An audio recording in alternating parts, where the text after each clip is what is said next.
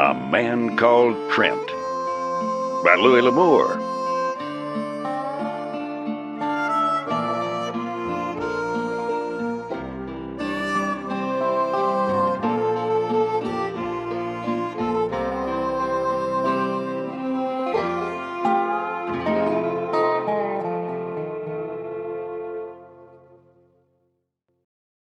Chapter 1. Smoke lifted wistfully from the charred timbers of the house, and smoke lifted from the shed that had been Moffat's barn. The corral bars were down, and the saddle stock run off, and where Dick Moffat's homestead had been in the morning, there was now only desolation, emptiness, and death. Dick Moffat himself lay sprawled on the ground. The dust was scratched deeply where his fingers had dug in the agony of death. Even from where he sat on the long-legged buckskin, the man known as Trent could see he had been shot 6 times. 3 of those bullets had gone in from the front. The other 3 had been fired directly into his back by a man who stood over him, and Dick Moffat wore no gun. The little green valley was still in the late afternoon sun. It was warm, and there was still a faint heat emanating from the charred timber of the house. The man who called himself Trent rode his horse around the house. 4 or 5 men had come here, one of them riding a horse with a split right rear hoof. They had shot Moffat down and then burned his layout. What about the kids? What about Sally Crane, who was 16, and young Jack Moffat, who was 14? Whatever had happened, there was no evidence of them here. He hesitated, looking down the trail. Had they been taken away by the killers? Sally, perhaps, but not Jack. If the killers had found the 2, Jack would have been dead. Thoughtfully, Trent turned away. The buckskin knew the way was toward home, and he quickened his pace. There were 5 miles to go, 5 miles of mountains and heavy woods, and no clear trails. This could be it.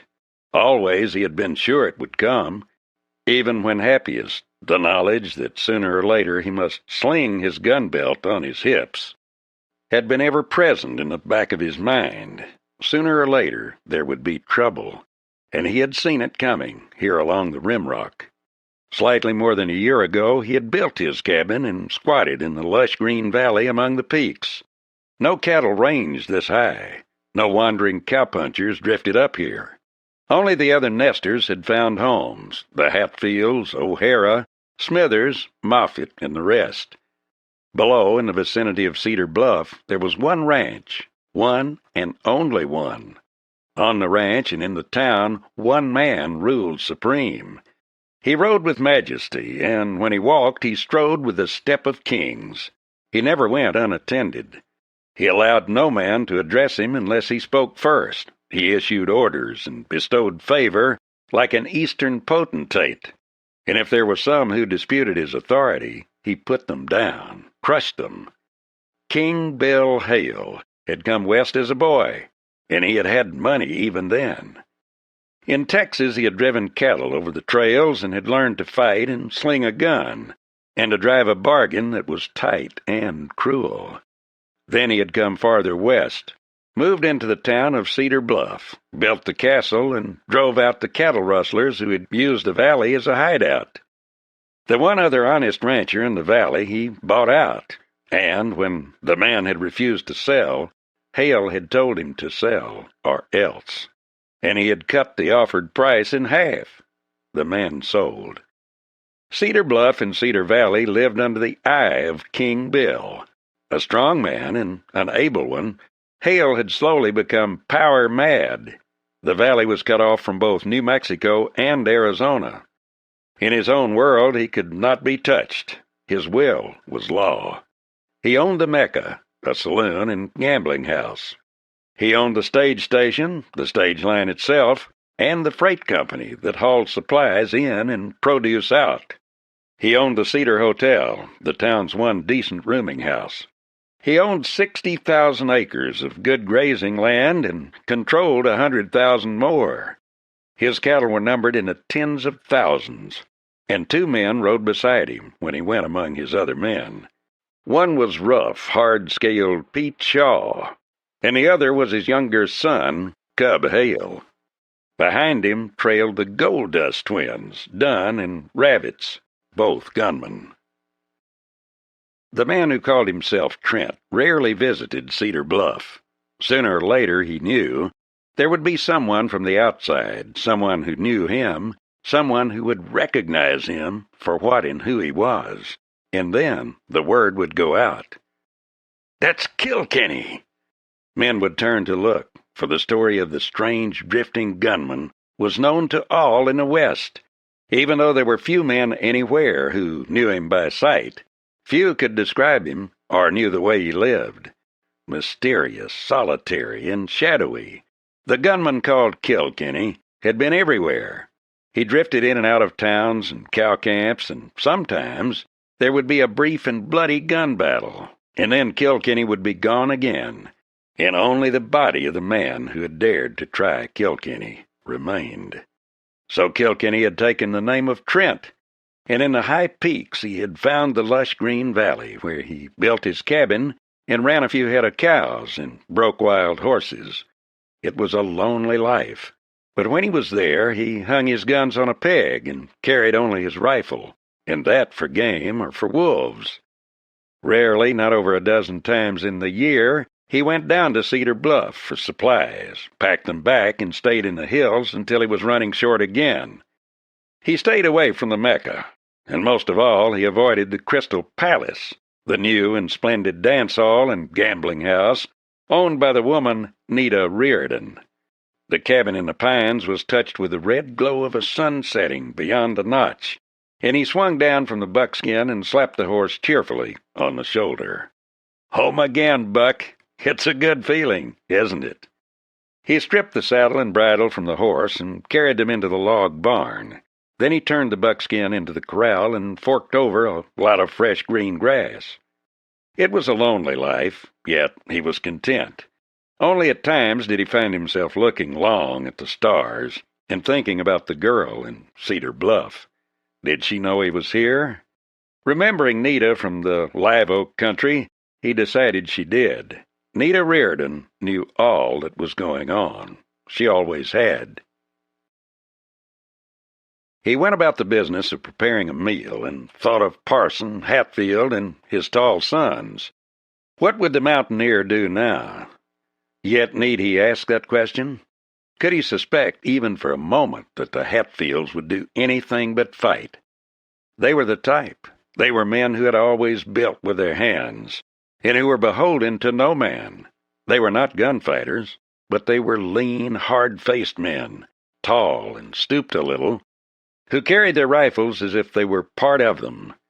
And Big Dan O'Hara, the talkative, friendly Irishman, who always acted as though campaigning for public office. Could he believe that Dan would do other than fight? War was coming to the high peaks, and Trent's face grew somber as he thought of it. War meant that he would once more be shooting, killing.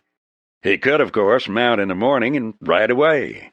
He could give up this place in the Highlands and go once more. But even as the thought came to him, he did not recognize it as even a remote possibility. Like O'Hara and the Hatfields, he would fight. There were other things to consider. The last time he had been to Cedar Bluff, there had been a letter from Lee Hall, the ranger. "We're getting along all right here, but I thought you would like to know Kane Brockman is out. He swears he will hunt you down and kill you for killing his brother and whipping him with your fists. And he'll try, so be careful." He dropped 4 slices of bacon into the frying pan, humming softly to himself. Then he put on some coffee water and sat watching the bacon. When it was ready, he took it out of the pan and put it on a tin plate. He was reaching for the coffee when he heard a muffled movement. Instantly, he froze in position. His eyes fastened on the blanket that separated his bedroom from the living room of the 2-room cottage. His guns were hanging from a peg near the cupboard. He would have to cross the room to them. His rifle was nearer. Rising, he went about the business of fixing the coffee, And when close to the rifle, he dropped his hand to it. Then, swinging it hip high, he crossed the room with a bound and jerked back the blanket. Two youngsters sat on the edge of his homemade bed, a slender, wide-eyed girl of 16 and a boy with a face thickly sprinkled with freckles. They sat tightly together, frightened and pale. Slowly he let the gun butt down to the floor. "Well, I'll be. Say, how did you youngsters get here?" The girl swallowed and stood up, trying to curtsy. Her hair, which was very lovely, hung in two thick blonde braids. Her dress was cheap and cotton, and now, after rough treatment, was torn and dirty. I'm Sally Crane, and this is Jackie Moffett." "They burned us out," Jackie cried out, his face twisted and pale. "Them Hales done it, and they killed Pappy." "I know." Trent looked at them gravely. "I came by that way. Come on out here and we'll eat. Then you can tell me about it." "They come in about sunup this morning," Jack said. "They told Pap he had 2 hours to get loaded and moving. Pap, he allowed he wasn't moving. This was government land, and he was settled legal, and he was standing on his rights." "What happened?" Trent asked. He sliced more bacon and dropped it in a pan. "The young'un, he shot Pap. Shot him 3 times afore he could move. Then after he fell, he emptied his gun into him." Something sank within Trent, for he could sense the fight that was coming. The young'un would probably be Cub Hale. He remembered that slim, erect, panther-like young man in white buckskins and riding his white horse, that young, handsome man who loved to kill. Here it was, and there was no way a man could duck it. But no, it wasn't his fight. Not yet it wasn't. "How'd you kids happen to come here?" he asked kindly. "We had to get away. Sally was getting wood for the house, and when I met her, we started back. Then we heard the shooting, and when I looked through the brush, I seen the young'un finishing Pap. I wanted to fight, but I ain't got no gun." "Did they look for you?" Trent asked. "Uh-huh. We heard one of 'em say he wanted Sally." Jackie glanced at the girl, whose face was white, her eyes wide. "They allowed there wasn't no use killing her, yet." "You had horses?" Trent asked. "Uh-huh. We done left 'em in the brush. We wasn't sure but what they'd come here, too. But we come here because Pap, he done said if anything ever happened to him, we was to come here first. He said you was a good man, and he figured you was some shakes with a gun." "All right." Trent dished him out some food. "You kids can stay here tonight. I got blankets enough. Then in the morning, I'll take you down to Parsons." "Let me fix that," Sally pleaded, reaching for the skillet. "I can cook." "Sure she can," Jackie declared admiringly. "She cooked for us all the time." A horse's hoof clicked on a stone, and Trent doused the light instantly. "Get down," he whispered hoarsely. "On the floor. Let's see who this is." He could hear the horses coming closer, 2 of them from the sound. Then a voice rang out sharply. "Hello in the house! Step out here!" From inside the door, Trent replied shortly. "Who is it? What do you want?" "It don't make a damn who it is, Trent. We're giving you till noon tomorrow to hit the trail. You're camping on Hale Range. We're moving everybody off." Trent laughed harshly. "That's right amusing, friend," he said dryly. "You go back and tell King Bill Hale that I'm staying right where I am. This is government land, filed on, all fitting and proper." He glimpsed the light on a gun barrel and spoke sharply. "Don't try it, Dunn. I know you're there by your voice. If you got a lick of sense, you know you're outlined against the sky. A blind man could get you both at this range." Dunn cursed bitterly. Then he shouted, "You won't get away with this, Trent. Go back and tell Hale I like it here, and I'm planning to stay." When they had gone, Trent turned to the youngsters. "We'll have a little time now. Sally, you take the bed in the other room. Jackie and me will bunk out here." "But—" Sally protested. Go ahead. You'll need all the sleep you can get. I think the trouble has just started. But don't be afraid. Everything is going to be all right. I'm not afraid. Sally Crane looked at him with large, serious eyes. You'll take care of us, I know. He stood there a long minute, staring after her. It was a strange feeling to be trusted, and trusted so implicitly. The childish sincerity of the girl moved him as nothing had ever moved him before. He recognized the feeling for what it was, the need within him to protect and care for something beyond himself. It was that, in part, that during these past years had led him to fight so many fights that were not his, and yet was not the cause of human liberty and freedom, always every man's trust. Jackie was going about the business of making a bed on the floor as though he had spent his life at it. He seemed pleased with this opportunity to show some skill, some ability to do things. Trent reached up and took down his guns and checked them as he had every night of the entire year in which they had hung from the peg. For a minute after he completed the check, he held them. He liked the feel of them, even when he hated what they meant. Slowly, he replaced them on the peg. Chapter 2. The early morning sun was just turning the dew-drenched grass into settings for diamonds when Trent was out of his pallet and roping some horses. Yet, early as it was, when he returned to the cabin, the fire was going, and Sally was preparing breakfast. She smiled at him, but her eyes were red, and he could see she had been crying. Jackie, beginning to realize now the full meaning of the tragedy, was showing his grief through his anger, but was very quiet. Trent was less worried about Jackie than about Sally. Only 6 years before, according to what Dick Moffat had told him, Sally Crane had been found hiding in the bushes. Her father's wagons had been burned and her parents murdered by renegades posing as Indians. Since then, Dick had cared for her. Dick's wife had died scarcely a year before, and the girl had tried to take over the household duties, yet even to a Western girl, hardened to a rough life, 2 such tragedies, each driving her from a home, might be enough to upset her life. When breakfast was over, he took them out to the saddled horses. Then he walked back to the cabin alone, and when he returned, he carried an old Sharps rifle. He looked at it for a moment and then glanced up at Jackie. The boy's eyes were widening, unbelieving, yet bright with hope.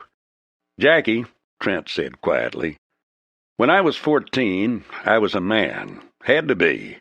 Well, it looks like your pappy dying has made you a man, too. I'm going to give you this Sharps. She's an old gun, but she can shoot. But, Jackie, I'm not giving this gun to a boy. I'm giving it to a man. I'm giving it to Jackie Moffat. And he's already showed himself pretty much of a man. A man, Jackie, he don't ever use a gun unless he has to. He don't go around shooting heedless like. He shoots only when he has to, and then he don't miss. This gun's a present, Jackie, and there's no strings attached, but it carries a responsibility. And that is never to use it against a man unless it's in defense of your life, or the lives or homes of those you love. You're to keep it loaded always. A gun ain't no good to a man unless it's loaded. And if it's seen setting around, people won't be handling it careless. They'll say, that's Jackie Moffat's gun, and it's always loaded. It's always guns people think are empty that kill people by accident. Gosh! Jackie stared in admiration at the battered old Sharps. That's a weapon, man! Then he looked up at Trent, and his eyes were filled with tears of sincerity. Mr. Trent, I sure do promise I'll never use no gun unless I have to. Trent swung into the saddle and watched the others mount. He carried his own Winchester, one of the new 1873 models that were replacing the old Sharps on the frontier. He was under no illusions. If King Bill Hale had decided to put an end to the nesters among the high peaks, he would probably succeed.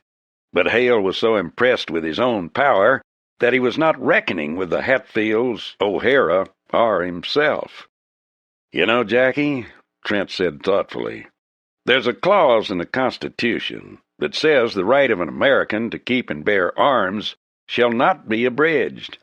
They put that in there so a man would always have a gun to defend his home or his liberty. Right now there's a man in this valley who's trying to take the liberty and freedom of some men away from them. When a man starts that, and when there isn't any law to help, you got to fight. I've killed men, Jackie, and it ain't a good thing, no way. But I never killed a man unless he deserved killing, and unless he forced me to a corner where it was me or him. This here country is big enough for all, but some men get greedy for money or power, and when they do, the little men have to fight to keep what they got.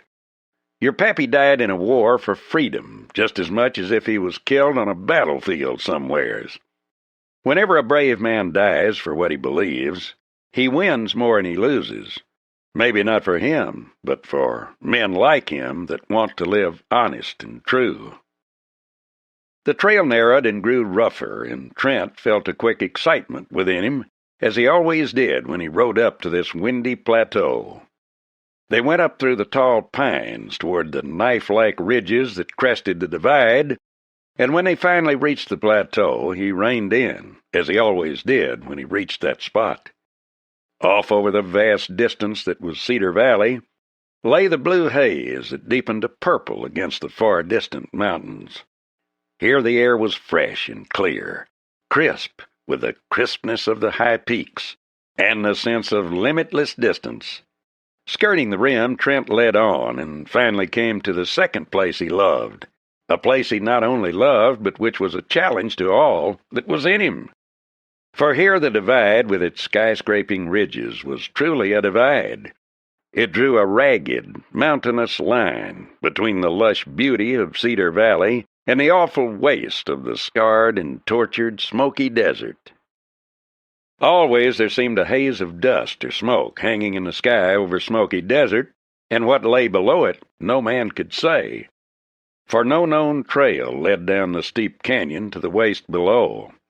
An Indian had once told him his fathers knew of a trail to the bottom, but no living man knew it, and no man seemed to care, nobody but Trent, drawn by his own loneliness to the vaster loneliness below. Far away were ragged mountains, red, black, and broken like the jagged stumps of broken teeth gnawing at the sky.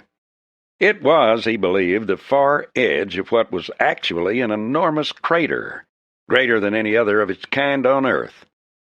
"Someday," he told his companions, "I'm going down there. It looks like the mouth of hell itself, but I'm going down." Parson Hatfield and his 4 tall sons were all in sight when the 3 rode up to the cabin. All were carrying their long Kentucky rifles. "All right, Trent," Parson drawled, widening his gash of a mouth into a smile.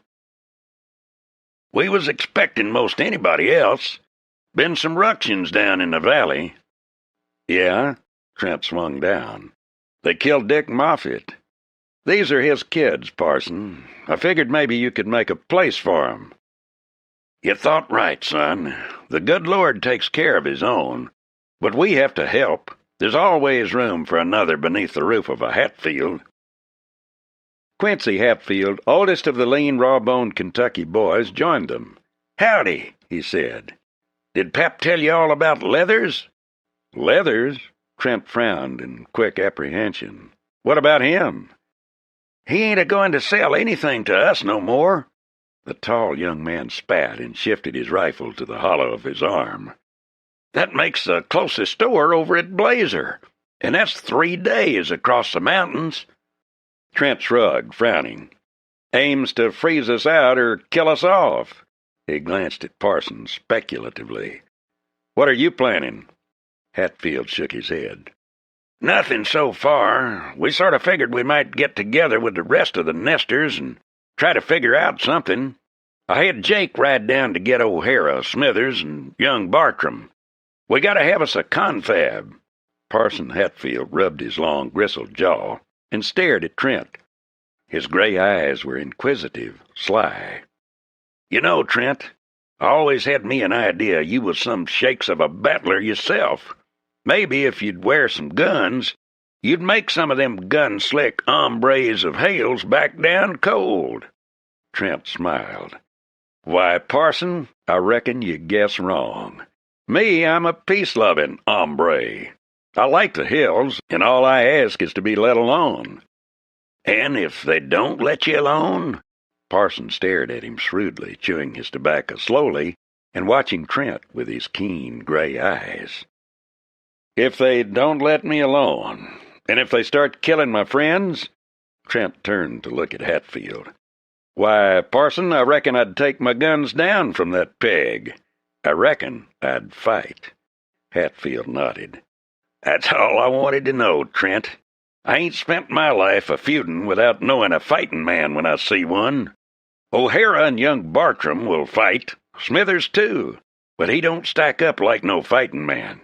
My young'uns, they cut their teeth on a rifle stock, so I reckon when the fightin' begins, I'll be bloodin' the two young'uns like I did the two older back in Kentucky." Trent kicked his toe into the dust. "Don't you reckon we better get the women folks off to Blazer? There ain't many of us, Parson, and Hale must have 50 riders. We better get them out while the getting is good." "Hale's got more'n 50 riders, but the women'll stay, Trent. Ma, she ain't for going. You ain't got no woman of your own, Trent, so I don't reckon you know how unpossible ornery they can be. But Ma, she'd be fit to be tied if it was said she was going to go to Blazer while we had us a scrap. Ma loaded rifles for me in Kentucky when she was a gal, and she loaded 'em for me crossing the plains, and she'd done her share of shooting. Trent, I'd rather face all them Hales than Ma if we tried to send her away. She always says her place is with her men folks, and there she'll stay. I reckon Quincy's wife feels the same, and so does Jesse's woman." Trent nodded. "Parson, we got us an argument when the rest of them get here. They've got to leave their places and come up here. Together we could make a pretty stiff fight of it. Scattered, they'd cut us down one by one." He swung into the saddle. "I'm going down to Cedar Bluff. I'm going to see Leathers." Without waiting for a reply, Trent swung the buckskin away and loped down the trail. He knew very well he was taking a chance. The killing had started. Dick Moffett was down. They had burned his place, and within no time at all, the Hale riders would be carrying fire and blood through the high hills, wiping out the nesters. If he could but see King Bill, there might be a chance. Watching him go, Parson Hatfield shook his head doubtfully and then turned to his eldest. "Quince, you rope yourself a horse, boy, and you and Jesse follow him into Cedar Bluff. He may get himself into trouble." A few minutes later, the two tall, loose-limbed mountain men started down the trail on their flea-bitten Mustangs. They were solemn, dry young men who chewed tobacco and talked slowly. But they had grown up in the hard school of the Kentucky mountains, and they had come west across the plains. Chapter 3. Unknowing, Trent rode rapidly. He knew what he had to do, yet, even as he rode, his thoughts were on the Hatfields. He liked them, hard-working, honest, opinionated. They were fierce to resent any intrusion on their personal liberty, their women's honor, or their pride. They were the kind of men to ride the river with.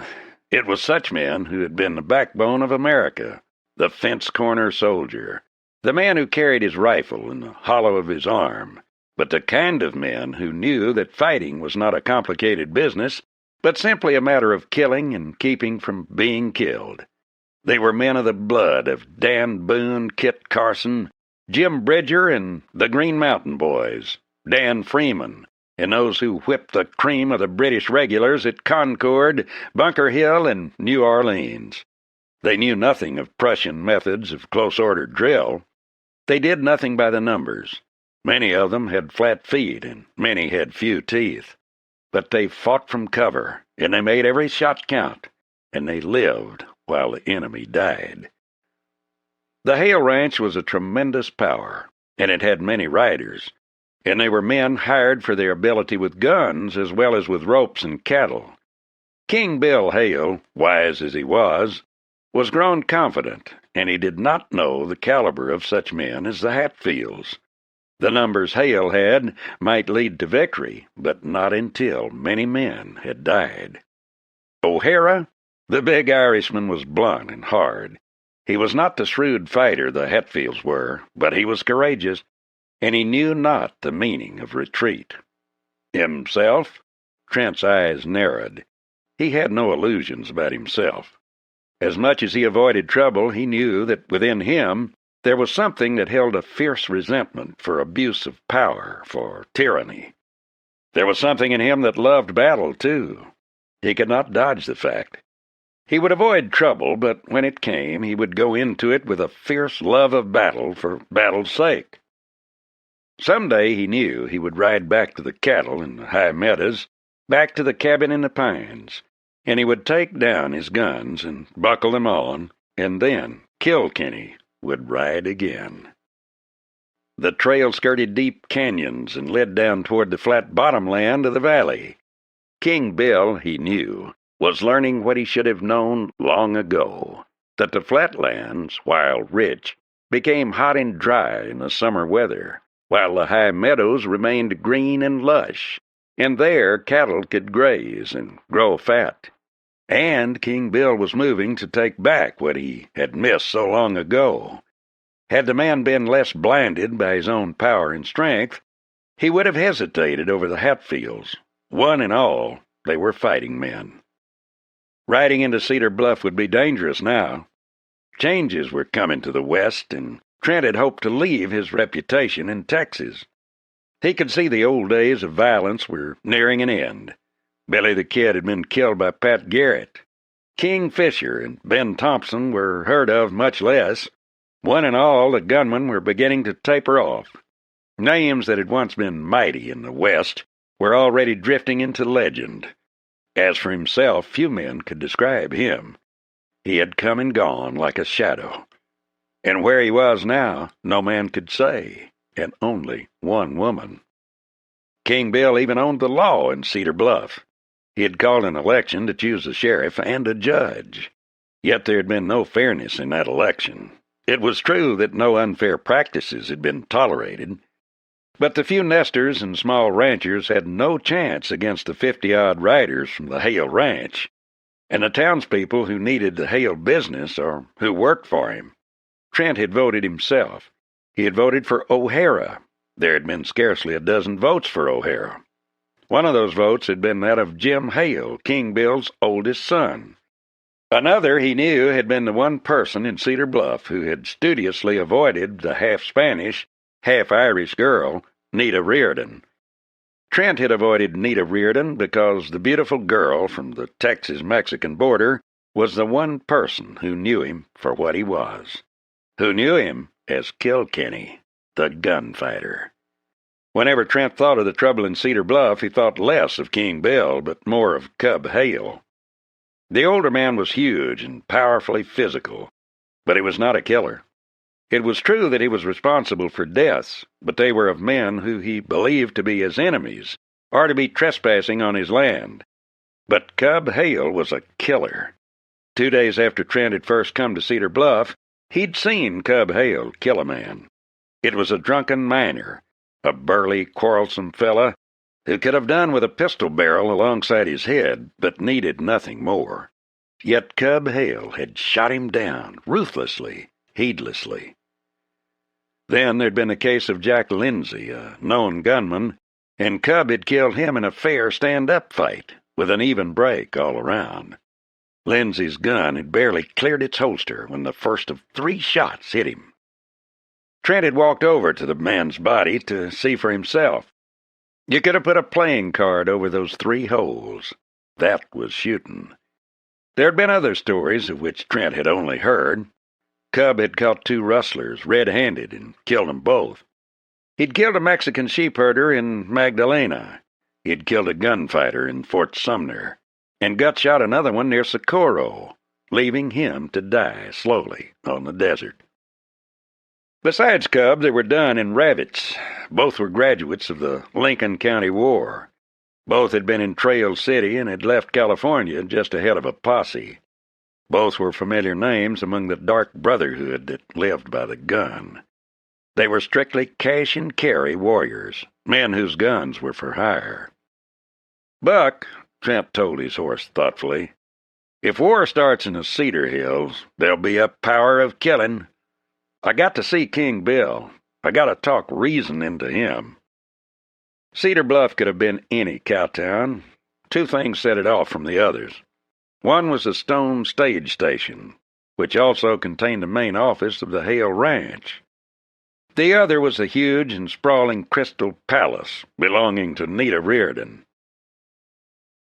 Trent loped the yellow horse down the dusty street and swung down in front of Leather's General Store. He walked into the cool interior. The lace smelled of leather and dry goods. At the rear, where they dispensed food and other supplies, he halted. Bert Leathers looked up from his customer as Trent walked in, and Trent saw his face change. Leathers wet his lips and kept his eyes away from Trent.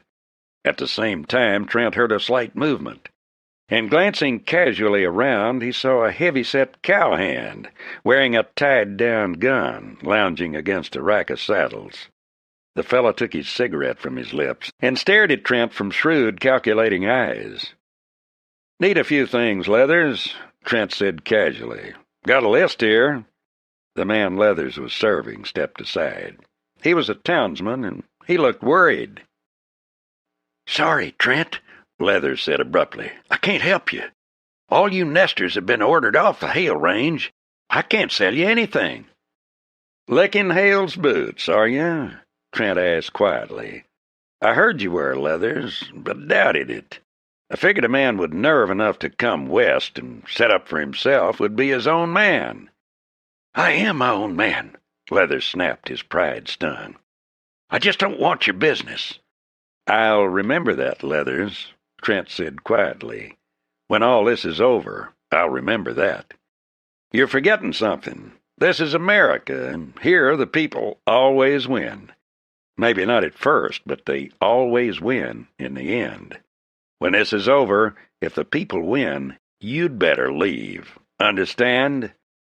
Leathers looked up, his face white and yet angry. He looked uncertain. "You all better grab yourself some air," a cool voice suggested. Trent turned, and he saw the gun hand standing with his thumbs in his belt, grinning at him. "Better slide, Trent. What the man says is true. King Bill's taking over. I'm here to see Leathers don't have no trouble with nesters." "All right," Trent said quietly. "I'm a quiet man myself. I expect that rightly I should take the gun away from you and shove it down your throat. But Leathers is probably gun-shy, and there might be some shooting, so I'll take a walk." "My name's Dan Cooper," the gun hand suggested mildly. "Any time you really get on the prod about shoving this gun down my throat, look me up." Trent smiled. "I'll do that, Cooper. And if you stay with King Bill, I'm afraid you're going to have a heavy diet of lead. He's cutting a wide swath." "Uh-huh." Cooper was cheerful and tough. "But he's got a blade that cuts him off short." "Ever see the Hatfields shoot?" Trent suggested. "Take a tip, old son, and when those long Kentucky rifles open up, you be somewhere else." Dan Cooper nodded sagely. "You got something there, partner. You really have. That Parsons got him a cold eye." Trent turned and started for the street, but Cooper's voice halted him. The gun hand had followed him to the door. "Say," Cooper's voice was curious, "was you ever in Dodge?" Trent smiled. Maybe I was. You think that one over, Cooper." He looked at the gun hand thoughtfully. "I like you," he said bluntly, "so I'm giving you a tip. Get on your horse and ride. King Bill's got the men, but he ain't going to win. Ride, because I always hate to kill a good man." Trent turned and walked down the street. Behind him, he could feel Dan Cooper's eyes on his back. The gunman was scowling. "Now, who the hell?" he muttered. "That hombre's salty, plumb salty." 3 more attempts to buy supplies proved to Trent he was frozen out in Cedar Bluff. Worried now, he started back to his horse. The Nesters could not buy in Cedar Bluff, and that meant their only supplies must come by the long wagon trip across country from Blazer. Trent felt grave doubts that Hale would let the wagons proceed unmolested, and their little party was so small they could not spare men to guard the wagons on the 3-day trek over desert and mountains. "Trent!" He turned slowly and found himself facing Price Dixon, a dealer from the Crystal Palace. "Nita wants to see you. Asked me to find you and ask if you'd come to see her." For a long moment Trent hesitated, then he shrugged. "All right," he said, "but it won't do any good to have her seen with me. We Nesters aren't looked upon with much favor these days." Dixon nodded, sober-faced. "Looks like a shootout. I'm afraid you boys are on the short end of it." "Maybe." Dixon glanced at him from out of the corner of his eyes. "Don't you wear a gun? They'll kill you someday." "Without a gun, you don't have many fights." "It wouldn't stop Cub Hale. When he decides to shoot, he does. He won't care whether you're packing a gun or not." "No, it wouldn't matter to him." Price Dixon studied him thoroughly. "Who are you, Trent?" he asked softly. "I'm Trent, a Nestor. Who else?" "Yeah, that's what I'm wondering. I'm dry behind the ears. I've been dealing cards in the West ever since the war between the states. I've seen men who packed guns, and I know the breed. You're not Wes Hardin, and you're not Hickok, and you're not one of the Earps. You never drink much, so you can't beat Thompson. Whoever you are, you've packed a gun. Don't lose any sleep over it." Dixon shrugged.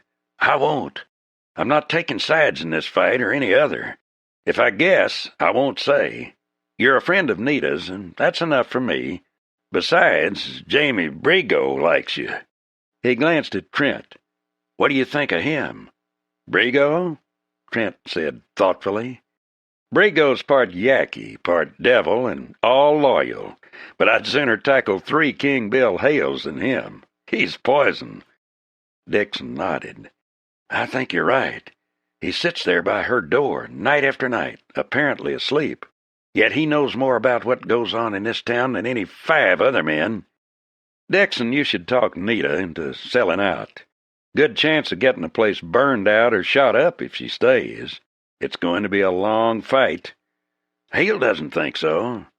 Parson Hatfield does. I've seen Hatfield. He looks like something I'd leave alone." Dixon paused. "I was in Kentucky once, a long time ago. The Hatfields have had 3 feuds. Somehow there's always Hatfields left." "Well, Price," Trent threw his cigarette into the dust, "I've seen a few fighting men, too, and I'm glad the Hatfields are on my side, and particularly the parson." Chapter 4. The Crystal Palace was one of those places that made the western frontier what it was. Wherever there was money to spend, gambling joints could be found, and some became ornate palaces of drinking and gambling like this one. They had them in Abilene and Dodge, but not so much farther west. Cedar Bluff had the highly paid riders of the Hale Ranch. It also drew miners from Rock Creek. The palace was all gilt and glass, and there were plenty of games going, including roulette, faro, and dice. Around the room at scattered tables were at least a dozen poker games. Nita Riordan, Trent decided, was doing all right. This place was making money, and lots of it.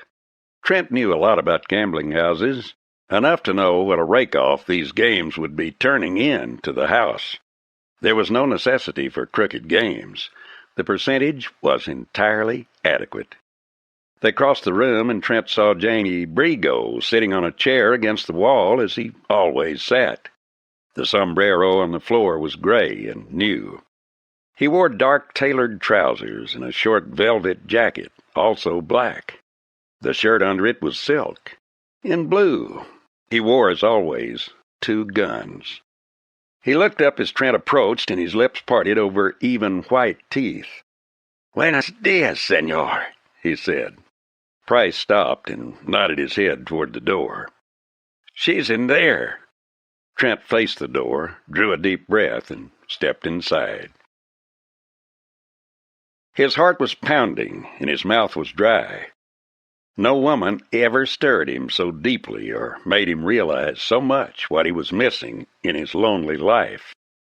It was a quiet room, utterly different from the garish display of the gambling hall behind him. It was a room to live in, the room of one who loved comfort and peace. On a ledge by the window were several potted plants. On the table lay an open book. These things he absorbed rather than observed, for all his attention was centered upon Nita Reardon. She stood across the table, taller than most women, with a slender yet voluptuous body that made a pulse pound in his throat. She was dressed for evening, an evening walking among the tables of the gambling room, and she was wearing a black and spangled gown, utterly different from the room in which she stood. Her eyes were wide now, her full lips parted a little, and as he stopped across the table, he could see the lift of her bosom as she took a deep breath. "Nita," he said softly, "you've not changed. You're the same." "I'm older, Lance," she said softly. "More than a year older." "Has it been only a year? It seems so much longer." He looked at her thoughtfully. "And you're lovely as always. I think you could never be anything but lovely and desirable." "And you?" she reminded him. "When you could have had me, you rode away. Lance, do you live all alone in that cabin of yours? Without anyone?" He nodded. "Except for memories. Except for the thinking I do, and the thinking only makes it worse, for whenever I think of you and all that could be, I remember the Brockmans, Bert Pulte, and all those others back down the trail. Then I start wondering how long it will be before I fall in the dust myself." "That's why I sent for you," Nita told him. Her eyes were serious and worried. She came around the table and took his hands. "Lance, you've got to go. Leave here now. I can hold your place for you, if that's what you want. If that doesn't matter, say so, and I'll go with you. I'll go with you anywhere. But we must leave here." "Why?" It was like him to be direct. She looked up into his dark, unsmiling face. "Why, Anita? Why do you want me to go?" "Because they're going to kill you," she exclaimed. She caught his arm. "Lance, they're cruel, ruthless, vicious. It isn't King Bill. He's their leader, but what he does he believes to be right. It's Cub. He loves to kill. I've seen him. Last week he killed a boy in the street in front of my place. He shot him down and then emptied his gun into him with slow, methodical shots. He's a fiend." Lance shook his head. "I'll stay, no matter." "But listen, Lance," she protested. "I've heard them talking here. They're sure you'll fight. I don't know why they think so, but they do. They've decided you must die, and soon. They won't give you a chance. I know that." "I can't, Nita. These people in the high meadows are my friends. They depend upon me to stand by them. I won't be the first to break and run, or the last. I'm staying. I'm going to fight it out here, Nita, and we'll see who is to win. The people are a man of power and greed." "I was afraid you'd say that."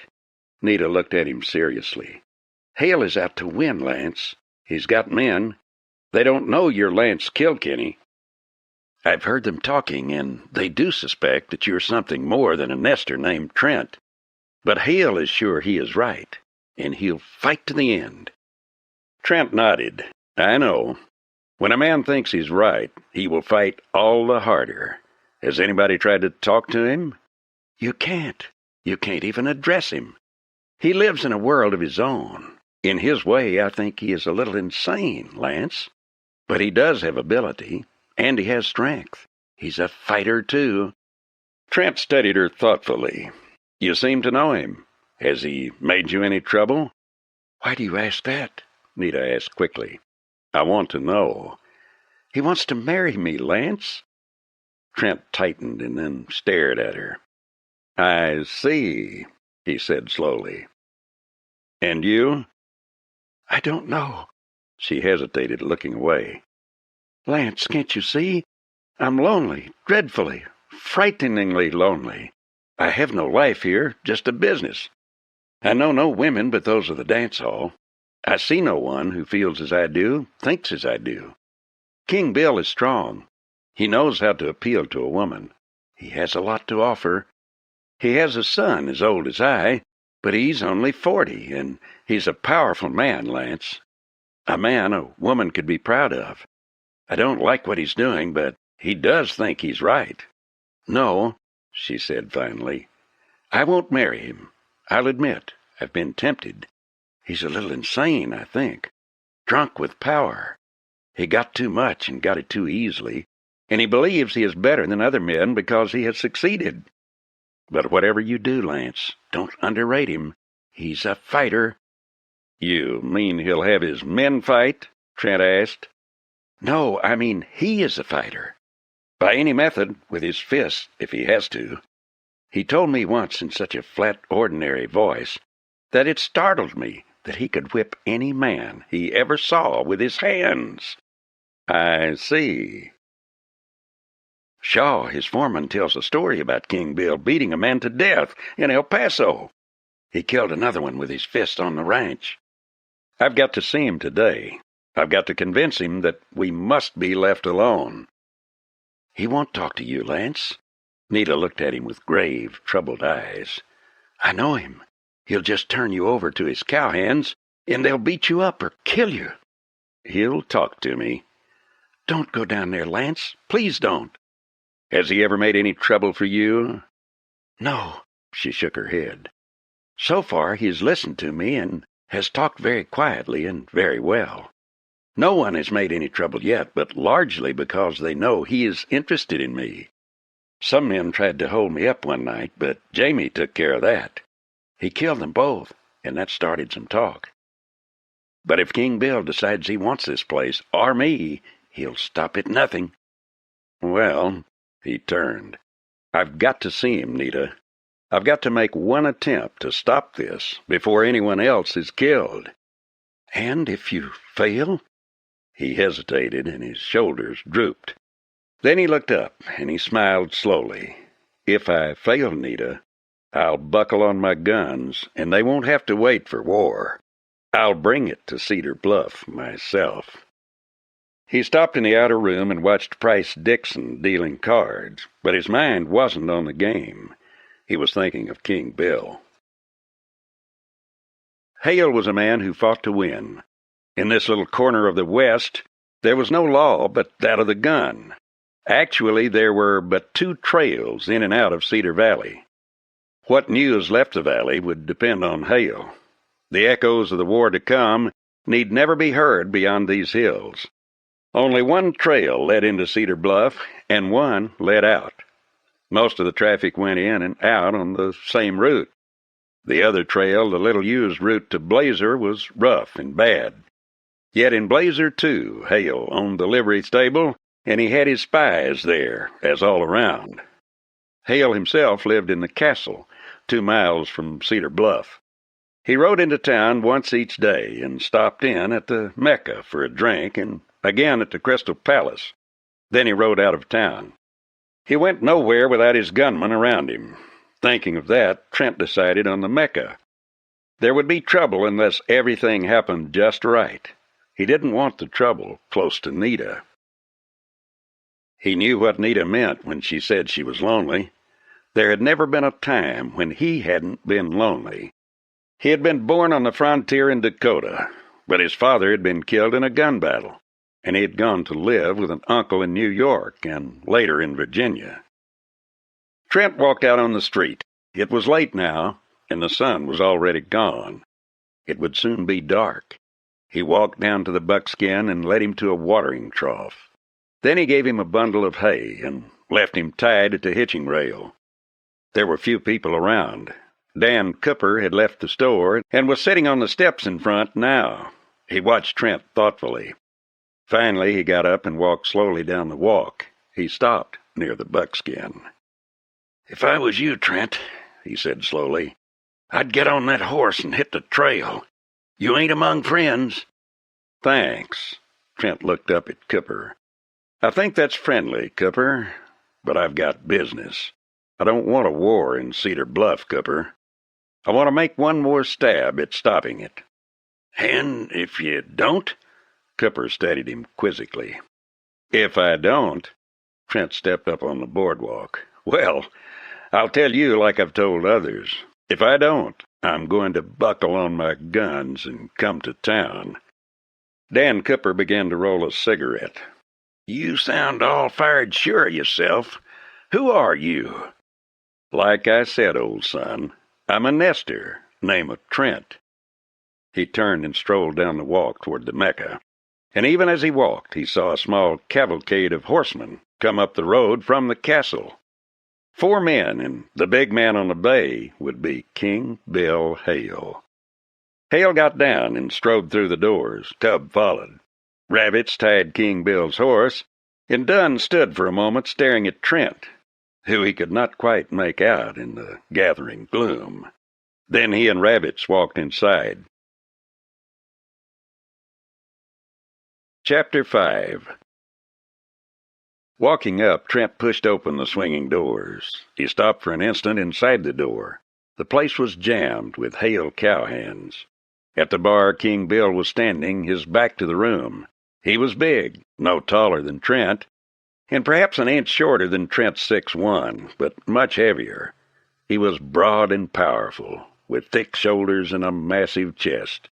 His head was a block set upon the thick column of a muscular neck. The man's jaw was broad, his face brown and hard. He was a bull. Looking at him, Trent could guess that the stories of his killing men with his fists were only the truth. Beside him in white buckskin was the slender, cat-like Cub Hale, and on either side of the two stood the gunmen, Dunn and Rabbits. Trent walked slowly to the bar and ordered a drink. Dunn, hearing his voice, turned his head slowly. As his eyes met Trent's, the glass slipped from his fingers and crashed on the bar, scattering rye whiskey. "Seem nervous, Dunn," Trent said quietly. "Let me buy you a drink." "I'll be hanged if I will," Dunn shouted. "What do you want here?" Trent smiled. All the room was listening, and he knew that many of the townspeople, some of whom might still be on the fence, were present. "Why, I just thought I'd ride down and have a talk with King Bill," he said quietly. "It seems there's a lot of war talk, and somebody killed a harmless nester the other day. It seemed a man like King Bill Hale wouldn't want such things going on." "Get out!" Dunn's hand hovered above a gun. "Get out or be carried out." "No use you making motions toward that gun," Trent said quietly. "I'm not healed. Look for yourself. I'm making peace talk, and I'm talking to King Bill." "I said, get out!" Dunn shouted. Trent stood with his hands on his hips, smiling. Suddenly, Dunn's hand streaked for his gun, and instantly Trent moved. One hand dropped to Dunn's gun wrist, while his right whipped up in a short, wicked arc and exploded on Dunn's chin. The gunman sagged, and Trent released his gun hand and shoved him away so hard he fell headlong into a table. The table crashed over, and among the scattered cards and chips, Bing Dunn lay out cold. In the silence that followed, Trent stepped quickly up to King Bill. "Hale," he said abruptly, "some of your men killed Dick Moffett, shot him down in cold blood, and then burned him out. Those same men warned me to move out. I thought I'd come to you. I've heard you're a fair man." King Bill did not move. He held his glass in his fingers and stared thoughtfully into the mirror back of the bar, giving no indication that he heard. Cub Hale moved out from the bar, his head thrust forward, his eyes eager. "Hale," Trent said sharply, "this is between you and me. Call off your dogs. I'm talking to you, not anybody else. We want peace, but if we have to fight to keep our land, we'll fight. If we fight, we'll win. You're bucking the United States government now." Cub had stepped out, and now his lips curled back in a wolfish snarl as his hand hovered over his gun. "What's the matter, Hale?" Trent persisted. "Making a hired killer of your son because you're afraid to talk?" Hale turned deliberately. "Cub, get back. I'll handle this." Cub hesitated, his eyes alive with eagerness and disappointment. "I said," Hale repeated, "to get back." He turned. "As for you, you squatted on my land. Now you're getting off, all of you. If you don't get off, some of you may die. That's final." "No!" Trent's voice rang out sharply. "It's not final, Hale. We took those claims legal. You never made any claim to them until now. You got more land now than you can handle, and we're staying. I filed my claim with the United States. So did the others. If we don't get justice, we'll get a United States Marshal in here to see why." "Justice?" Hale sneered. "You blasted nesters'll get all the justice you get from me. I'm giving you time to leave. Now get!" Trent stood his ground. He could see the fury bolted up in Hale. He could see the man was relentless. Well, maybe. Suddenly Trent smiled. "Hale," he said slowly, "I've heard you're a fighting man. I hope that ain't a lie. I'm calling you now. We fight, man to man, right here in this barroom. No holds barred. And if I win, you leave the nesters alone. If you win, we all leave." King Bill wheeled, his eyes bulging. "You challenge me? You dirty-necked, nesting renegade? No, I bargain with no man. You nesters get moving, or suffer the consequences." "What's the matter, Bill?" Trent said slowly. "Afraid?" For a long moment there was deathly stillness in the room, while Hale's face grew darker and darker. Slowly then he unbuckled his gun belt. "You asked for it, Nestor," he sneered. "Now you get it." He rushed. Trent had been watching, and as Hale rushed, he sidestepped quickly. Hale's rush missed, and Trent faced him, smiling. "What's the matter, King? I'm right here." Hale rushed, and Trent stepped in with a left jab that split Hale's lips and showered him with blood.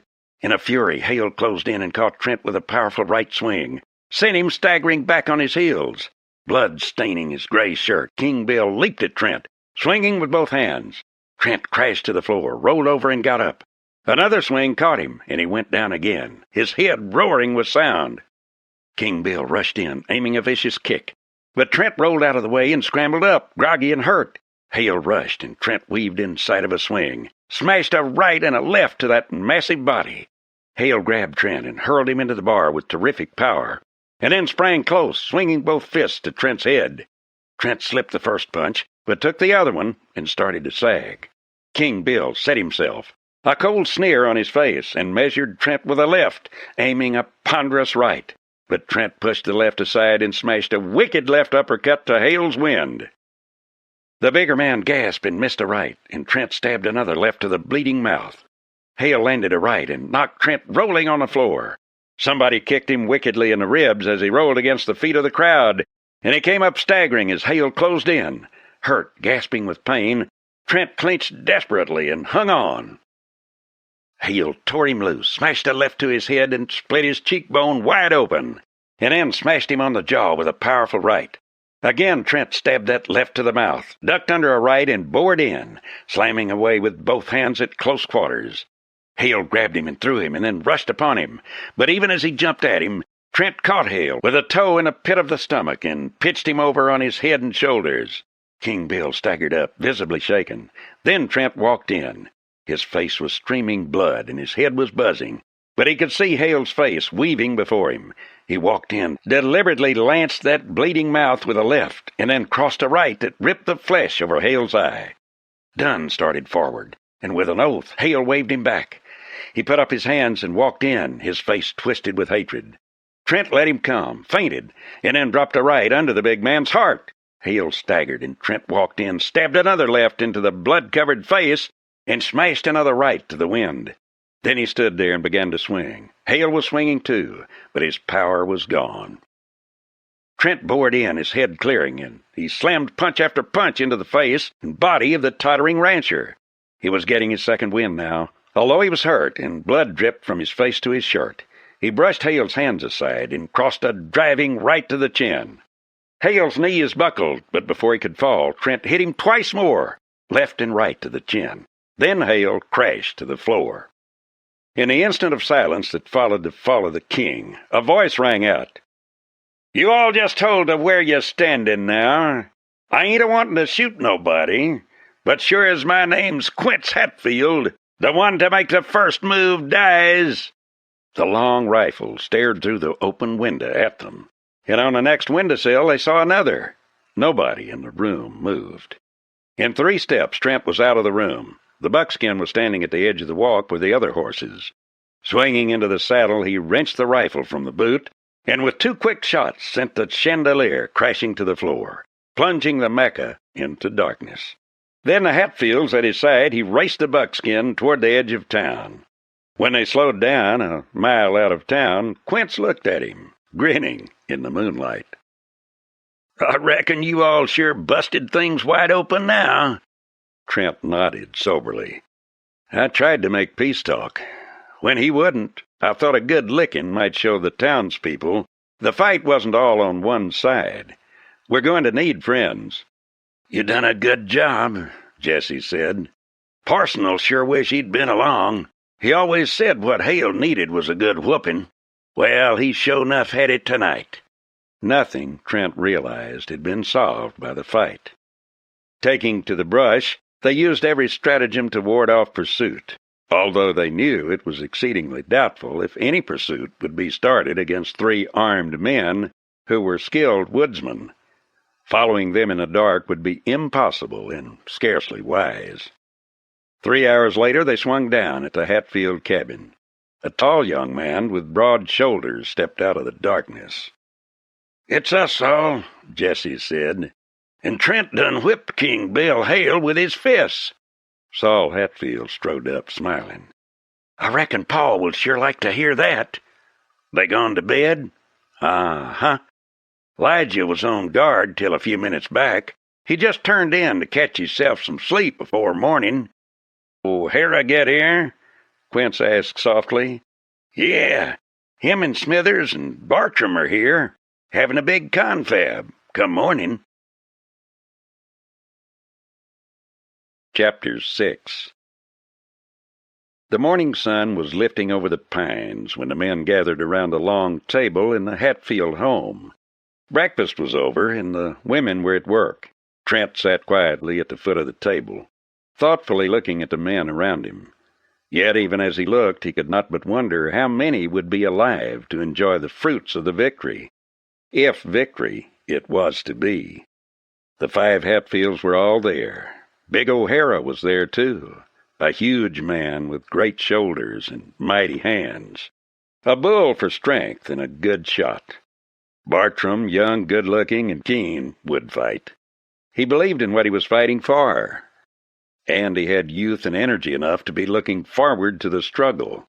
Smithers was middle-aged, quiet, a man who had lived a peaceful life, avoiding trouble, yet fearless. He was a small man, precise, and an excellent farmer, probably the best farmer of the lot. 2 more horsemen rode in while they were sitting down. Jackson Height was a wild horse hunter, former cowhand and buffalo hunter. Stephen Runyon was a former miner. Parson Hatfield straightened up slowly. "I reckon this here meeting better get started. Them Hales ain't a-going to wait on us to get organized.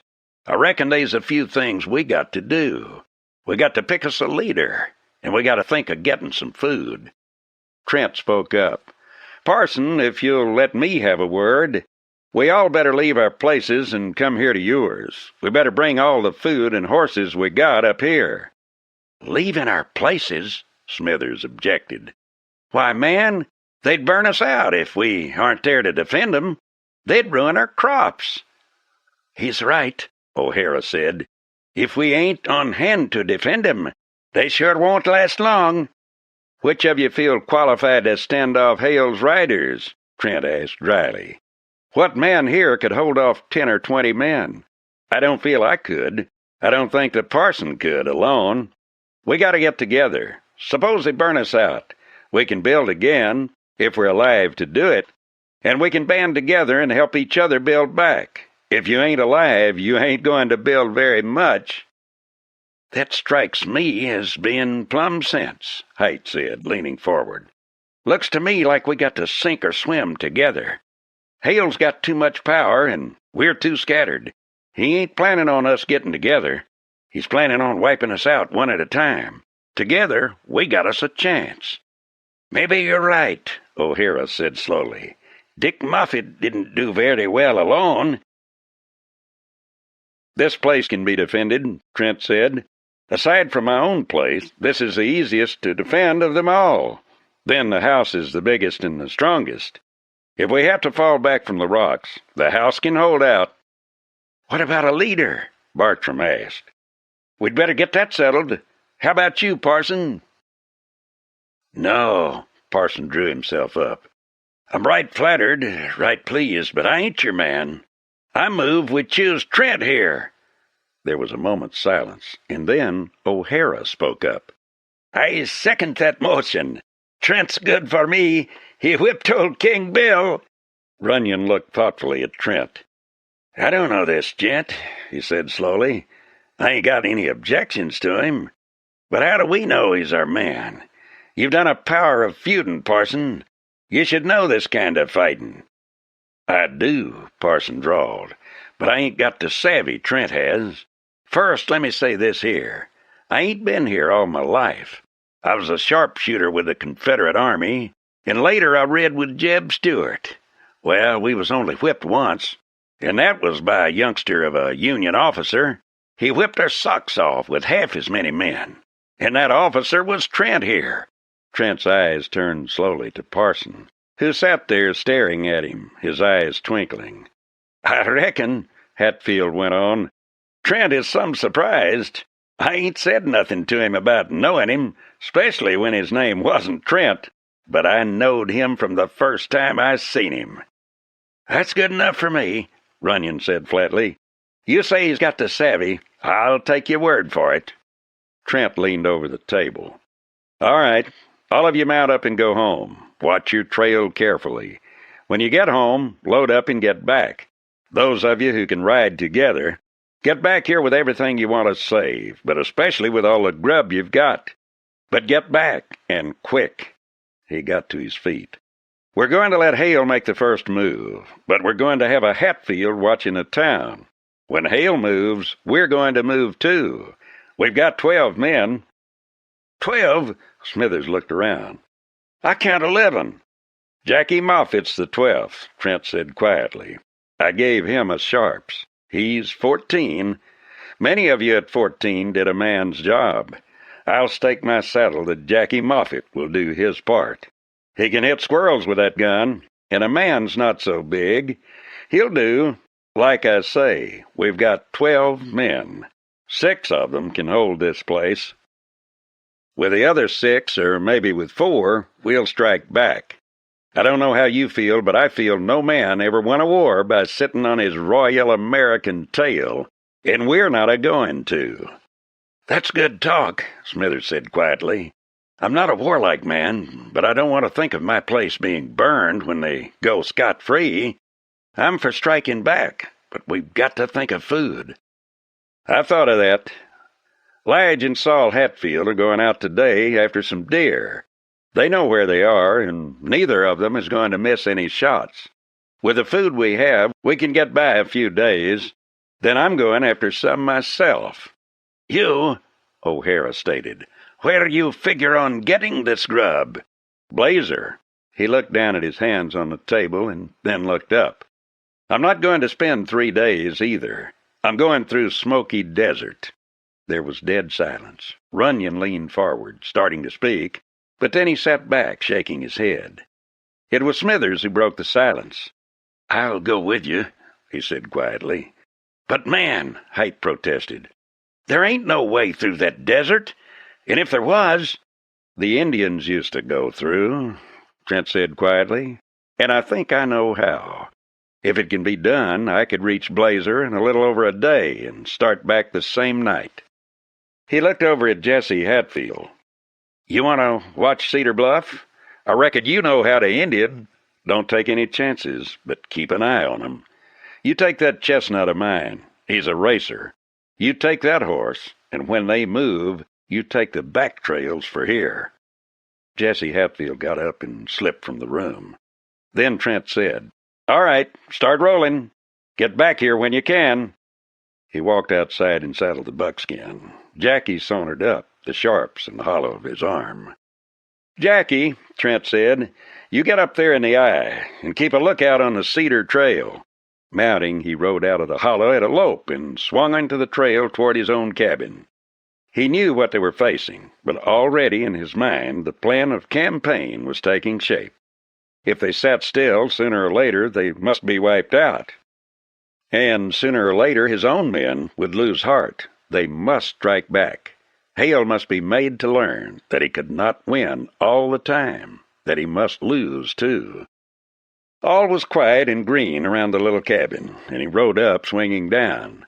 He stepped through, hurriedly put his grub into sacks, and hung it on a pack horse. Then he hesitated. Slowly he walked across to the peg on the cupboard. For a long minute he looked at the guns hanging there. Then he reached up and took them down. He buckled them on, heavy-hearted and feeling lost and empty. It was sundown when he hazed his little band of carefully selected horses through the notch into the Hatfield hollow, and with Jackie's help put them in the corral. All the men were back, and the women were working around, laughing, pleasant. They were true women of the West, and most of them had been through Indian fights before this. Haight was the last one in. He came riding through the notch on a spent horse, his face drawn and hard.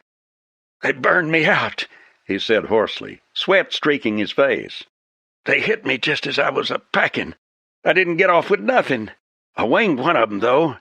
Even as he spoke, Smithers caught Trent's arm. "Look," he urged and pointed. In the sky they could see a red glow from reflected fire.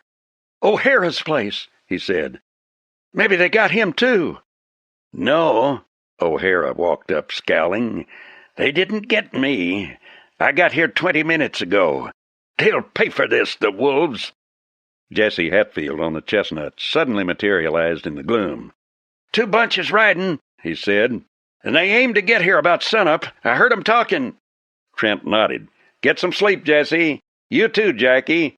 Parson, you and Smithers better keep watch. Quince, I want you and Bartram to ride with me." "Where are you all going?" Saul demanded.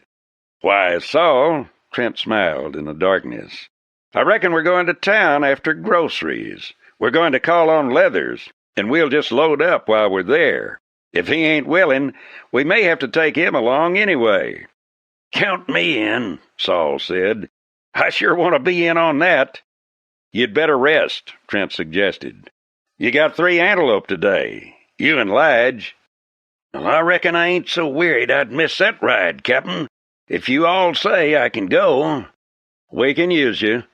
Suddenly there was a burst of flame to the south. "There goes my place," Smithers exclaimed bitterly. "I spent 2 years a-building that place. Had some onions coming up, too, and a good crop of potatoes in." Trent had started away, but he stopped and turned. "Smithers," he said quietly, "you'll dig those potatoes yourself. I promise you, if I have to wipe out Hales personally, so you can do it." Smithers stared after him as he walked away. "You know," he remarked thoughtfully to the big Irishman, "I believe he would do it. O'Hara, maybe we can win this fight after all." Chapter 7. Cedar Bluff lay dark and still when the 4 horsemen rode slowly down the path behind the town. Trent, peering through the darkness, studied the town carefully. Taking the trail might have been undue precaution, for there was small chance the road would be watched. There had been, of course, the possibility that some late cowpuncher might have spotted them on the trail. It was after 3, and the Crystal Palace and the Mecca had closed their doors over an hour earlier. Trent reined in on the edge of the town and studied the situation. King Bill, secure in his power, even after the beating he had taken, would never expect the Nesters to approach the town. He would be expecting them to try the overland route to Blazer for supplies, and in his monumental conceit he would never dream that they would come right to the heart of his domain. "Bartram," Trent whispered, "you and Saul take the pack horses behind the store. Keep 'em quiet. Don't try to get in or do anything. Just hold 'em there." He turned to the older Hatfield. "Quince, we're going to get Leathers." "Why not just bust in?" Saul protested. "Why bother with him? We can find what we need." "No," Trent said flatly. "He's going to wait on us, and we're going to pay him. We ain't thieves, and we're going to stick to the legal way. I may hold him up and bring him down there, but we're going to pay him, cash on the barrelhead, for everything we take." Leaving their horses with the others behind the store, Trent took Quince and soft-footed it toward the storekeeper's home, about 100 yards from the store. Walking along the dark street, Trent looked around from time to time to see Quince. The long, lean Hatfield, 6'3" in his socks, could move like an Indian. Unless Trent had looked, he would never have dreamed there was another man so close. Trent stopped by the garden gate. There was a faint scent of lilacs in the air, and of some other flowers. Gently he pushed open the gate. It creaked on rusty hinges, and for an instant they froze. All remained dark and still, so Trent moved on, and Quince deftly took the gate from him and eased it slowly shut. The air was heavy with lilac now, and the smell of damp grass. Trent stopped at the edge of the shadow and motioned to Quince to stand by. Ever so gently he lifted one foot and put it down on the first step. Lifting himself by the muscles of his leg, he put down the other foot. Carefully, inch by inch, he worked his way across the porch to the house. 2 people slept inside, Leathers and his wife. His wife was a fat, comfortable woman, one of those in a town who idolized King Bill Hale and held him up as an example of all the West should be and all a man should be. King Bill's swagger and his grandiose manner impressed her. He was, she was convinced, a great man. Once, shortly after he had first come to Cedar Bluff, Trent had been in this house. He had come to get Leathers to buy supplies after the store had been closed. He remembered vaguely the layout of the rooms. The door he was now opening gently gave access to the kitchen. From it there were 2 doors, one to a living room, rarely used, and one to the bedroom. In that bedroom, Leathers would be sleeping with his wife. Once inside the kitchen, he stood very still. He could hear the breathing of 2 people in the next room, the slow, heavy breathing of Elsa Leathers, and the more jerky, erratic breathing of the storekeeper. The kitchen smelled faintly of onions and of homemade soap. Drawing a large handkerchief from his pocket, he tied it across his face under his eyes. Then he slid his 6-gun into his hand and tiptoed through the door into the bedroom. For a moment, Elsa Leathers' breathing caught, hesitated, and then went on. He heaved a sigh of relief. If she awakened, she was almost certain to start screaming. Alongside the bed, he stooped and put the cold muzzle of the gun under the storekeeper's nose. Almost instantly, the man's eyes opened. Even in the darkness of the room, Trent could see them slowly turn upward toward him.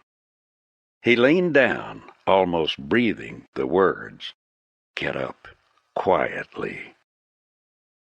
Very quietly, Leathers eased out of bed. Trent gestured for him to put on his pants, and as the man drew them on, Trent watched him like a hawk. Then Trent gestured toward the door, and Leathers tiptoed outside. "What's the matter?" he whispered, his voice hoarse and shaking. "What do you want me for?" "Just a little matter of some groceries," Trent replied. "You open your store and give us what we want, and you won't have any trouble. Make one squawk and I'll bend this gun over your noggin." "I ain't saying anything," Leathers protested. He buckled his belt and hurried toward the store with Trent at his heels. Quince Hatfield sauntered along behind, stopping only to pluck a blue cornflower and stick it in an empty buttonhole of his shirt. Leathers fumbled for the lock on the door. "If my wife wakes up and finds me gone, mister," he said grumpily, "I ain't responsible for what happens." "Don't you worry about that," Trent assured him dryly. "You just fill this order, and don't make us any trouble." He motioned to Saul, who came forward. "As soon as you get 4 horses loaded, you let Bartram take 'em back to the trail and hold 'em there. Then if anything happens, he can take off with that much grub." As fast as Leathers piled out the groceries, Saul and Quince hurried to carry them out to the horses. Trent stood by, gun in hand. "You ain't going to get away with this," Leathers stated finally. "When Hale finds out, he's a-going to make somebody sweat." "Yeah," Trent said quietly.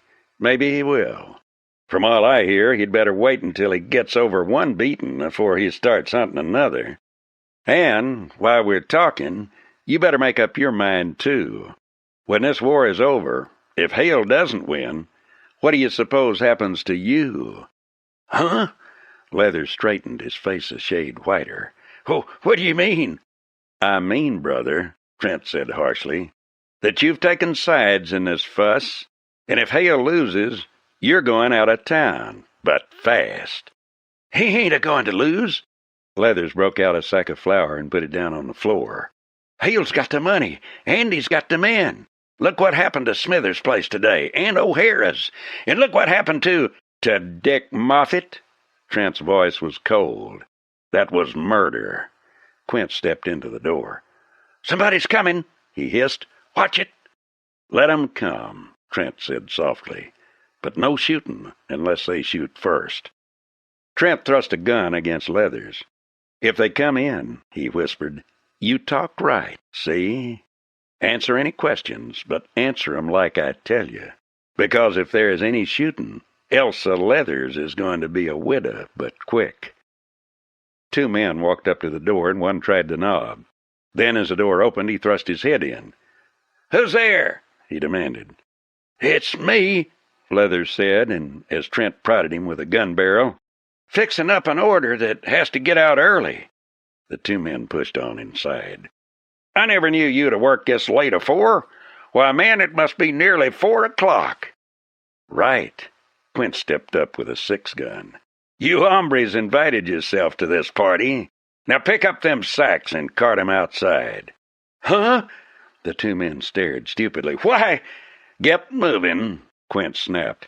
"Get them sacks out there before I bend this over your head." The man hesitated and then obeyed, and the other followed a moment later.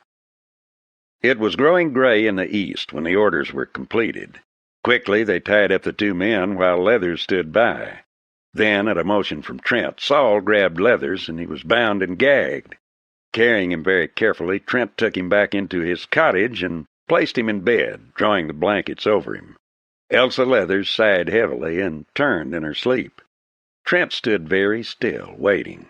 Then her breathing became even once more, and he tiptoed from the house. Quince was standing in the shadow of the store, holding both horses. "They've started up the trail," he said. Then he grinned. "Gosh almighty, I bet old Leathers is some sore." "There'll be a chase, most likely," Trent said. "We'd better hang back a little in case." Bartram was ahead, keeping the horses at a stiff trot. He was a tough, wiry young farmer and woodsman who had spent 3 years convoying wagon trains over the Overland Trail before he came south. He knew how to handle a pack train, and he showed it now. Swinging the line of pack horses from the trail, he led them into the shallow water of Cedar Branch and walked them very rapidly through the water. Twice he stopped to give them a breather, but kept moving at a good pace, Saul riding behind the string, his long Kentucky rifle across his saddle. "You pay Leathers?" Quince asked, riding close. "Yeah," Trent nodded. "I stuck it down between him and his wife after I put him in bed. He'll be some surprised." Using every trick they knew to camouflage their trail, they worked steadily back up into the hills. They were still 5 miles or more from the Hatfield place when they heard shots in the distance. Quince reined in, his features sharpened. "Looks like they done attacked the place," he said. "What do you think, Trent? Should we leave this to Saul and ride up there?" Trent hesitated and then shook his head. "No, they can hold them for a while. We want to make sure this food is safe." Suddenly he reined in. "Somebody's coming up our back trail. Go ahead, Saul, but don't run into the attacking party." Saul nodded grimly, and Trent, taking a quick look around, indicated a bunch of boulders above the trail. They rode up and swung down, and Quince gave an exclamation of satisfaction as he noted the deep arroyo behind the boulders, a good place for their horses, and good for a getaway if need be. The horsemen were coming fast now. Lying behind the boulders, they could see the dust rising above them as they wound their way through the cedars and huge rocks that bordered the narrow trail. Only yards away, they broke into the open. "Dust 'em," Trent said, and fired. Their 2 rifles went off with the same sound, and 2 puffs of dust went up in front of the nearest horse. The horse reared sharply and spun halfway around. Trent lowered his rifle to note the effect of their shots, and then aimed high at the second horseman, and saw his sombrero lift from his head and sail into the brush. The men wheeled and whipped their horses back into the brush. Quince chuckled and bit off a chew. "That'll make 'em think a mite, say?" He nodded toward a nest of rocks on the other side. "What'll you bet one of them rannies ain't a-shinnying up into that nest of rocks about now?" There was a notch in the rocks and a boulder beyond, not 4 feet beyond by the look of it. Quince Hatfield lifted his Kentucky rifle, took careful aim, and then fired. There was a startled yell, and then curses. Quince chuckled a little. "Dusted him with granite off that boulder," he said. "They won't hurry to get up there again." Trent thought swiftly. If he took the arroyo and circled back, he could then get higher up on the mountain. With careful fire, he could still cover the open spot, and so give Quince a chance to retreat while he held them. Swiftly he told Hatfield. The big mountaineer nodded. "Go ahead. They won't move none till you get there." It took Trent 10 minutes to work his way out of the arroyo and up the mountain. As distance went, he wasn't so far, being not more than 400 yards away. He signaled his presence to Quince Hatfield by letting go with 3 shots into the shelter taken by their pursuers. From above, that shelter was scarcely more than concealment and not at all cover. In a few minutes, Quince joined him. They each let go with 2 shots, and then, mounting, rode swiftly away, out of view of the men in the brush below. "They'll be slow about showing themselves, I reckon," Quince said, "so we'll be nigh to home afore they get nerve enough to move." When they had ridden 4 miles, Quince reined in sharply. "Horses ahead," he advised. "Maybe they're ours." Approaching cautiously, they saw Bartram with the 8 pack horses. He was sitting with his rifle in his hands, watching the brush ahead. He glanced around at their approach, and then with a wave of the hand, motioned them on. "Firing up ahead. Saul's gone up. He'll be back pretty soon." Low voice, Trent told him what had happened. Then, as they talked, they saw Saul Hatfield coming through the brush on foot. He walked up to them and caught his horse by the bridle. "They got 'em stopped outside the cup," he said. "I think only one man of theirs is down. He's a-lying on his face in the open, not far from the boulders where O'Hara is. There must be about a dozen of them, no more." "Is there a way into the cup with these horses?" Trent asked. Saul nodded. "Yeah, I reckon if they was busy over yonder for a few minutes, we could run 'em all in." "We'll make 'em busy, Quince?" Trent suggested. "Bart, you and Saul whip 'em in there fast as soon as we open up." He had reloaded his rifle, and the 2 turned their horses and started skirting the rocks to outflank the attackers. Trent could see what had happened. The Hatfield place lay in a cup-like depression, surrounded on 3 sides by high rocky walls, and on the other by scattered boulders. Through the cliffs there were 2 ways of getting into the cup. One of these, now about to be attempted, lay partly across an open space before the cut was entered. The attackers were mostly among the scattered boulders, but had been stopped and pinned down by O'Hara and someone else.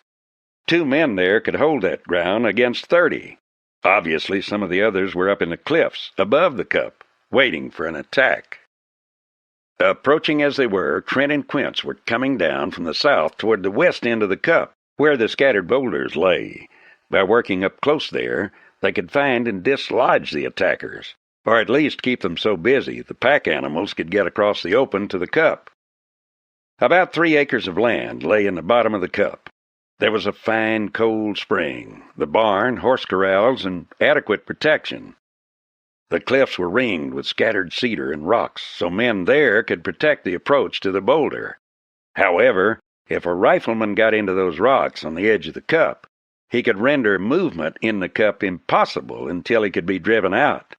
It was the weak spot of the stronghold. When they had ridden several hundred yards, the 2 men reined in and dismounted. Slipping through the cedars, Indian fashion, they soon came to the edge of the woods overlooking the valley of boulders. Not 50 yards away, 2 men lay behind boulders facing toward the Hatfield cup.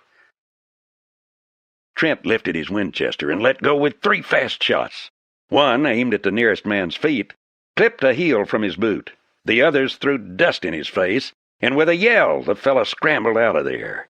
Trent followed him with 2 more shots, and the man tumbled into a gully and started to run.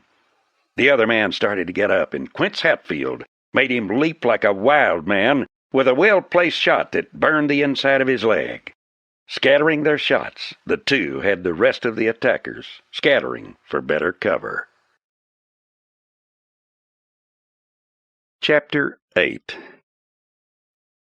Parson Hatfield walked out to meet them as they rode in. He grinned through his yellowed handlebar mustache. "Well, I reckon we win the first round," he chuckled. "Sure was a sight to see them punchers dusting out of there when y'all opened up on 'em." "Who was the man we sawed down?" Trent asked. "Gun hand they called Injun Joe, a killer. He wouldn't stop a-comin', so Hera let him have it, dead center." They walked back to the cabin. "We got grub to keep us for a few days, but we got a passel of folks here," Parson said, squatting on his haunches. "And I don't reckon you're going to be able to hit Cedar Bluff again." Trent nodded agreement. "We've got to get to Blazer," he said. "There isn't any 2 ways about it. I wish I knew what they'd do now. If we had a couple of days leeway—" "You know anything about the celebration Hale's figuring on down to Cedar Bluff? They's been talk about it. He's been there 10 years, and he figures that's reason to celebrate." "What's happening?" Trent asked. "Horse races, horseshoe pitching, wrestling, foot races, and a prize fight. King Bill's bringing in a prize fighter, big feller. They called him Tom Bull Turner." Trent whistled. "Say, he is good. Big, too. He fought over in Abilene when I was there. A regular bruiser." "That may keep him busy," Quint said. He had a big chunk of corn pone in his hand. "Maybe we'll get some time to get grub." Trent got up. I'm going to sleep," he said. "I'm fairly dead on my feet. You'd better, too," he added to Quince Hatfield. It was growing dusk when Trent awakened. He rubbed his hand over his face and got to his feet. He'd been dead tired, and no sooner had he lain down on the grass under the trees than he had fallen asleep. Walking over to the spring, he drew a bucket of water and plunged his head into it. Then he dried himself on a rough towel. Sally handed him. 2 more men came in," Sally told him. "Tot Wilson from down in the breaks by the Box Canyon, and Jody Miller, a neighbor of his." Saul looked up as he walked into the house. "Wilson and Miller were both burned out. They done killed Wilson's partner. Shot him down when he went out to rope him a horse." "Hi," Miller looked up at Trent. "I've seen you afore." "Could be." Trent looked away. This was it. He could tell by the way Miller looked at him and said, "I'd have knowed you even if it wasn't for that hombre down to the Mecca." "What hombre?" Trent demanded. "Big feller, bigger'n you. He come in there about sundown yesterday, asking about a man fitting your description. Wants you pretty bad." "Flat face, deep scar over one eye?" "That's him. Looks like he'd been in a lot of fights, bad ones." "He was in one," Trent said dryly. "One was enough. Kane Brockman. Even before he'd heard from Lee Hall, he had known this would come sooner or later. All that was almost 2 years behind him, but Kane wasn't a man to forget. He'd been one of the hard-riding, fast-shooting duo, the Brockman twins. In a fight at Cottonwood down in the Live Oak country, Trent, then known by his real name, had killed Abel. Later, in a hand-to-hand fight, he had beaten Kane Brockman into a staggering, punch-drunk hulk. Now Brockman was here, as if it weren't enough to have the fight with King Bill Hale on his hands. Parson Hatfield was staring at Trent. Then he glanced at Miller. "You say you know this feller?" He gestured at Trent. "I'd like to, myself." "The name," Trent said slowly, "is Lance Kilkenny." "Kilkenny?" Bartram dropped his plate. "You're Kilkenny?" "Uh-huh." He turned and walked outside and stood there with his hands on his hips, staring out toward the scattered boulders at the entrance to the Hatfield Cup. He was Kilkenny. The name had come back again. He dropped his hands, and almost by magic, the big guns leaped into them. And he stood there, staring at them. Slowly, thoughtfully, he replaced them. Kane Brockman was here. The thought made him suddenly weary. It meant sooner or later that he must shoot it out with Kane. In his reluctance to fight the big man, there was something more than his hatred of killing. He had whipped Kane Brockman with his hands. He had killed Abel. It should be enough. If there was to be any killing, his thoughts skipped Dunn and Ravitz, and he found himself looking again into the blazing white eyes of a trim young man in buckskin, Cub Hale. He shook his head to clear it and walked toward the spring. What would King Bill do next? He had whipped Hale. Knowing what he had done to the big man, he knew he would still be under cover. Also, Hale's pride would be hurt badly by his beating. Also, it was not only that he had taken a licking. He had burned out a few helpless nesters, only to have those nesters band together and fight off his raiding party.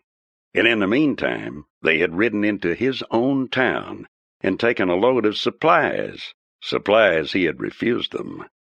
The power of any man is built largely on the belief of others in that power. To maintain leadership, he must win victories, and King Bill had been whipped, and his plans had been thwarted. The answer to that seemed plain. King Bill must do something to retrieve his losses. But what would he do? Despite the victories the Nesters had won, King Bill was still in a driver's seat. He knew how many men they had. He knew about what supplies they had taken from the store, and he knew the number they had at the Hatfields could not survive for long without more food. Hale could, if he wished, withdraw all his men and just sit tight across the trail to Blazer and wait until the Nesters had to move or starve. He might do that, or he might strike again, and in greater force.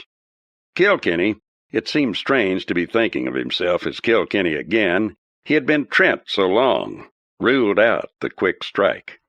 By now Hale would know the Hatfields were strongly entrenched. The main trail to Blazer led through Cedar Bluff. There was a trail only occasionally used from the Hatfields to the Blazer Mountain Trail, but Hale knew that and would be covering it. There was a chance they might slip through. Yet even as he thought of that, he found himself thinking again of the vast crater that was the Smoky Desert. That was still a possibility. O'Hara walked out to where he was standing under the trees. "Runyon and Wilson want to try the mountain trail to Blazer," he told him. "What do you think?" "I don't think much of it," Kilkenny said truthfully. "Yet we've got to have grub." "Parson told him what you said about the Smoky Desert. Wilson says it can't be done. He said he done tried it." Jackson Height, Miller, and Wilson walked out. "We're all for trying the mountain trail," Wilson said. "I don't believe Hale will have it watched this far up. What do you say, Kilkenny?" Kilkenny looked at his boot toe thoughtfully. They wanted to go, and they might get through. After all, the Smoky Desert seemed an impossible dream, and even more so to them than to him. "It's up to you," he said finally. "I won't send a man over that trail, but if you want to try it, go ahead." It was almost midnight when the wagon pulled out of the cup. Miller was driving, with Wilson, Jackson Height, and Lige Hatfield riding escort. Kilkenny was up to watch them go. When the sound of the wagon died away, he returned to his pallet and turned in. Twice during the night he awakened with a start, to lie there listening in the stillness, his body tense, his mind fraught with worry. But despite his expectations, there were no sounds of shots, nothing. When daybreak came, he ate a hurried breakfast and swung into the saddle. He left the cup on a lope and followed the dim trail of the wagon. He followed it past the charred ruins of his own cabin and past those of Moffat's cabin. Yet, as he neared the Blazer trail, he slowed down, walking the buckskin and stopping frequently to listen. He could see by the tracks that Lige and Height had been riding ahead, scouting the way. Sometimes they were as much as a half-mile ahead, and he found several places where they had sat their horses, waiting. Suddenly the hills seemed to fall away, and he saw the dim trail that led to Blazer, more than 40 miles away. Such a short distance, yet the trail was so bad that 15 miles a day was considered good. There was no sign of the wagon or of the men. There were no tracks visible, and that in itself was a good thing. It meant that someone, probably Lige, was remembering they must leave no trail. He turned the buckskin then and rode back over the trail. He took his time, and it was the middle of the afternoon before he reached the ledge where he could look down into the awful haze that hung over the smoky desert. Once, in his first trip up over this route, it had been clearer below, and he had thought he saw a ruined wagon far below. Kilkenny found the place where he had stood that other day. For long since, he had marked the spot with a cairn of stones. Then slowly, and with great pains, he began to seek. Time and again he was turned back by sheer drops of hundreds of feet, and nowhere could he find even the suggestion of a trail. 4 hours later, with long fingers of darkness reaching out from the tall pines, he mounted the buckskin and started down toward the cup. Jackson Height could be correct. Possibly he was mistaken, and the Indians were wrong, and there was no trail down to the valley below and across that wasteland. In his long search, he had found nothing. Parson met him as he rode through the notch. Ma Hatfield had come to the door and was shading her eyes toward him. "They got through to the trail," Kilkenny said. "Maybe they'll make it." Sally was working over the fireplace when he walked inside. Young Bartram was sitting close by, watching her. Kilkenny glanced at them and smiled grimly. Sally caught his eye and flushed painfully. So he walked outside again and sat down against the house. Quince had gone after deer into the high meadows, and Saul was on guard. Runyon was sleeping on the grass under the trees, and Jesse Hatfield was up on the cliffs somewhere. Kilkenny sat for a long time against the house, and then he took his blankets over to the grass, rolled up, and went to sleep. Shortly after daybreak, he roped a black horse from his string, saddled up, and with a couple of sandwiches, headed back toward the smoky desert. There must be a route. There had to be one. When he reached the rim of the cliff again, he dismounted and studied the terrain thoughtfully. He stood on a wide ledge that thrust itself out into space. The desert below was partially obscured, as always, by clouds of dust or smoke, yet the rim itself was visible for some distance. Actually, studying the rim, he could see that it bore less resemblance to the crater he had previously imagined than to a great sink. In fact, it looked as though some internal upheaval had caused the earth to subside at this point, breaking off the rock of the ledge and sinking the plateau several hundred feet. For the most part, the cliffs below the rim were jagged, but almost sheer. Yet at places the rim had caved away into steep rock slides that led or seemed to lead to the bottom. The great rift in the plateau led for miles, causing the trail to Blazer to swing in a wide semicircle to get around it. Actually, as best he could figure, Blazer was almost straight across from the ledge where he now stood. Again he began to work with painstaking care along the rim. The Indians had said it could be crossed, and there was a way down, and Lance Kilkenny had lived in the West long enough to know that what the Indians said was usually right. It was almost noon before he found the path. It was scarcely 3 feet wide, so he left his horse standing under the cedars and started walking. The path dipped through some gigantic slabs of ragged-edged rock, and then ran out to the very edge of the cliff itself.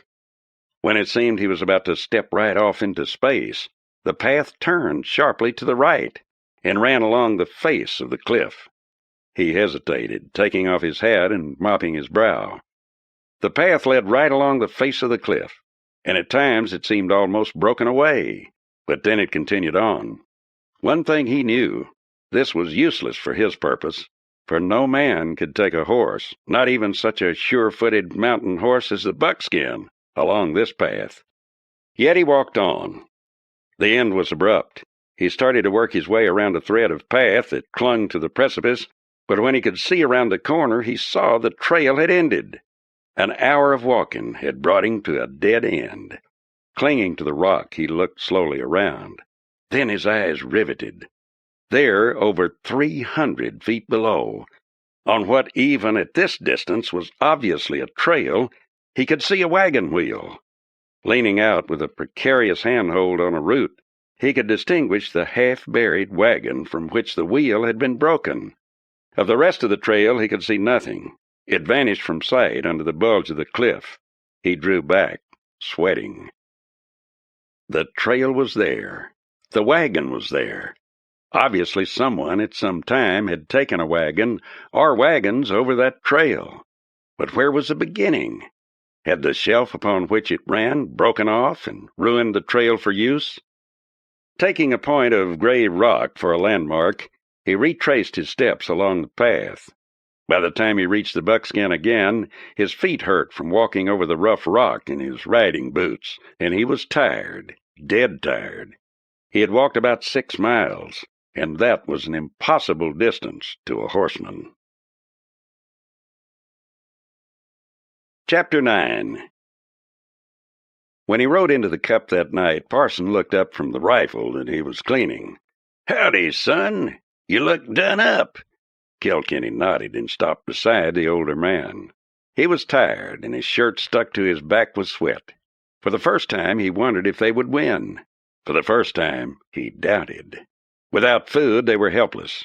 They could neither escape nor resist. He doubted now if Hale would ever let them go, if he would ever give them any chance of escape. They ate short rations that night. He knew there was still a good deal of food, yet 14 men, if he included those who were gone, and 6 women had to eat there. And then there were 9 children. Yet there was no word of complaint, and only on the faces of those women who had men with the food wagon could he distinguish the thin gray lines of worry. "Any sign from Hale?" he asked O'Hara. The Irishman shook his head. "Not any. He's got men out in the rocks. They ain't trying to shoot nobody, just a-watching, but they're there." "I don't think he'll try anything now until after the celebration," Bartram said. "He's planning on making a lot of friends with that celebration. It means a lot to him, anyway." Jesse Hatfield pushed back his torn felt hat. "I took me a ride today," he said. "Done slipped out through the brush. I got clean to Cedar Bluff without being seen. I edged up close to town, and I could see a lot of working around. They got 'em a ring set up in front of the livery stable near the horse corral. Ropes and everything. Lots of talk around, and the big wonder is who's going to fight Tom Bull Turner." Kilkenny listened absently, not caring. His thoughts were back on that ragged rim, working along each notch and crevice, wondering where that road reached the top of the plateau. "This here Dan Cooper was there, and he done some talking. He looked powerful wise, and he says Turner ain't been brought here by accident. He's been brought to whip one man, Kilkenny." "Did he say Kilkenny?" Kilkenny looked around to ask. "Do they know who I am?" "He said Trent," Jesse drawled. "I don't reckon they know." Tom Bull Turner. To beat him? Kilkenny remembered the bullet head, the knotted cauliflower ears, the flat nose and hard, battered face of the big bare-knuckle fighter. Tom Bull was a fighter. He was more. He was a brute. He was an American who had fought much in England and against the best on both continents. He'd even met Joe Goss and Paddy Ryan, while he, Kilkenny, was no prizefighter. An idle rumor, it could be no more, for he was not in Cedar Bluff, nor was he likely to be. Studying the faces of the men around him, he could see what was on their minds. Despite their avoidance of the subject, he knew they were thinking of the wagon on the road to Blazer. The food was necessary, but 4 men were out there, 4 men they all knew, men who had shared their work, their trials, and even the long trip west from their lands in Kentucky, Pennsylvania, and Missouri. Lige Hatfield was gone, and knowing the family, Kilkenny knew that if he were killed, no Hatfield would stop until all the Hales were dead, or the Hatfields wiped out. Knowing the route, he could picture the wagon rolling along over the rocky road, horsemen to the front and rear, watching, hoping, fearing. They, too, if still alive and free, would have their worries. They would know that back here, men and women were getting close to the end of their food supply, that those men and women were depending on them.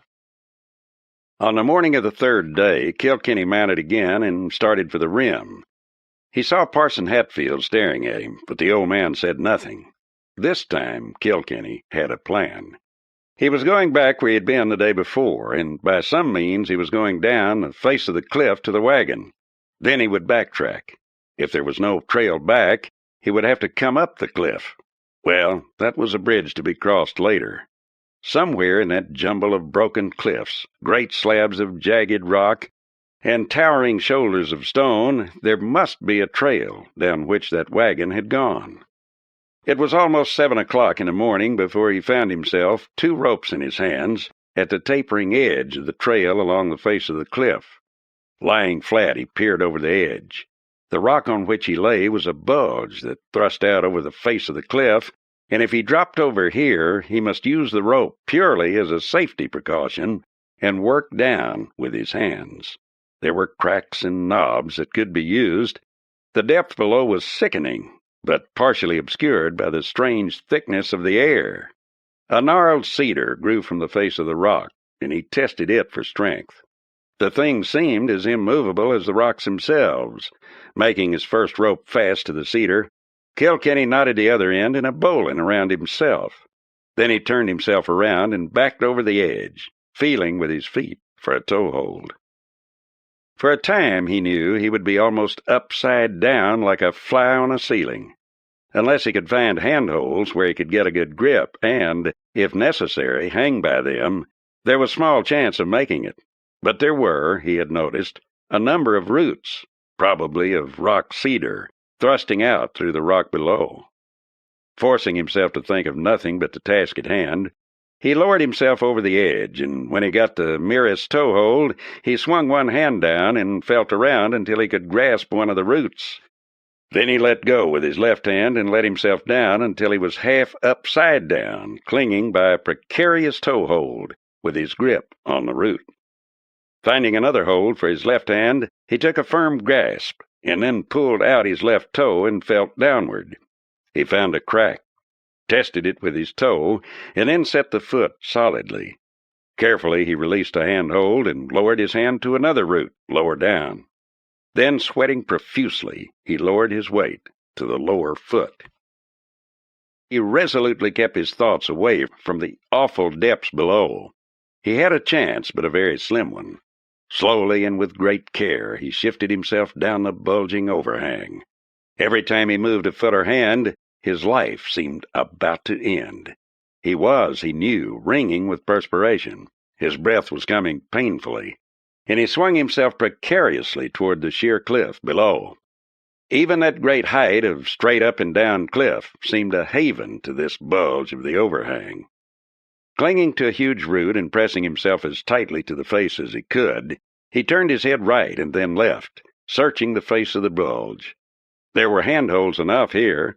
The roots of the cedars that had grown on the ledge above thrust through the bulge.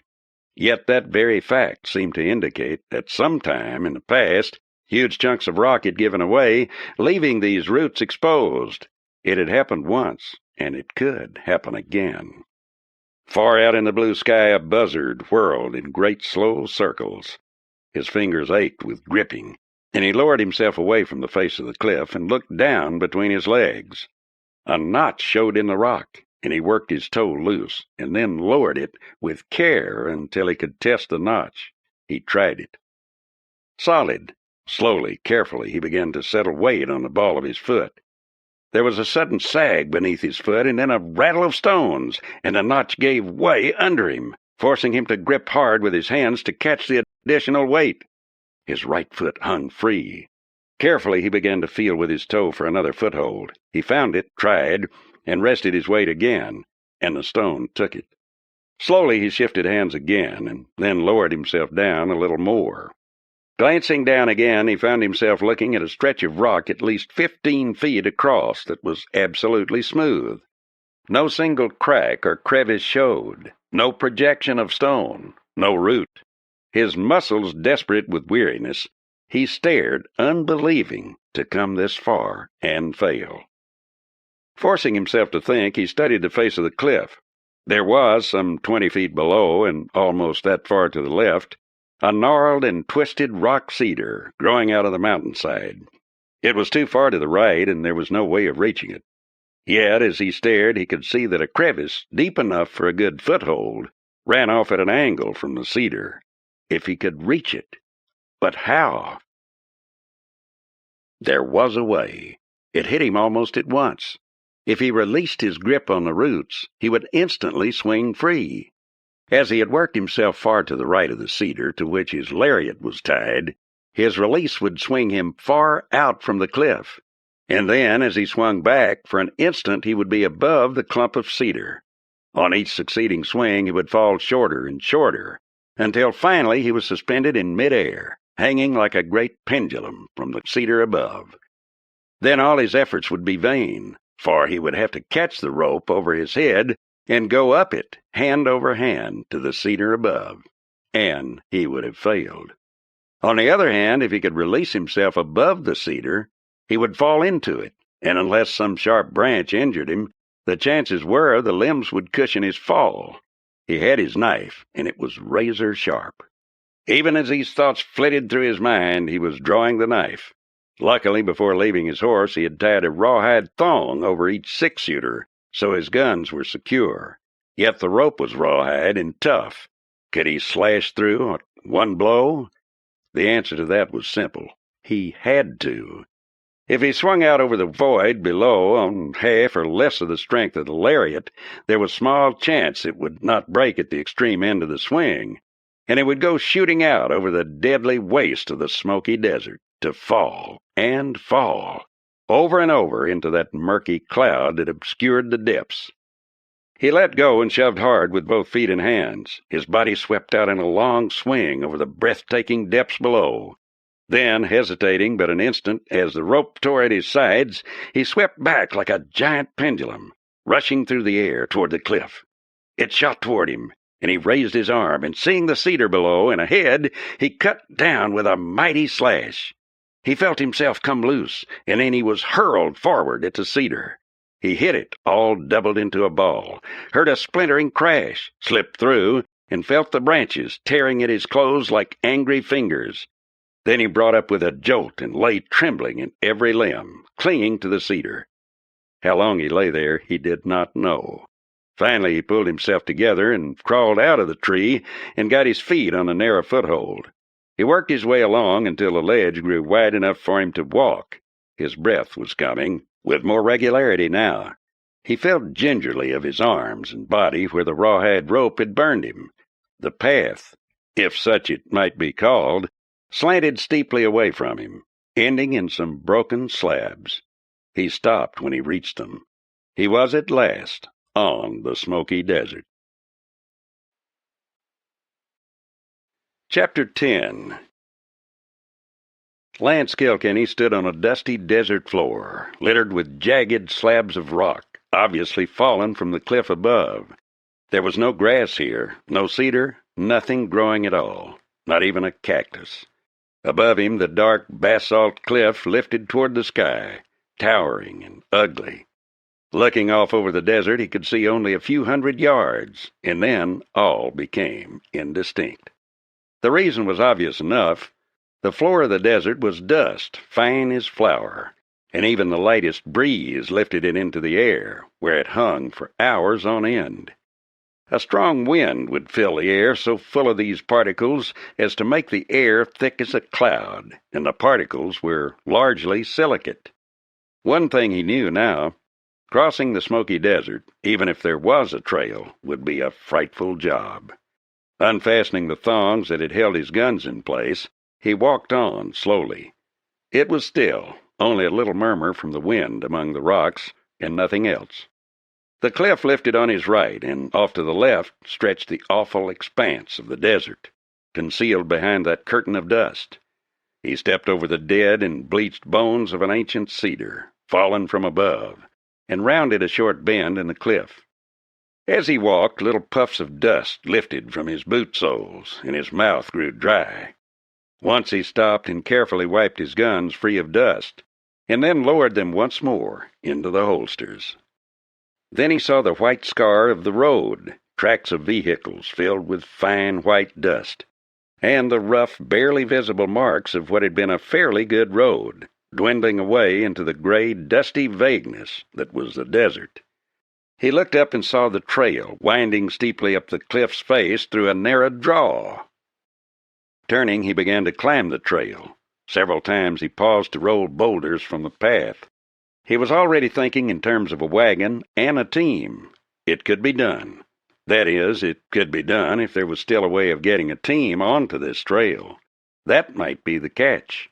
What lay at the end? Sweat rolled down his face, making thin rivulets through the white dust. White dust clung to the hairs on the backs of his hands, and once, when he stopped to remove his sombrero and wiped the sweat from his brow, he saw his hat was covered with a thin gray coat of it. He looked ahead.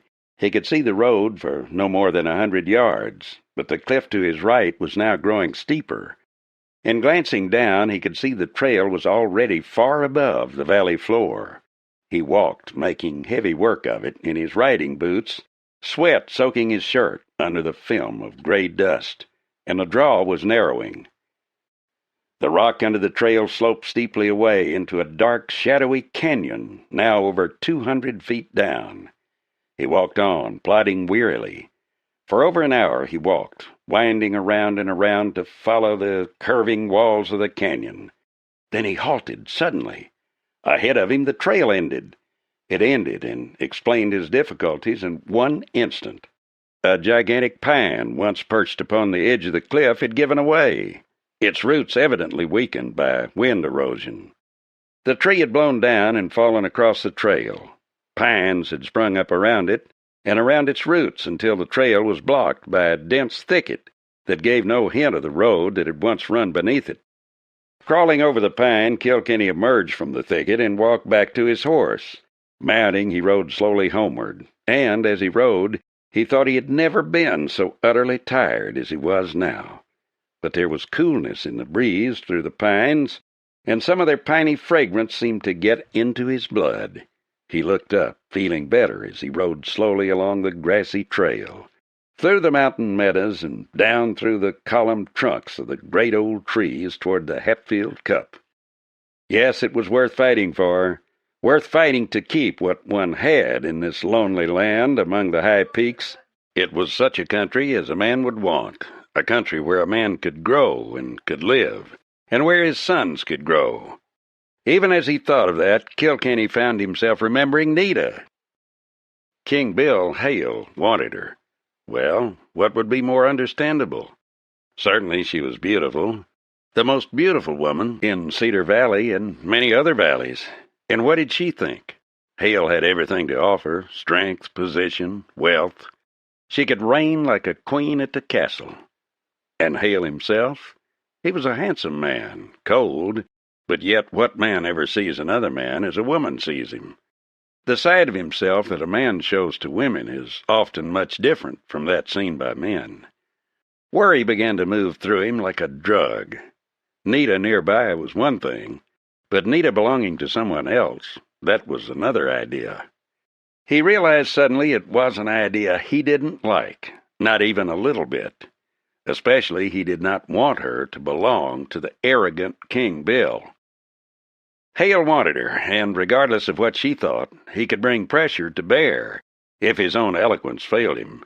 He was king in Cedar Valley. Her supplies came in over the road he controlled. He could close her business. He could even prevent her from leaving. He might. Jamie Brigo was the reason why he might not succeed. Brigo and himself, Kilkenny. King Bill's lack of action disturbed him. Hale had been beaten in a fistfight. Knowing the arrogance of the man, Kilkenny knew he would never allow that to pass. He had refused them supplies, and they had come and taken them from under his nose. Was Hale waiting to starve them? He knew how many there were. He knew the supplies they had were not enough to last long, and he held the trail to Blazer. Did he know of the trail through the Smoky Desert? Kilkenny doubted that. Even he did not know if it was passable. The chances were Hale had never ever dreamed of such a thing. Aside from the Indian to whom he had talked, Kilkenny had heard no mention of it. Saul Hatfield walked down from among the trees as he neared the cup. "Anything happen?" Kilkenny asked. Saul shook his head, staring curiously at the dust-covered Kilkenny. "Nope, not any. Jesse took him a ride down to town. They sure are getting set for that celebration. Expecting a big crowd. They say Hale's invited some folks down from Santa Fe. Some big muckety-mucks." From Santa Fe? Kilkenny's eyes narrowed. That was a neat bit of politics. A good chance to entertain the officials and then tell them casually of the outlaws in the mountains, the men who had come in and tried to take away valuable land from King Bill. Lance knew how persuasive such a man could be. And he would entertain, like royalty, and these men would go away impressed. That King Bill didn't intend to strengthen his position very much would be foolhardy to imagine. Hale would know how to play politics, how to impress these men with his influence and the power of his wealth. The audience would all be friendly, too. They would give the visiting officials the idea that all was well in Cedar Valley. Then, when the elimination of some outlaws hiding in the mountains was revealed, if it ever was, the officials would imagine it was merely that and never inquire as to the rightness or wrongness of Hale's actions. In that moment, Kilkenny decided he would go to Cedar Bluff for the celebration. Yet, even as the thought occurred to him, he remembered the thick neck and beetling brow of Tomball Turner. For the first time, he began to think of the prizefighter. He had seen the man fight. He was a mountain of muscle, a man with a body of muscle and iron. His jaw was like a chunk of granite. His flat nose and beetling brow were fearsome. Kilkenny rode down into the cup and swung from his horse. Parson walked slowly toward him, Jesse and O'Hara beside him. They stared at the dust on his clothes. "Looks like you've been places, son," Parson drawled. "I have." Kilkenny removed the saddle and threw it on the rail. "I've been down into the Smoky Desert." "The Smoky Desert?" O'Hara stepped forward. "You found a way?" "Uh-huh. Take a little axe work to clear it." "Could a wagon get across?" Kilkenny shrugged, looking up at the big Irishman. "Your guess is as good as mine. I know I can get a wagon into the desert. I know there used to be a trail. I could see it. There's parts of a wagon down there. Somebody's been across. Where somebody else went, we'll go." "How about getting out?" Parson drawled. "That," Kilkenny admitted, "is the point. You put your finger right on the sore spot. Maybe there's a way, maybe there isn't. There was once, but I'm a-going. I'm going over, and with luck, I'll get back. We'll have to take water. We'll have to tie cloths over our faces and over the nostrils of the horses. Otherwise, that dust will fix us for good." "When you going?" Jesse demanded. "Right soon. We got to make a try. If we could make it soon enough, we might bring the others back that way. I'll start tomorrow." "Leave us short-handed," Parson suggested. "It will." Kilkenny nodded agreement. He looked at the old mountaineer thoughtfully. The trouble is, Hale has time and we haven't. I'm banking that he won't try anything until after the celebration. I think this is not only his 10th anniversary, but a bit of politics to get friendly with them down at Santa Fe. He'll wait until he's solid with them before he cleans us out. Maybe. Ain't nobody down to town going to tell our side of this. Not a soul, Hatfield agreed. There will be. Kilkenny stripped off his shirt and drew a bucket of water from the well. His powerful muscles ran like snakes beneath his tawny skin. I'm going down. They'll kill you, man, O'Hara declared. They'll shoot you like a dog. No, not while those Santa Fe officials are there. I'll go. I hear they want me to fight Tom Bull Turner. Well, I'm going down and fight him. What? Runyon shouted. That man's a killer. He's a ringer. I know, Kilkenny shrugged. But I've seen him fight. Maybe I'm a dang fool, but I've got to get down there and see those Santa Fe men. This is my chance. You think you can do any good against Hale? Parson asked keenly. He'll be whining and dining them folks from Santa Fe. He won't let you go nowhere close to 'em. But they'll be at the fight, Kilkenny told him. I'm counting on that. At daybreak, the labor gang had reached the thicket of pines covering the entrance to the road.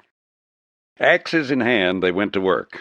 Other men began bucking the big fallen tree into sections to be snaked out of the way with ox teams. Once, during a pause, when he straightened his back from the saw, Quince looked over at Kilkenny. They should be there today, he drawled slowly. I sure hope they make it. Yeah. Lance straightened and rubbed his back. It had been a long time since he used a crosscut saw. You know Blazer? Uh-huh. Hatfield bit off a chew of tobacco. Man there named Soderman, big and fat, mean as a wolf. He's Hale's man. Got a gunman with him named Rye Pitkin.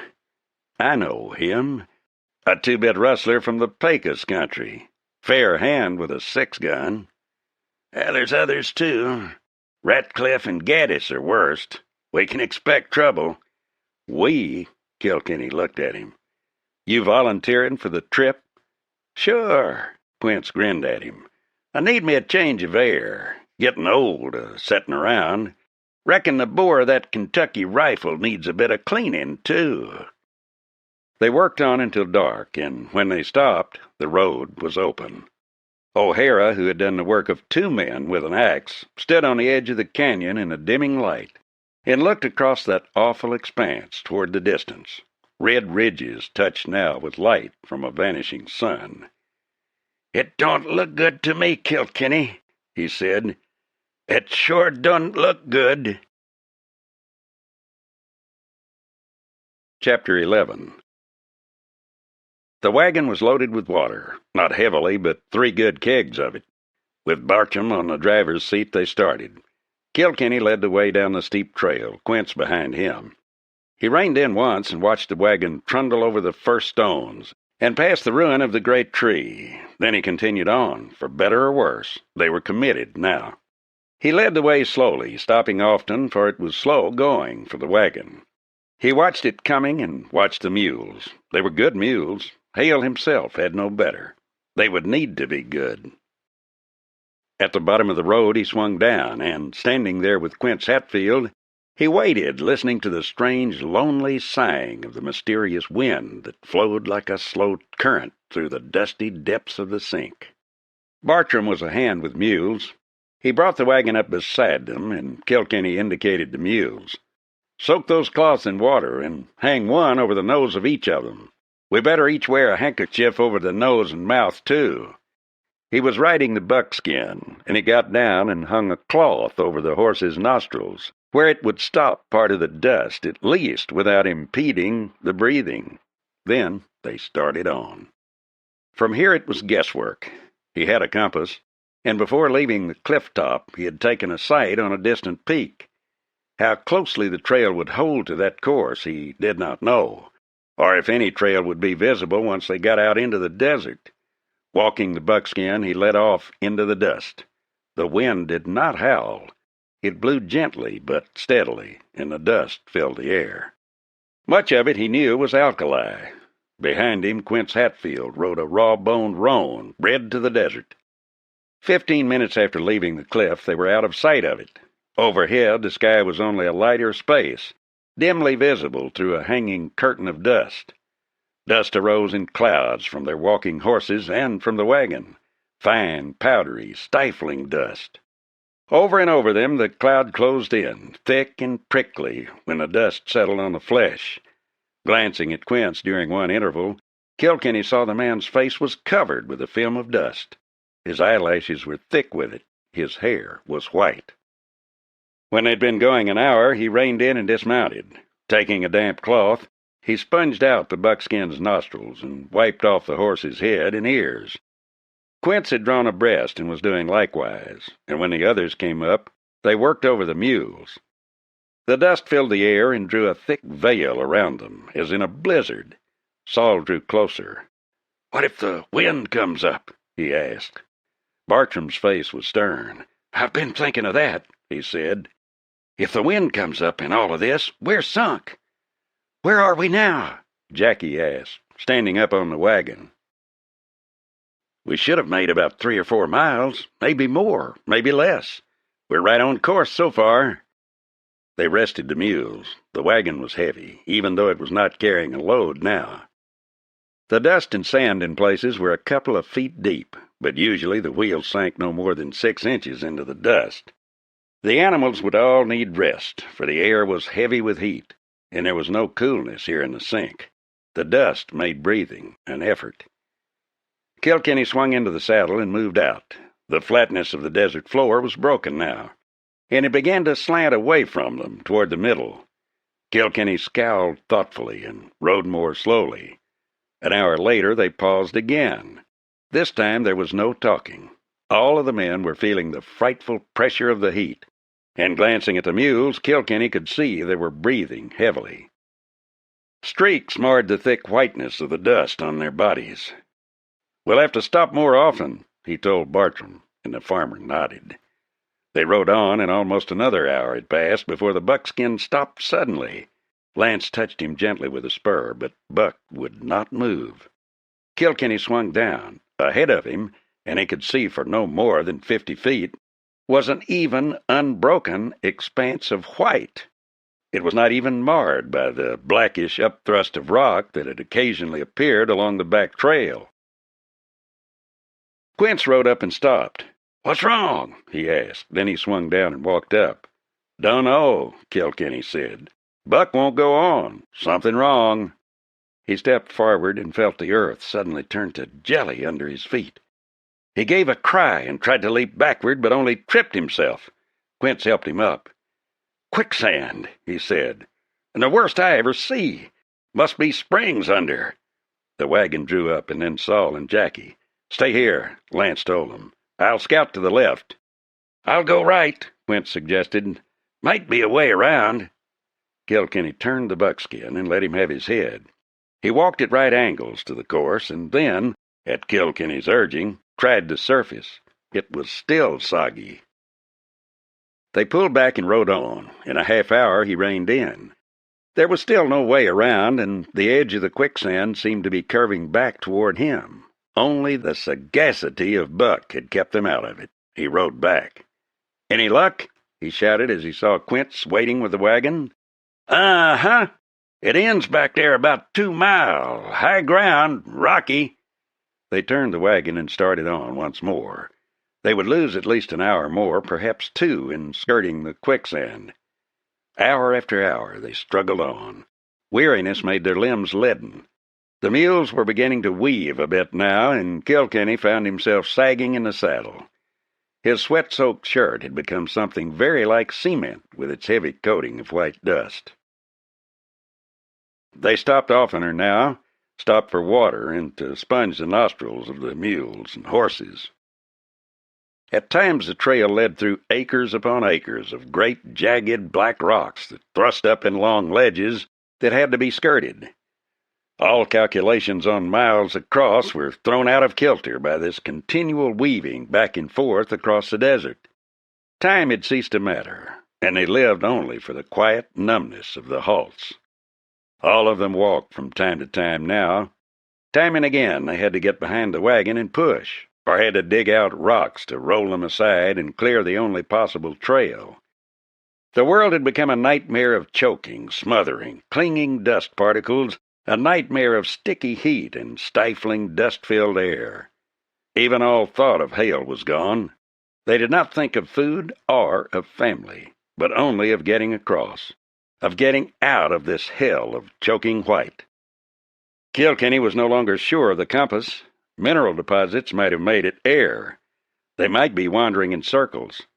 His only hope was that the ground seemed to rise now, seemed to be slanting upward.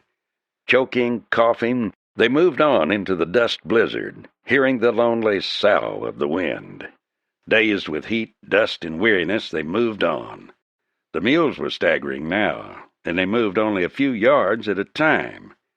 The black upthrust of the cliff loomed at them suddenly, when all hope seemed gone. It loomed black and sheer, yet here at the base the dust seemed a little less, a little thinner. Kilkenny swung down and waited until the rest came up. "Well," he said hoarsely, "we're across. Now to get up." They rested there under the cliff for a half hour, and then his own restlessness won over his weariness. He had never been able to stop short of a goal. There was something in him that always drove him on, regardless of weariness, trouble, or danger. It came to the surface now, and he lunged to his feet and started moving. He had walked no more than 100 yards when he found it. He stared at the incredible fact that through all their weaving back and forth, they had held that close to their destination. The road looked rough, but it was way up and beyond the hills. But a little way now lay Blazer. It was dusk when they reached the top of the cliff and drew up under the pines. Digging a hole in the ground among some rocks, they built a fire in the bottom and warmed some food and made coffee. The hole concealed the flames, and using dry wood, they would make no smoke. Kilkenny drank the strong black coffee and found his hand growing lax and his lids heavy. He got up, staggered to his blankets, and fell asleep.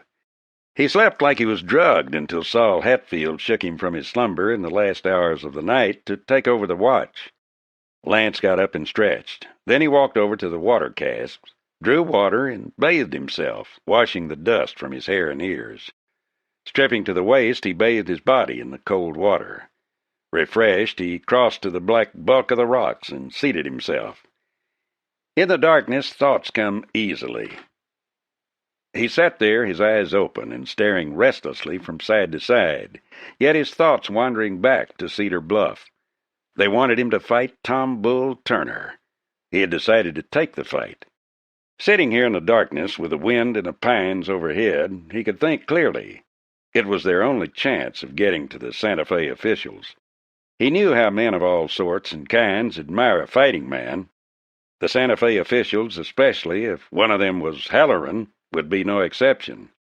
He would be going into the fight as the underdog. Hale wanted him whipped, but King Bill's power was destroying his shrewdness. Halloran, or whoever came, would know about Tom Bull. The man had been fighting and winning all through the West. Any man who went against him would be the underdog, and the underdog always has the crowd with him. Kilkenny knew there was scarcely a chance that he would do anything but take a beating, yet he believed he could stay in there long enough to make some impression, and between rounds that would be his chance. If ever he would have a chance to talk, then. King Bill would have his guests in ringside seats. He would be expecting a quick victory. Coldly, Kilkenny appraised himself. Like all fighting men, he considered himself good. He had fought many times in the rough-and-tumble fist-fights of the frontier. As a boy, he had fought many times in school. During the days when he was in the East, he had taken instruction from the great Jem Mace, the English pugilist, who was one of the cleverest of all bare-knuckle fighters. Mace was a shrewd fighter who used his head for something aside from a parking place for two thick ears. King Bill did not know that Kilkenny had ever boxed. Neither would Tom Bull know that. Moreover, Kilkenny had for years lived a life in the open, a life that required hard physical condition and superb strength. He had those assets, and above all, he had his knowledge of Turner, whereas Turner knew nothing of him. Turner would be overconfident. Nevertheless, in all honesty, Kilkenny could find little hope of victory. His only hope was to make a game fight of it, to win the sympathy and interest of the officials before he spoke to them, as he would. He would rest when he returned to the cup. He would soak his hands in brine, and he would wear driving gloves in the ring. Some of the younger fighters were wearing skin-tight gloves now, and Mace had told him of their cutting ability. There was no sound but the sound of the forest, and he relaxed, watching and awaiting the dawn. When it came, they ate a hurried breakfast. They were rested and felt better. Kilkenny cleaned his guns carefully, both pistols and his rifle. The others did likewise. "Quince," Kilkenny said as he holstered his guns, "you know Blazer. What do you think?" Hatfield shrugged. "I reckon they won't be expecting us from hereabouts. I've been taking some bearings, and I reckon we'll come into town from the opposite side. We got us a good chance of getting in afore they know who we are." "Good." Kilkenny turned to Bartram. "You know the team. You stay by the wagon and keep your gun handy. Stay on the ground where you can either mount up or take cover. Saul, you and Jackie hustle a grub out to the wagon, and Quince will stand by to cover you." "How about you?" Bartram asked, looking up at him. "I'm going to look around for sign of the other wagon. I want to know what happened to Lige and them. They may be all right, but I want to know." As they mounted up, he turned in his saddle. "Quince, you ride with me. Saul and Jackie will bring up the rear."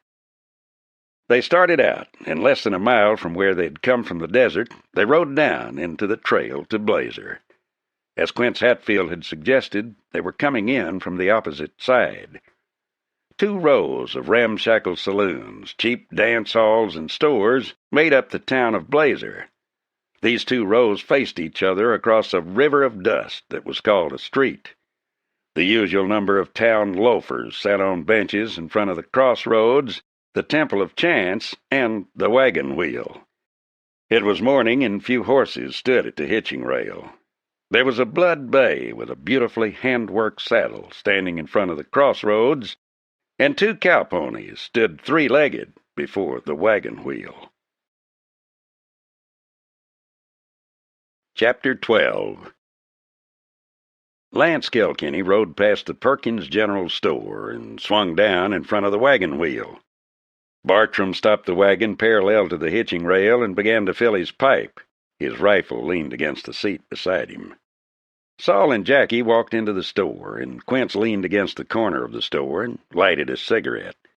His rifle lay in the wagon, but he wore a huge Walker Colt slung to his belt. A horseman came down the trail and swung down in front of the wagon wheel and walked inside.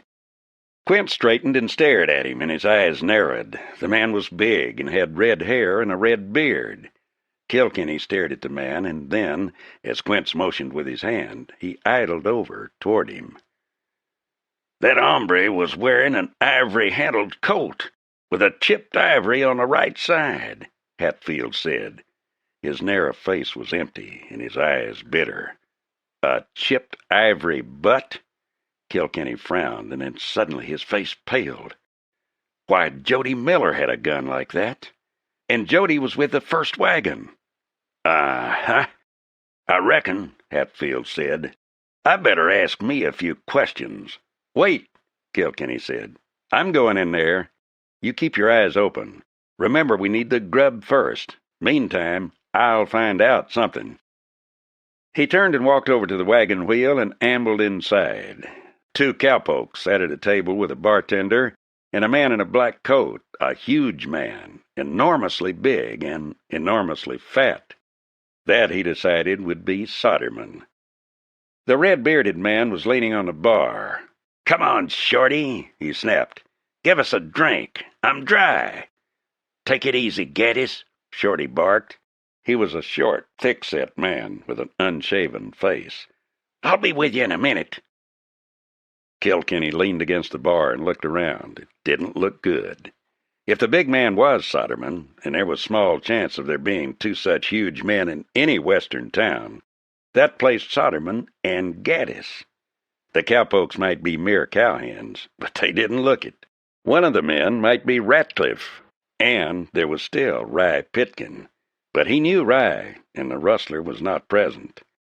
Judging by appearances, Shorty could be counted on to side Soderman, and if that was Jody Miller's gun, it meant that the other wagon had been stopped, and the chances were that the men who accompanied it had been wiped out. Slow rage began to mount in Kilkenny at the thought of those honest, sincere men who asked only the right to work and build homes being killed by such as these. He was suddenly conscious that Soderman was watching him. Shorty got up and sauntered behind the bar. "What'll you have?" he asked, leaning on the hardwood. His eyes slanted from Gaddis to Kilkenny. "Rye," Gaddis said. He turned abruptly and gave Kilkenny a cool glance, a glance that suddenly quickened as he noticed the dusty clothing and the tied-down guns.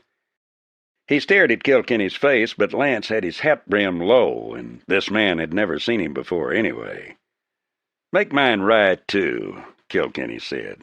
He turned his head and looked at Soderman. "You drinking?" "Maybe." The fat man got up, and he moved his huge bulk with astonishing lightness. Kilkenny's eyes sharpened. This man could move. "Maybe I will. Always like to know who I'm drinking with, howsoever." "Not so particular where I come from," Kilkenny said softly. "A drink's a drink." "I reckon." Soderman nodded affably. "You appear to be a stranger hereabouts. I reckon every man who wears a gun like you wear yours knows Doc Soderman." "I've heard the name." Kilkenny let his eyes drift to the table. One of the men was sitting up straight, rolling a smoke. The other idly riffling the cards. Either could draw fast. Red Gaddis had turned to face them. The whole setup was too obviously ready to spring. He was going to have to relax him a little. He would have to relieve this tension. "Heard there might be a job up this way for a man," he said slowly. "And I could use a job up here where it's quiet." "Away from the law, you mean?" Soderman laughed until he shook all over. Kilkenny noticed there was no laughter in his eyes. "Uh-huh. Away from everything." "We got law here. King Bill Hale runs this country." "Heard of him." "You hear a lot," Gaddis suggested. His eyes were mean. "Yeah." Kilkenny turned a little and let his green eyes stare from under his hat brim at the red-headed man. "Yeah, I make it my business to hear a lot." "Maybe you hear too much," Gaddis snapped. "You want to show me how much?" Kilkenny's voice was level. He spoke coolly, yet he was sure there would be no shooting here, yet. He was wondering if Soderman knew Hatfield was outside beside the window. Gaddis stepped away from the bar, and his jaw jutted. "Why, I think you're—" "Stop it!" Soderman's voice was suddenly charged with anger. "You're too anxious for trouble, Gaddis. Someday you'll get yourself killed." Gaddis relaxed slowly, his eyes ugly. Yet watching the man, Kilkenny could sense a certain relief in him also. Gaddis was a killer, but not a gunman in the sense that he was highly skilled. He was a paid killer, a murderer, the sort of man who would drag gulch men around a wagon, and he wore a chipped gun. "Your friend's right proddy," Kilkenny said softly. "He must have a killing urge." "Forget it," Soderman said jovially. "He's all right. He just likes to fight, that's all." Kilkenny stared at Gaddis. "Seems like you should be somebody I know," he drawled slowly. "I don't recognize that face, but I do know you. But then I never remember a face anyway. I got my own methods of knowing a man. I look at the only thing that's important to me." "What's that?" Soderman asked. He was studying Kilkenny, curiosity in his eyes and some puzzlement. "I always remember a man's gun. Each gun has its own special look, or maybe it's the way a man wears a gun. Take that one now, with that chipped ivory on the side of the butt. A man wouldn't forget a gun like that in a hurry." Gaddis stiffened and his face turned gray. Then the tip of his tongue touched his lips. Before he could speak, Soderman looked straight into Kilkenny's eyes. "And where would you see that gun?" "In Santa Fe," Kilkenny drawled, remembering that Miller had once lived there. "It was hanging to a man they said was coming west to farm. His name was Jody Miller." "You talk too much," Gaddis snarled, his face white and his lips thin. "It was in Santa Fe." Kilkenny was adding a touch now that he hoped would worry Soderman. "Only a word, yet sometimes. Miller stopped off in Santa Fe to see some folks at the fort there and talked to Halloran and Wallace. Seems they was old friends of his." Soderman's face sharpened and he turned. His raised hand made Gaddis draw back a little. "You're talking a lot, stranger," he said smoothly. "You say this Miller knowed Halloran and Wallace?" "Uh-huh." Kilkenny motioned to Shorty to refill his glass. "Seems he knowed them back east. One of 'em married a sister of his or something. I heard 'em talking in a saloon once. Heard Halloran say he was coming out here to visit Miller." Kilkenny glanced at Gaddis, his face expressionless. "I reckon you'll be plumb glad to see him, Miller. It's mighty nice to have an official, big man like that for a friend." Lance could have laughed if he hadn't known what he knew now, that the wagon had been waylaid and that Miller was probably dead. There would be no other reason for Gaddis looking as he did. The man was obviously afraid. Soderman was staring, keen-eyed, yet there was uncertainty in the big man. When that uncertainty ended, there would be danger, Kilkenny knew. "Funny," Kilkenny said softly. "I don't remember Miller having red hair. Seemed to me it was black. That's what it was, black." "It was Gaddis began. "Yellow, that's right, it was yellow. Strange, I couldn't remember that. But you, stranger, you've got Jody Miller's gun. How do you explain that?" Suddenly the door behind Kilkenny opened. He felt the flesh along the back of his neck tighten. He dared not turn. He'd been deliberately baiting them, hoping for more information, yet baiting them too. Now suddenly there was a man behind him. Soderman seemed to make up his mind. Assurance returned to him, and he spoke low, almost amused. "Why, howdy, Rye. I reckon you should come in and meet our friend here. Says he recognizes this gun Red's a-wearing." Rye Pitkin walked past Kilkenny and then turned. His jaw dropped as though he had seen a ghost, and he made an involuntary step backward, his face slowly going white. "You!" he gasped. "You!" "Why, yes," Kilkenny said. "It's me, Pitkin. Long ways from the Pecos country, isn't it? And a sight farther from the Brazos. Now, Pitkin, I'll tell you something. I'm not real anxious to kill anybody right here and now. If I start shooting, 2 of you are going to die. That'll be you, Rye, and Soderman here. I couldn't miss him. And if I'm still shooting, as I will be, I'm going to take care of Gaddis next. Gaddis because he killed Jody Miller. But that comes later. Right now, I'm leaving. And right now, you better impress it on your friends that reaching for an iron won't do any good." He stepped back toward the door, and his eyes shifted under the hat brim from one face to the other. Soderman's eyes were narrowed. Pitkin's obvious fear put doubt in the big man. Who was the stranger? Red Gaddis shifted toward the center of the room, his eyes watchful. Rye stiffened as Red moved. "Don't, Red! That's Kilkenny!" Gaddis stopped, and his face turned blank with mingled astonishment and fear. Then glass tinkled from the front of the room, and a long Kentucky rifle barrel slid into the room. Kilkenny stepped back to the door. "Now, if you hombres are smart, you'll just hole up here for the time being. We don't want trouble, but we may have it." Kilkenny stepped through the door and glanced quickly up and down the street. Bartram was on the wagon seat, his rifle across his knees. Jackie Moffett was standing by his horse, his rifle in his hands, and Saul was across the street. Kilkenny smiled in narrow-eyed apprehension. They were fighters, these men. "Start the wagon," he said. Down the cedar trail. Jackie, stay with Bartram." He walked out and swung into the saddle, and then slid a rifle from the boot. "All right, slide."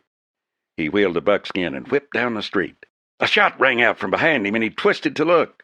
Saul was mounted, but Quince had turned and thrown up his rifle. He fired. A man staggered from the shelter of the wagon wheel and spilled on his face in the dust. The next instant there was a fusillade of shots from the wagon wheel and nearby buildings. The gunmen had slipped out the back way and were getting into action. Kilkenny reined in behind the last building and swung to the ground. Then, with careful fire, he covered the Hatfields as they raced up the street to join him. Quince was smiling, his eyes hard. "That was Red Gaddis," he said coolly. "He won't take no more dead men's guns." "Give the wagon a start," Kilkenny said. "We three are going to make some buzzard bait. We have to come back to this town, and we might as well let them know what the score is." Every time a head moved, one of them fired. While they stayed where they were, no man dared enter that street, and no man dared try the back way in this direction. Leaving the two Hatfields, Kilkenny sprinted down behind the buildings toward the wagon wheel. The men there were killers. He did not know what had happened to the other wagon, but he meant to find out. It was his reason for taking the Blazer Trail. He was hoping they might not all be dead. At least he could bury those that were. Chapter 13. The rear door of the saloon was open, and there was no one in sight. He stood behind the next building and watched for an instant. He wanted Pitkin, or Ratcliffe. He would get nothing from Soderman unless the fat man elected to tell him. Several old boards lay on the ground behind the saloon, dry and parched. On a sudden inspiration, he moved swiftly from the shelter of the building, and holstering his gun, hurriedly piled them together. Then, using a piece of old sacking and some parched grass, he lit the fire. It was away from the buildings, but the wind would blow the smoke into the saloon. He hoped they would think he was burning them out. The last thing he wanted to do, as they needed the town as a supply base. As the boards caught fire, he stepped back quickly. There was a startled exclamation as the fire began to crackle and wood smoke blew in the back of the saloon. A second later, a man stepped to the door, thrust his head out, and then stared at the fire. He seemed puzzled. Out of sight, Kilkenny waited. Then the man stepped out and kicked the boards apart. "All right," Kilkenny snapped. "Don't move." It was Ratcliffe, and the man froze. What's up, Kilkenny? I never done nothing to you." "Start this way. Walk careful, and watch your hands." Ratcliffe was a weasel-faced man with shifty eyes. He started moving, but shot a glance at the doorway. He held his hands wide. When he was 6 feet away, Kilkenny stopped him. "All right, talk. I want to know what happened to that other wagon." Ratcliffe sneered. "You think I'll tell? Guess again. You don't dare shoot. If you do, they'll be out, but fast." With one quick step, Kilkenny grabbed the man by the throat and slammed him back against the building. Then he lifted the pistol. "Want a pistol whipping, man?" he asked harshly. "If I start on you, you'll never look the same again." "Leave me be," Ratcliffe pleaded, his face yellow. "I'll talk." "Get at it, then." "They done loaded up with grub. We let 'em get out of town. Then Soderman ambushed 'em. Had about 6 men, I think." "Who was killed?" "We lost a man. We got Miller and Tut Wilson in the first blast. It was Hatfield got our man. Nailed him dead center between the eyes." "What happened to Hatfield and Height?" "They got Height. I seen him go down. He was shot 2, maybe 3 times. We got Hatfield, too. But he got up and he dragged Height into some rocks. We couldn't get to him." "Then what?" A voice roared from the saloon. It was Soderman. "Ratcliffe! What in time are you doing out there?" "Answer me," Kilkenny snapped. "Then what?" "Soderman said it'd serve 'em right. Leave 'em there to die with 2 men to see they didn't move out of them rocks. They've been there 2 days now." "On the Blazer Trail?" "Yeah, almost to the turnoff to the peaks." With a swift movement, Kilkenny flipped Ratcliffe's pistol from its holster. "All right, get going," he snapped. With a dive, Ratcliffe started for the saloon door, and just at that instant Soderman thrust his huge bulk into the open space. He glimpsed Kilkenny as he released Ratcliffe, and with a swift motion palmed his gun and fired. He fired from the hip, and he wasn't a good hip shot. His first bullet caught Ratcliffe squarely in the chest, and the weasel-faced rider stopped dead still and then dropped. Kilkenny's gun swept up, and straddle-legged in the open, he fired. Soderman's gun went off at the same instant, but Kilkenny's bullet hit him right above the belt buckle in the middle of that vast expanse. The blow staggered Soderman, and his bullet clipped slivers from the building above Kilkenny's head and whined angrily away into the grass back of the saloon.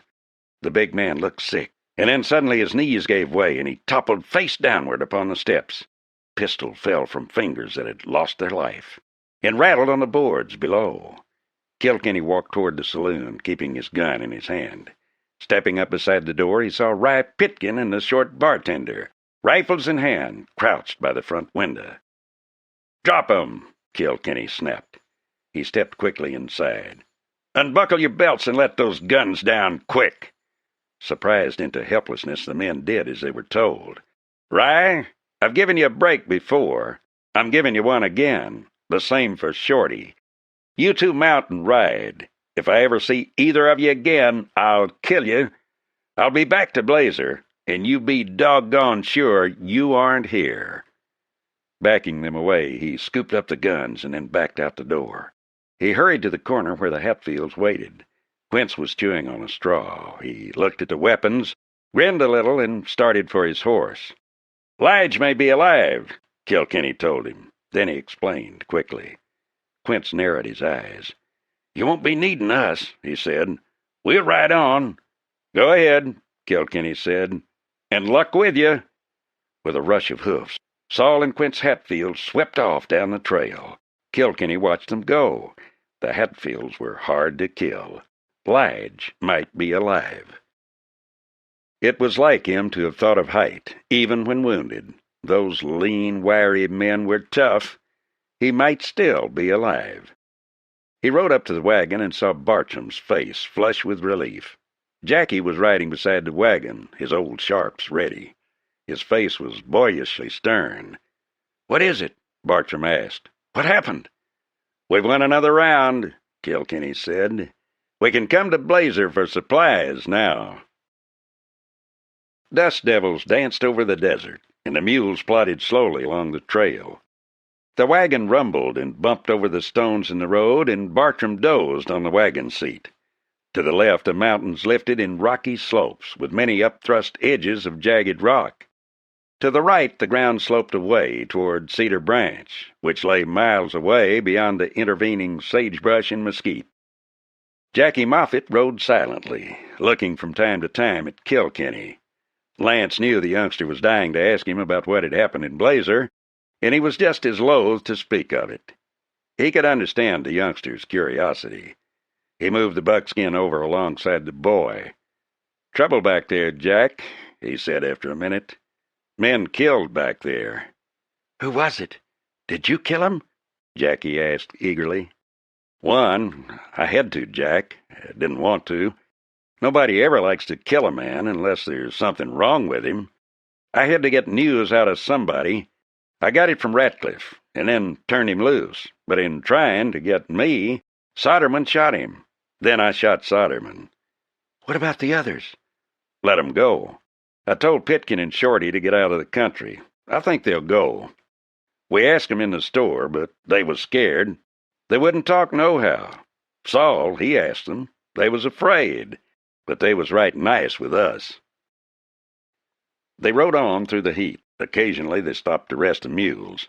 It was slower this way, as the road was longer, but there was no dust, and they had to come this way to make sure about Lige and the others. Again and again Kilkenny found his thoughts reverting to Nita. How was she faring with Hale? Would she marry him? The thought came to him with a pang.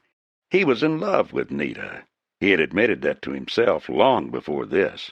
But he knew too well what it would mean to be the wife of a gunman, a man who never knew when he might go down to dusty death in a lead-spattered street.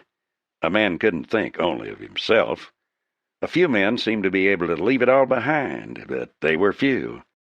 Of course he could go east, but his whole life had been lived in the west, and he had no source of income in the east. He'd been a gambler at times and had done well, but it was nothing to build a life upon. His thoughts moved ahead to the Hatfields. What would they find? Would the men left behind have murdered the wounded Lige? Had Height been dead? How many more men would die before this war was settled? Why did one man see fit to push this bloody fight upon men who wanted only peace and time to till their fields? Why should one man desire power so much? There was enough in the world for all to have a quiet, comfortable living, and what more could a man desire? The wagon rumbled over the rocks, and he lifted his eyes and let them idle over the heat-waved distance. After the fire and blood there would be peace, and men could come to this land and settle these hills. Perhaps someday there would be water, and then grass would grow, where now there were only cacti and sagebrush. Cicadas whined and sang in the mesquite until the sound became almost the voice of the wastelands. They camped that night in a hollow in the hills and pushed on at dawn toward the joining of the trails. The country was rockier now. The distance closed in, pushing the mountains nearer, and there was less breeze. The air was dead and still. Jackie traded places with Bartram and handled the mules. Bartram rode on ahead, riding carefully. Kilkenny watched him go, liking the easy way the farmer rode, and liking his clean-cut honesty. It was morning of the third day when Kilkenny saw a horseman drawing near. He recognized him even before he came up with him. It was Saul. "Found 'em," Saul said briefly. "Both alive. Height's plumb riddled. Lige was hit 3 times, one time pretty bad. They was holed up in some rocks, more dead than alive." "Anybody around?" "Yeah, one man. He was dead. Lige must have got him, bad off as he was. The other took out. Lige'll live. We Hatfields are tough." When they reached the cluster of rocks, they pulled the wagon close. Quince had both men stretched out and had rigged a shelter from the sun. Kilkenny knelt over the men. That Height was breathing was a marvel, although all his wounds showed signs of care. Lige, wounded as he was, had cared for the other man. His wounds had been bathed and crudely bandaged. His lips seemed moist, and he had evidently not lacked for water. Lige Hatfield was grimly conscious. There was an unrelenting look in his eyes, enough to show them that Lige meant to face death, if need be, as sternly and fearlessly as he faced life and danger. His lips were dry and parched. Even the water that Quince had given him failed to reduce the ravages brought on by several days of thirst. Obviously, from the condition of the 2 men, Lige had been giving the little water they had to Jackson Height. The 2 men were lifted carefully and placed in the wagon, with groceries piled around them and sacks and blankets beneath them. Another blanket was placed over 2 barrels to form a crude awning over their faces. Then, with Bartram handling the mules, they started once more. Chapter 14. It was quiet in the Hatfield Cup when the little group rode in. The Hatfield women did not cry. They gathered around, and they watched when the 2 men were lifted from the wagon and carried within. Parson waited, grim-faced, for Kilkenny. "That's 2 more, Kilkenny. 2 more good men gone, and 2 that are like to die. I'm telling you, man, I'm a-going to kill Bill Hale." "Not now. Wait." Kilkenny kicked a toe into the dust. "Any more trouble here?" "Smithers ain't coming back." "Where'd he go?" "To look at his crop. He sets great store by that crop. Says he'll be back to harvest it." "When did he leave?" "Yesterday morning. Shouldn't keep him that long, no ways. I reckon he might hole up in the hills somewhere." Talking slowly, Lance recounted all that had transpired. He told of the bitter crossing of the Smoky Desert, of the fight at Blazer, and of the death of Gaddis and the others. "We can cross the desert any time, unless the wind is blowing strong," he concluded. "They can't bottle us up. It's a miserable trip, and if a man was to try it and get caught in a windstorm, there's a good chance you'd never hear of him again. The same if he got into that quicksand." "I know that Gaddis was a bad one. Glad he's gone. Same for solderman. There's something else, Kilkenny suggested after a moment. We've proved we could get across, and we slipped by their guards coming back by the Blazer Trail, but it won't take them much time to figure what happened. They may try coming in our back door by that way. Parson nodded shrewdly. I was thinking of that. We'll have to be careful. When morning came and Lance rolled out of his blankets, he looked quickly at the house. Then he saw Saul. The tall, lean boy was walking away from the house, and he looked sick and old. They saw each other at almost the same instant. Saul, Kilkenny said, he's dead. Elijah's dead. Kilkenny turned away, and for the first time something like despair welled up inside of him. One of the Hatfields had died. It seemed as though something of the mountains themselves had gone, for there was in those lean, hard-headed, raw-boned men something that lived on despite everything, and Lige had died. O'Hara came out to him later, and the big Irishman's face was sullen and ugly. And that doc down to Cedar Bluff, we sneaked in and tried to get him to come. He wouldn't come, and he set up a squall when we tried to take him. We was lucky to get away. We'll remember that, Kilkenny said quietly. We can't use a doctor who won't come when he's called. Not in this country. Parson looked at him thoughtfully and then looked away. Lance, you ever think maybe we won't win? That maybe they'll wipe us out? Suppose you can't talk to them Santa Fe men. Supposing if you do, they won't listen. Kilkenny looked down at the ground, and then slowly he lifted his head. There's a man behind this, Parson, he said slowly. A man who's gone mad with power craving. His son's a-driving him, Parson. I've seen men murdered because they wanted homes. There was no harm in Jody Miller, nor in Tot Wilson. They were hard-working men, and honest ones. Lige, well, he was a fine boy. A real man, too. He had strength, courage, and all that it takes to make a man. There at the last, when they were holed up in the rocks, he cared for Height when he must have been near dead himself. He must have had to drag himself to Height's side. He must have had to force himself to forget his own pain. Those men are dead, and they're dead because of one man, maybe two. Maybe I'm wrong, Parson, but if all else fails, I'm riding to Cedar Bluff, and I'll kill those two men. And I'll go with you, Parson said flatly. His old face was grim and hard. Lige was my son. No, Parson, you can't go with me. You'll have to stay here, keep this bunch together, and see that they make the most of their land. I want homes in these high meadows, Parson. Homes and kids around them, and cattle walking peaceful in the evening. No, it'll be my job down there. We who live by the gun, we all die in the end. It's better for me to go alone and live or die by what happens then. At least it'll be in a good cause. He lay in the shade of a huge Norway pine, resting and thinking of what lay ahead of him. Thinking of the fight with Tom Bull Turner. Lying there with his eyes shut, he could hear the sound of the shovels as Runyon and Jesse Hatfield dug a grave for Lige. In his mind, he was taking himself back to the times when he had seen Turner fight. He was remembering not the battered men who went down before Turner, but every move the big man made. No man was without a fault. Kilkenny had been taught well. He knew how he must plan. And he ran over and over in his mind the way the big man held his hands, the way his feet moved when he advanced or retreated, the way they moved when he punched, and what Turner did when hit with a left or a right.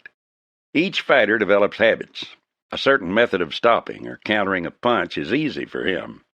So he uses that method most, even though he may know others. A smooth boxer, walking out into the ring and expecting a long fight, will feel out an opponent, find how he uses a left, how he blocks one. Then he knows what to do. If he lasted in this fight, Kilkenny knew he would last only because of brains, only because he could think faster, better, and more effectively than Turner, or those who handled him. Yet again and again, as he lay there thinking, his mind reverted to Nita Riordan, the dark, voluptuous beauty of the Irish and Spanish girl at the Crystal Palace was continually in his mind. There was something else, too. In the back of his mind loomed the huge, ominous Kane Brockman. On that desperate day back in Cottonwood, in the Live Oak country, he had killed Abel, and Kane had been thrown from his rearing horse and knocked unconscious.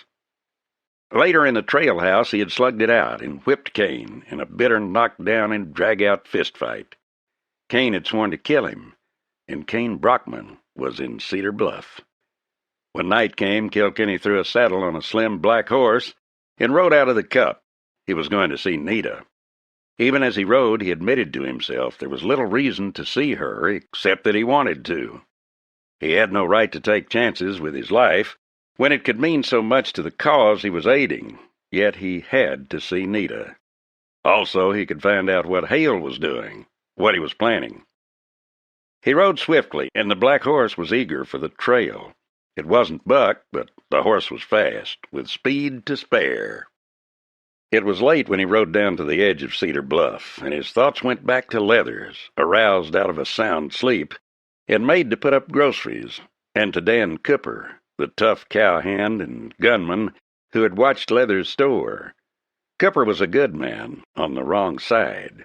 Leathers was a man who would be on any winning side, one of the little men who think only of immediate profits and who try to ride with the powers that be. Well, the payoff for Leathers was coming. Leaving his horse in the shadows of the trees beyond the Crystal Palace, Kilkenny moved up into the shadows of the stable, and his eyes watched the palace for a long time. Finally, he moved ghost-like across the open space back of the gambling hall. Tiptoeing along the wall, he came to the door he sought. Carefully, he tried the knob. It was locked. Ahead of him, a curtain blew through an open window, waving a little, and then sagging back as the momentary breeze died. He paused beneath the window, listening. Inside, he could hear the steady rise and fall of a man's breathing. It was the only way in. Hesitating only a minute, he put his foot through the open window and stepped inside. Almost at once, there was a black shadow of movement, and a forearm slipped across his throat in a stranglehold.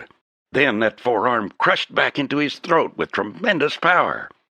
Setting the muscles in his neck, he strained forward, agonizing pain shooting through the growing blackness in his brain. He surged forward and felt the man's feet lift from the floor. Then suddenly the hold relaxed, and he felt a hand slide down to his gun, and then to the other gun. Then he was released. "Brigo," he said.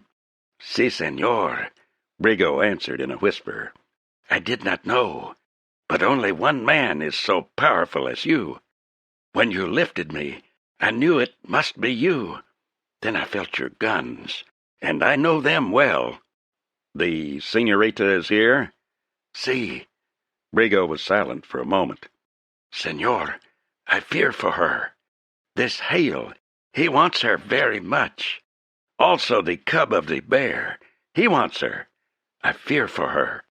One day they will come to take her." Kilkenny could sense the worry in the big man's voice. "But you, Brigo?" He could almost see the Yaqui shrug. "I see the two hombres, Dunn and Ravitz. They watch me always. Soon they will try to kill me. The senorita says I must not go out to kill them, but soon I must." "Wait if you can," Kilkenny said. "Then act as you must. If you feel the time has come, do not wait for the senorita to say. You do not kill heedlessly. If there is no other way, you are to judge." "Gracias, senor," Brigo said simply. "If you will come with me?" Kilkenny followed him through the darkness down the hall to another door, and then Brigo tapped gently. Almost at once he heard Nita's voice. "Jamie?" "Si. The senor is here." The door opened quickly, and Brigo vanished into the darkness as Kilkenny stepped in. Nita closed the door. Her long, dark hair fell about her shoulders. In the vague light he could see the clinging of her nightgown, the rise and fall of her bosom beneath the thin material. "Kilkenny, what is it?" Her voice was low, and something in its timbre made his muscles tremble. It required all the strength that was in him not to take her in his arms. "I had to see you. You are all right?" "See, for now. He has given me until after the celebration to make up my mind. After that, I shall have to marry him or run." "That celebration," he said bitterly, "is the cornerstone of everything now." Briefly, dispassionately, he told her of all that had happened, of the trip across the smoky desert, of the deaths of Miller, Wilson, and Lige Hatfield, and then of the death of Soderman and the others of Hale's men. "Does he know of that yet?" he asked. "I doubt it. He told me there had been an attempt to get food over the Blazer Trail, and that the men who made it had been wiped out. I don't think he knew more than that." "I'm going to fight Turner," he said. She caught her breath suddenly. "Oh, no, Kilkenny! He is a brute! I have seen him around the palace, so huge and so strong. I have seen him bend silver dollars in his fingers. I have seen him squat beside a table, take the edge in his teeth and lift it clear off the floor." "I know, but I must fight him. It is my only chance to get close to Halloran," he explained quickly. "If we can just let them know that we aren't outlaws, if they could only realize what is happening here, that these are good men trying only to establish homes, to fight him is my only chance." "I heard you would. Brigo told me the word had come that you would fight him."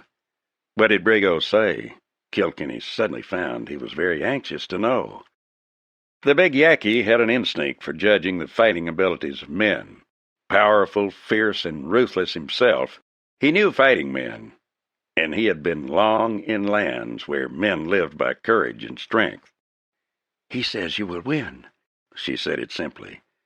"I cannot see how anyone could defeat that man, but Brigo is sure.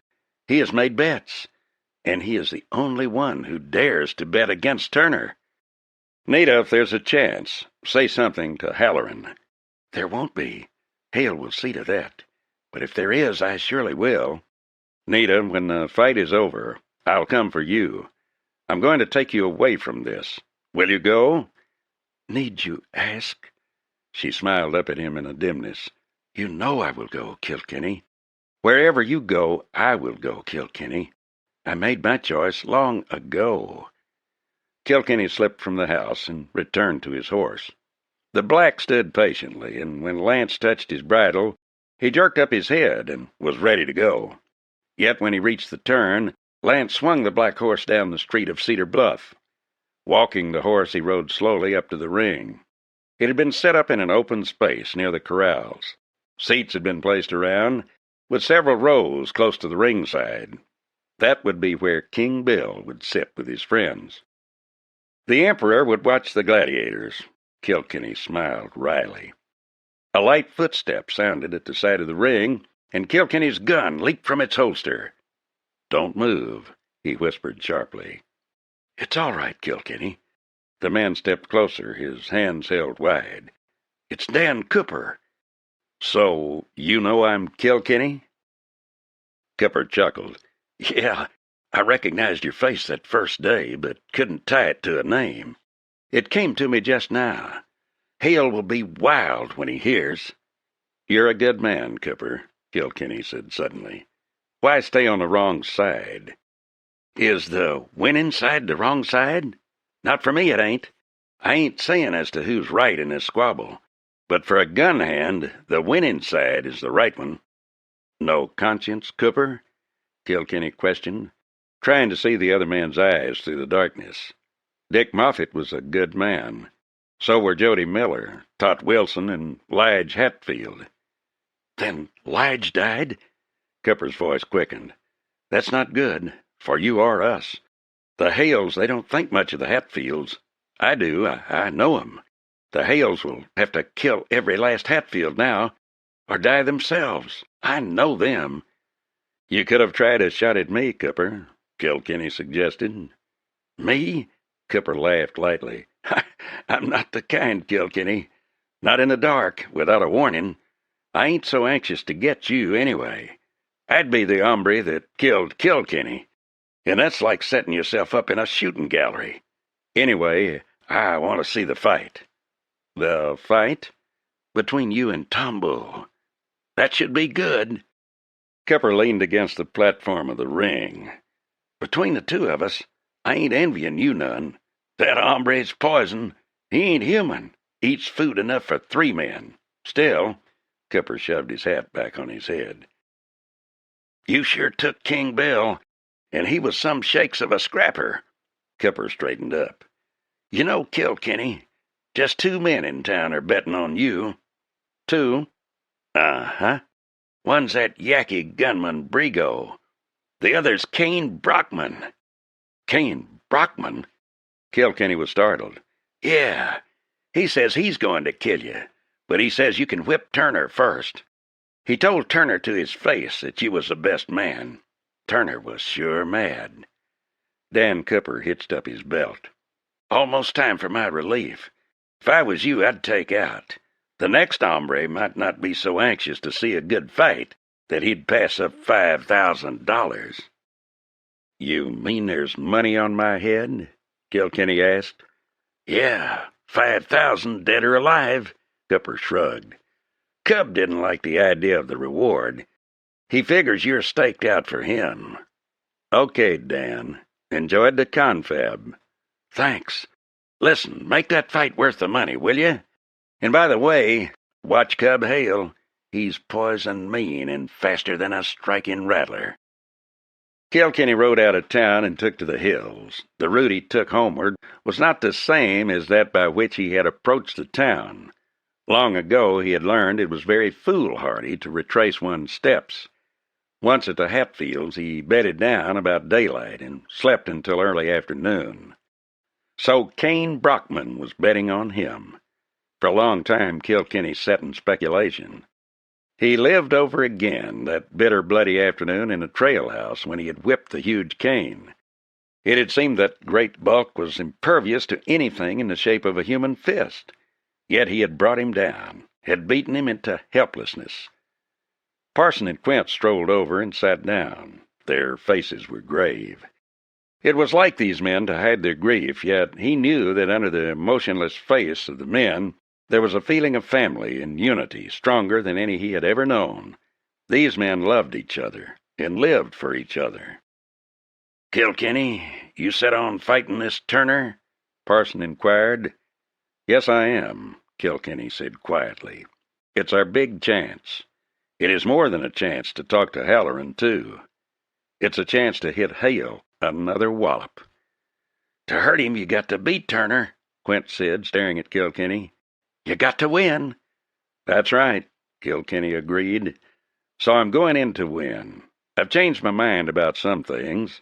I was figuring just on staying in there long enough to talk to the officials from Santa Fe.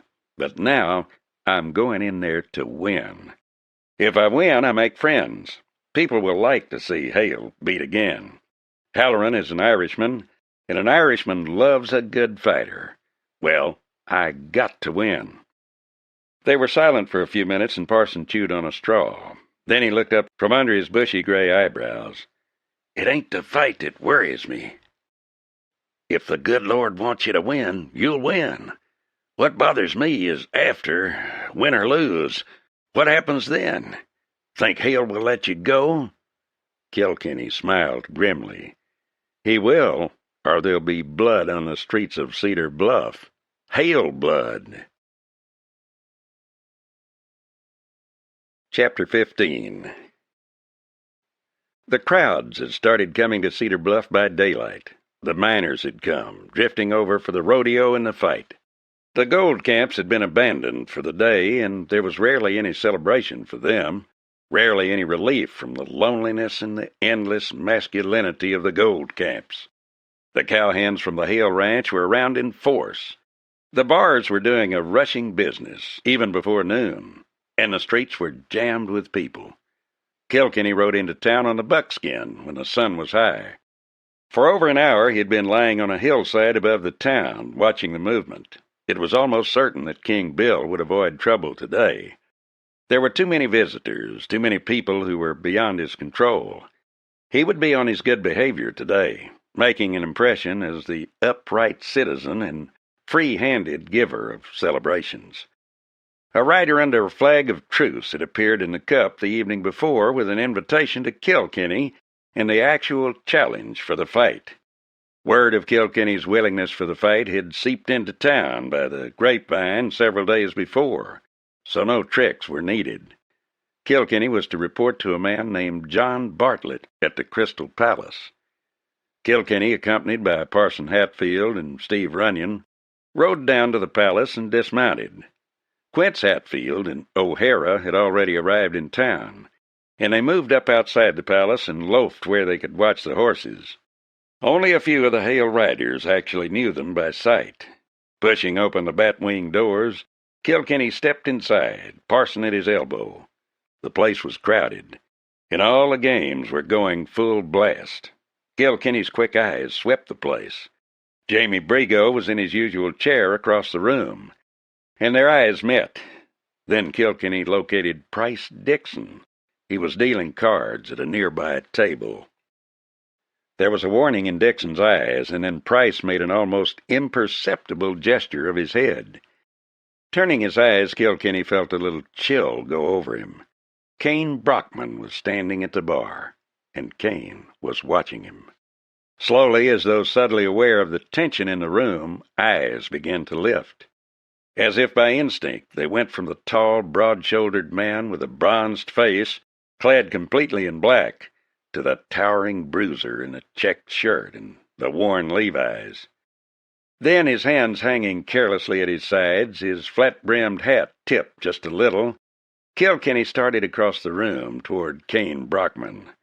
A deadly hush fell over the room. Kane had turned, his wide, unshaven face still marked by the scars of his former battle with Kilkenny, marked with scars he would carry to his grave. Through narrow eyes the big man looked at Kilkenny, watching his slow steps across the floor. The studied ease, the grace of the man in black, the two big guns at his hips. Unseen, Nita Reardon had come to the door of her room, and, eyes wide, she watched Kilkenny walk slowly among the tables and pause before Kane Brockman. For a minute the two men looked at each other. Then Kilkenny spoke. "I hear you've come to town to kill me, Kane," he said quietly. Yet in the deathly hush of the room his voice carried to each corner. "Well, I've another fight on my hands, with Tomball Turner. If we shoot it out, I'm going to kill you. But you're a good man with a gun, and I reckon I'll catch some lead. Fighting Tombull is going to be enough without carrying a craw full of lead when I do it. So how about a truce until afterward?" For an instant Kane hesitated. In the small gray eyes, chill and cold, there came a little light of reluctant admiration. He straightened. "I reckon I can wait," Kane drawled harshly. "Let it never be said that Kane Brockman broke up a good fight." "Thanks." Abruptly Kilkenny turned away, turning his back fully on Kane Brockman, and with the same slow walk crossed the room to Price Dixon. A big red-headed man stood at the table near Price. As he walked up to the table, the bat-wing doors pushed open and 4 men walked in. Kilkenny noticed them and felt the flash of recognition of danger go over him. It was King Bill Hale, Cub Hale, and the Gold Dust twins, Dunn and Rabbits. Ignoring them, Kilkenny walked up to the red-headed man. "You're John Bartlett?" he asked. "I'm Kilkenny." "Glad to meet you." Bartlett thrust out a huge hand. "How'd you know me?" "Saw you in Abilene. Again in New Orleans." "Then you've seen Turner fight?" Bartlett demanded keenly. He glanced up and down Kilkenny with a quick, practiced eye. "Yes, I've seen him fight." "And you're not afraid? He's a bruiser. He nearly killed Tom Hanlon." Kilkenny smiled. "And who was Tom Hanlon? The big chunk of beef so slow he couldn't get out of his own way. I see nothing in Turner to fear." "You'll actually fight him, then?"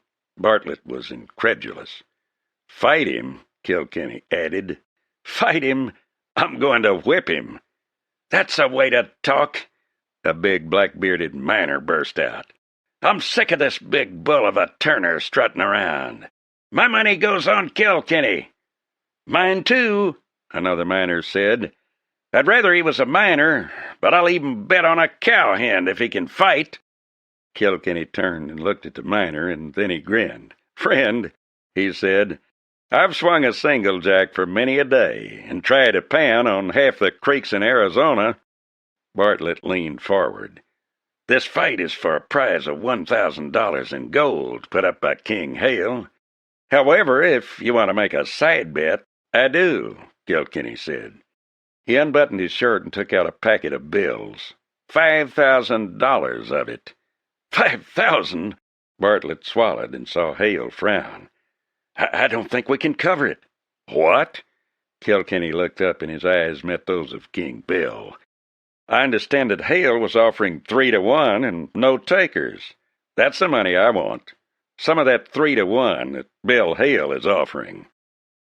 "3-1?" Hale demanded. "Why, I never saw—" The astonishment in his voice was plain enough, but Kilkenny knew he had him, and every move was calculated to win the crowd.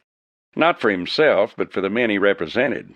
To back down would mean loss of prestige to Hale. To declare he knew of no 3-1 offer would make many believe he had welched on his bet. And if Kilkenny won, Hale would never dare order him killed because all would think it was revenge for losing the bet. And if Kilkenny lost, it would still put Hale in a bad light if he were suddenly murdered. "What's the matter, Hale?" Kilkenny demanded sharply, and his voice rang loudly in the crowded room. "Are you backing down? Have you decided the man who whipped you on your own ground can whip Turner too?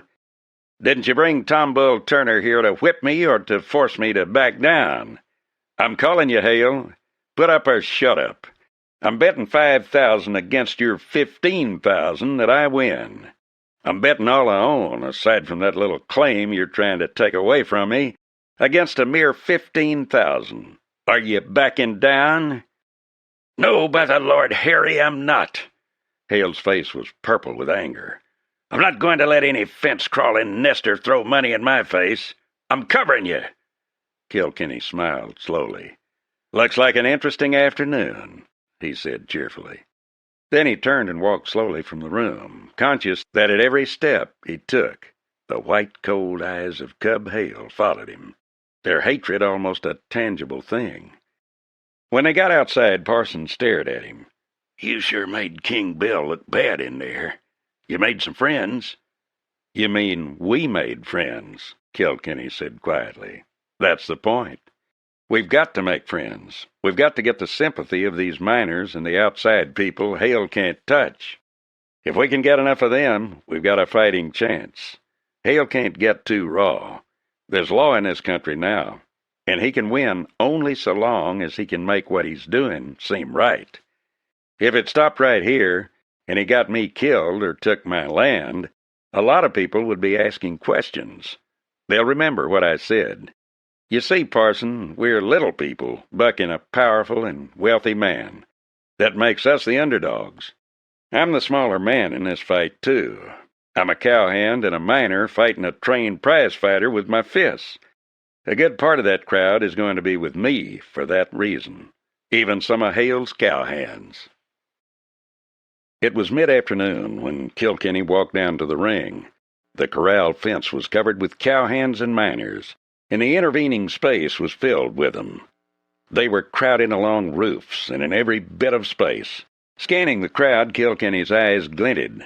The miners were out in strength, and with them had come a number of gamblers, cowhands from outside the valley, and a few odds and ends of trappers.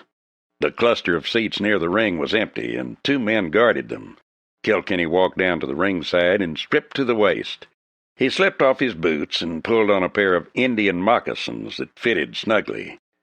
There was a roar from the crowd, and he saw Tom Bull Turner leaving the back door of Leather's store and striding toward the ring, wrapped in a blanket. As he climbed through the ropes and walked to his corner, King Bill Hale, Cub Hale, and 2 men in store clothes left the Mecca and started toward the ring. Behind them walked Dunn and Ravitz. Then, escorted by Jamie Brigo, Nita Riordan left the palace and walked slowly through the crowd toward the ring. She was beautifully dressed, in the very latest of fashion, and carried her chin high. Men drew aside to let her pass, and those along the way she walked removed their hats. Nita Riordan had proved to Cedar Bluff that a woman could run a gambling joint and still remain a lady. Not one word had ever been said against her character. Even the most skeptical had been convinced, both by her own ladylike manner and by the ever-watchful presence of Brigo. Price Dixon walked down to Kilkenny's corner. He hesitated and then stepped forward. "I've had some experience as a handler," he said simply. "If you'll trust a gambling man—" Kilkenny looked at him and then smiled. "Why, I reckon we're all gambling men after a fashion, sir. I'd be proud to have you." He glanced around quickly. John Bartlett was to referee, and the big red-headed man was already in the ring. Parson Hatfield, wearing a huge Walker coat, lounged behind Kilkenny's corner. Runyon was a short distance away, and near him was Quince Hatfield. O'Hara was to work in Kilkenny's corner also. Chapter 16. Kilkenny climbed quickly into the ring and slipped off the coat he had hung around his shoulders. He heard a low murmur from the crowd. He knew they were sizing him up. Tom Bull Turner was the larger by 30 pounds. He was taller, broader, and thicker, a huge man with a round bullet head set on a powerful neck and mighty shoulders. His biceps and forearms were heavy with muscle, and the deltoid development on the ends of his shoulders was large. His stomach was flat and solid, his legs columns of strength. Kilkenny was lean. His shoulders were broad and had the strength of years of living in the open, working, fighting, and struggling. His stomach was flat and corded with muscle, and his shoulders splendidly muscled. Yet beside the bigger man, he appeared much smaller. Actually, he weighed 200 pounds. Yet scarcely a man present, if asked to guess his weight, would have made it more than 180. Bartlett walked to the center of the ring and raised a huge hand. "The rules is no punches below the belt. Hit as long as they have one hand free. No gouging or biting allowed. Holding and hitting is fair. When a man falls, is thrown, or is knocked to the floor, the round ends. The fight is to a finish."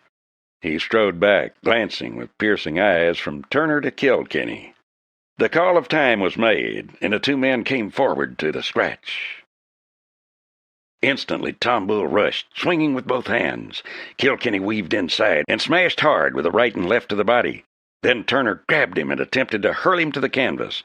But Kilkenny twisted himself loose and struck with a lightning-like left to the bigger man's mouth. Turner set himself and swung a left that caught Kilkenny in the chest and knocked him back against the ropes. The crowd let out a roar, but unhurt, Kilkenny slipped away from Turner's charge and landed twice to the ribs. The big man closed in, feinted a left, and caught Kilkenny with a wicked overhand right that hit him on the temple. Groggy, Kilkenny staggered into the ropes, and Turner charged like a bull and struck twice, left and right, to Kilkenny's head. Lance clenched and hung on tightly. Then, slipping a heel behind Turner's ankle, he tripped him up and threw him hard to the canvas. He walked to his corner, seeing through a mist. They doused him with water, and at the call of time, he came out slowly until almost up to the scratch. Then he lunged forward and landed with a hard left to the side of the neck. Tom Bull took it flat-footed and walked in, apparently unhurt. Kilkenny evaded a right and then lashed back with both hands, staggering the big man again. Turner lunged forward, hitting Kilkenny with a short right, and then, slipping Kilkenny's left, he grabbed him and threw him to the canvas. The third round opened with both men coming out fast, and walking right together, they began to slug. Then Kilkenny blocked Turner's left and hit him in the body with a right. They broke free, and circling, Kilkenny got a look at the two men sitting with Hale. One was Halloran, the other was a leaner, taller man. Lance evaded a rush and then clipped Turner with a right. He had been doing well, but he was no fool. Turner was a fighter, and the big man had not been trying yet. Was just getting warmed up now. He was quite sure Tom Bull was under orders to beat him, to pound him badly, but to keep him in the ring as long as possible. Hale was to have his revenge, his bloodletting. Tom Bull Turner moved in, landing a powerful left to the head and then a right to the body. Kilkenny circled away from Turner's heavy-hitting right. Turner bored in, striving to get his hands on the lighter man and to get his fist where he could hit better. He liked to use short punches when standing close. Kilkenny slid away, stabbed a long left at Turner's mouth, feinted, and when Tom Bull swung his right, stepped in and smashed both hands to the body. For all the effect the punches had, he might have been hitting a huge drum. Turner rushed, crowding Kilkenny against the ropes, where he launched a storm of crashing, battering blows. One fist caught Kilkenny over the eye, and another crashed into the pit of his stomach. Then a clubbing right hit Kilkenny on the kidney. He staggered away, and Turner, his big fist poised, crowded closer. He swung for the head, and Kilkenny ducked the right but got a chopping blow from the left that started blood flowing from a cut over one eye. Kilkenny backed away, and Turner rushed and floored Kilkenny with a smashing right. Dixon worked over the eye rapidly and skillfully. Kilkenny found time to be surprised at his skill. "Watch that right," O'Hara said. "It's bad." Kilkenny moved up to scratch and then sidestepped just in time to miss Turner's bull rush. He stepped in and stabbed a left to the head, and then Tom Bull got in close and hurled him to the canvas again. Taking the rest on the stool, Kilkenny relaxed. Then at the call, he came to the scratch again, and suddenly, leaping in, he smashed two rocking punches at Turner's jaw. The bigger man staggered, and before he could recover, Kilkenny stepped in, stabbed a hard left to the mouth, and then hooked a powerful right to the body. Turner tried to get his feet under him, but Kilkenny was relentless. He smashed a left to the mouth and a right to the body, and then landed both hands to the body as Turner hit the ropes. Tom Bull braced himself, and summoning his tremendous strength, bulled in close, literally hurling Kilkenny across the ring, and then followed with a rush. The crowd was on its feet now. Kilkenny feinted and then smashed a powerful right to the ribs. Turner tried a left, and pushing it aside, Kilkenny stepped in with a wicked left uppercut to the wind. Turner staggered. The crowd, still on its feet, was yelling for Kilkenny. He shook Turner with a right, but Tom Bull set himself and threw a mighty right that caught Kilkenny coming in and flattened him on the canvas. When he got to his corner, he could see the crowd was excited. He was badly shaken, but not dazed by the blow. Suddenly he was on his feet, and before anyone could realize what was happening, he had stepped across to the ringside where Hale sat with the two officials. "Gentlemen," he said swiftly, "I've little time. I'm fighting here today because it's the only way I could get to speak to you. I'm one of a dozen nesters who have filed on claims among the peaks, claims from which Hale is unlawfully trying to drive us. One man has been cruelly murdered." The call of time interrupted. He wheeled to see Tom Bull charging, and he slid away along the ropes. Then Turner hit him, and he staggered, but Turner lunged close, unwilling to let him fall. Shoving him back against the ropes, Turner shoved a left to his chin, and then clubbed a powerful right. Blasting pain seared across Kilkenny's brain. He saw that right go up again, and knew he could never survive another such punch. With all his strength, he jerked away. Turner intended to kill him now. In a daze, he could see Hale was on his feet, as were the officials. Cub Hale had a hand on his gun, and Parson Hatfield was facing him across the ring. Then Kilkenny jerked loose, but Turner was on him like a madman, clubbing, striking with all his mighty strength, trying to batter Kilkenny into helplessness before the round ended. The crowd was in a mighty uproar, and in a haze of pain and waning consciousness, Kilkenny saw Steve Runyon had slipped behind Cub Hale and had a gun on him. Somebody was shouting outside the ring, and then Turner hit him again, and he broke away from Tom Bull and crashed to the canvas. O'Hara carried him bodily to his corner, where Dixon worked over him like mad. The call of time came, and Kilkenny staggered to his feet, and had taken but one step toward the mark when Tom Bull hit him like a hurricane, sweeping him back into the ropes with a whirlwind of staggering, pounding, battering blows.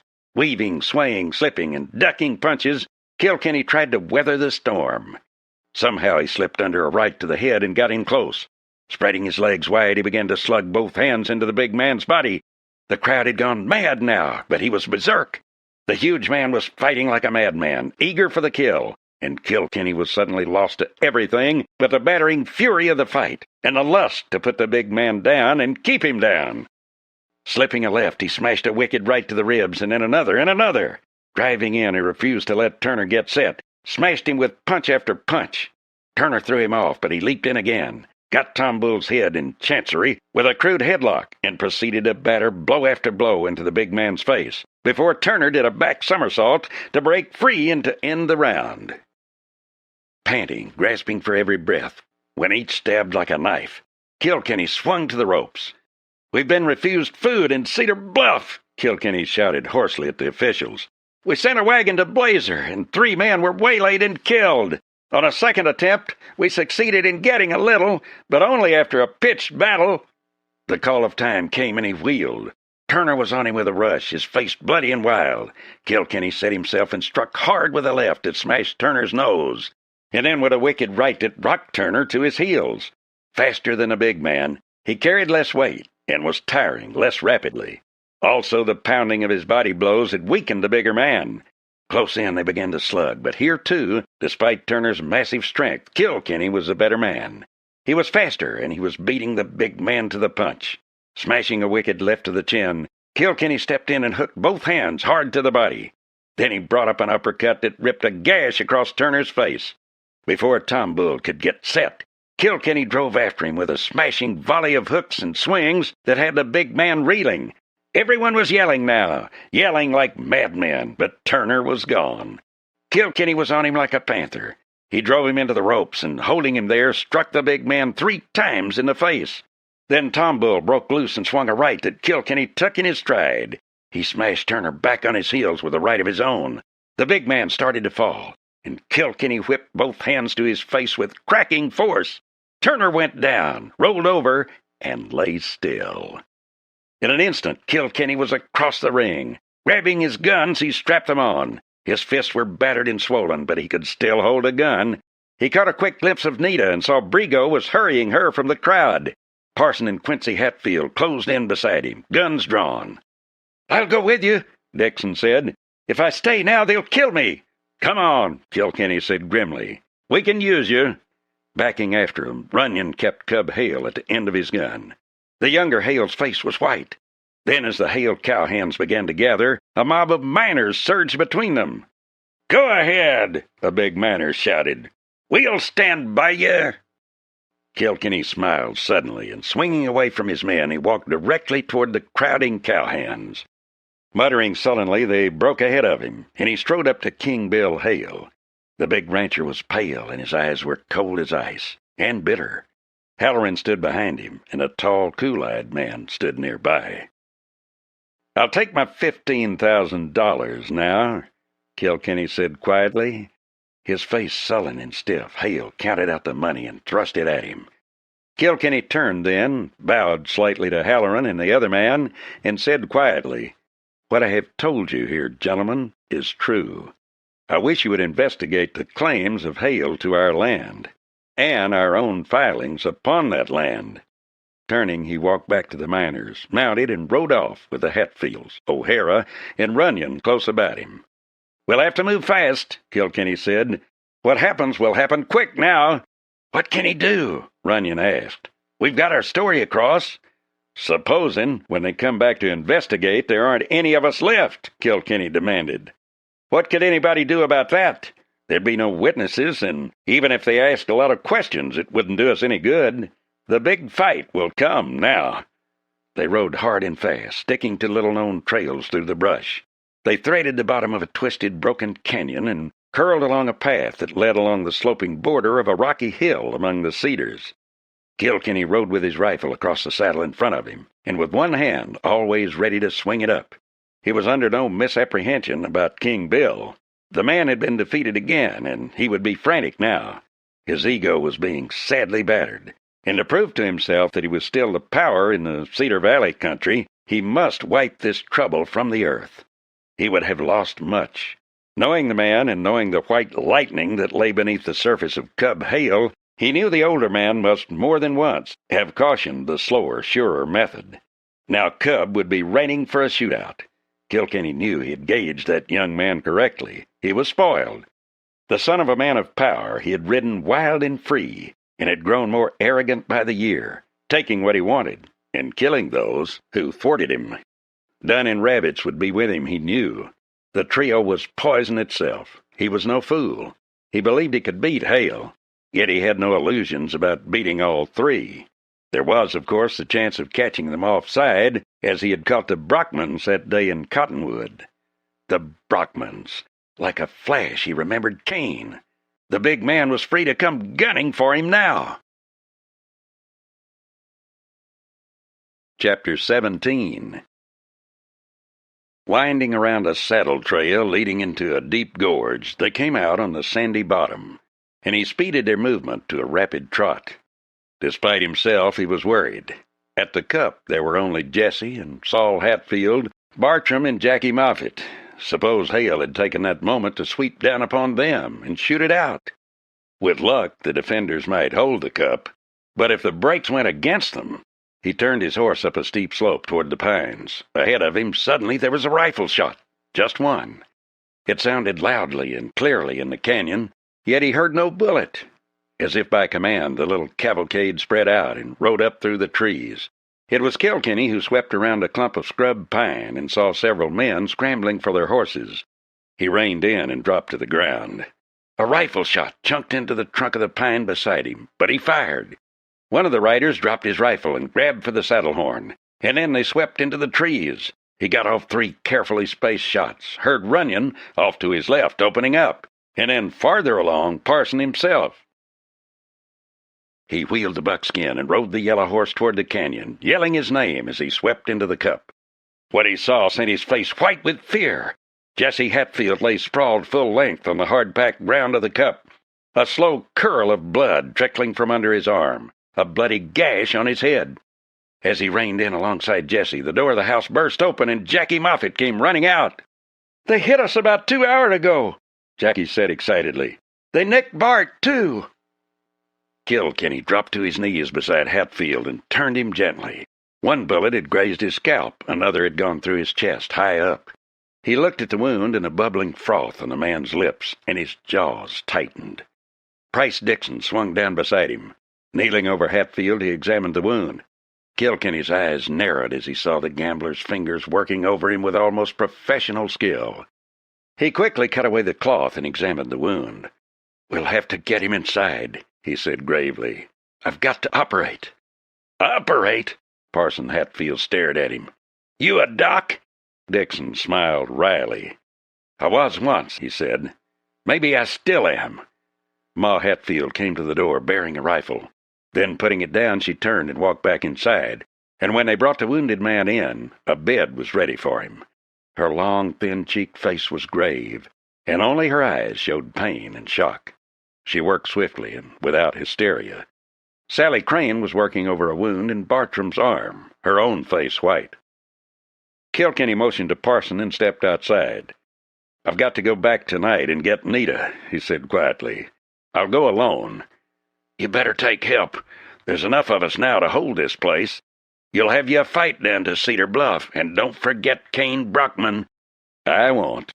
By night I can make it, I think. This is all coming to a head, Parson. They can't wait now. We've called their hand and raised them.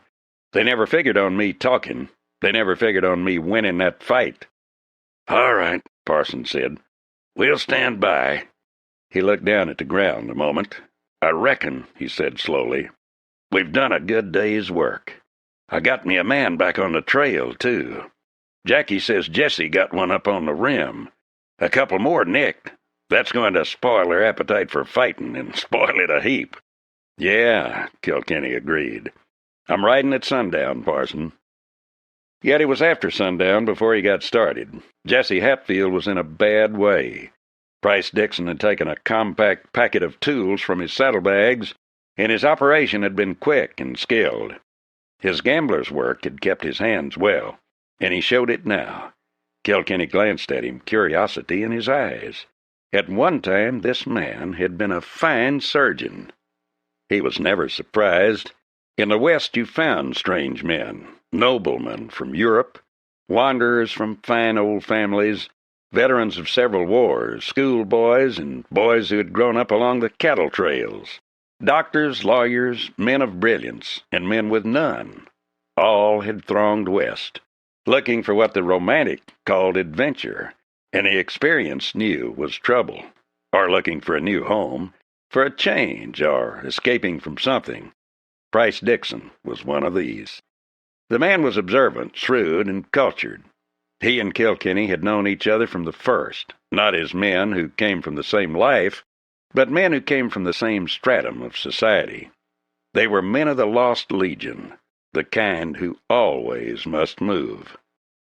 Despite his lack of practice, Dixon's moves were sure and his hands skilled. He removed the bullet from dangerously near the spine. When he finished, he washed his hands and looked up at Parson. "He'll live, with rest and treatment. Beef broth, that's what he needs now, to build strength in him." Parson grinned behind his gray mustache. "He'll get it," he said dryly. "He'll get it as long as King Bill Hale has a steer on the range." Sally Crane caught Kilkenny as he was saddling the little gray horse he was riding that night. She hurried up to him and then stopped suddenly and stood there, shifting her feet from side to side. Kilkenny turned and looked at her curiously from under his flat-brimmed hat. "What's the trouble, Sally?" "I wanted to ask—" She hesitated, and he could sense her shyness. "Do you think I'm old enough to marry?" "To marry?" He stopped, startled. "Why, I don't know, Sally. How old are you?" "I'm 16, most nigh 17. "That's young," he conceded. "But I've heard Ma Hatfield say she was just 16 when she married. And down in Kentucky and Virginia, many a girl marries at that age. Why?" "I reckon I want to marry," Sally said shyly. "Ma Hatfield said I should ask you. Said you was Daddy Moffat's friend, and you was sort of my guardian." "Me?" He was thunderstruck. "Well, I reckon I never thought of it that way. Who wants to marry you, Sally?" "It's Bart." "You love him?" he asked. He suddenly felt strangely old, and yet, looking at the young girl standing there so shyly, he felt more than ever the vast loneliness there was in him, and also a strange tenderness, such as he had never known before. "Yes." Her voice was shy, but he could sense the excitement in her, and the happiness. "Well, Sally," he said slowly, "I reckon I'm as much a guardian as you've got now. I think if you love Bartram and he loves you, that's all that's needed. I know him. He's a fine, brave, serious young fella who's going to do right well as soon as this trouble clears up. Yes, I reckon you can marry him." She was gone, running. For a few minutes he stood there, one foot in the stirrup. Then he swung his leg over the gray horse and shook his head in astonishment. "That's one thing, Lance," he told himself, "you never expected to happen to you." But as he turned the horse into the pines, he remembered the Hatfields digging the grave for their brother. Men died, men were married, and the fighting and living and working went on. So it would always go. Lige Hatfield was gone, Miller and Wilson were gone, and Jesse Hatfield lay near to death in a cabin in a cup. Yet Sally was to marry Tom Bartram, and they were to build a home. Yes, this was the country, and these were its people. They had the strength to live, the strength to endure. In such a country men would be born, men who loved liberty and would ever fight to preserve it. The little gray was as sure-footed as a mountain goat. Even the long-legged yellow horse could walk no more silently, no more skillfully than this little mountain horse. He talked to it in a low whisper and watched the ears flick backward with intelligence. This was a good horse. Yet when he reached the edge of Cedar Bluff, he reined in sharply. Something was wrong. There was a vague smell of smoke in the air, and an atmosphere of uneasiness seemed to hang over the town. He looked down, studying the place. Something was wrong. Something had changed. It was not only the emptiness left after a crowd is gone. It was something else, something that made him uneasy. He moved the gray horse forward slowly, keeping to sandy places where the horse would make no sound. The black bulk of a building loomed before him, and he rode up beside it and swung down. The smell of wood smoke was stronger. Then he peered around the corner of the building. Where the Mecca had stood was only a heap of charred ruins. Hale's place, burned. He scowled, trying to imagine what could have happened. An accident? It could be, yet something warned him it was not that. and more, that the town wasn't asleep. Keeping to the side of the buildings, he walked forward a little. There was a faint light in Bert Leather's store. The Crystal Palace was dark. He went back to the Gray Horse and, carefully skirting the troubled area, came in from behind the building and then swung down. A man loomed ahead of him, a huge bulk of a man. His heart seemed to stop, and he froze against the building. It was Kane Brockman. Watching, Kilkenny saw him moving with incredible stealth, slip to the side of the Crystal Palace, work for an instant at the door, and then disappear inside. Like a ghost, Kilkenny crossed the alley and went in the door fast. There he flattened against the wall. He could hear the big man ahead of him, but only his breathing. Stealthily he crept after. What could Brockman be doing here? Was he after Nita, or hoping to find him? He crept along, closed the door after him, and lost Brockman in the stillness. Then suddenly a candle gleamed, and another. The first person he saw was Nita. She was standing there in riding costume, staring at him. "You've come, Lance?" she said softly. "Then it was you I heard." "No," he spoke softly. "It wasn't me. Kane Brockman's here." A shadow moved against the curtain at the far side of the big room, and Kane Brockman stepped into the open. "Yeah," he said softly. "I'm here." He continued to move, coming around the card tables until he stood near, scarcely a dozen feet away. The curtains were drawn on all the windows, thick drapes that kept all light within. If he lived to be 1,000, Lance Kilkenny would never forget that room. It was large and rectangular. Along one side ran the bar. The rest, except for a small dance floor where they stood now, was littered with tables and chairs. Here and there were fallen chips, cards, cigarette butts, and glasses. A balcony surrounded the room on 3 sides, a balcony with curtained booths. Only the candles flickered in the great room, candles that burned brightly but with a wavering, uncertain light. The girl held the candles, Nita Reardon, with her dark hair gathered against the nape of her neck, her eyes unusually large in the dimness. Opposite Kilkenny stood the bulk of Kane Brockman. His big black hat was shoved back on his huge head. His thick neck descended into powerful shoulders, and the checkered shirt was open to expose a hairy chest. Crossed gun belts and big pistols completed the picture, guns that hung just beneath the open hands. Kane stood there, his flat face oily and unshaven in the vague light. His stance wide, his feet in their riding boots, seeming unusually small. "Yeah," Kane repeated. "I'm here." Kilkenny drew a deep breath. Suddenly a wave of hopelessness spread over him. He could kill this man, he knew it. Yet why kill him? Kane Brockman had come looking for him, had come because it was the code of the life he had lived, and because the one anchor he had, his brother Abel, had pulled loose. Suddenly Kilkenny saw Kane Brockman as he had never seen him before, as a big man, simple and earnest, a man who had drifted along the darker trails because of some accident of fate, and whose one tie, his brother, had been cut loose. He saw him now as big, helpless, and rather lost. To kill Kilkenny was his only purpose in life. Abruptly, Kilkenny dropped his hands away from his guns. "Kane," he said, "I'm not going to shoot it out with you. I'm not going to kill you. I'm not even going to try, Kane. There's no sense in you and me shooting it out. Not a mite." "What do you mean?" The big man's brow was furrowed, his eyes narrowed with thought as he tried to decide what deception was in this. "I don't want to kill you, Kane. You and your brother teamed up with the wrong crowd in Texas. Because of that, I had to kill him. You looked for me, and I had to fight you and whip you. I didn't want to then, and I don't now. Kane, I owe something to those people up there, the Hatfields and the rest. They want homes out here.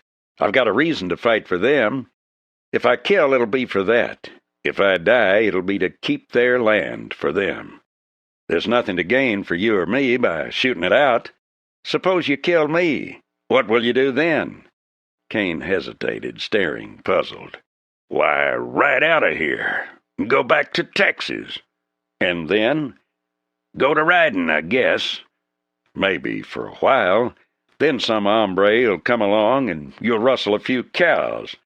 Then you'll rob a stage, and one time they'll get you like they got Sam Bass.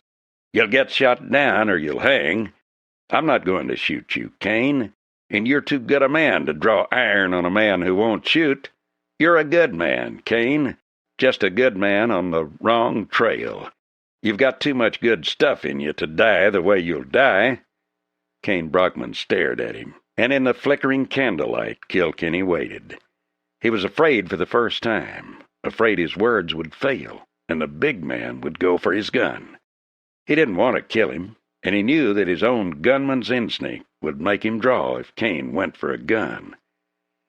Kane Brockman stood stock still in the center of the room, and then he lifted a hand to his face and pawed at his grizzled chin.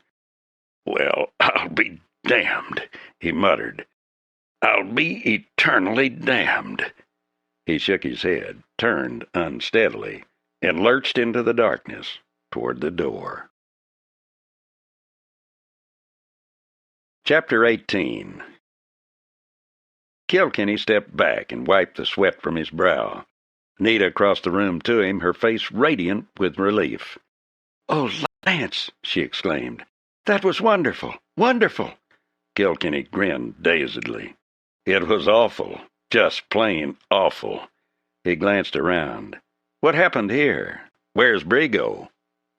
"He's in my room, Lance," Nita said quickly. "I was going to tell you, but Brockman came. He's hurt very badly." "Brigo? Hurt?" It seemed impossible. "What happened?" "It was those two gunmen of Hale's. Cub sent them here after me. Brigo met them right here, and they shot it out. He killed both Dunn and Ravitz, but he was hit 3 times, once through the body." "What happened to the Mecca? What happened in town?" "That was before Dunn and Ravitz came. Some miners were in the Mecca, and they were all drinking. A miner had some words with a Hale gunman about the fight and about the Nesters. The miner spoke very loudly, and I guess he said what he thought about Hale. The gunman reached for a gun, and the miner hit him with a bottle, and it was awful. It was a regular battle, miners against the Hale hands, and it was bloody and terrible. Some of the Hale riders liked your fight and your attitude, and they had quit. The miners drove the others out of the Mecca, burned it to the ground. Then the miners and the Hale riders fought all up and down the streets. But no one was killed. Nobody used a gun then. I guess all of them were afraid what might happen." "And the miners?" Kilkenny asked quickly. "They mounted up and got into wagons and rode out of town, on the way back to their claims. It was like a ghost town then. Nobody stirred on the streets. They're all littered with bottles, broken windows, and clubs. Then everything was quiet until Dunn and Ravitz came." "What about Hale? King Bill, I mean." "We've only heard rumors. Some of the cowhands who quit stopped by here to get drinks. They said that Hale acts like a man who'd lost his mind. He'd been here after the fight, before he went home. He asked me to marry him, and I refused. He said he would take me, and I told him Brigo would kill him if he tried. Then he went away. It was afterward that Cub sent the gunman for me. He wanted me for himself. Something has happened to Hale. He doesn't even look like the same man. You won $15,000 from him, and he paid you. He lost money to the miners, too, and to Kane Brockman. It hit him hard. He's a man who's always won, always had things his own way. He isn't used to being thwarted, isn't used to adversity, and he can't take it." Then before he left, Halloran told him he would have to let the law decide about the Nesters, and Hale declared that he was the law. Halloran told him he would find out he was not, and that if he had ordered the killing of Dick Moffett, he would hang. "And then?" "He seemed broken. He just seemed to go to pieces. I think he had ruled here these past 10 years, and that he actually believed he was king, that he had the power, and that nothing could win against him. Everything had gone just as he wanted until you came along." "You mean," Kilkenny said dryly, "until he tried to turn some good Americans out of their homes." "Well, anyway, you'd managed to get food from here right under his nose. Then when the attempt along the Blazer Trail was tried, and he practically wiped your men out, he was supremely confident. But his attack on the Cup failed. What really did it all was your defeat of Turner. And at the moment when he had finished paying off, he was told for the first time of the death of Soderman at Blazer. Then some of the cowhands who quit took the opportunity to drive off almost 1,000 head of cattle. These defeats and what Halloran told him have completely demoralized the man. What about Cub? He's wild. He hated you, and he was furious that some of the men quit. He doesn't care about Halloran, for he's completely lawless. He's taken 12 of the toughest men and gone after the stolen cattle. Good. That means we have time. Kilkenny took her by the arms. Nita, you can't stay here. He might just come back. You must go to the Cup and send Price Dixon down here. He can do something for Brigo. Tell him to get here as fast as he can, and you'll be safe there. But you? Nita protested. He smiled gently and put his hand on her head. Don't worry about me, Nita. I've lived this way for years. I'll do what I can for Jamie. But hurry! She hesitated only an instant, then suddenly on tiptoe, she kissed him lightly on the lips and turned toward the door. Just take my horse, he said. It'll be quicker. The little gray. Give him his head and he'll go right back to the Cup. I got him from Parson Hatfield. Nita was gone. Kilkenny turned swiftly and took a quick look around the darkened room. Then he walked through the door and over to the bed where Brigo lay. The big Yankee was asleep. He was breathing deeply and his face was pale. When Kilkenny laid a hand on his brow, it was hot to the touch. Yet he was resting and was better left alone. Kilkenny walked back into the main room and checked his guns by the candles. Then he got Brigo's guns, reloaded them, and hunted around. He found 2 more rifles, a double-barreled shotgun and many shells, and 2 more pistols. He loaded them all and placed the pistols in a neat row on the bar. One he thrust into his waistband, leaving his own guns in their holsters. Then he doused the candles and sat down in Brigo's chair by the door. It would be a long time until morning. Twice during the long hours he got up and paced restlessly about the great room, staring out into the vague dimness of the night at the ghostly street. It was deathly still. Once something sounded outside, and he was out of his chair, gun in hand. But when he tiptoed to the window, he saw it was merely a lonely burro, wandering aimlessly in the dead street. Toward morning he slept a little, only restlessly and in snatches, every nerve alert for trouble, or some sound that would warn of danger. When it was growing gray in the street, he went in to look at the wounded man. Brigo had opened his eyes and was lying there. He looked feverish. Kilkenny changed the dressing on the wound after bathing it, and then checked the 2 flesh wounds. "Senor, is it bad?" Brigo asked, turning his big black eyes toward Kilkenny. "Not very. You lie still. Dixon is coming down." "Dixon?" Brigo was puzzled. "Yeah, he used to be a doctor. Good, too." "A strange man." Sudden alarm came into Brigo's eyes. "And the senorita?" "I sent her to the Cup, to the Hatfields. She'll be safe there." "Bueno. Cub, has he come?" "No. You'd better rest and lay off the talk. Don't worry if they come. I've got plenty of guns." He put the water bucket close by the bed and a tin cup on a table. Then he went out into the saloon. In the gray light of dawn it looked garish and tawdry. Empty glasses lay about and scattered poker chips. Idly he began to straighten things up a little. Then after making a round of the windows he went to the kitchen and started a fire. Then he put on water for coffee. Cub Hale would come. It might take him a few hours or a few days to find the herd. He might grow impatient and return here first. He would believe Nita was still here, and his gunman had not returned. Or he might send some men. Nita would not go over the trail as fast as he or the Hatfields. If all was well at the Cup, the earliest Price could get here would be midday. No one moved in the street. The gray dawn made it look strange and lonely in its emptiness. Somewhere behind one of the houses, he heard the squeaking of a pump handle and then the clatter of a tin pail. His eyelids drooped and he felt very tired. He shook himself awake and walked to the kitchen. The water was ready, so he made coffee, strong and black. Brigo was awake when he came in, and the big man took the coffee gratefully. "Bueno," he said. Kilkenny noticed the man had somehow managed to reach his gun belt and had his guns on the table. "Any pain?" he asked. Brigo shrugged, and after a look at him, Kilkenny walked out. Out in the main room of the saloon, he looked thoughtfully around. Then he searched until he found a hammer and nails. Getting some loose lumber from the back room, he nailed boards over the windows, leaving only a narrow space as a loophole from which each side of the building might be observed. Then he prepared breakfast. The work on breakfast showed him how dangerously short of food they were. He thrust his head in the door and saw Brigo's eyes open. "We're short of grub and might have to stand a siege. I'm going down to Leather's store." The street was empty when he peered out of the door. He took a step out onto the porch. One would have thought the town was deserted. There was no sound now. Even the squeaky pump was still. He stepped down into the street and walked along slowly, little puffs of dust rising at every step. Then he went up on the boardwalk. There was still no sign of life. The door to Leather's store was closed. He rattled the knob, and there was no response. Without further hesitation, he put his shoulder to the door, picked up on the knob, and shoved. It held, but then he set himself and lunged. The lock burst, and the door swung inward. Almost instantly, Leathers appeared from the back of the store.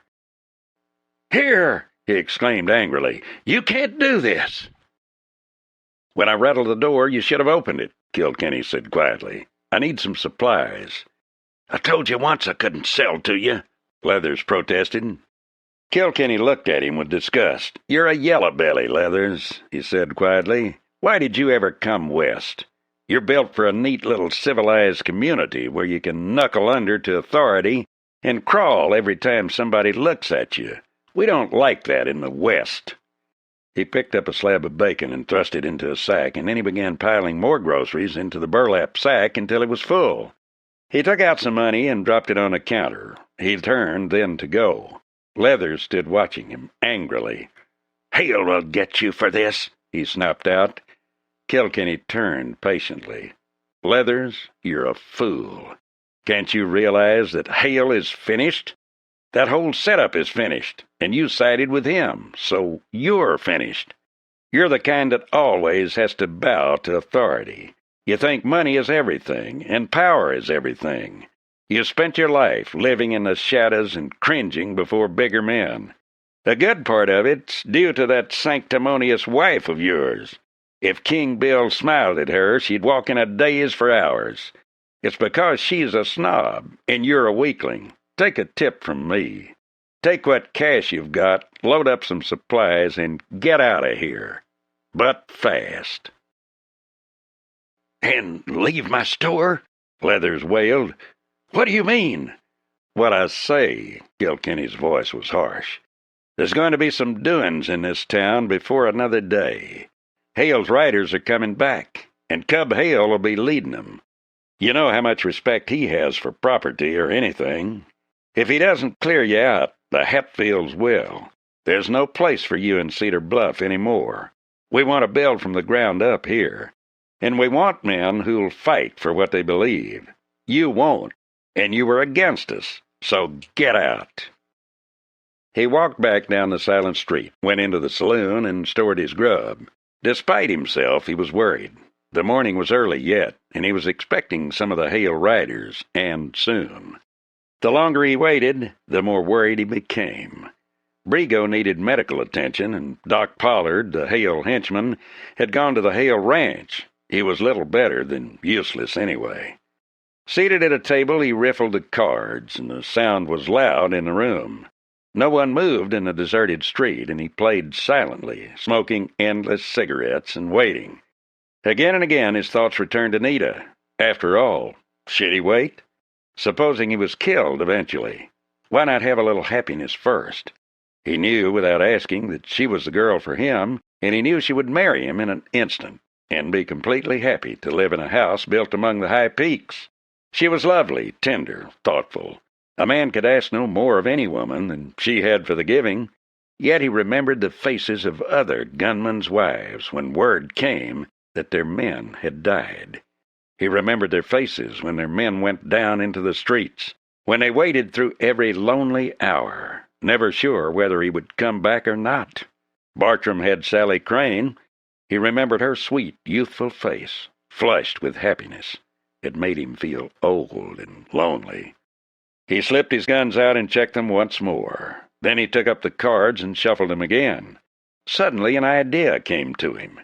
He got up and went to the back door, took a quick look around, and slipped out to the stable. There were still horses there. He had a hunch he might need them, and saddled, too. Then he went back inside and closed the door. The place was deathly still, and the air close and hot. It felt like a storm was impending. He brushed the sweat from his brow and crossed to have a look at Brigo. The big man was sleeping, but his face was flushed and feverish. He looked poorly. He glanced out the door at the empty street. Clouds were building up around the peaks. If it rained, it was going to make it tough to move Jamie Brigo. Thunder rumbled like a whimper of far-off trumpets, and then deeper like a rolling of gigantic casks along the floor of a cavern. He walked back inside and sat down. Chapter 19. They came down the dusty street at high noon, a tight little cavalcade of men, expecting no trouble. They rode as tired men ride, for there was dust on their horses and dust on their clothing and dust on their wide-brimmed hats. It was only their guns that had no dust. There was no humor in them, for they were men for whom killing was the order of business. The softer members of the Hale outfit were gone. These were the pick of the tough, gun-handy crew. Lee Wright was in the lead, riding a blood bay. At his right, and a bit behind, was Jeff Nebel, and a bit behind him were Gunslick Tandy Wade and Kurt Wilde. There were 10 in all, 10 tough, gun-belted men, riding into Cedar Bluff when the sun was high. Dunn and Ravitz had not returned. What that meant, they could not know, nor did they care. They had come to get a woman, and if Dunn and Ravitz had decided to keep her, these men would take her away.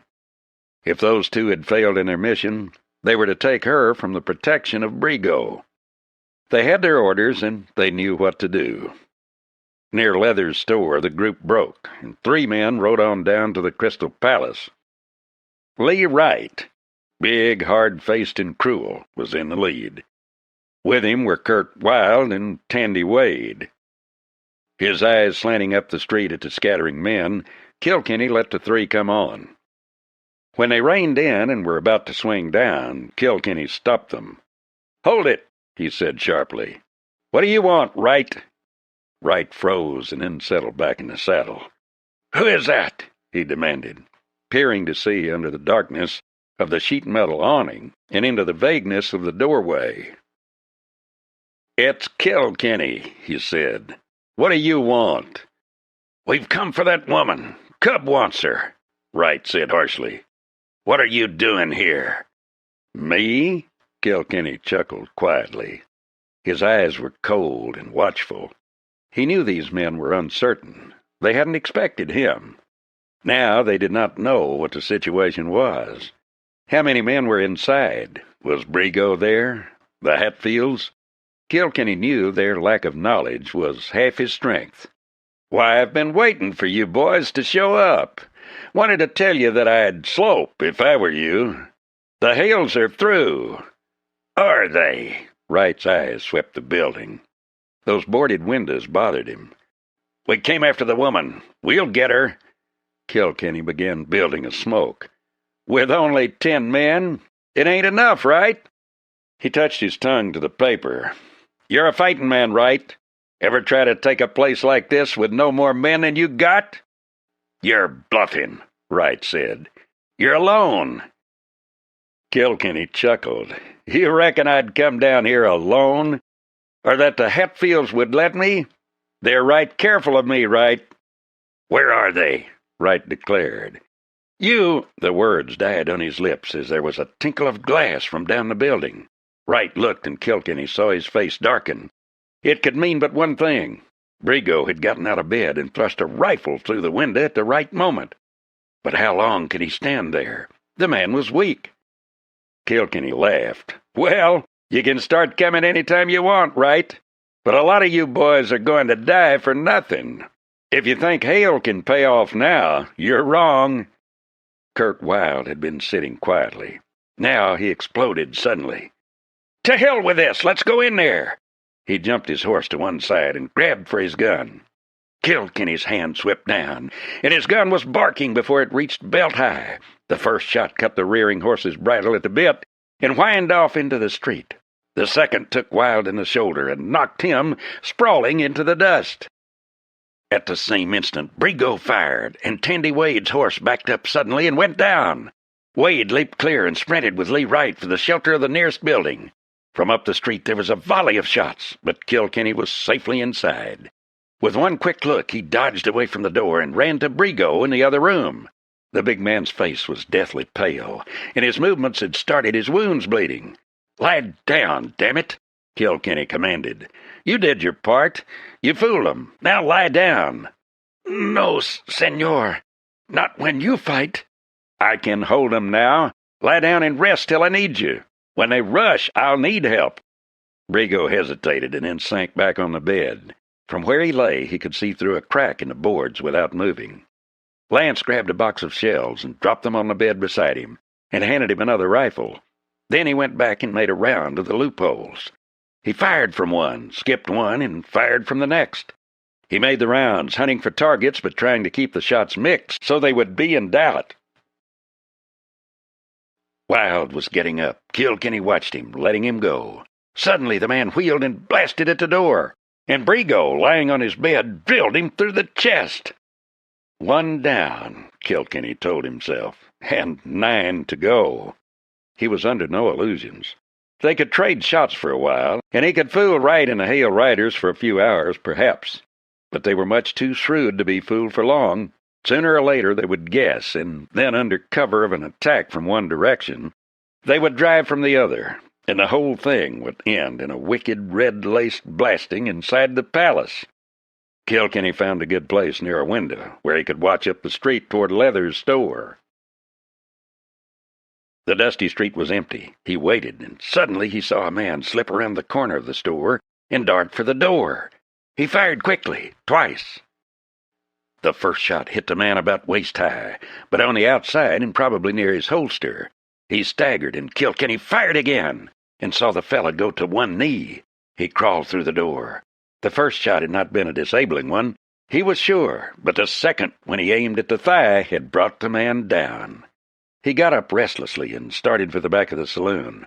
There was no movement, but when he moved to the door, a bullet clipped the door jamb right over his head, and had he not been crouched, it would probably have been dead center. No chance to get to the horses then, not by day, anyway. The afternoon wore on, and there were only occasional shots. They came with a rush, finally. It had been quiet. Then suddenly a volley blasted at the back of the store.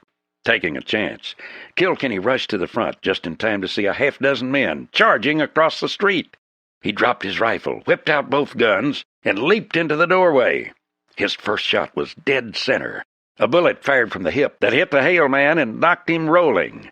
His guns roaring and blasting, he smelled the acrid odor of gunpowder, felt a red-hot whip laid across his cheek, and knew he'd been grazed.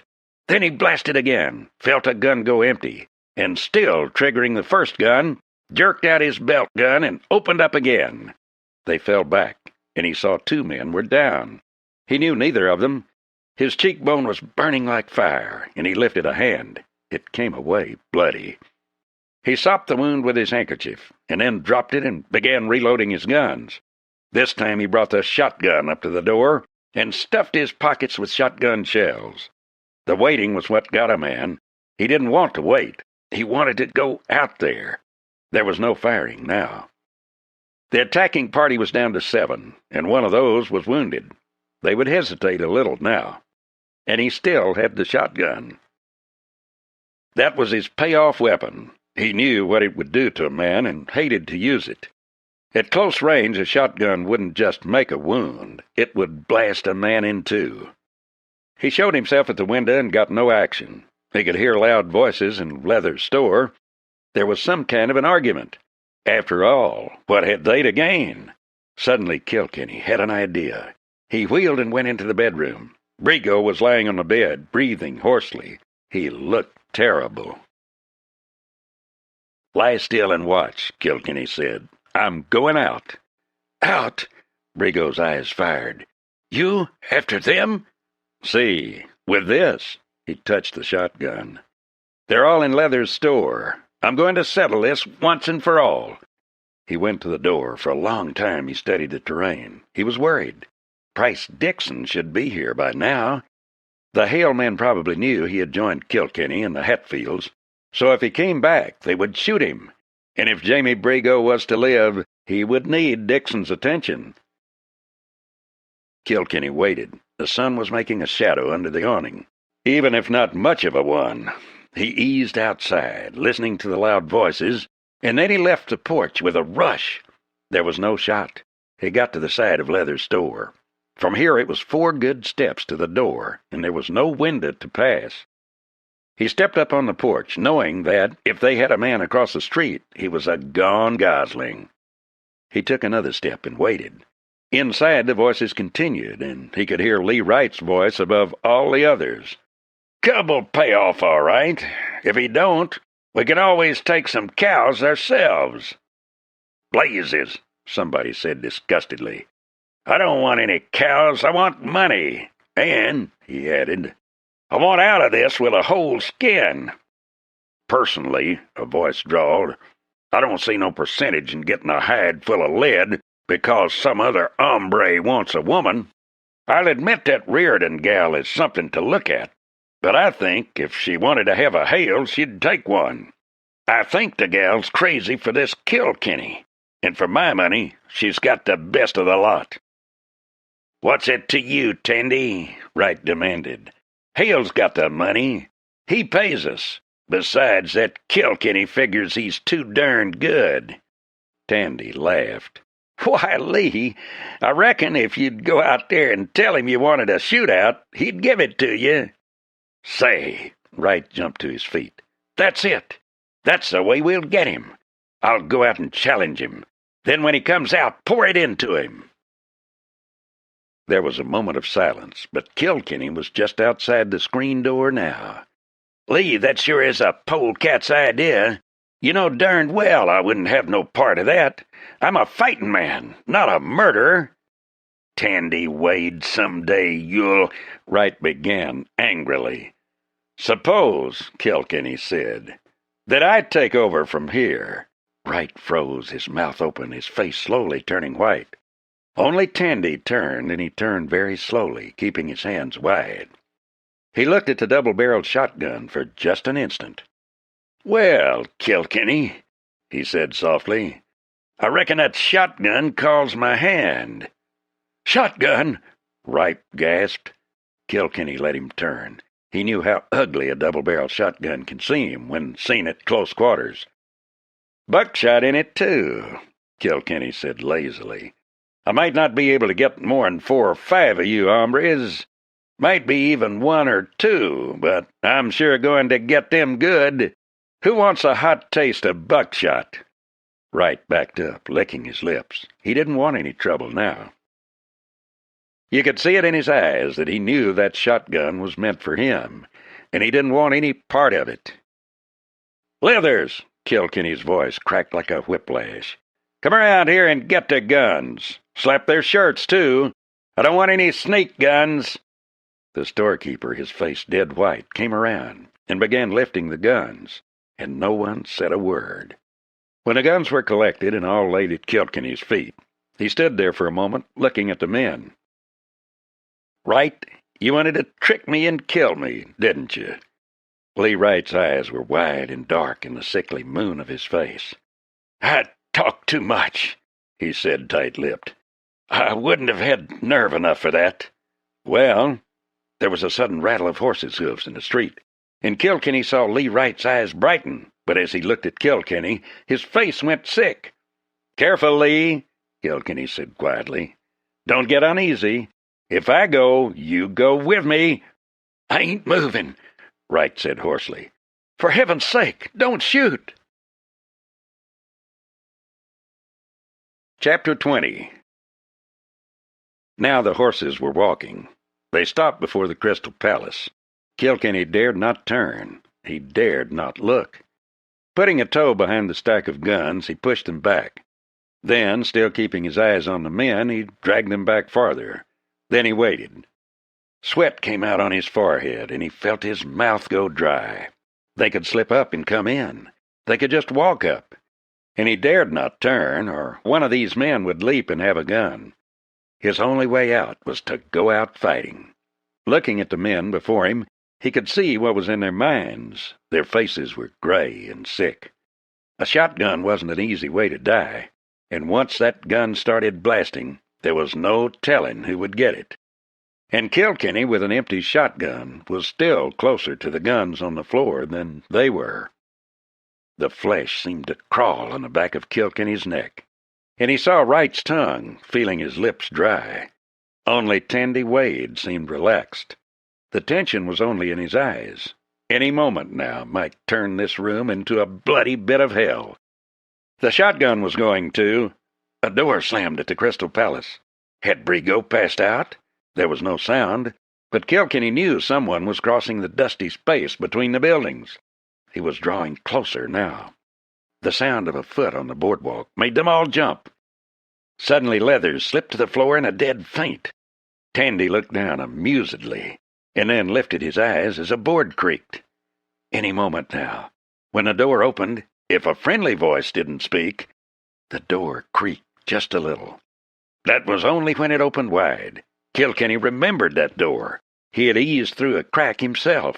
He lifted the shotgun slightly, his own face gray. Suddenly he knew that if this was Cub Hale, he would turn this door into a shambles. Kilkenny was going to go out, taking a bloody dozen with him. He had these guns, and if the first shot didn't get him, he wasn't going alone. He clicked back the hammers. "No!" He didn't know who spoke. "No, Kilkenny! My God, no!" These men who could stand a shootout with perfect composure were frightened and pale at the gaping muzzles of the shotgun. "Kilkenny!" The voice was behind him, and it was Parson Hatfield. "Yeah, Parson. I got me a few restless hombres here." Hatfield came in, and behind him were Bartram and Steve Runyon. "Where's Cub?" Parson demanded sharply. "He cut off for the ranch. He figured Dunn would have the girl there." "We didn't find him," Parson said. "He must have stopped off on the way. Hale shot himself." "He did?" Kilkenny turned. "What happened at the place?" "She was plumb deserted," Runyon offered. "Not a soul around. Looks as if they all deserted like rats from a sinking ship. He was all alone, and when he seen us coming, he shot himself." "What happened then?" Kilkenny asked. "We set fire to the place. Too big for any honest rancher. It's burning now." "What happens to us?" Tandy demanded. Kilkenny looked at them for a minute, but before he could speak, Parson spoke up. "We want Jeff Nabel and Lee Wright. They done murdered Miller, Wilson, and Lige. They got Smithers, too. Jeff Nabel killed him. And they was in on the killing of Dick Moffett. We got a rope for 'em." "Take them, then," Kilkenny said. He looked at Tandy Wade. "You're too good a man to run with this owl hoot crowd, Wade. You better change your ways before they get a rope on you. Get going." Wade looked at him. "Thanks, man," he said. "It's more'n I deserve." "You," Kilkenny said to the others, "ride. If you ever come into this country again, we'll hang you." They scrambled for the door. The Hatfields were already gone with Wright and Nebel. Kilkenny turned away and looked at Leathers, who had recovered from his faint. "You got 24 hours, he said quietly. "Take what you can, and get out of here. Don't come back." He walked out of the store into the dusty street. A man was coming down the street on a rangy sorrel horse. He looked and then looked again. It was Dan Cooper. A short distance behind him, another man rounded a corner. It was Kane Brockman. They rode straight on until they came up to Kilkenny. Cooper reined in and began to roll the smoke. "Looks like I backed the wrong horse," he said slowly. "What's the deal? Got a rope for me? Or do I draw a ticket out of here?" "What do you want?" Kilkenny demanded sharply. He had his thumbs in his belt, watching the two men. "Well," Dan said, looking up at Kilkenny, We talked it over. We both won money on your fight, and we sort of had an idea we'd like to join you all and take up some claims ourselves. Right pretty places up in them meadows, Kane suggested. He sat his horse, looking at Kilkenny. For a long minute, Kilkenny glanced from one to the other. Sure, he said finally. You might find a good place up near mine, Kane. And the Moffat place is empty now. He turned and walked back to the palace. He had forgotten Brigo. Yet, when he entered the place, his worry left him. Price Dixon had come, and Nita had returned with him. She met Kilkenny at the door. "He's asleep," she whispered. "Dixon got the bullet out, and he's going to be all right." Good. Kilkenny looked at the girl and then took her in his arms. He drew her close, and her lips melted into his. And for a long time they stood there, holding each other. "Oh, Lance," she whispered, "don't let me go.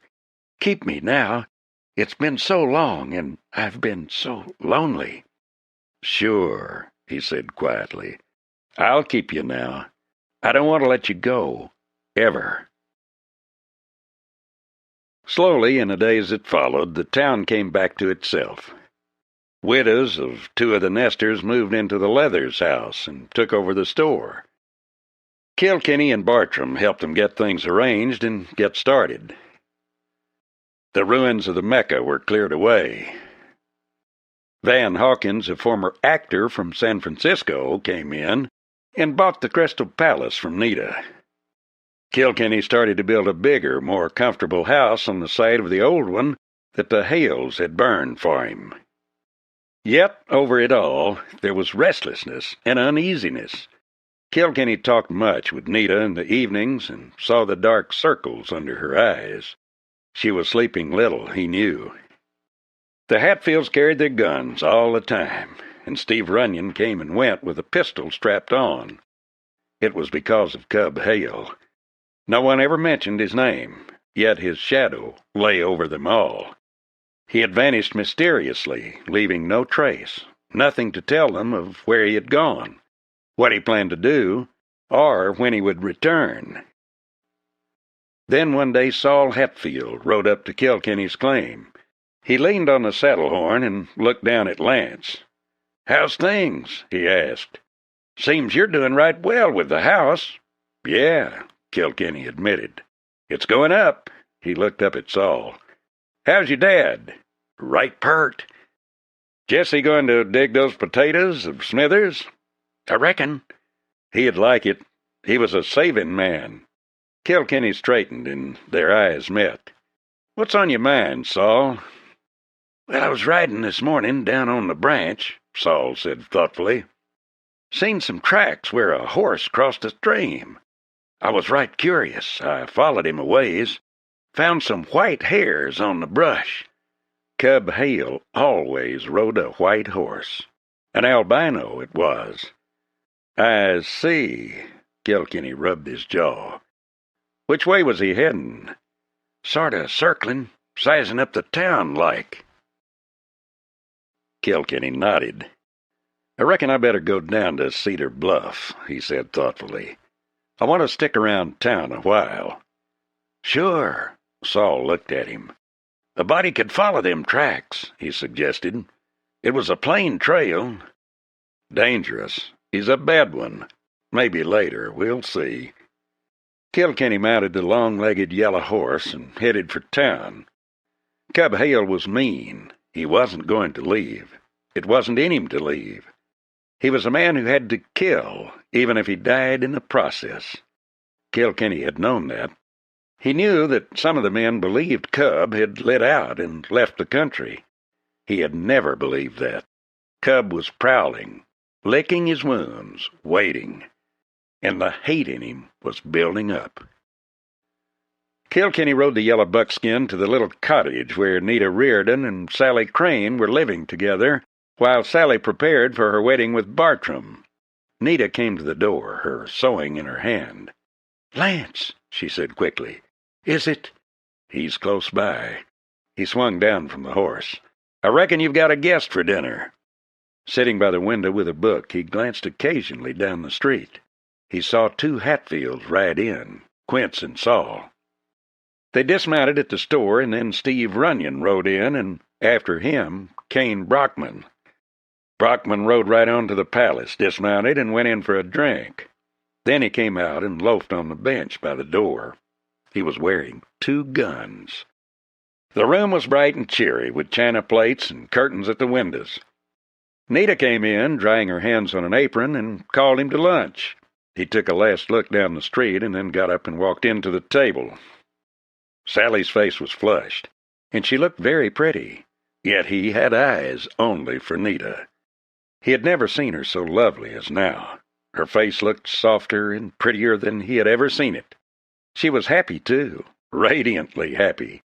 Even the news of the nearness of Cub Hale had not been able to wipe it from her face. Bartram came in and joined them. He grinned at Kilkenny. "Not often a man gets a chance to try his wife's cooking as much as I have before he marries her," he chuckled. "I'll say this for her, she can sure make biscuits." "I didn't make them," Sally protested. "Nita did." "Nita?" Kilkenny looked up smiling. "I didn't know you could cook." There was a low call from the door. "Kilkenny!" It was Kane Brockman. "He's coming. Shall I take him?" "No." Kilkenny touched his mouth with a napkin and drew back from the table. "It's my job." His eyes met Nita's across the table. "Don't pour my coffee," he said quietly. "I like it hot." He turned and walked to the door. Far down the street he could see Cub Hale. He was on foot, and his hat was gone, his yellow hair blowing in the wind. He was walking straight up the center of the street, looking straight ahead. Kilkenny stepped down off the porch. The roses were blooming, and their scent was strong in his nostrils. He could smell the rich odor of fresh earth in the sunlight, and somewhere a magpie shrieked. He opened the gate and, stepping out, closed it carefully behind him. Then he began to walk. He took his time. There was no hurry. There was never any hurry at a time like this. Everything always seemed to move by slow motion, until suddenly it was over, and you wondered how it all could have happened. Saul Hatfield was standing on the steps, his rifle in the hollow of his arm. He and Quince were just there, in case he failed. Failed? Kilkenny smiled. He had never failed. Yet they all failed soon or late. There was always a time when they were too slow, when their guns hung or missed fire. The dust smelled hot, and in the distance thunder rumbled. Then a few scattered drops fell. Odd, he hadn't even been aware it was clouding up. Little puffs of dust lifted from his boots when he walked. He could see Cub more clearly now. He was unshaven, and his face was scratched by brush. His fancy buckskin jacket was gone. Only the guns were the same, and the white eyes that seemed to burn. Suddenly Hale stopped, and when he stopped, Kilkenny stopped too. He stood there perfectly relaxed, waiting. Cub's face was white, dead. Only his eyes seemed alive, and that burning white light was in them. "I'm going to kill you," he said, his voice sharp and strained. It was all wrong. Kilkenny felt no tension, no alertness. He was just standing there, and in him suddenly there welled up a tremendous feeling of pity. Why couldn't they ever learn? There was nothing in a gun but death. Something flickered in those white, blazing eyes, and Kilkenny, standing perfectly erect, slapped the butt of his gun with his palm. The gun leaped up, settled into a rock-like grip, and then bucked in his hand, once, twice. The gun before him flowered with flame, and something stabbed white-hot low down on his right side.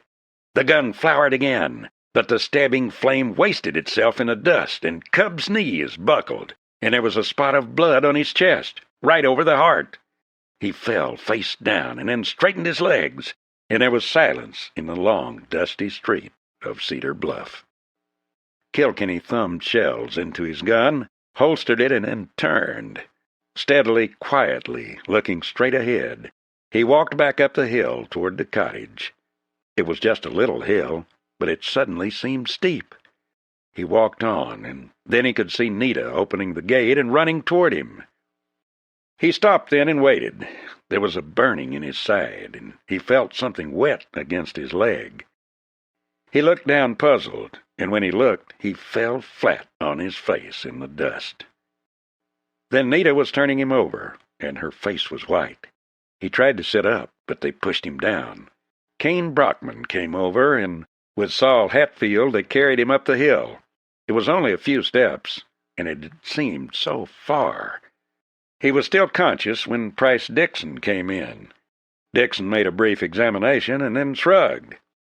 "He's all right. The bullet went into his side, slid off of a rib, and narrowly missed his spine. But it's nothing that we can't fix up. Shock, mostly, and bleeding." Later, Nita came in. She looked at him and smiled. "Shall I put the coffee on now?" she asked lightly. Her eyes were large and dark. "Let Sally put it on," he said gently. "You stay here."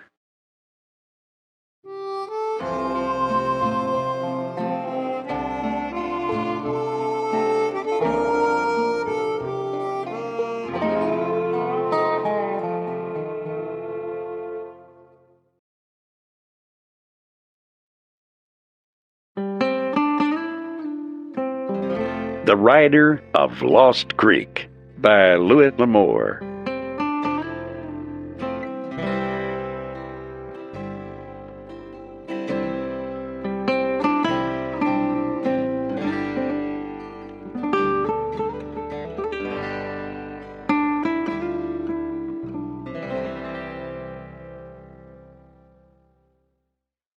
Chapter 1. A lone cowhand, riding a hard-pressed horse, reined in at the hitching rail before a Dodge barroom. Swinging from the saddle, he pushed through the bat-wing doors, slapping the dust from his hat.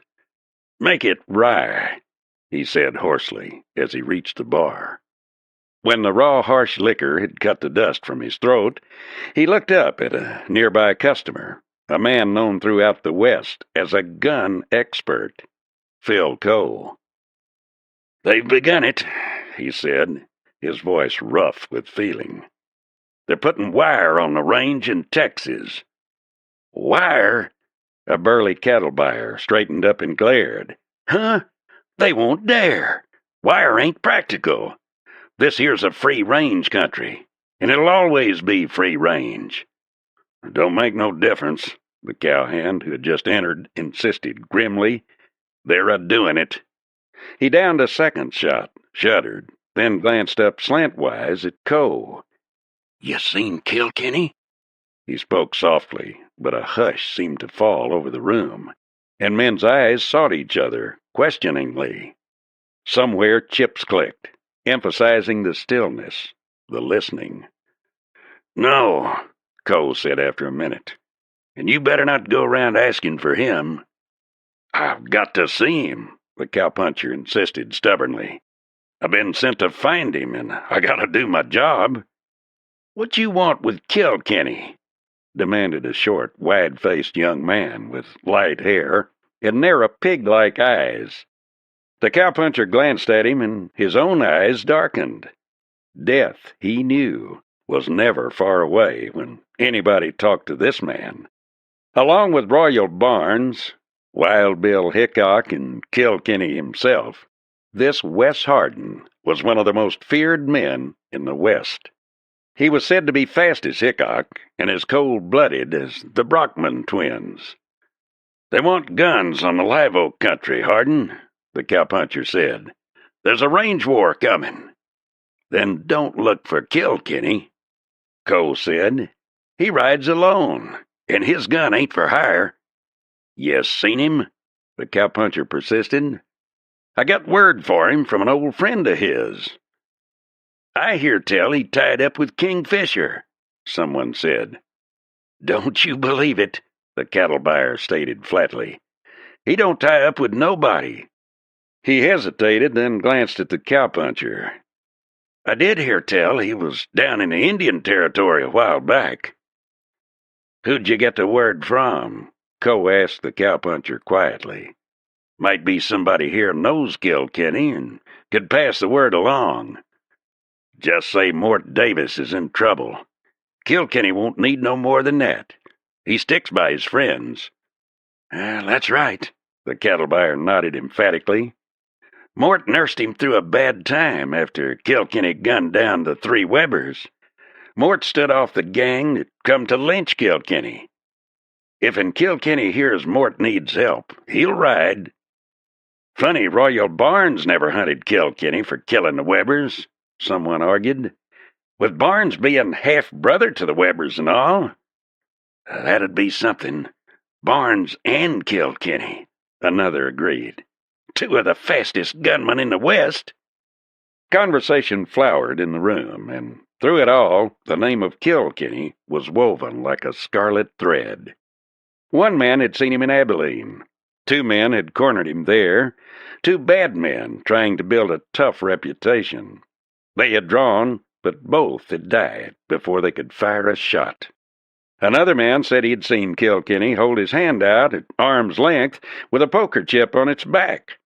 Then he had tipped his hand slowly, and when the chip fell free, he had drawn and fired before the chip reached the level of his waist. "He's faster'n Hickok," someone else said dogmatically, "and he's got the nerve of Ben Thompson." "What's he look like?" still another demanded. "I never seen the feller."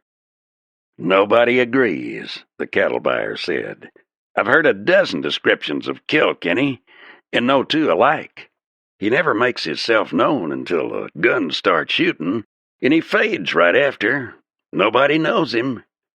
This wire won't last in Texas," a lean, raw-boned Texan changed the subject to say. "That live oak country, nor this neither. They ain't made for wire. It's free range and always will be. The buffalo was here before the longhorn, and it was free grass then. It always has been." "Well, I don't know," someone else said doubtfully. "There's farmers coming out from the east. Hoe-men who'll fence their own ground and break the sod for crops. This country ain't right for farming, I tell you," a young cowhand said. "You ever foller a trail herd? If'n they ever plow this plains country up, it'll blow clean to Mexico." But even as the men in Dodge talked and condemned wires, along the right way in Botala, in the live oak country, lay huge reels of it, gleaming and new. Literally miles of it, on great spools, unloaded from wagon trains, and ready to be strung. Reports implied there would soon be a railroad in Texas. Fat beef, good beef, would soon be in great demand. In this year of 1880, 40,000 tons of steel barbed wire, of the Hache and Glidden Star varieties, were to be sold to Texas ranchmen. In the bar of the old trail house in Botala, rancher Webb Steele smashed a ham-like fist upon the bar. "We're putting it up," he shouted. "Hoss high, pig tight, and bull strong. If them who don't like it want war, it's war they'll get." "Who fences Lost Creek Valley?" some hardened soul demanded. "You or Chet Lord?" "I'm fencing it," Steele declared, glaring about the room. "And if necessary, my riders will ride the fence with rifles." Outside the barroom, a tall man in black trousers, black shirt, and a worn buckskin vest walked a rangy yellow horse down the one street of Botala, then swung down in front of the trail house. The buckskin relaxed, standing tree-legged, head hanging in weariness. The tall man loosened the cinch, taking in the street with quick, alert eyes.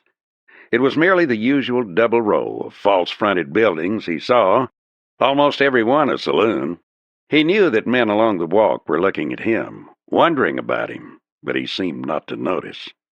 He could feel their eyes, though, like a tangible touch, lifting from his low-slung, tied-down guns to his lean brown face and green eyes.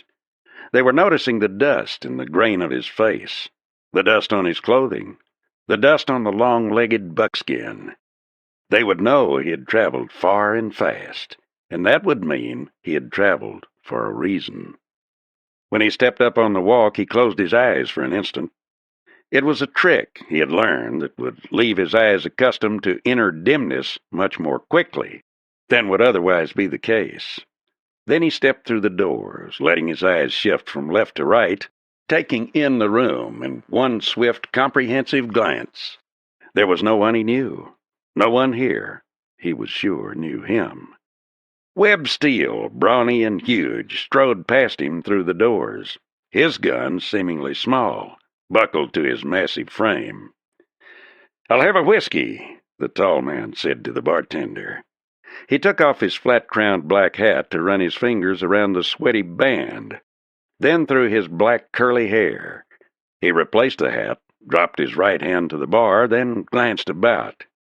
Several men leaned on the bar nearby.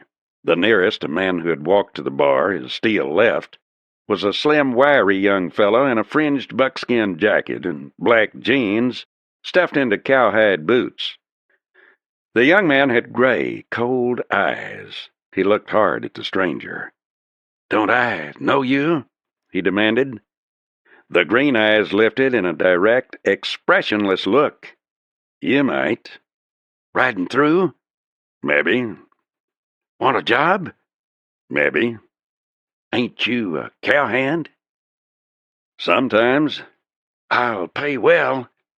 "What outfit you with?" "I'm not with any outfit," the young man said sharply. "I am the Tumblin' R." "Yeah?" The young man's face flamed and a queer, white eagerness came into his eyes.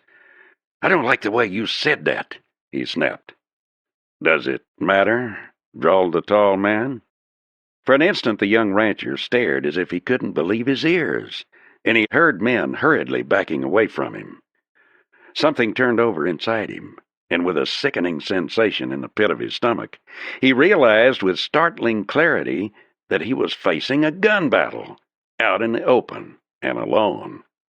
An icy chill went down his spine. Always before, when he had talked, loud and free, the fact that he was Chet Lord's son had saved him. Men knew his hard-bitten old father only too well. Then there had been Bonner and Swindell. Those two men had affronted Steve Lord, and later both had been found dead in the trail, gun in hand. Suddenly the awful realization that he must fight swept over Steve Lord. Nothing his father might do afterward would do any good now. He stiffened. His face was tense and white as he stared into the cold green eyes of the stranger. "Yeah," he snapped. "It matters, and I'll make it matter." His hand hovered over his gun. For an instant the watchers held their breaths. The tall man at the bar stared at Steve Lord coolly. Then Steve saw those hard green eyes change, and a glint of humor and friendliness came into them. With a shrug, the stranger turned away. "Well," he drawled, "don't kill me now. I hate to get shot on an empty stomach." Deliberately, he turned his back and looked at the bartender. "About another whiskey? The trail sure does make a feller dry." Everyone began talking suddenly, and Steve Lord, astonished and relieved, dropped his hand to his side. Something had happened to him, and all he knew was that he had narrowly escaped death from a shootout with a man to whom blazing guns were not new. The tall man at the bar lifted his eyes to the mirror in time to see a thin-bodied fella with close-set eyes slide quietly from his chair and go out the side door. No one seemed to notice him go except the tall stranger, who noted the intentness of the man's eyes and something sly in his movements. The stranger swallowed his drink, turned on his heel, and walked outside. The thin man, who had left the trail house, was talking with three men across the street in front of the Spur Saloon. The tall man saw the eyes of the three pick him up. Swiftly screening their faces, he strolled on. Idling in front of the empty stage station a few minutes later, he saw Steve Lord coming toward him. Something about the young man disturbed him, but although his eyes lifted from the cigarette he was rolling, he said nothing when Steve stopped before him. "You could have killed me," Steve said sharply, staring at him. "Yeah," the tall stranger smiled a little. "Why didn't you?" I made a fool of myself, talking too much." The stranger smiled. "No use killing a man unnecessarily. You may be Chet Lord's son, as I heard, but I think you make your own tracks." "Thanks. That's the first time anybody ever said that to me." "Maybe they should have." The stranger took a long drag and glanced sideward at Steve. "Knowing you're pretty much of a man often helps a feller be one." "Who are you?" asked Steve Lord. The stranger shrugged. "The name is Lance," he replied slowly. "Is that enough for you?" "Yeah. About that job, we'd like to have you. I may not be gun slick, but I know when a man is." "I don't reckon I'll go to work just now," observed the man who said his name was Lance. "I'd rather have you on our side than the other," Steve said honestly. "And we'll pay well." "Maybe I won't ride for either side." "You got to. Those that ain't for us are against us." Lance smoked quietly for a moment. "Tell me," he finally said, "what kind of a scrap is this?" "It's a three-cornered scrap, actually," Steve said. "Our outfit has about 40 riders, and Webb Steel has about the same number. We split the Live Oak country between us. By the Live Oak, I mean the territory between the two ranges of hills you see out east and west of here. They taper down to a point at the border. Webb Steel and us Lords both have started putting up wire, and no trouble till we get to Lost Creek Valley, the richest piece of it all. Good grass there, and lots of water." "You said it was three-cornered. Who's the other corner?" "He don't matter so much," Steve shrugged. "The real fight is between the two big outfits. This other corner is a fella named Mort Davis, squatter. He come in here about 3 years ago with his family and squatted on the wagon tire water hole. We cut his wire, and he cut ours. There she stands right now." Lance studied the street thoughtfully, aware that while he was talking with Steve Lord, something was building up down there. Something that smelled like trouble. The 3 men with whom the thin man had talked had scattered. One was watching a boy unloading some feed. One was leaning on a hitch rail. Another was studying some faded medicine show posters in a window. Abruptly, Lance turned away from Steve. There was something behind this, and he intended to know what. If they wanted him, they could have him. Chapter 2.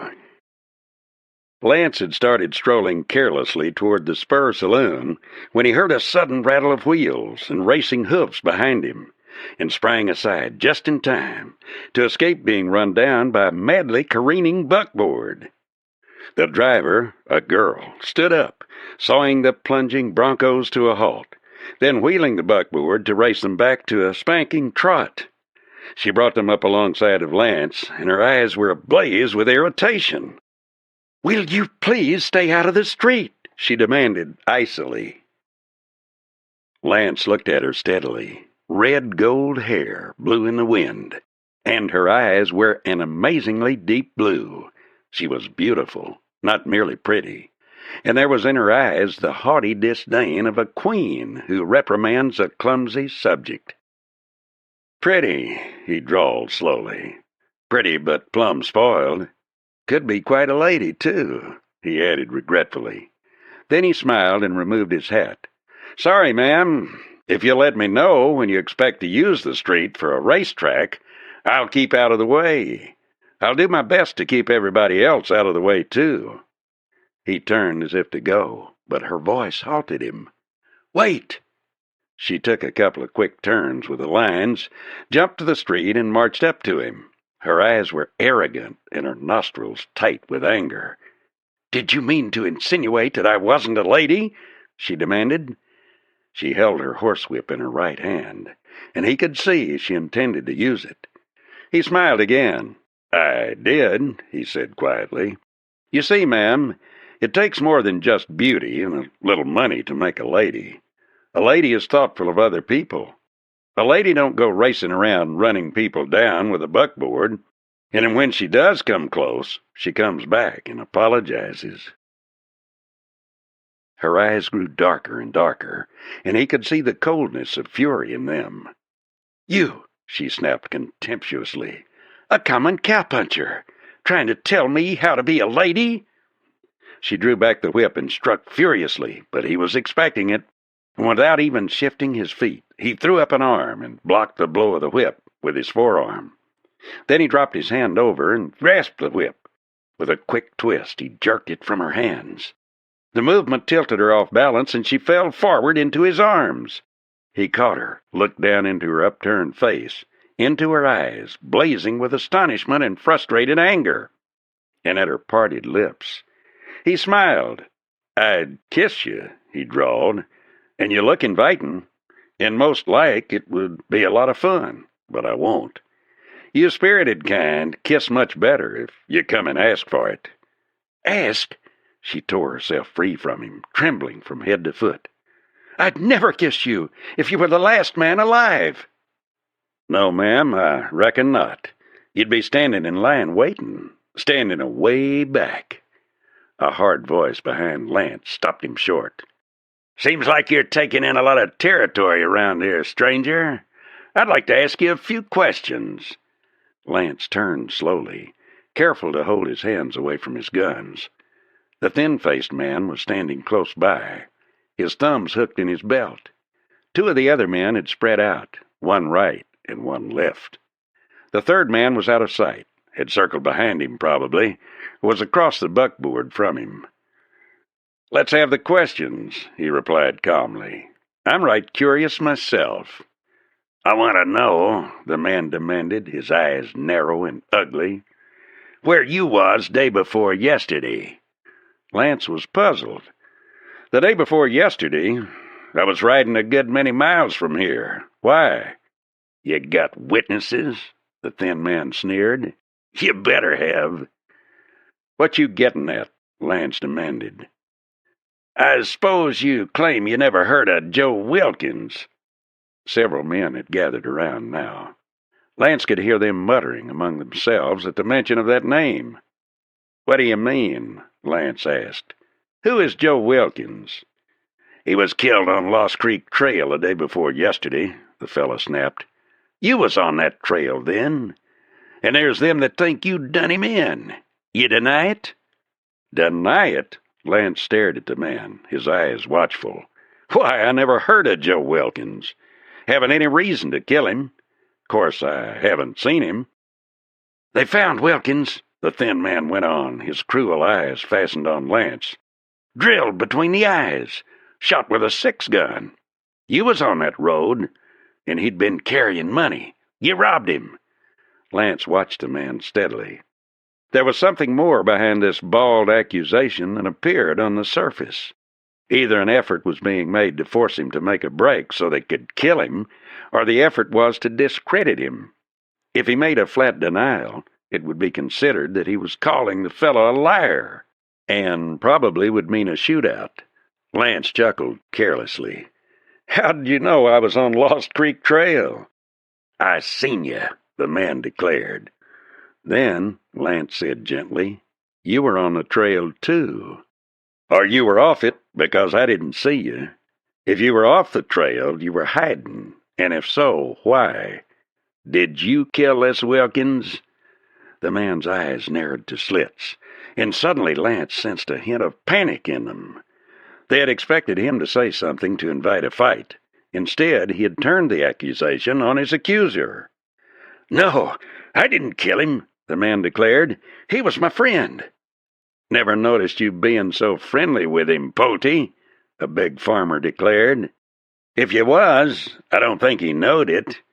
"You shut up," Polty, the thin man, snapped, his eyes blazing. "I'll do the talking here." "You talked enough," Lance replied calmly, "to make somebody right suspicious. Why are you so darned anxious to pin this killing on a stranger?" "You killed Wilkins," Polty growled harshly, and triumph shone in his eyes. "Somebody search his saddlebags. You all knew Wilkins had him some gold dust he used to carry around. I bet we'll find it." "You seem right sure," Lance suggested. "Did you put it in my bag while I was in the trail house?" I saw you slipping out." "Trying to get out of it?" Pulte sneered. "Well, you won't. I'm going to search them bags here and now." Lance was very still, and his green eyes turned hard and cold. "No," he said flatly. "If anybody searches them bags, it won't be you, and it'll be done in the presence of witnesses." "I'll search 'em," Pulte snapped. "Now!" He wheeled, but before he could take even one step, Lance moved. He grabbed the thin man and spun him around. With a whining cry of fury, Pulte went for his gun, but his hand never reached the holster. Lance's left hit Pulte's chin with a crack, like that of a black-snake whip, and Pulte sagged. A left and right smashed him down, bleeding from the mouth.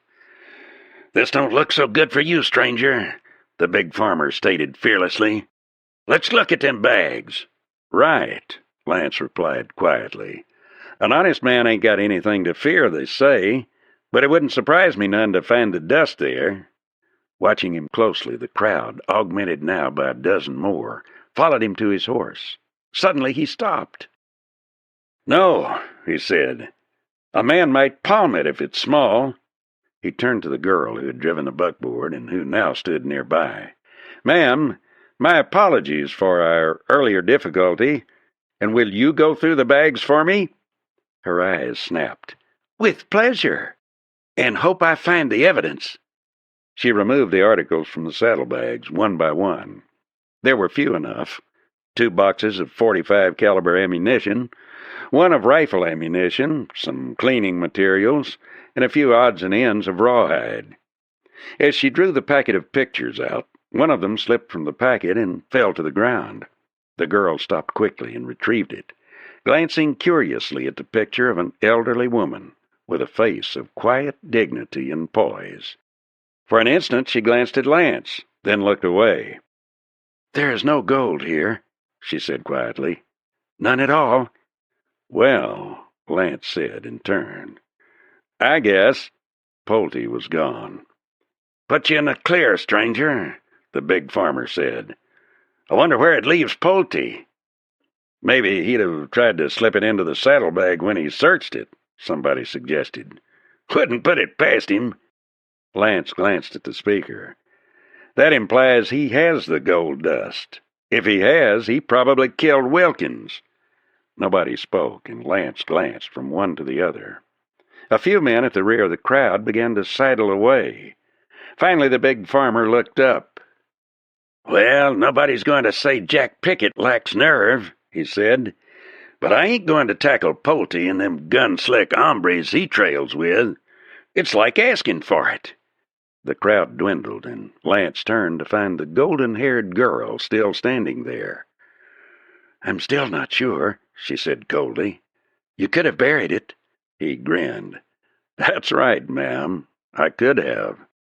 He turned and walked away. The girl stared after him, her brows knit.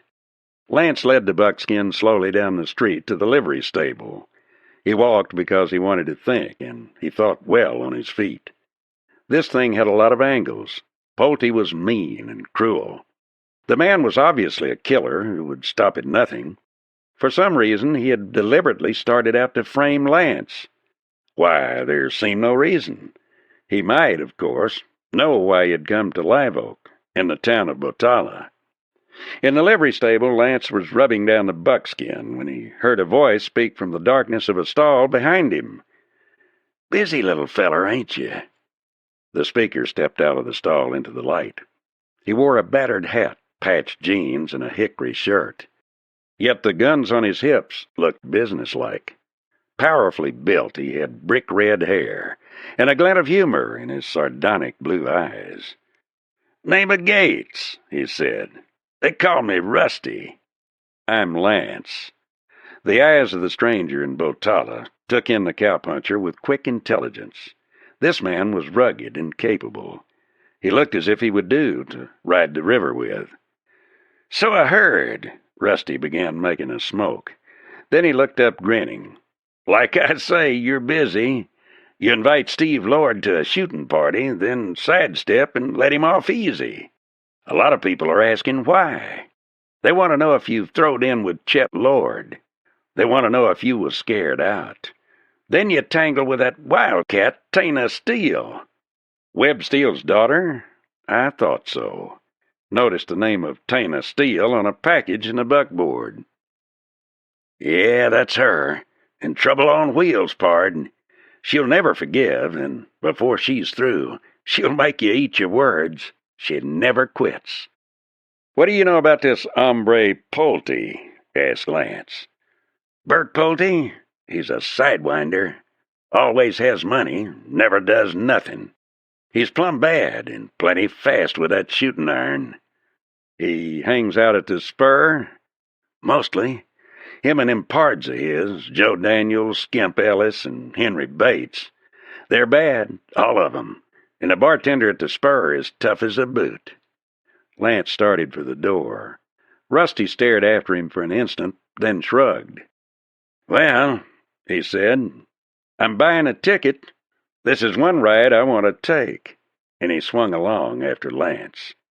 Lance walked up the boardwalk and shoved open the bat-wing doors of the Spur. Bert Pulte had been looking for trouble, and now Lance was. Slow to anger, it mounted in him now like a tide, the memory of those small, vicious eyes, and the tenseness of the man as he stood, set to make a kill. Never a troublemaker, Lance had always resented being bullied, nevertheless, and he resented seeing others pushed around. It was this, as much as a debt to pay, that had brought him to Botala. There was as yet no tangible clue to what the trouble here was all about. He had only Steve Lord's version, one that seemingly ignored the rights of Mort Davis. Yet now Pulte was buying in. Pulte had deliberately tried to frame him with a killing. Lance hadn't a doubt but that Pulte had planned to plant gold dust in his saddlebags. Chapter 3. A half-dozen men were loitering about the bar when Lance walked in, turned, and looked around. "Where's Pulte?" he demanded. One of the men he had seen talking to Pulte was sitting at a table nearby. Another stood at the bar. There was no reply. "I said," Lance repeated sharply, "where's Pulte?" "You sure won't find out nothing here, stranger," the seated man drawled, his tone insulting. "When Pulte wants you, he'll get you." Lance took a quick step toward him and, catching a flicker of triumph in the man's eye, wheeled to see an upraised bottle aimed at his head. Before the man who held it could throw, Lance's gun fairly leaped from its holster. It roared, and the shot caught the bottle just as it left the man's hand. Liquor flew in all directions, and the man sprang back, splattered by it. Holstering his gun, Lance stepped in and caught the man by the shirt and jerked him around. Instantly the fellow swung. Turning him loose, Lance hooked a short left to the chin, then stabbed 2 fast jabs to the face. He feinted and threw a high, hard right. The fellow went down and rolled over on the floor. Without a second's warning, Lance whirled around and grabbed the wrist of the man at the chair, spun him around, and hurled him to the floor. "All right," he snapped. "Talk or take a beating. Where's Pulte?" "The devil with you!" Lance's latest victim snarled. "I'll kill you!" Then Lance had him off the floor, slammed him against the bar, and proceeded to slap and backhand him 7 times, so fast the eye could scarcely follow. His grip was like iron, and before that strength the man against the bar felt impotent and helpless. "Talk, cuss you!" Lance barked and slapped him again. The man's head bobbed with the force of the blow. "I'm not talking for fun," Lance said. "I want an answer." "Apple Canyon," the man muttered surlily. "And I hope he kills you." Lance slammed him to the floor alongside the first man, then spun on his heel and walked out. As he came through the door, he saw Rusty Gates standing outside, hand on his gun. Gates grinned. "Didn't take long," he said dryly. "You operate pretty fast, partner." "Where's Apple Canyon?" Lance demanded. "Well," Gates said, and rolled his quid of chewing in his jaws, "Apple Canyon's almost due south of here, down close to the border. That's where Nita Riordan hangs out." "Who's she?" Lance wanted to know. "Queen of the Border, they call her. Half Irish, half Mexican, and all dynamite. The best-looking woman in the Southwest." and a tiger when she gets started. But it ain't her you want to watch. It's Brigo. Jamie Brigo is a big yacky half-breed who can sling a gun as fast as the Brockmans, track like a bloodhound, and as loyal as a St. Bernard. Also, he weighs about 2 pounds less than a ton of coal. What's the place like? A town? No, a bar, a bunkhouse, and 3 or 4 houses. It's a hangout for outlaws, and, feller, it ain't no place for a man to go looking for Bert Pulte. That's his bailiwick. Lance saddled Buck, his buckskin, and headed south, leaving Rusty at the stable, staring thoughtfully after him. The day was beginning to fade now, and he could see the sun grow larger as it slid away toward the western mountains. There was still heat. It would not be tempered until after the sun was gone, until the long shadows came to make the plains cool. The bunch grass levels were dotted with mesquite and clumps of prickly pear, and Lance rode on through them, letting the buckskin have his head on the narrow winding trail. Prairie dog towns were all about, but they disappeared as the rocks grew closer. Once he saw a rattler, and there were always buzzards circling on slow, majestic wings above the waste below. When he had gone no more than 2 miles, he left the trail and started cross-country, still thinking of Pulte. He did not trust this man. He began to dig and pry in his memory, trying to uncover some clue as to Pulte's actions. But more and more it became apparent that the secret of all the trouble lay in something he did not know. The dim trail he had taken when he left the main trail to Apple Canyon was lifting now, skirting the low hills, steadily winding higher and higher. The story that he was going to Apple Canyon was a good one. It would cover up what he actually intended to do. And soon he would go to Apple Canyon. Pulte was dangerous, he knew that, nor did he underrate the 2 men he had beaten up in the spur. Their kind were coyotes who would follow a man for months for a chance to pull him down. There was menace in this country, an impending sense of danger that would not leave him. There was more here than met the eyes, more than the smile on tall, handsome Steve Lord's face, more than the sullen anger of the lovely, pampered Tana. There was death here, death and the acrid smell of gunpowder. What did they know? What was behind the message he had received that had brought him here? Was it just another range war, or was it more? Yet anyone who had lived in Texas through the Taylor and Sutton feud knew that range war could be deadly. And in Texas these days, men rode with awareness. The wire was stirring up old feelings, old animosities. The big ranches were all stringing wire now. The smaller ranches were doing likewise. Starved for range for their herds and pinched down to small areas, they saw extinction facing them if they did not fight. And they had neither the wealth to hire gunmen nor the strength to fight without them unless they banded together. Joe Wilkins, who Lance had learned was a nester, had been slain. The mention of his name and the quick surge of feeling had been enough to indicate that submerged fires burned here and close to the surface. Any little spark might touch off an explosion that would light 1,000 fires along the border and turn it into an inferno of gunsmoke. Men were all carrying guns. They were carrying spare ammunition, too. They were ready, one and all. They rode the range or rode fence with rifles across their saddle bows, and their keen eyes searched every clump of mesquite or prickly pear. Joe Wilkins had died. Fences had been cut, and the ugly shape of war was lifting its head. It was a time when men shot first and asked questions afterward. The notorious outlaw Sam Bass was riding the trails, robbing banks and trains. John Wesley Hardin was running up his score of 27 men killed. King Fisher had 500 men riding to his orders on both sides of the border.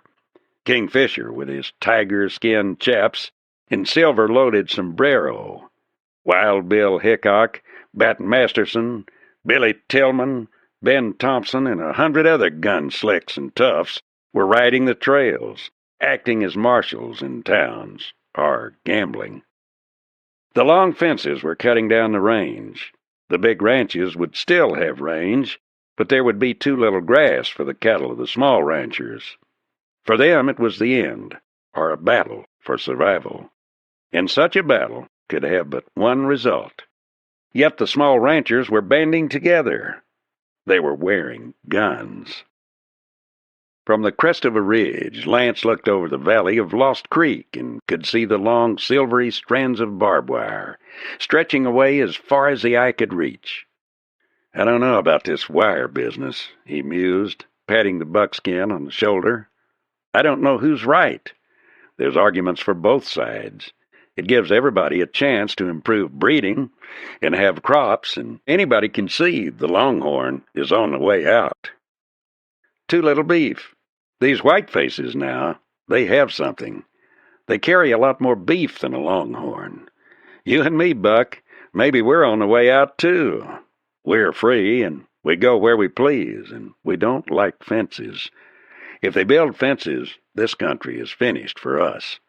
We'll have to go to Dakota, or maybe to Mexico, or the Argentine."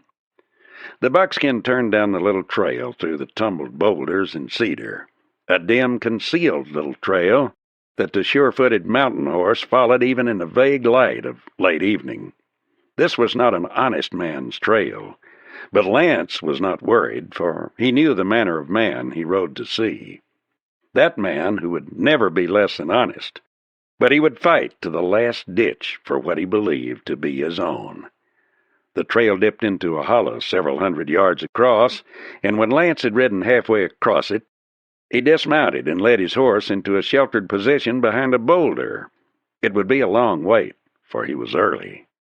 Sitting against a boulder, he watched the declining sun fall slowly westward, watched the shadows creep up the rocky walls, and the sunlight splash color upon the cliffs. He must have fallen asleep, for when he awakened, the stars were out, and he judged several hours must have passed. It was quiet, yet when Lance lifted his eyes, it was in time to catch the gleam of starlight on a pistol barrel aimed over a rock. Then, even as he moved, the muzzle flowered with flame. As he hurled himself desperately to one side, he heard the bullet strike, then again, and something struck him a wicked blow on the back of the head. He tumbled on his face among the boulders.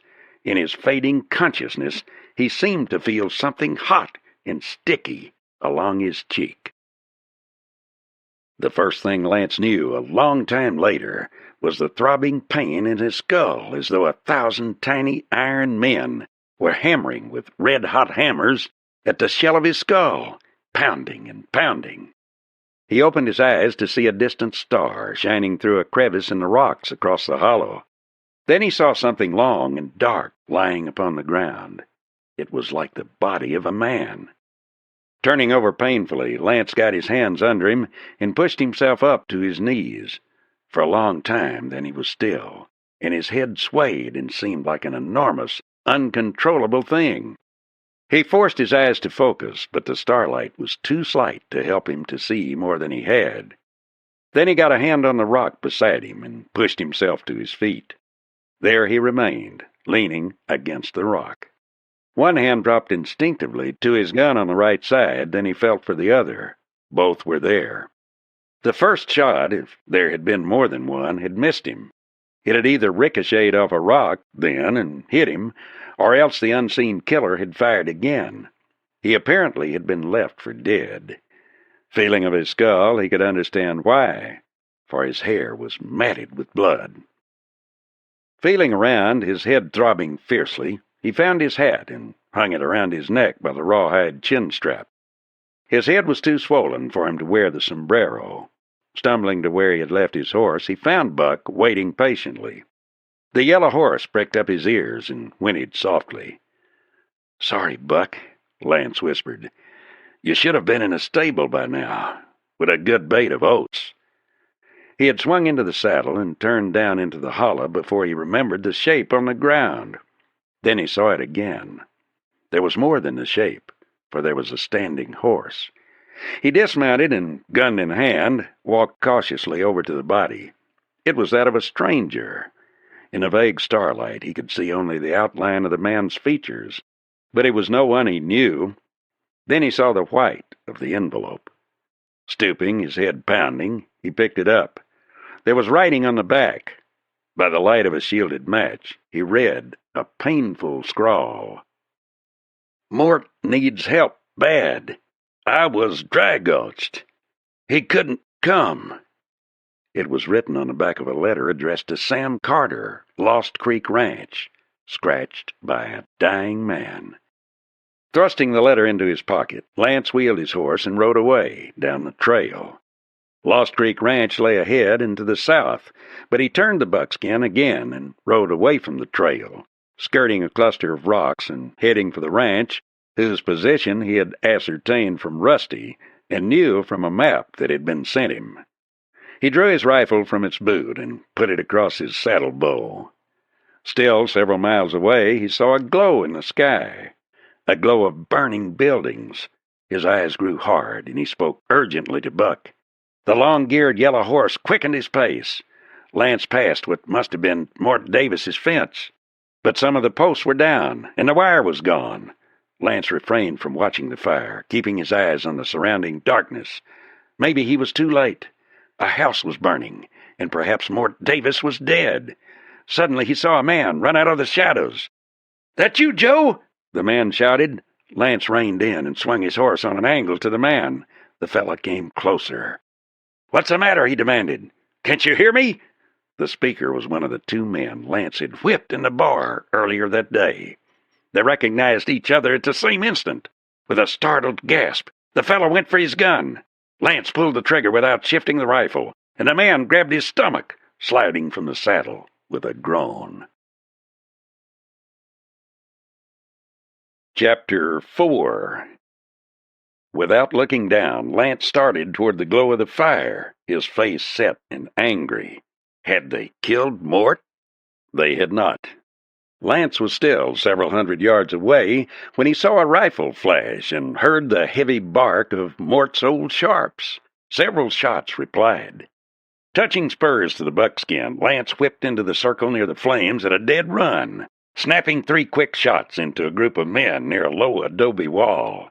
It was a gamble at that speed, but the attacking group was bunched close. There was a cry of pain, and one of them whirled about. He was fully in the light, and his chest loomed up. Lance put a shot into him as he flashed abreast of the man, heard a bullet whip past his own ear. Then he was gone into the darkness beyond the light of the flames. Sliding from saddle, Lance put the rifle to his shoulder and shot twice. Reloading in haste, he began smoking up every bit of cover near the burning house, taking targets when they offered, and seeking the darkest spots of cover at other times. When his rifle was emptied, he dropped it to his side and opened up with a 6-gun. Men broke from cover and ran for their horses. The old sharps bellowed in protest at their escape, and one of the men fell headlong. He scrambled up, but made only 3 steps before he pitched over again, dangerously near the flames. Again Lance reloaded, then walked forward. "Mort!" he called. "Come out of there, you old wolf! I know you're shooting!" A tall, dark-bearded man in a battered black felt hat sauntered down from the circle of rocks at the foot of the cliff. "Looks like you got here just in time, friend," he said. "You see Sam?" Briefly, Lance explained. Then he jerked his head in the direction the attackers had taken. "Who were they?" he asked. "I don't know. Maybe Webb Steele's boys. Him and Lord want me out of here, the worst way." He scratched the stubble on his lean jaws. "Let's have a look." 3 men had been left behind. With the man Lance had killed out on the prairie, that made 4. It had been a costly lesson. Well, Lance told himself, they should have known better than to tackle an old he-wolf like Mort Davis. A lean, gangling 16-year-old strolled down from the rocks. He carried a duplicate of his father's sharps. He stood beside his father and stared at the bodies. "They don't look like nobody I ever seen," Mort said thoughtfully. "But Webb and Chet both been getting in some new hands." "Pap," the youngster said, "I seen this one in Botala trailing with Bert Pulte." Lance studied the man's face. It wasn't one of the men he knew. "Mort," he asked, "where do the Brockmans figure in this?" The old man puckered his brow. "The Brockmans? I didn't know they was in it. Abel Brockman rode for Steele once, but not no more. He got to sparking Tana, and the old man let him go. He didn't like it none, neither." "It don't look right," Lance said as he rubbed his jaw reflectively. "Lord and Steele are supposed to be fighting, but so far, all I've seen is this gang that trails with Pulte. They jumped me in town." "Watch them Brockmans," Mort said seriously. "They're poison mean, and they never fight alone. Always the two of 'em together, and they got this gunfighting as a team worked out mighty smooth.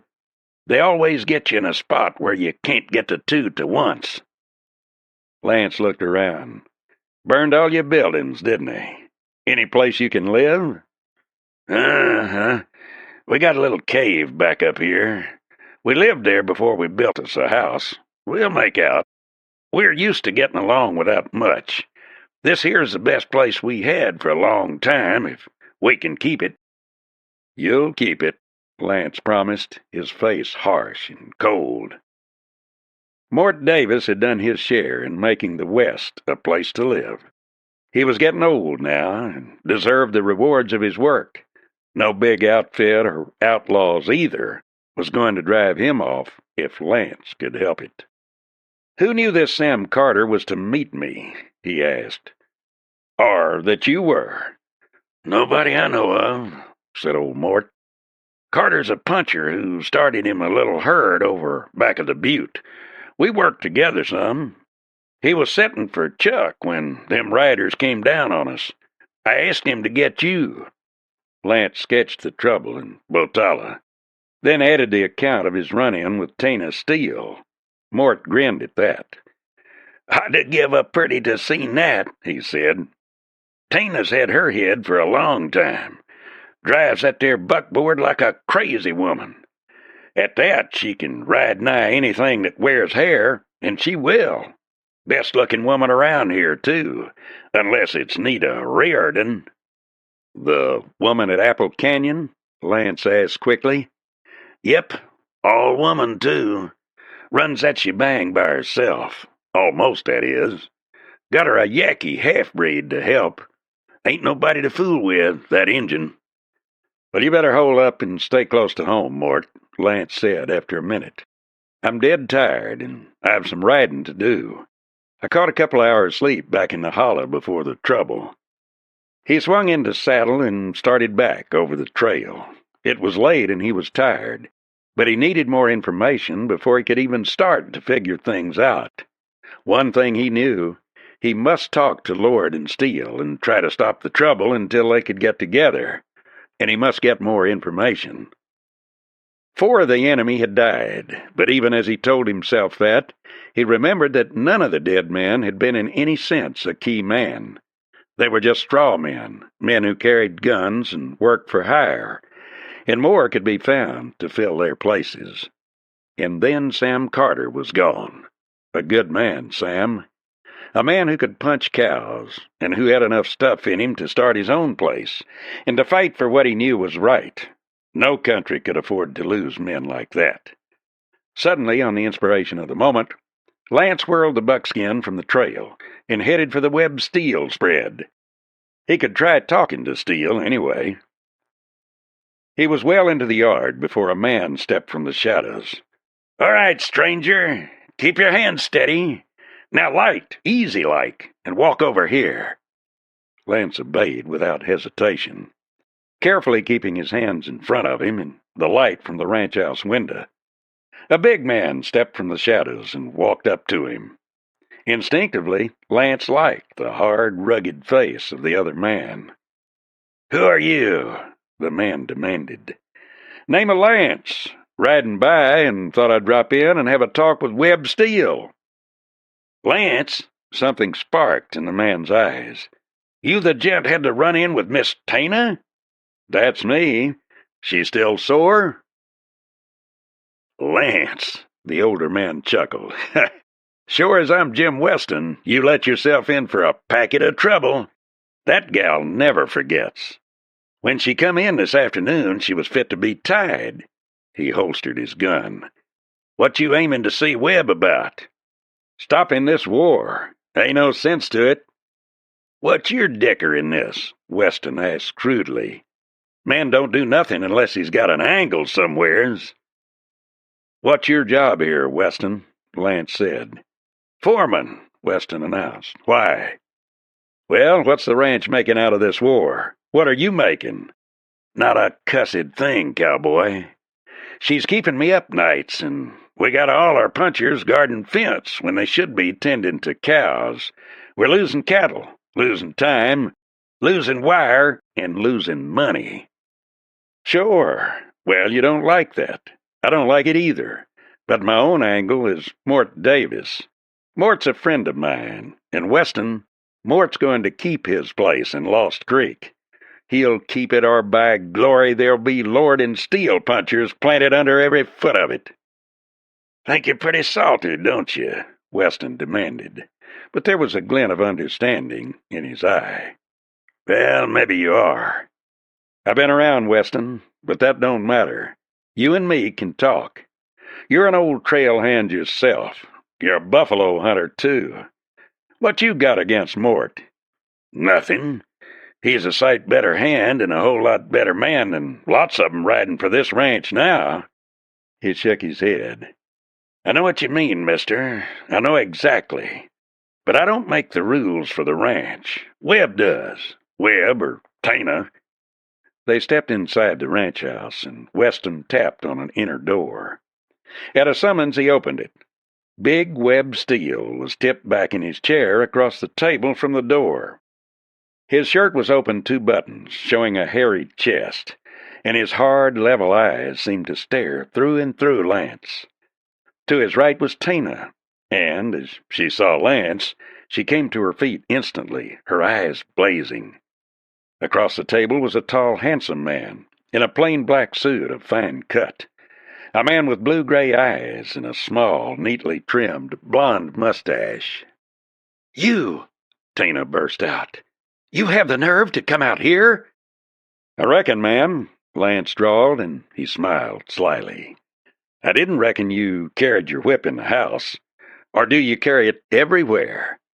"You take a high hand with my daughter, Lance, if that's your name," Webb rumbled, glancing from Tina to Lance and back. "What happened between you two?" "Steele," Lance said, grinning a little, "your daughter was driving plumb reckless, and we had a few words in which I attempted to explain that the roads wasn't all built for her own pleasure." Webb chuckled. "Young feller, you got a nerve. But Tina can fight her own battles, so heaven have mercy on your soul." "Well," Lance said, "you spoke of me taking a high hand with your daughter. If my hand had been applied where it should have been, it might have done a lot more good." Webb grinned again, and his hard eyes twinkled. "Son, I'd give 100 head of cows to see the man as could do that. It'd be right interesting." "Father," Tina protested, "this man insulted me." "Ma'am," Lance interrupted, "I'd sure admire to continue this argument some other time. Right now I've come to see Mr. Steele on business." "What business?" Webb Steele demanded, cutting short Tina's impending outburst. "War business. You're edging into a 3-cornered war that's going to cost you plenty. It's going to cost Chet Lord plenty, too. I come to see about stopping it. I want to get a peace talk between you and Chet Lord and Mort Davis." "Mort Davis?" Webb exploded. "That no-account nester ain't going to make no peace talk with me. He'll get off that claim or we'll run him off." Webb's eyes were blazing. "You tell that long-geared highbinder to take his stock and get."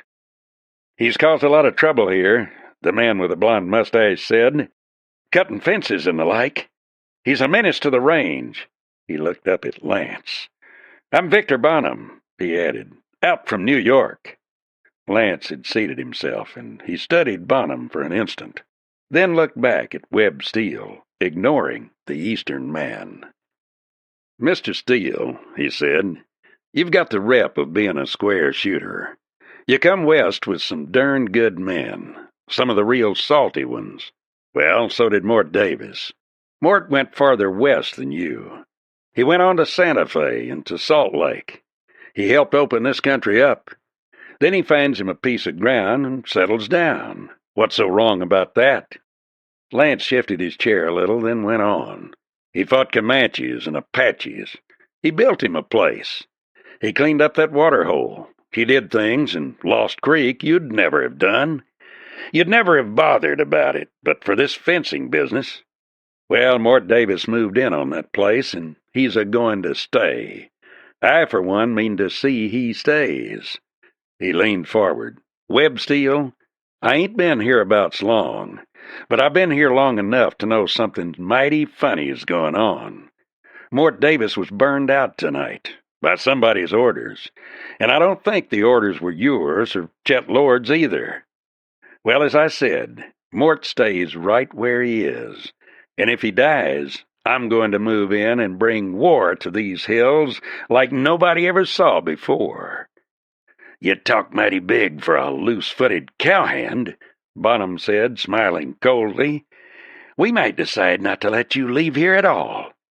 Lance turned his head slowly at the direct challenge, and for a long minute he said nothing, letting his chill green eyes burn into the Easterner.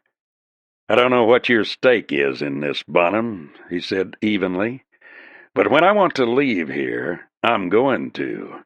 I'll leave under my own power, and if I have to walk over somebody in getting out, I could start with you.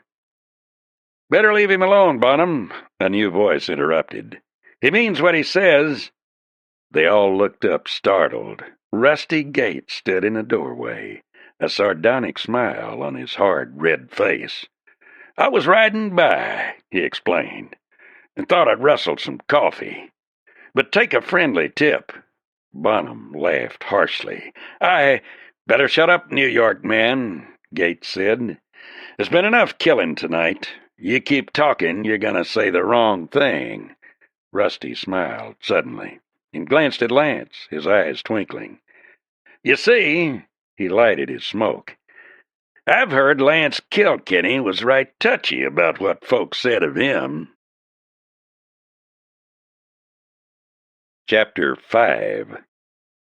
The name dropped into the room like a bombshell. Tana's hands went to her throat, and her eyes widened. Webb Steele dropped his big hands to the table, and his chair legs slammed down. Jim Weston backed up a little, his tongue wetting his lips. It was Bonham, the man from New York, who Lance Kilkenny was watching, and in Bonham's eyes he saw a sudden blaze of white, killing rage. The man's lips drew back in a thin line. If ever lust to kill was in a man's face, it was in Victor Bonham's then. An instant only, and then it was gone, so suddenly that Kilkenny wondered if it had not been a hallucination. Did you say Kilkenny? Webb Steele demanded. The gunfighter? That's right. Lance's voice seemed to have changed suddenly. My name is Lance Kilkenny. Mort Davis was in trouble, so I came to help him. He glanced up at Webb. I don't want trouble, if I can avoid it. But they tried to burn out Mort and wipe him out. What happened? Bonham demanded. 4 men died, Lance said quietly. They were not men anybody ever saw riding with Steele or Lord. He smiled a little. Mort's still around and still able. Bonham was staring at him. Yes, I seem to recall something about a man named Kilkenny being nursed by Davis after a fight. Lance got up. Think it over, Mr. Steele. I'm not riding for war. I never ask for trouble with any man. But Mort's my friend. Even with 2 old prairie wolves like you and Chet Lord, there can be peace. You two should get together with Mort. You'd probably like each other. Kilkenny stepped backward out of the door and went down the steps to the buckskin. Tana Steele stood there beside the horse. He had seen her slip from the room an instant before he left. So, she said, scorn in her voice, you're a gunman. I might have known it. A man who shoots down other men, less skilled than he, then holds himself up as a dangerous man. "Ma'am," Kilkenny said quietly, taking the bridle, "I've killed men. Most of 'em needed it. All of 'em asked for it. What you say doesn't help any, or make it worse." He swung into the saddle. "Ma'am," he added softly, "you're sure pretty in the moonlight, where a body can't see the meanness in you.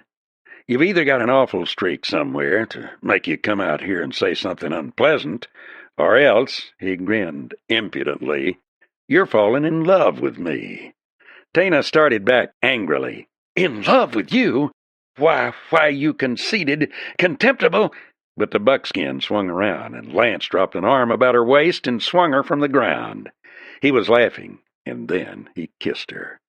He held her and kissed her until her lips responded, almost in spite of themselves. Then he put her down and swung out of the ranch yard at a gallop, lifting his voice in song. "Old Joe Clark has got a cow, she was muley born. It takes a jaybird 48 hours to fly from horn to horn." Tana Steele, shaking with anger or some other emotion less easily understood, stood staring after him. She was still staring when his voice died away in the distance. Then she heard another horse start up and watched it gallop down the trail after Lance Kilkenny. It was several minutes before the rider caught up with Kilkenny and found him, gun in hand, facing down trail from the shadows at the edge. It was Rusty Gates. "What do you want?" Kilkenny demanded. Rusty leaned forward and patted his black on the neck. "Why, I reckon I want to ride along with you, Kilkenny. I hear you're a straight shooter, and I guess you're the only hombre I ever met up with could get into more trouble than me. If you can use a man to side you, I'd sure admire to ride along. I got an idea," he added, "that in days to come you can use some help." "Let's ride, Rusty," Kilkenny said quietly. "It's getting late." When Lance Kilkenny rolled out of his blankets in the early dawn, he glanced over at Gates. The redhead was still snoring. Kilkenny grinned, then shook his boots carefully to clear out any wandering tarantulas or scorpions that might have holed up for the night. Grimly he contemplated a hole in his sock. No time for that now. He pulled the sock down to cover the exposed toe and slid the boot on. Then he got up. Carefully he checked his guns.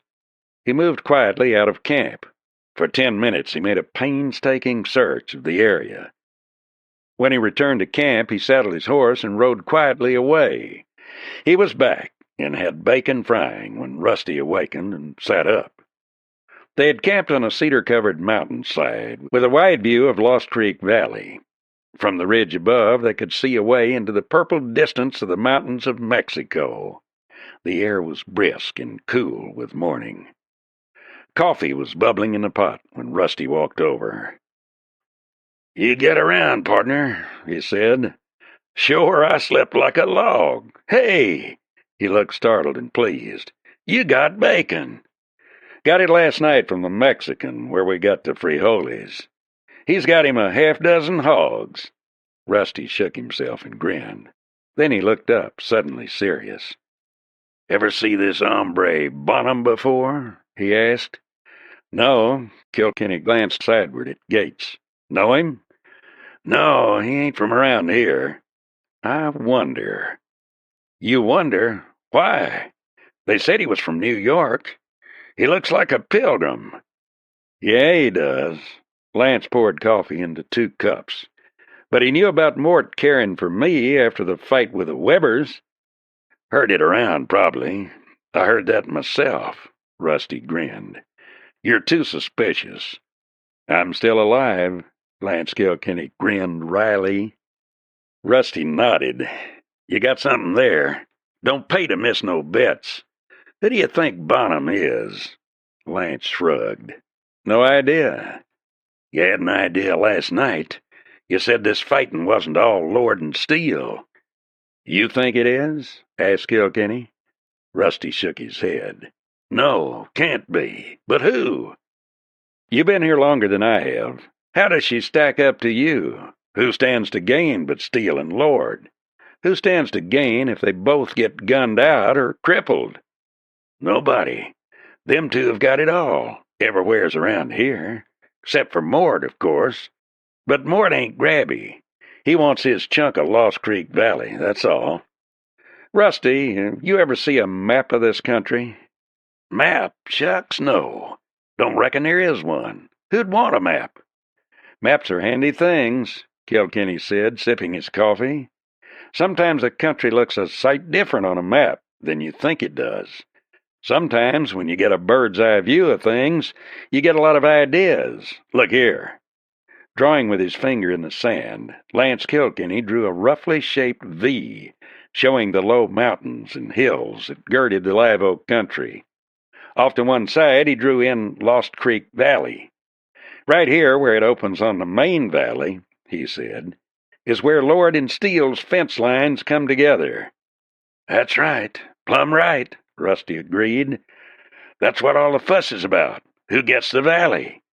But notice, Lance said, this V-shaped valley that is half Steele's and half Lord's runs from the point of the V up to the wide cattle ranges of Texas. And up there are other cow outfits, bigger than even Lord's and Steele's. Fine stock, too. I come down through there a while back and rode over some fine range. Lots of white-faced bulls brought in up there. The stock is being improved. In a few years, this is going to be one of the greatest stock-raising countries in the world.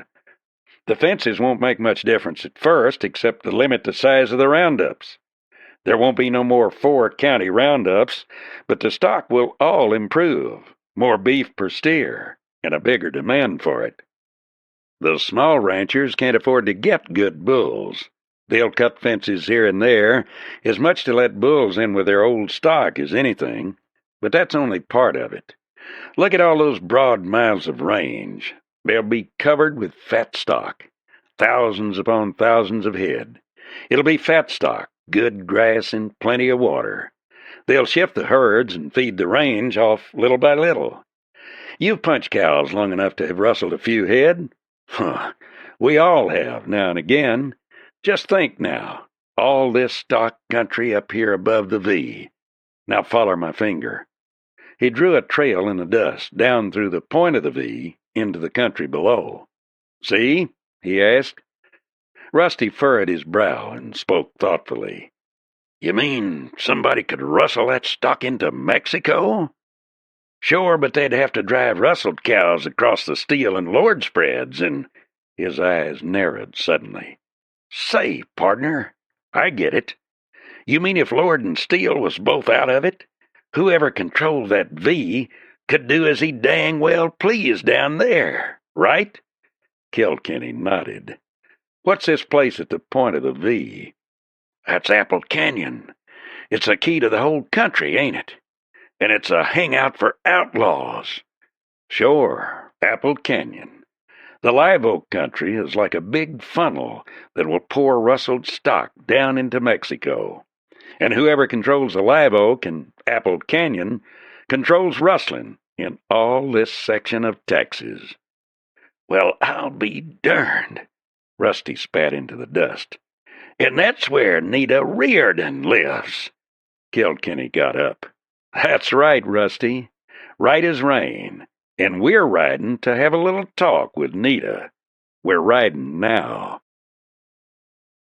Llano Trail lifted up over the low hills from the Live Oak country and headed down through Forgotten Pass, winding leisurely across the cactus-studded desert, where only the coyotes prowled and rattlesnakes huddled in the shade of boulders, and the chaparral cock ran along the dim trails. Ahead of the two horsemen, lost like motes in a beam in all the vast emptiness of the desert, could be seen the great ragged rocks of the mountains. Not mountains of great height, but huge, upthrust masses of rock, weirdly shaped as though wrought by some insane god. It was a country almost without water, yet a country where a knowing man might live, for bare old cactus, the desert reservoir, grew there. One might cut a hole in the cactus, and during the night, or in a matter of an hour or so, considerable liquid, cool and fresh, would gather, always sufficient for life. The buckskin ambled easily, accustomed to long trails, and accustomed to having his head and pacing over the great distances. His was a long, stepping, untiring walk that ate up the miles. The sun lifted from behind a morning cloud and started climbing toward noon.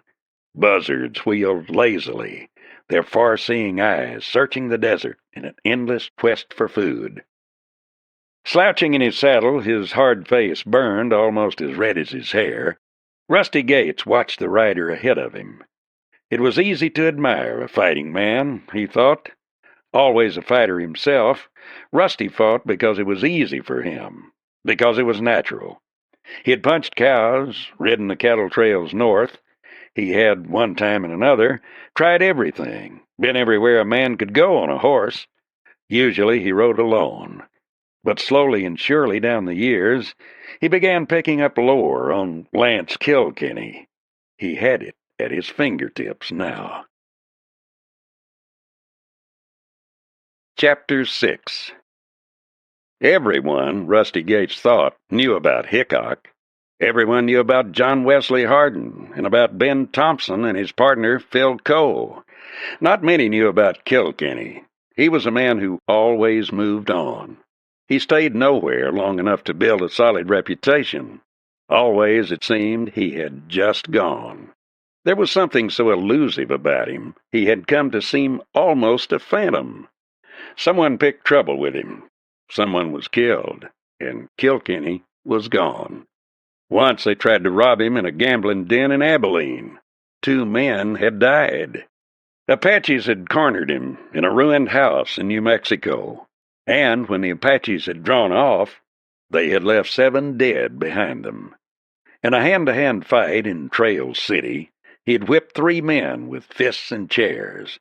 Then when morning came, he was gone. The stories of the number of men he had killed varied. Some said he had killed 18 men, not counting Indians and Mexicans.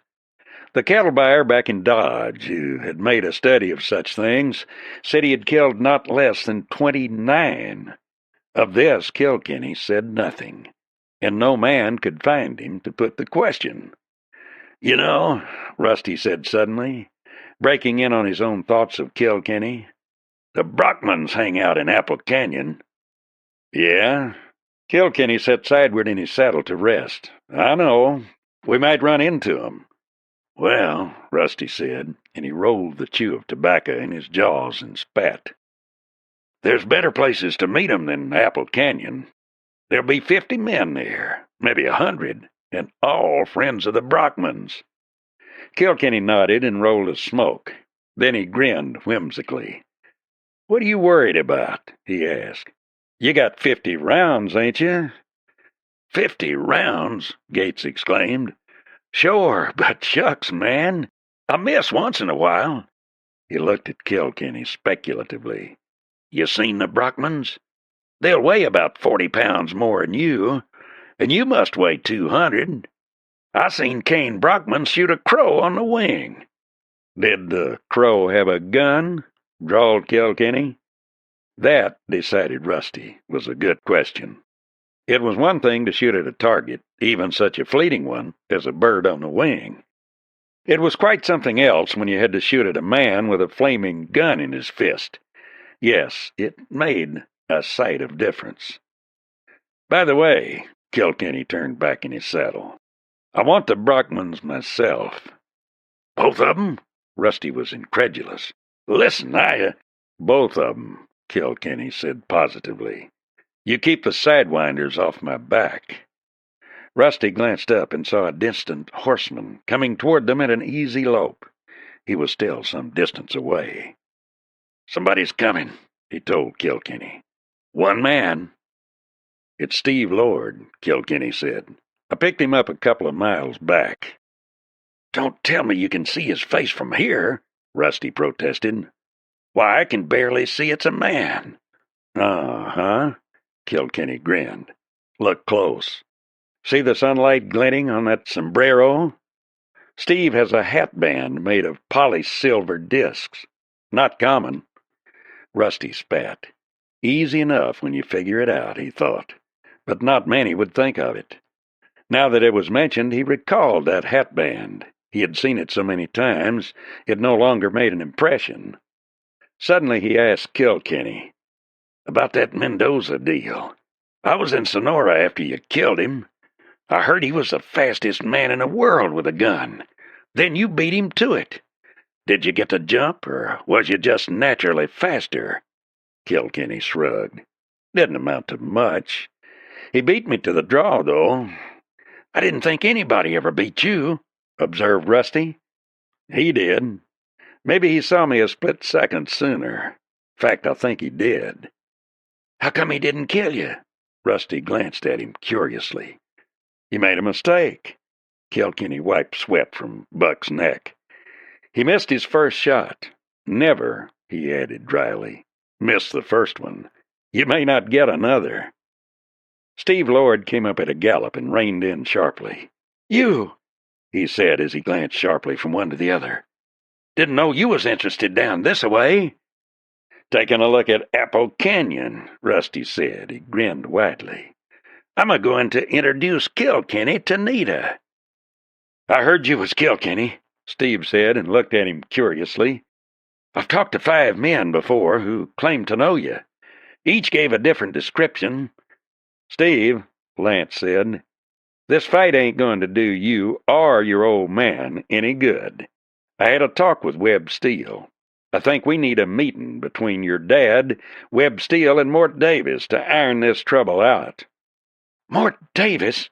Steve exploded. "Why, Dad's threatened to shoot him on sight. They'd never dare get in the same room." "I'll be there," Kilkenny said dryly. "If any shooting's done, I'll do it." Steve shook his head doubtfully. I'll talk to him, but it won't do any good. He's too hard-headed." "So's Webb Steele," Rusty agreed. "But we'll bring him around." "No need for anybody to fight," Kilkenny said. "I came in this to help Mort. You and your dad stand to lose plenty if this war breaks wide open. Why fight when it's to somebody else's interest?" Steve's head jerked around. "What do you mean by that?" he demanded. Kilkenny looked up mildly, then drew deeply on his cigarette and flicked off the ash before he replied. "Because there's somebody else in this," he said. "Somebody who wants Lord and Steele out of the way. Somebody who stands to win a heap. Find out who that is, and we'll know the reason for range war." Steve's face sharpened. He wheeled his horse. "You won't find anybody at Apple Canyon," he shouted. "I saw the Brockman there." Then he was gone. "Scared," Rusty Gates suggested. "Scared silly." "No," Kilkenny said. "He ain't scared. It's something else." Yet as he rode on, he was not thinking of that, or of anything that had to do with this trouble except in the most remote way. He was thinking of himself, something he rarely allowed himself to do, beyond caring for the few essential comforts of living, the obtaining of food and shelter. He was thinking of what lay ahead, for in his own mind he could see it all with bitter clarity. This was an old story, and a familiar one. The West knew it, and would know it again and again in the bitter years to come. Struggle was the law of growth, and the West was growing up the hard way. It was growing up through a fog of gun smoke, and through the acrid odor of gunpowder, and the sickly sweet smell of blood. Men would die, good men and bad, but strong men all, and a country needed its strong men. Such a country as this needed them doubly bad. Whether it would be today, he did not know, but he knew there must be a 6-gun showdown, and he had seen too many of them. He was tired. Young in years, he had ridden long on the out trail, and knew only too well what this meant. If he should be the best man, he would live to run again and to drift to a new land, where he was not known as a killer, as a gunman. For a few days, a few months, all would go well. Then there would come a time, as it was coming now, when it was freedom and right, or a fight to the death. Sometimes he wondered if it were worth it. There was something familiar about this ride. He remembered it all so well. Ahead of him lay trouble, and going to Apple Canyon was typical of him, just what he would do. It was always his method to go right to the heart of trouble, and Apple Canyon seemed to be the key point here. There was so much ahead. He did not underrate Bert Pulte. The snake-eyed gunman was dangerous, quick as a cat and vicious as a weasel. The man would kill and kill until he was finally put down full of lead. He would not quit, for there wasn't a yellow thing about the man. He would kill from ambush, yes. He would take every advantage, for he did not kill from bravado or for a reputation. He killed to gain his own ends, and for that reason there would be no limit to his killing. Yet at best Pulte was a tool, a keen-edged tool, but a tool nevertheless. He was a gunman, ready to be used by a keener brain, and such a brain was using him now. Who it was, Kilkenny couldn't guess. Somehow he could not convince himself that behind the bluff boldness of Webb Steele lived the ice-cold mind of a killer. Nor, from what he could discover, was Chet Lord different. No, the unknown man was someone else, someone beyond the pale of the known, someone relentless and ruthless, someone with intelligence, skill, and command of men. And afterward, there would be only the scant food, the harsh living of the fugitive. Then again, a new attempt to find peace in new surroundings. Some day he might succeed, but in his heart he doubted it. He was in danger. The thought impressed him little, for he had always been in danger. The man he sought this time would be aware by now that he knew the danger lay not in Steele or Lord, but outside of them. Yet his very action in telling them what he thought might force the unknown into the open. And that was what he must do. He must force the play until at every move it brought the unknown more and more into the open, until he was compelled to reveal himself. The direct attack. It was always the best with the adroit man. Such a man could plan for almost anything but continuous frontal attack. And he, Kilkenny, had broken such plots before. But could he break this one? Looking over the field, he realized suddenly that he was not sure. This man was cool, deadly, and dangerous. He would anticipate Kilkenny's moves, and from the shelter of his ghost-like existence, he could hunt him, pin him down, and kill him, if he was lucky. Kilkenny looked curiously at the mountains ahead. Somewhere up there, Forgotten Pass went over the mountains and down to the Rio Grande. It wasn't much of a pass, as passes go, and the section was barren, remote. But it would undoubtedly be an easy route over which to take cattle to Mexico. And many of the big ranches down there were buying, often planning to sell the rustled cattle they bought back across the border. It was almost mid-afternoon before the two riders rounded the shoulder of rock and reined in, looking down the main street of the rickety little town of Apple Canyon. Kilkenny halted his horse and studied the situation. There were 4 clapboard buildings on one side of the street, 3 on the other. "The nearest one is the Sawbones," Rusty explained. "He's a renegade from somewheres, but a good doc. Next is the livery stable and blacksmith shop all in one. The long building next door is the bunkhouse. 40 men can sleep there, usually do. The place after that is Bert Pulte's. He lives there with Joe Deegan and Tom Murrah. On the right side, the nearest building is Bill Sadler's place. Bill's a gambler. Did a couple of stretches for forgery, too, they say. He cooks up any kind of documents you want. After his place is the big joint of Apple Canyon, the Border Bar. That's Nita's place. She runs it herself. The last house, the one with the flowers around, is Nita's. They say no man has ever entered the place. You see?" Rusty glanced at Lance. "Nita's straight, though there's been some has doubted it from time to time. But Nita, she puts 'em right." "And the place up on the cliffs beyond the town?" Kilkenny wondered. "Who lives there?" "Huh?" Rusty scowled his puzzlement. "Where you mean?" Kilkenny pointed.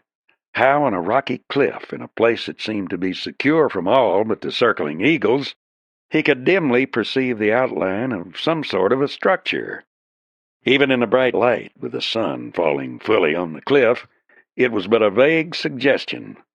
Yet, even as he looked, he caught a flash of light reflecting from something. "Whoever lives there is a careful man," Kilkenny said dryly. "He's looking us over with a glass." Rusty was disgusted. "Well, I'll be hanged. I've been there 3 times before, and once stayed 5 days. And never knowed that place was there." Kilkenny nodded understandingly. "I'll bet a pretty you can't see it from the town.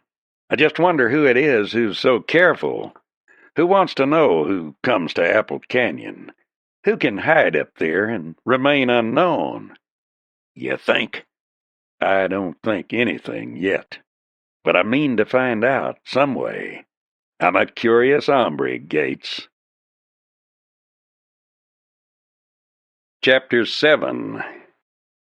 Kilkenny was in the lead by a dozen paces as the two rode slowly down the street. A man sitting before the border bar turned his head and said something through the window. But aside from that, there was no movement. Yet Kilkenny saw a man with a rifle and some rocks at the end of the street. And there was a man with a rifle in a blacksmith shop. The town, he thought grimly, was well guarded. They walked their horses to the hitching rail and dismounted. The man sitting on the porch looked at them curiously and spat off the end of the porch. His eyes dropped to Kilkenny's tied-down guns, then strayed to his face. His attention seemed to sharpen, and for an instant his eyes wavered to Rusty. They stepped up on the porch, and Kilkenny pushed through the bat-wing doors. Rusty loitered on the porch, brushing dust from his clothes. "Traveling's dirty business," he muttered. "Risky, too," the watcher replied softly. "You're asking for trouble coming here with him. The word's out." "For me, too, then," Rusty said. "We're riding together." "Like that, huh? Can't help you none, cowboy." "I ain't asking. Just keep out of the way." Rusty stepped inside. Kilkenny was standing at the bar. The bartender was leaning on the bar farther down, doing nothing. He was pointedly ignoring them. As Rusty stepped through the doors, he heard Kilkenny say in a deceptively mild voice, "I'd like a drink." The bartender did not move a muscle, and gave no evidence that he heard. "I'd like a drink," Kilkenny said, and his voice was louder. The 3 men sitting in the room were covertly watching. 2 of them sat against the west and south walls. The 3rd man was across the room, almost behind Kilkenny, and against the east wall. The bar itself covered most of the north wall, except where a door opened at one end. It apparently led to a back room. "I'm asking once more," Kilkenny said. "I'd like a drink." The burly bartender turned toward him then, and his stare was hard, ugly. "I don't hear you, stranger," he said insultingly. "I don't hear you, and I don't know you." What happened then was to make legend in the border country. Kilkenny turned and his hand shot out. It grasped the bartender's shirt collar and jerked, so hard that the bartender slid over the bar and crashed on the floor outside of it. He hit the floor all sprawled out, then came up with a choking cry of anger. But Kilkenny was ready for him. A sharp left lanced at the bartender's eye, and a wicked right hook in the ribs made his mouth drop open.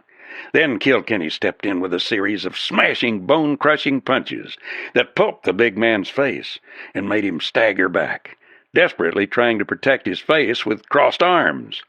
But Kilkenny was remorseless. He whipped a right to the midsection to bring the bigger man's arms down, then hooked a left to the chin and dropped the bartender to all fours. Stopping quickly, Kilkenny picked the man up and smashed a looping right to the chin. The bartender staggered back across the room and hit the floor in a heap against the far wall. It was over so suddenly, and Big Ed Gardner, the barkeep, was whipped so quickly and thoroughly that it left the astonished gunman present staring. Before they could get set for it, Kilkenny sprang back. "All right," Kilkenny's voice cracked like a whip in the dead silence of the room. "If you want Kilkenny, turn loose your dogs." The name rang like a challenge in the room, and the three men started. The gunman against the west wall touched his lips with a nervous tongue. In his own mind, he was sure of one thing. If they went through with their plan, he himself was going to die. No one had told them the man they were facing was Kilkenny. It caught them flat-footed. They sat deathly still, their faces stiff. Then slowly the man against the south wall began letting his hand creep away from his guns. "All right, then," Kilkenny said evenly. "What was you to do here? Gun me down?" Nobody spoke, and suddenly Kilkenny's gun was in his hand. How it got there, no man could say. There was no flicker in his eyes, no dropping of his shoulder, but suddenly his hand was full, and they were looking down the barrel of the .45. "Talk," Kilkenny said. "You against the west wall. Tell me who sent you here and what you was to do. Tell me or I'll start shooting your ears." The man swallowed, then wet his lips. "We wasn't to kill you," he said hoarsely. "We was to make you a prisoner." Kilkenny smiled then. "All right. Mexico's south of here. Travel." The three men hit the door in a lump, struggled madly. Then all three got out, swung onto their horses, and hit the road on a run. A rifle cracked outside. Kilkenny stiffened and stared at Rusty. It rang out twice more. 2 neat, evenly spaced shots. Kilkenny stepped quickly to a place beside the window. One of the fleeing gunmen had been shot down near the end of the street. The others, at almost equal distances, lay beyond. "Who done that?" Rusty questioned. "Evidently the boss don't like failure," Kilkenny suggested, thin-lipped. He shrugged. "Well, I still want a drink. I guess I'll have to pour it myself." "It won't be necessary," said a smooth, feminine voice. Both men turned, startled. A girl stood at the end of the bar, facing them. She stood erect, her chin lifted a little, one hand resting on the bar. Her skin was the color of old ivory, her hair jet black, and gathered in a loose knot at the nape of her neck. But it was her eyes that were most noticeable, and her mouth. Her eyes were hazel, with tiny flecks of a darker color, and they were large, and her lashes were long. Her lips were full but beautiful, and there was a certain wistfulness in her face, a strange elusive charm that prevented the lips from being sensual. Her figure would have wrung a gasp from a marble statue, for it was seductively curved, and when she moved it was with a sinuous grace that had no trace of affectation. She came forward, and Kilkenny found himself looking into the most amazingly beautiful eyes he had ever seen.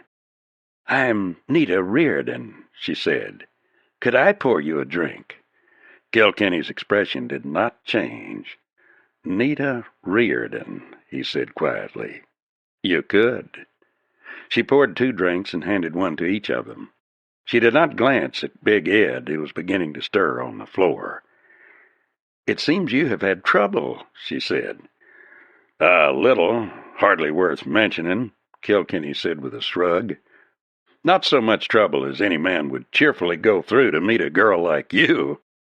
"You are gallant, senor," Nita said, looking directly into his eyes. "Gallantry is always pleasant, and especially so here, where one finds it so seldom." "Yes," Kilkenny said quietly, "and I am only gallant when I am sincere." She looked at him quickly, as though anxious to find something in his face. Then she looked away quickly. "Sincerity is difficult to find in the live oak, senor," she said. "It has little value here." "It still has value to some," he said, letting his eyes meet hers. "It has to me." He looked down at Big Ed. "I don't like to fight," he said slowly, "but sometimes it is necessary." Her eyes flashed. "That is not sincere, senor," she retorted severely. "No man who did not like to fight could have done that." With a gesture, she indicated Big Ed's face. Perhaps it is you like to fight, but do not like having to fight. There's a difference. Yes, he hitched his guns a little, swallowed his whiskey at a gulp, and looked back at her. Nita Riordan, he asked quietly, who is the man in the cliff house above Apple Canyon? Her eyes widened a little, then her face set in hard lines. He saw her lips part a little, and saw her quick breath. "I cannot answer that, senor," she said. "If there's a man there, he would resent it. You saw what happened to 3 who failed. I would not like to die, senor. There is much joy in living, even here where there are only outlaws and thieves. Even here the world can be bright, senor. For a cause, I can die. For nothing, no. To tell you now would be for nothing." "They told me you were the boss at Apple Canyon," Kilkenny suggested. "Perhaps. Things are not always what they seem, senor." "Then I'll go talk to the man on the cliff," Kilkenny said. "I'll ask him what he wants with Kilkenny, and why he prefers me alive rather than dead." "Kilkenny?" Nita's eyes widened, and she stepped closer, her eyes searching his face. "You?" "Yes. Are you surprised?" She looked at him, her eyes wide and searching. "I heard long ago, Kilkenny, that you were a good man. I heard that your gun spoke only when the need was great. I've tried to keep it that way." "And you ride alone, Kilkenny?" "I do." "And are you never lonely, senor? For me, I have found it sometimes lonely." He looked at her, and suddenly something in his eyes seemed to touch her with fire. He saw her eyes widen a little, and her lips part as though in wonderment. Kilkenny took a half-step forward, and she seemed to lean to meet him. Then he stopped abruptly and turned quickly, almost roughly, away. "Yes," he said somberly, "it has been lonely. It will be more so now." He turned abruptly toward the door, and had taken 3 strides when her voice caught him. "No, not now to the cliff, senor. The time is not now. There will be many guns. Trust me, senor, for there will be another time." She stepped closer to him. "That one will be enough for you, senor, without others. He is a tiger, a fiend. Perdition knows no viciousness such as his, and he hates you. Why, I do not know, but he hates you with a vindictive hatred, and he will not rest until he kills you. Go now, and quickly. He will not shoot you if you ride away. He wants to face you, senor. Why, I do not know." Kilkenny stopped and turned toward her, his green eyes soft and strangely warm. "Nita," he said softly, "I will ride away. He may be the man you love. Maybe you're protecting him, yet I don't believe either of them things. I'll trust you, Nita. It might be said that a man who trusts a woman is one who writes his name upon water, but I'll take the chance." He stepped quickly from the door and walked to the buckskin. Gates, only a step behind, also swung into the saddle. They rode out of town at a rapid trot. "Whew!" Rusty Gates stared at Kilkenny. "Mister, when you try, you sure get results. I never saw Nita Riordan like she was today. Every man along the borders had ideas about her. She's horsewhipped a couple, knifed one, and Brigo killed a couple. But today I'd have swore she was going to walk right into your arms." Kilkenny shrugged. "Never put too much weight on a woman's emotions, Rusty. They ain't reliable." Behind them, in the saloon at Apple Canyon, a door slowly opened. The man who stood in the door looking at Big Ed was even larger than the bartender. He seemed to fill the open door, seemed huge, almost too big to be human. Yet there was nothing malformed about him. He was big but powerfully, splendidly built, and his Indian face was dark and strangely handsome. He moved down the bar with no more noise than a sliding of wind along the floor, and stopped close to Big Ed. The bartender turned his battered, bloody face toward him. "No," Brigo said softly. "You will not betray the señorita." His black eyes were dark with intent. as he stared into Big Ed's. "If one word of this reaches him, I kill you. And when I kill you, amigo mio, it will not be nice the way I kill." I ain't talking," Big Ed said gruffly through battered lips. "I had enough." Chapter 8. Nita was standing in her garden, one hand idly fingering a rose, when Brigo came through the hedge. He looked at her, and his lips parted over perfect teeth. "You have found him, señorita," he murmured. "I see that. You have found this man for whom you waited." She turned quickly. "Yes, Jamie, it is he. But has he found me?" "Did you not see his face, his eyes?" "Si, señorita. Jamie think he find you too. He is a strong man, that one. Perhaps." He canted his head speculatively. "So strong as Jamie." "But what of him?" Nita protested. "He will kill him. He hates him." "Si, he hates, but he will not kill. I think now something new has come. This man, this Kilkenny, he is not the same." Brigo nodded thoughtfully. "I think soon, señorita, I return to my home." Trailing a few yards behind Kilkenny, Rusty Gates stared up at the wall of the valley. A ragged, pine-spread slope fell away to a rocky cliff, and the sandy wash that ran at the base of it. It was a wild, lonely country. Thinking back over what he knew of this country, he began to see that what Kilkenny had said was the truth. Someone had planned to engineer the biggest rustling plot in Western history. With this live oak country under one brand, cattle could be eased across its range and poured down through the mouth of the funnel into Mexico. By weeding the bigger herds carefully, they might bleed them for years without anyone finding out what was happening. On ranges where cattle were numbered in thousands, a few head from each ranch would not be missed. But in the aggregate, it would be an enormous number. This was not the plan of a moment. It was no cowpuncher needing a few extra dollars for a blowout. This was a steal on the grand scale. It was the design of a man with a brain, and with ruthless courage. Remembering the 3 men dead back at Apple Canyon, Rusty could see even more. The boss, whoever he was, would kill without hesitation, and on any scale. Kilkenny was doing some thinking, too. The leader, whoever he was a man who knew him.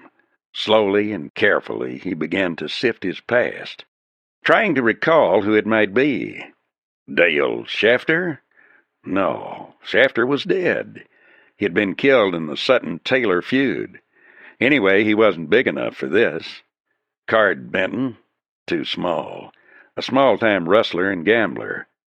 One by one he sifted their names, and man after man cropped up in his mind. Men who had never rustled, men who were gamblers and gunslingers, men who had cold nerve and who were killers. But somehow none of them seemed to be the type he wanted.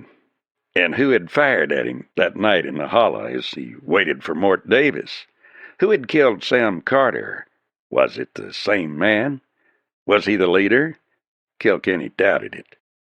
This man wanted him alive, and that one had tried to kill him. Indeed, the man had left him for dead. Someone, too, had killed Joe Wilkins.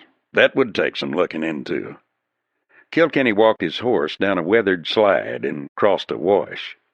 The trail led through a low place, walled on each side by low sandy hills, covered with mesquite, bunch grass, and occasional prickly pear.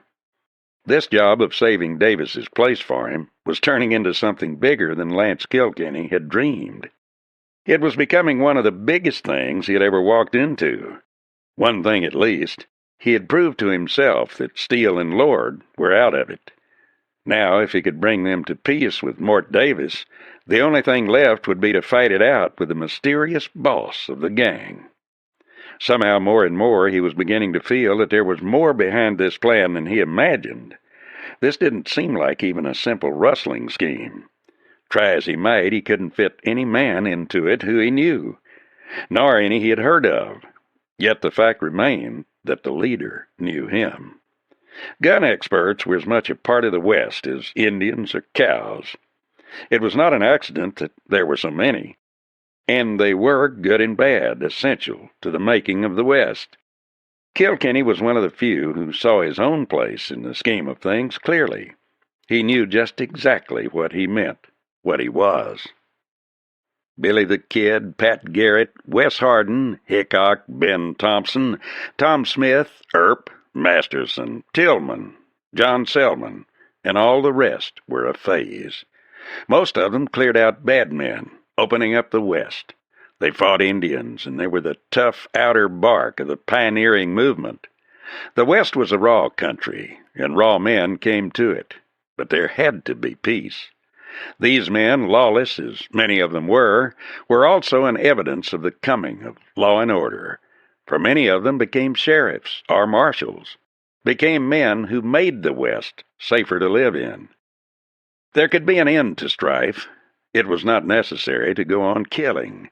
It could be controlled, and one way to control it was to put the law in the hands of a strong man. Often he was himself a bad man, and sometimes he killed the wrong man. But by and large, he kept many other gunmen from killing many more men, and brought some measure of order to the West. Yet this new outlaw leader, this mysterious man upon the cliff, this man who seemed to be pulling the strings from behind the scenes, was not one of these. He was different, strange. Shadows grew longer as the sun sank behind the painted hills, and a light breeze came from the south, blowing up from Mexico.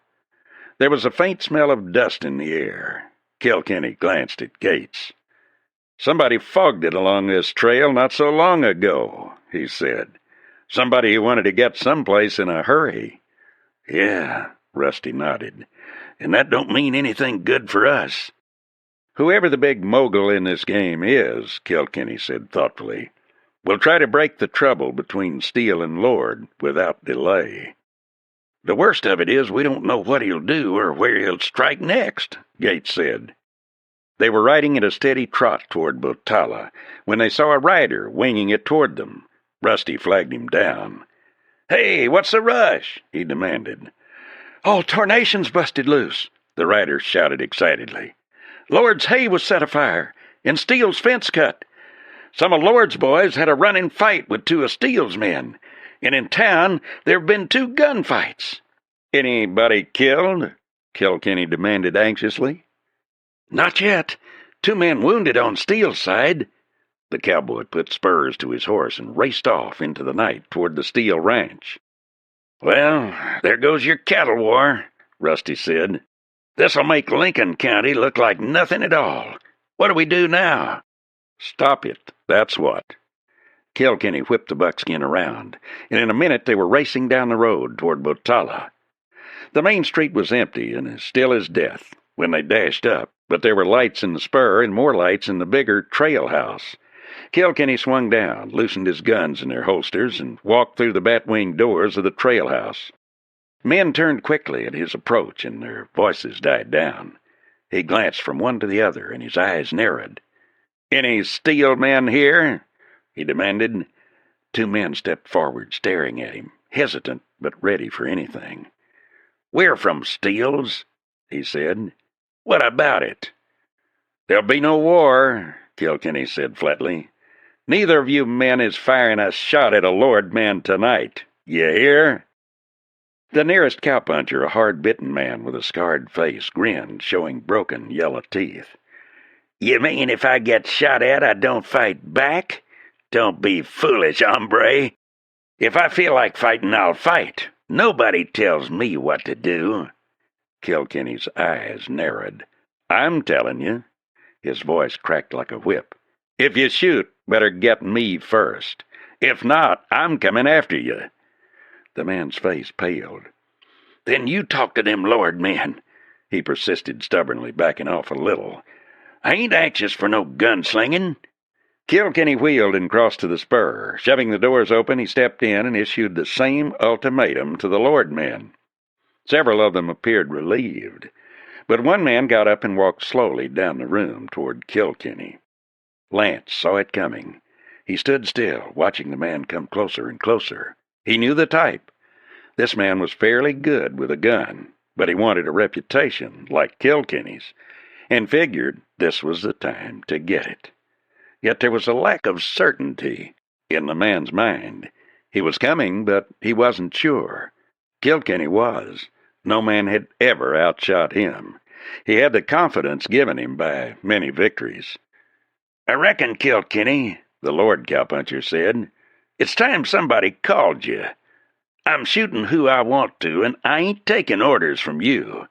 I hear you're fast. Well, fill your hand." He dropped into a gunman's crouch, then froze and his mouth dropped open. He gulped, then swallowed. The gun in Kilkenny's hand was leveled at the pit of his stomach. Somehow, in the gunfights he'd had before, it had never happened like that. There had been a moment of tenseness, then both had gone for their guns. But this had happened so suddenly. He had expected nothing like that heavy .45 aimed at his stomach, with the tall, green-eyed man standing behind it. It came to him abruptly that all he had to do to die was drop his hand. All at once, he didn't want to die. He decided that being a gunslick wasn't any part of his business. After all, he was a cowpuncher. Slowly, step by step, he backed up. Then he swallowed again. "Mister," he said, "I reckon I ain't the hombre I thought I was. I don't think there'll be any trouble with the Steel boys tonight." Kilkenny nodded. "No need for trouble," he said quietly. "There's too much on this range anyway." He spun on his heel and walked from the barroom. For an instant all was still. Then the big cowpuncher looked around and shook his head in amazement. "Did you see him drag that iron?" he asked pleadingly. "Where the devil did he get it from? I looked and there it was." There was silence for a long time. Then one man said sincerely, "I heard he was gun swift, but nothing like that. Men, that's Kilkenny." Rusty Gates grabbed Kilkenny as he left the spur. "Kilkenny," he said, "there's a stranger rode in today. He asked for you. Got something to tell you, he says. Hails from El Paso." "El Paso?" Kilkenny scowled. "Who could want to see me from there?" Gates shrugged. "Pretty well liquored, I hear." He lighted a smoke. "But he ain't talking fight. Just insists on seeing you." "Where is he now?" Kilkenny was thoughtful. El Paso. He hadn't been in El Paso since the Weber fight. Who could want to see him from there? "He was at the trail house," Gates said. "Come in just after you took off. Tall, rangy feller. Looks like a cowhand, all right. I mean, he don't look like a gunslinger." They stepped down off the walk and started across the street. They had taken but 3 steps when they heard the sharp rap of a shot, clear and ringing in the dark street. A shot, and then another. "The trail house!" Gates yelled and broke into a run. Kilkenny made the door 2 steps ahead of him, shoved it open, and stepped in. A cowpuncher lay on his face on the floor, a red stain growing on the back of his shirt. A drawn gun lay near his hand. He was dead. Slowly, Kilkenny looked up. Bert Pulte stood across the man's body, a smoking gun in his fist. He looked at Kilkenny, and his eyes narrowed. Kilkenny could see the calculation in his eyes, could see the careful estimate of the situation. He had a gun out, and Kilkenny had not drawn. But there was Gates, and in his own mind, reading what the man thought, Kilkenny saw the momentary impulse die. "Personal fight, Kilkenny," Pulte said. "This wasn't no cattle war scrap. He knocked a drink out of my hand. I asked him to apologize. He told me to go to Thunder, and I beat him to it." Kilkenny's eyes went past Pulte to a cowpuncher from the Lord Ranch. "That right?" he demanded. "Yeah," the cowpuncher said slowly, his expression unchanging. "That's about what happened." Pulte hesitated, then holstered his weapon and walked outside. Chapter 9. Several men started to remove the body, and Kilkenny walked to the bar. Looking at the liquor in his glass, he heard Rusty speaking to him softly. "That hombre got himself killed," Rusty said. "He was the one looking for you." Kilkenny's eyes caught the eyes of the cowpuncher who had corroborated Pulte, and with an almost imperceptible movement of the head, brought the man to the bar. "You tell me," Kilkenny said. "What happened?" The cowpuncher hesitated. "Ain't healthy to talk around here," he said doubtfully. "See what happened to one hombre? Well, he's only one." "You don't look like you'd scare easy," Kilkenny said dryly. "You afraid of Pulte?" "No." The cowpuncher faced Kilkenny. "I ain't afraid of him, or you either, for that matter. Just ain't healthy to talk. Howsoever, while what Pulte said was the truth, it looked powerful like to me that Pulte deliberately bumped the cowboy's elbow, that he deliberately drew him into a fight." "What was the puncher saying? Anything to rile Pulte?" "Not that I know of. He just said he had him a story to tell that would bust this country wide open. He did him a lot of talking, I'd say." So, Bert Pulte had picked a quarrel with a man who had a message for Kilkenny. A man who said he could bust this country wide open. Kilkenny thought rapidly. What had the man known? And why from El Paso? Suddenly a thought occurred to him. Finishing his drink, he said out of the corner of his mouth, "Stick around and keep your eyes open, Rusty. If you can, pick up Pulte and stay close to him." Stepping from the trail house, Kilkenny walked slowly down the street, keeping to the shadows. Then he crossed the alley to the hardware store and walked down its wall, then along the corral and around it.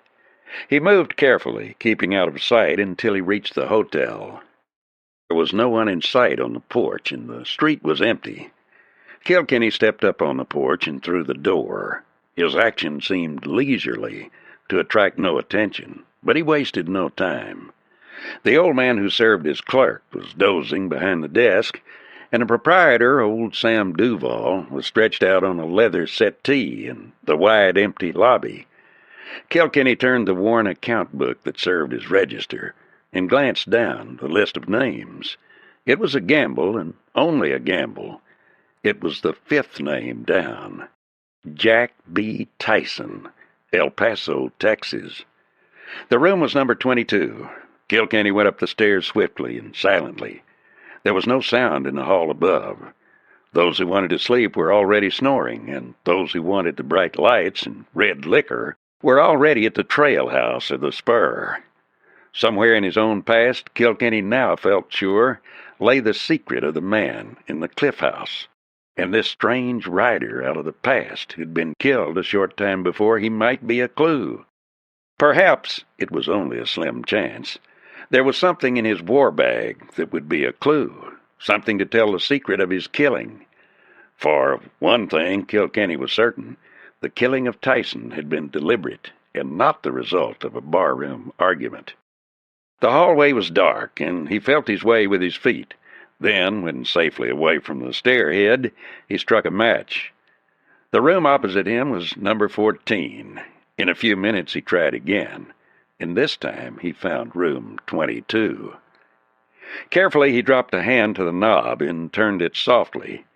Like a ghost he entered the room, but even as he stepped in, he saw a dark figure rise from bending over something at the foot of the bed. There was a quick stab of flame, and something burned along his side. Then the figure wheeled and plunged through the open window to the shed roof outside. Kilkenny went to the window and snapped a quick shot at the man as he dropped from the roof edge. But even as he fired, he knew he had missed. For an instant he thought of giving chase, then the idea was gone. The man, whoever he was, would be in the crowds around the spur or the trail house within a matter of minutes, and it would be a fool's errand. In the meantime, he would lose what he sought here. There was a pounding on the steps, and he turned, lighting the lamp. The door was slammed open, and the clerk stood there, his old chest heaving. Behind him, clutching a shotgun, was Duval. "Here!" Duval bellowed. What the consarn you doing in there? And who's a-shooting? I tell you I won't have it." "Take it easy, Dad," Kilkenny said, grinning. "I came up to have a look at Tyson's gear and caught somebody going through it. He shot at me." "What right you got to go through his gear your own self?" Duval snapped suspiciously. "He was killed in the trail house. Somebody told me he had a message for me. I was looking for it." "Well, I reckon he ain't fit to do no kicking," Duval admitted grudgingly. "And I heard him say he had a word for Kilkenny. All right, go ahead, but don't be shooting. Can't sleep no ways." He turned and stumped down the narrow stairs behind the clerk.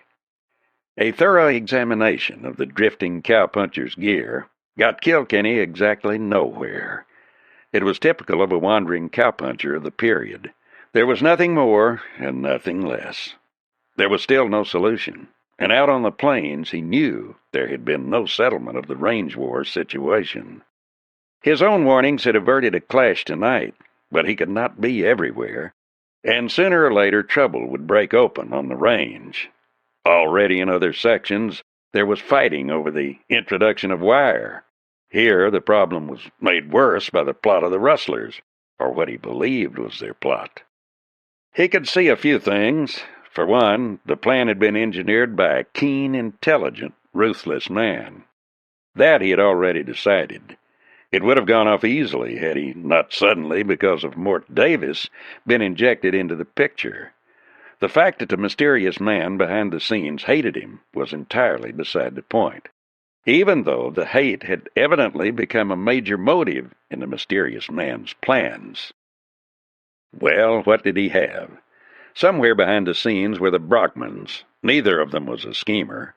Both were highly skilled killers, clansmen of the old school, neither better nor worse than any other Western gunmen, except that they fought together. It was accepted by everyone that they would always fight together. The Brockmans he did not know. From the beginning he had accepted the fact that someday he would kill them. That he did not doubt. Few of the original gunfighters doubted. To doubt would have been to fail. There was the famous case of the duel between Dave Tutt and Bill Hickok as an example.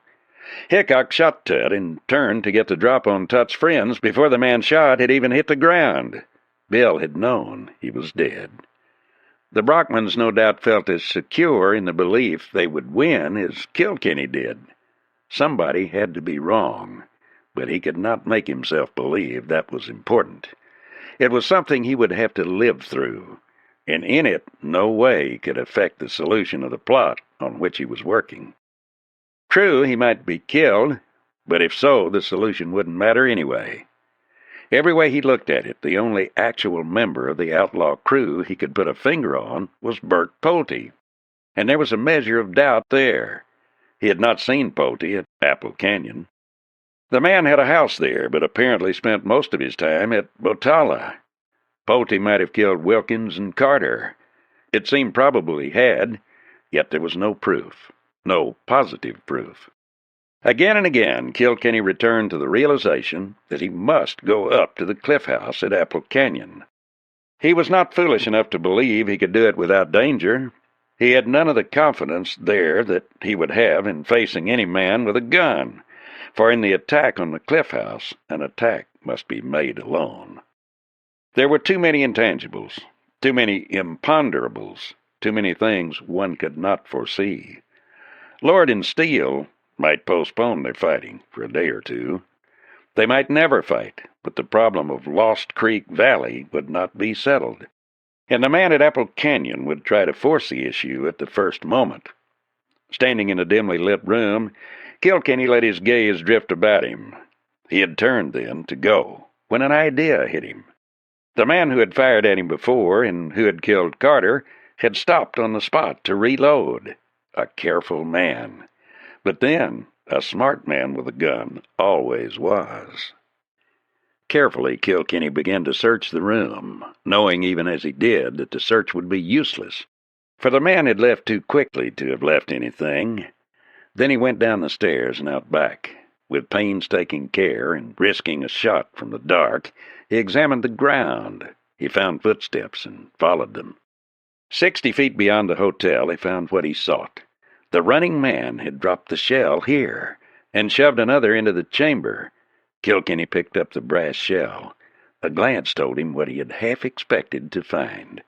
The unseen gunman was the man who had killed Sam Carter. "Found something?" He straightened swiftly. It was Gates standing there, his hand on his pistol butt, staring at him. "A shell. Where's Pulte?" "Left town for Apple Canyon. Riding easy. Taking its time." "You been with him, like I said?" Kilkenny demanded. "Yeah," Rusty nodded. "He didn't do that shooting a while ago, if that's what you mean. I heard the shooting, then somebody come in and told us you was playing target down here. And I'd had Pulte within 10 feet of me ever since you left me." Kilkenny rubbed his jaw and stared gloomily into the darkness. So it wasn't Bert Pulte. The theory that had been half-formed in his mind, that Pulte was himself the unseen killer and a close agent of the man on the cliff, was shattered. Suddenly a new thought came to him. What of Rusty? Where had Rusty Gates been? Why had Rusty joined him? Was it from sheer love of battle and admiration for him, Kilkenny? Or for some deeper purpose? He shook his head. He would be suspecting himself if this continued. Turning, followed by Gates, he walked slowly back to the street. He felt baffled, futile. Wherever he turned, he was stopped. There were shootings and killings, then the killer vanished. The night was wearing on, and Kilkenny mounted the buckskin and rode out into the desert. He had chosen a place away from the town for his camp. Now he rode to it and unsaddled Buck.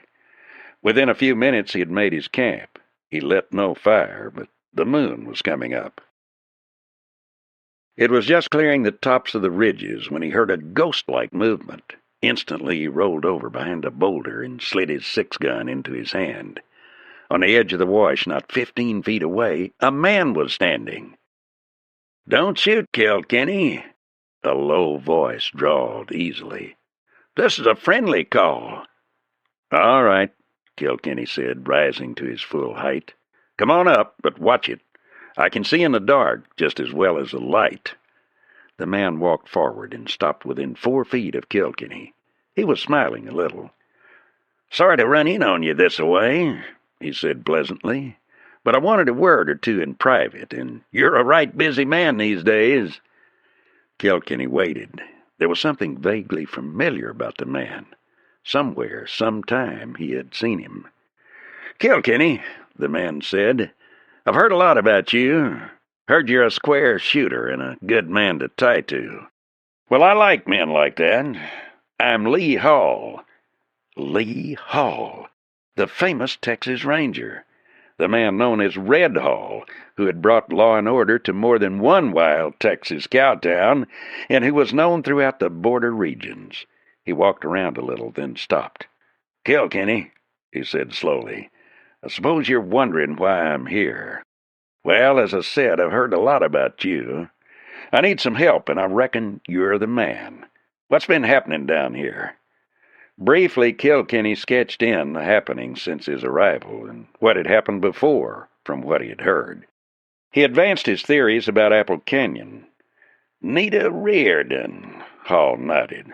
"I knew her old man. He came out from the East. Good man. Hadn't lived in Carolina long. Came there from Virginia.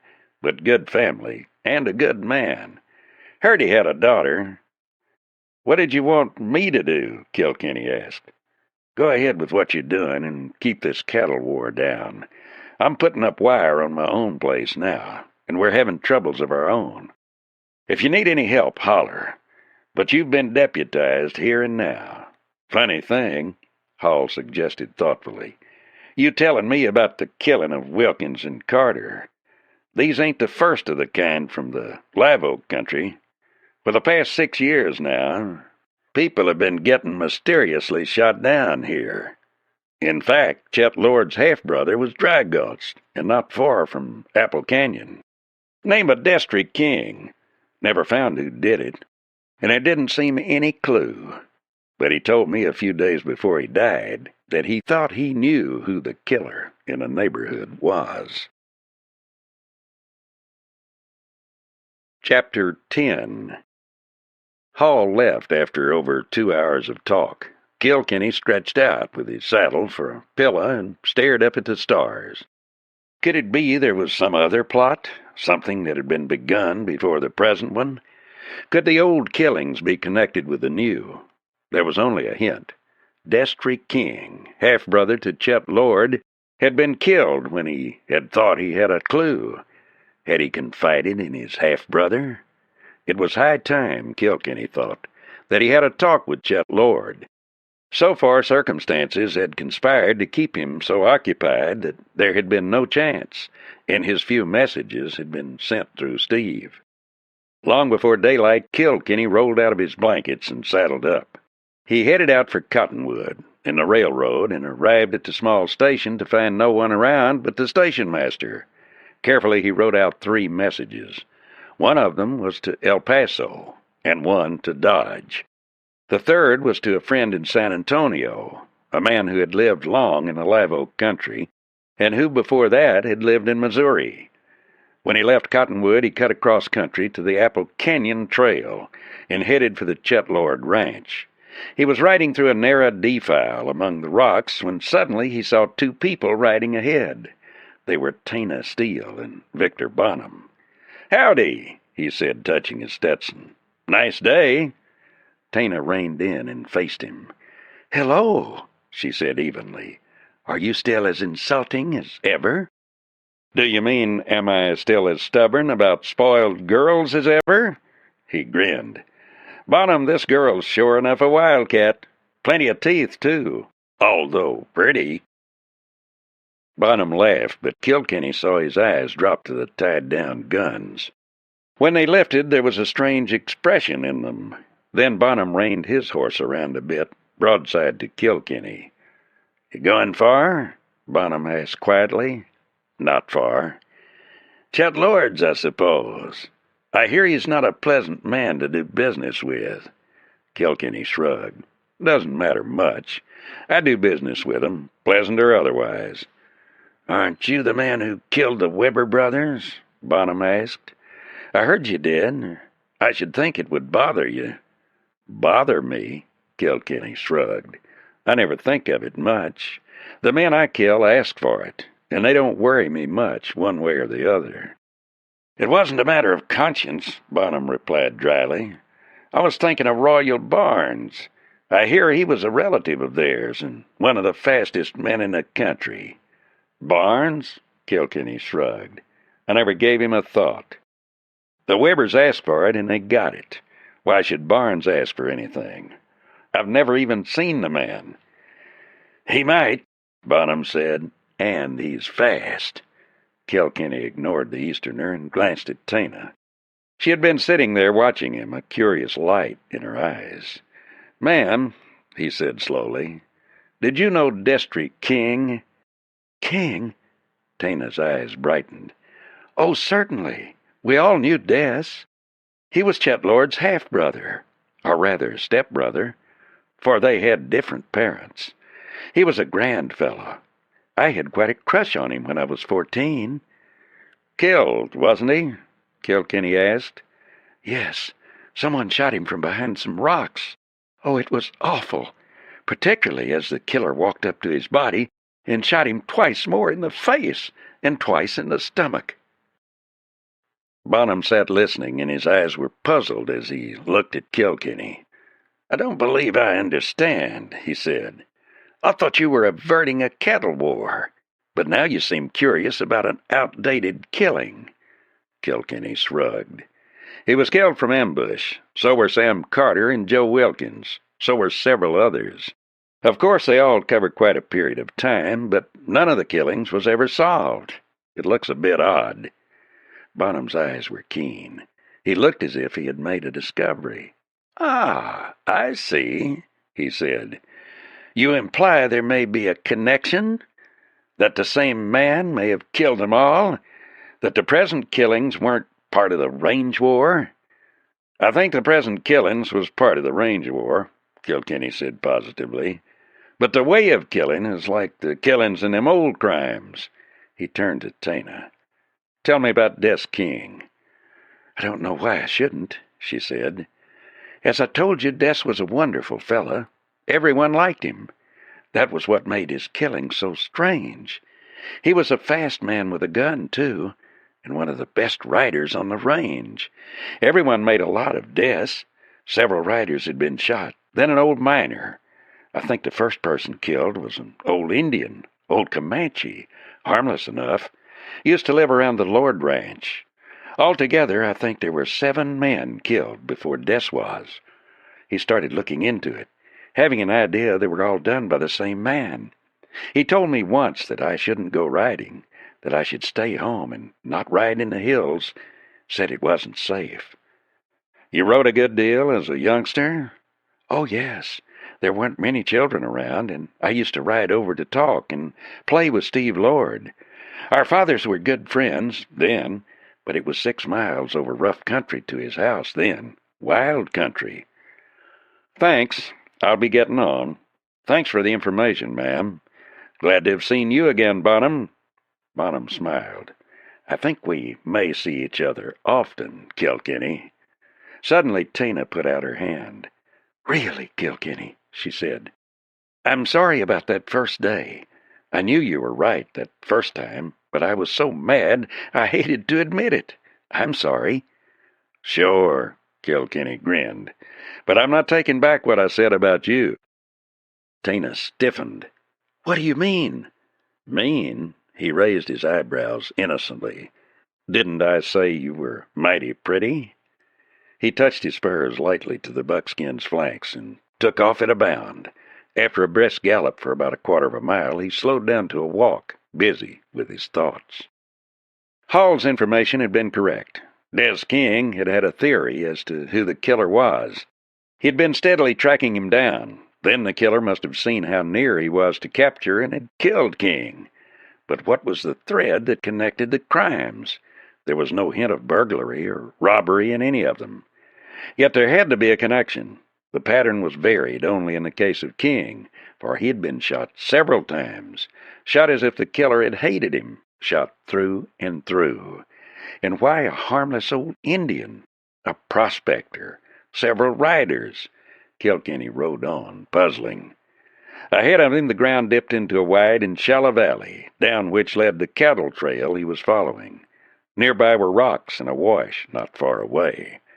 Kilkenny rolled a smoke and thoughtfully lighted it. He flipped the match away and shoved his sombrero back on his head. The situation was getting complicated, and nowhere closer to a solution. The Steele and Lord fight was hanging fire. Twice there had been minor bursts of action, and then both had petered out after his taking a hand. Yet it wasn't fooling anybody. The basic trouble was still there, and Davis hadn't been brought together with Steele and Lord. Above the live oak the country was seething too. Wire cutters were loose, and fences were torn down nightly. Cattle were being rustled occasionally, but in small bunches. There was no evidence they had come through the live oak country and down to Apple Canyon. Kilkenny had almost reached the Lord ranch house when he saw Steve come riding toward him, a smile on his face. Steve looked closely at Kilkenny, his eyes curious. "Didn't expect to see you over here," he said. "I figured you was going back to Apple Canyon." "Apple Canyon?" Kilkenny asked. "Why?" "Oh, most people who see Nita want to see her again," Steve said. "You looking for Dad?" "That's right. Is he around?" "Uh-huh. That's him on the roan hoss." They rode up to the big man, and Kilkenny was pleased. Chet Lord was typically a cattleman of the old school. Old Chet turned and stared at Kilkenny as he approached, then looked quickly from him to Steve. He smiled and held out his hand. "Kilkenny, huh?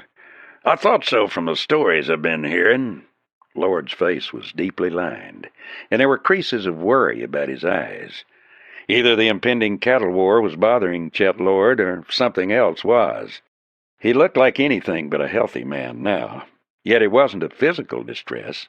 Something Kilkenny felt instinctively was troubling the rancher. "Been meaning to see you, Mr. Lord," Kilkenny said.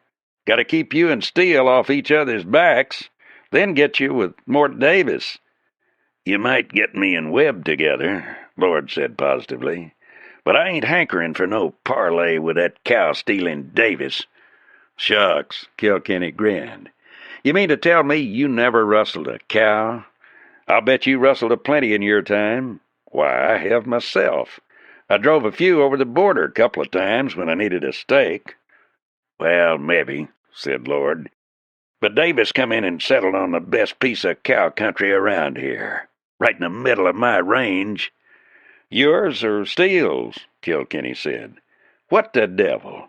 Did you expect him to take the worst? He's an old buffalo hunter. He hunted through there while you was still back in Missouri." "Maybe, but we used this range first." "How'd you happen to come in here? Didn't like Missouri?" Chet Lord dropped a hand to the pommel of his saddle and stared at Kilkenny. "That's none of your cussed business, gunman. I come here because I liked it. No other reason." His voice was sharp, irritated, and Kilkenny detected under it that the man was dangerously near the breaking point. But why? What was riding him? What was the trouble? Kilkenny shrugged. "It don't mean anything to me. I don't care why you came here or why you stay.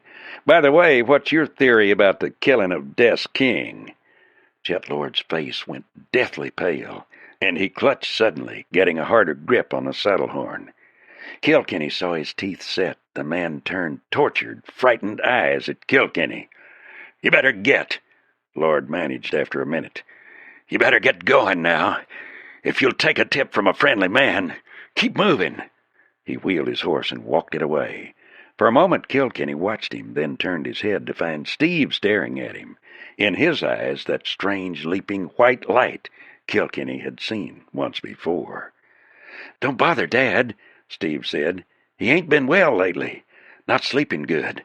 I think this range war's got him worried." "Worried?" "Uh-huh. We need money.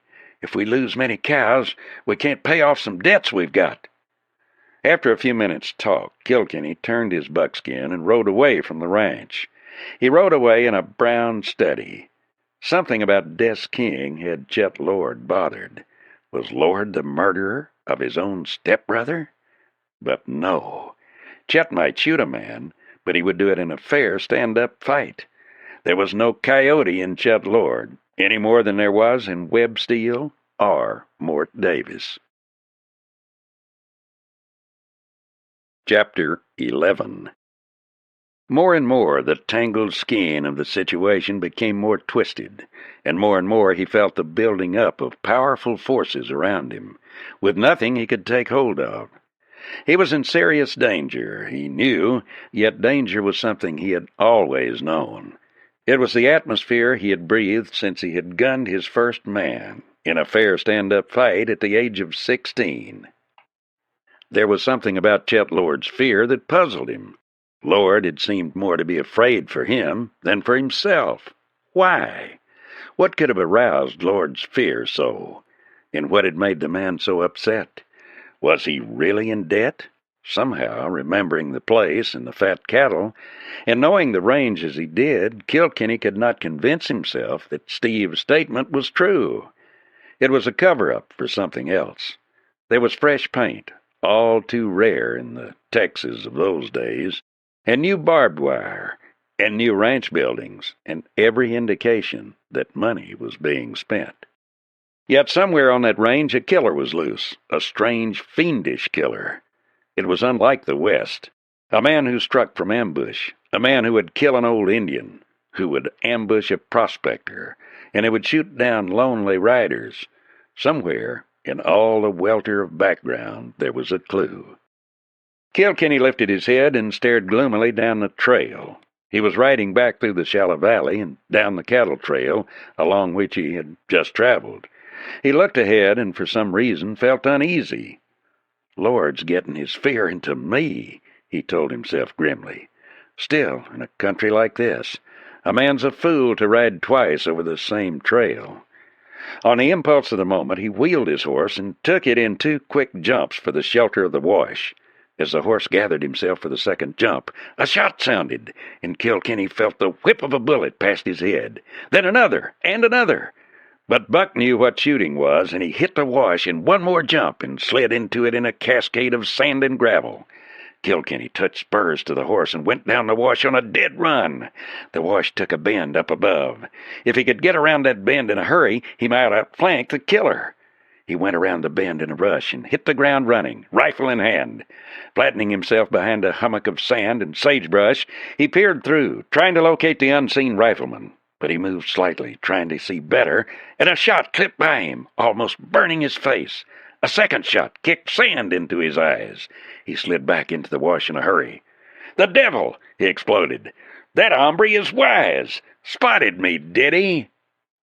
He swung into the saddle and circled farther, then tried again from the bank. Now he could see into the nest of rock where the killer must have waited, and from which the first shot had come. There was no one in sight.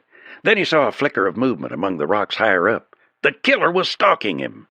Crouching low, he waited, watching a gap in the rocks. Then he saw the shadow of a man, only a blob of darkness from where he huddled, and he fired. It was a quick snap shot, and it clipped the boulder and ricocheted off into the daylight, whining wickedly. Then it began, a steady circling. 2 riflemen trained in the West, each maneuvering for a good shot, each wanting to kill. Twice Kilkenny almost got in shots, and then one clipped the rock over his head. An hour passed, and still he had seen nothing. He circled higher among the rocks, and after a long search, found a place where a man had knelt. On the ground nearby was a rifle shell, a shell from a Winchester carbine, model 1873. "Maybe that'll help," he told himself. "Ain't too many of them around. The Rangers mostly have 'em, and I've got one. I think Rusty still uses his old sharps, and I expect Webb Steele does. But say," he stopped, scowling, "why, Tina Steele has a 73. Yeah, and if I ain't mistaken, so has Bonham." This couldn't continue. 3 times now the killer had tried shots at him, if indeed all had been fired by the same man. Bonham was in the vicinity, but why should Bonham shoot at him? Tina Steele was near also, and Tina might have a streak of revenge in her system. But Chet Lord wasn't far away either, and there were other men on the range who might shoot. Above all, this was an uncertain country where every man rode with an itch in his trigger finger these days. One thing was sure, he was no nearer a solution than he had been. He had shells from the killer's 6-gun, and now from a Winchester 1873. Yet he had no proof beyond a hunch that the attempts at killing had been made by the same man. The mysterious boss of Apple Canyon apparently had not wanted him killed. Hence why the attempts now, if he were responsible. Or had the attempts, as he had suspected before, been the work of different men? But if not the Apple Canyon boss, and if not Bert Pulte, then who and why? Who else had cause to kill him? Yet, so far as he knew, many of the mysterious killings in the past had been done without cause. At least there had been no reason of which he was aware. Underneath it all, some strange influence was at work, something cruel and evil, something that was not typical of the range country where men settled their disputes face to face. Kilkenny kept to the back trails and making his way back to Botala. The thing now was to get Steele, Lord, and Davis together and settle their difficulties, if they could be settled. Knowing all 3 men, and knowing the kind of men they were, he had little doubt of a settlement. The 2 bigger cattlemen were range-hungry, and Davis was stubborn. Like many men, each of them wanted to work his own way. Each was a rugged individualist who had yet to learn that many more things are accomplished by cooperation than by solitary efforts. Botala lay quietly under the late sun when the buckskin walked down the street. A few men were sitting around, and among them were several cowpunchers from the Lord and Steele spreads. Kilkenny reined in alongside a couple of them. A short cowpuncher with bat-wing chaps and a battered gray sombrero looked up at him from his seat on the boardwalk, rolled his quid in his jaws, and spat. "How's it?" he said carefully. "So-so." Kilkenny shoved his hat back on his head and reached for the makings. You're Shorty Lewis, ain't you?" The short cowpuncher looked surprised. "Sure am. How'd you know me?" "Saw you one time in Austin, riding a white-legged roan hoss." Lewis spat again. "Well, I'll be derned. I ain't had that hoss for 3 year. You sure got a memory." Kilkenny grinned and lighted his cigarette. "Got to have, living like I do. An hombre might forget the wrong face." He drew deeply on the smoke. "Shorty, you ride for Steele, don't you?" "Been riding for him 6 year," Lewis said. "Before that, I was up in the Nations." "No Des King?" Kilkenny asked casually. Lewis got to his feet. "Just what's on your mind, Kilkenny?" he asked. "Des King was a half-brother of Lord's, but we rode together up in the Nations. He was my friend." Kilkenny nodded. "I thought maybe. Lewis, I got me a hunch. The hombre that killed Wilkins and Carter also killed Des King. I got a hunch that hombre tried to kill me." "But King was killed some time ago," Lewis protested. "before this fight got started." "Right. But somebody's riding this range that has some other reason for killing men. Somebody who's cold-blooded and vicious like nobody you ever seen, Shorty. Somebody that's bloodthirstier than an Apache." "What kind of man would be killing like that?" Lewis demanded. Then he nodded. "Maybe you got something, feller. Nobody would have shot into Des after he was down. Maybe already dead, except somebody who hated him poison mean, or somebody who loved killing." "There was an old Indian killed and a prospector," reminded Kilkenny. "Know anything about them?" "Yeah. Old Yellow Hoss was a Comanche. He got to hitting a bottle pretty hard, and Chet Lord kept him around and kept him in liquor because of some favor the old Injun done for him years ago. Well, one day they found him out on the range, shot in the back. No reason for it, so far as anybody could see. The prospector's stuff had been gone over, but nothing much was missing except an old bone-handled knife, a Injun scalping knife he used to carry. Had no enemies anybody could find. That seems to be the only tie-up betwixt 'em." "Where were they killed?" "Funny thing, all of 'em were killed betwixt Apple Canyon and Lost Creek Valley. All but one, that is. Des King was killed on the Lord Range, not far from Lost Creek." Kilkenny nodded. "How about you telling Chet to come in tomorrow morning for a peace talk, Shorty? I'll get Webb and Mort Davis in." After he had told some of the Steel hands that he wanted to see Webb, Kilkenny rode down to the general store. Old Joe Frame was selling a bill of goods to Mort Davis's boy. Through him, word was sent to Mort. Rusty was waiting on the boardwalk in front of the trail house when Kilkenny returned. He looked up and grinned. "If you swing a loop over all 3 of 'em," he said, "you're doing a job, partner. It'll mean peace in the Live Oak." "Yes," Kilkenny said dryly. "Peace in the Live Oak, after the gang at Apple Canyon is rounded up." Gates nodded. Touching his tongue to his cigarette paper, he looked at Kilkenny. "May not be so hard. You been making friends, partner. Lots of these local men been a-talking to me. Frame, Winston, the lawyer, Doc, Clyde, Tom Hollins, and some more. They want peace, and they want some law in Botala. What's more, they'll fight for it. They told me I could speak for 'em. Say that when you need a posse, you can dang soon get it in Botala." "Good." Kilkenny nodded with satisfaction. "We'll need it." "Think any effort'll be made to break up your peace meeting?" Rusty asked. "I've been wondering about that." "I doubt it. Might be. They better not, if they're going to try, because I got us a plan." Morning sunlight bathed the dusty street when the riders from the Steel ranch came in. They were just Webb, Tana, Weston, and 2 Steel riders. One of them was Shorty Lewis. Rusty and Kilkenny were loafing in front of the trail house. "She's sure pretty," Rusty said thoughtfully, staring after Tana as she rode toward the hotel. "I never saw a girl so pretty." Kilkenny grinned. "Why don't you marry the girl?" he asked. Old Webb needs him a bright young son-in-law, and Tana's quite a gal. Some spoiled, but I reckon a good strong hand would make quite a woman of her." "Marry her?" Rusty exploded. "She wouldn't look at me. Anyway, I thought maybe you had your brand on her." "Not me," Kilkenny shook his head. "Tana's all right, Rusty, but Kilkenny rides alone. No man like me has a right to marry and maybe break some woman's heart when someday he don't reach fast enough. No, Rusty, I've been riding alone, and I'll keep it up. If I was to change, it wouldn't be Tana. I like to tease her a bit because she's had it too easy with men and with everything, but that's all." He got up, and together they walked down the street toward the hotel. Webb, Steele, and Tana were idling about the lobby.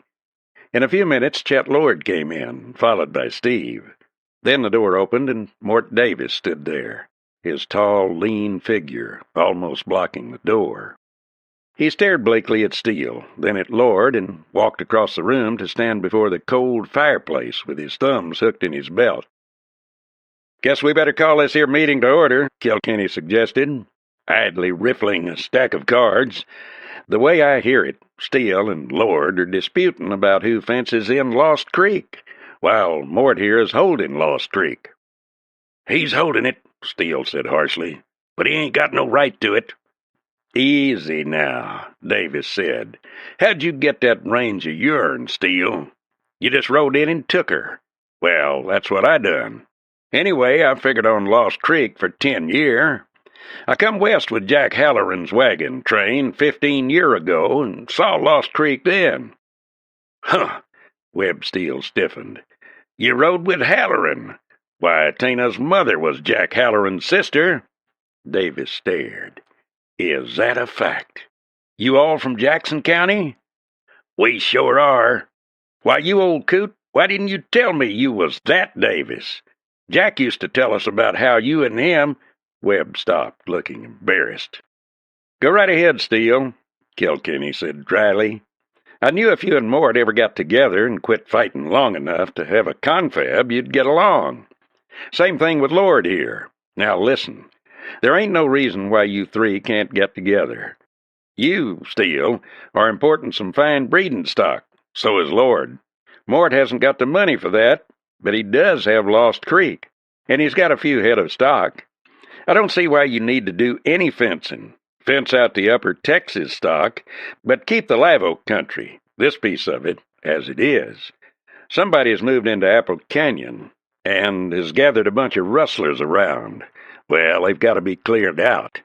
Lock, stock, and barrel. I'm taking that on myself." "We need some law here," Webb Steele said suddenly. "How about you becoming marshal?"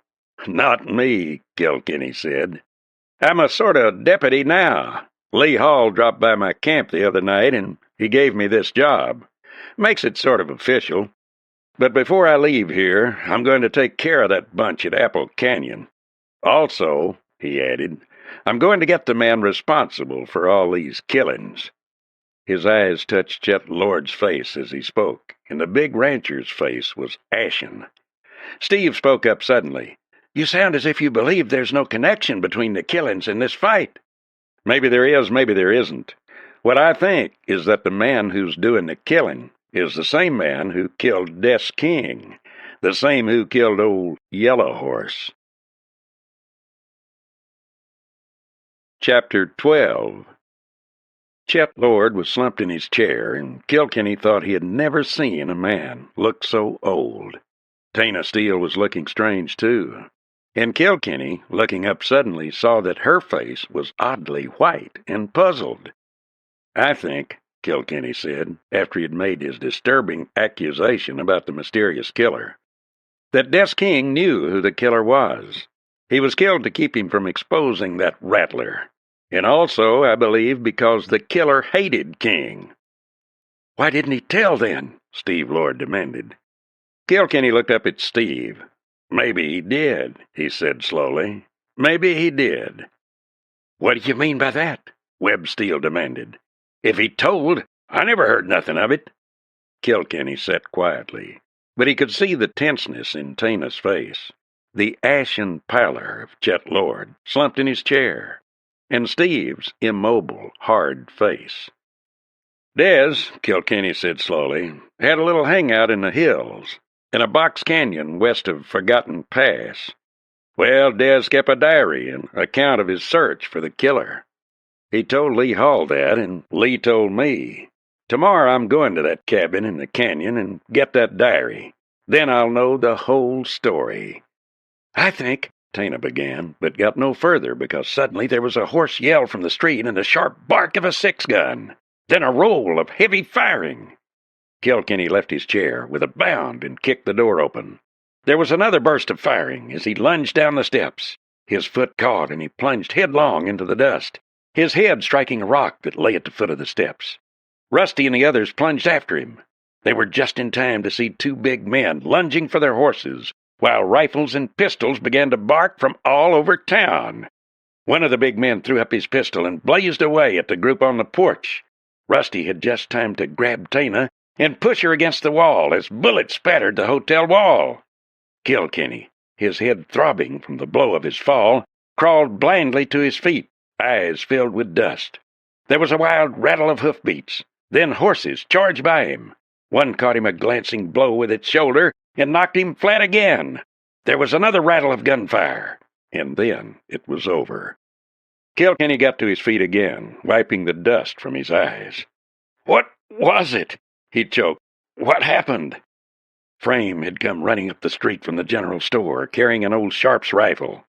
"The Brockmans!" he shouted. "That's who it was!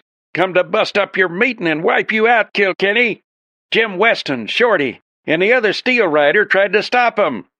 Webb Steele stepped down, eyes blazing. "So that was the Brockmans that rode by. Cussed near killed my daughter." "Yeah," Frame agreed. "They got Weston. Lewis is shot bad, and they got the other boy. O'Connor, I think his name was. Weston never had a chance. He dropped his hand for his gun, and Kane drilled him plumb center.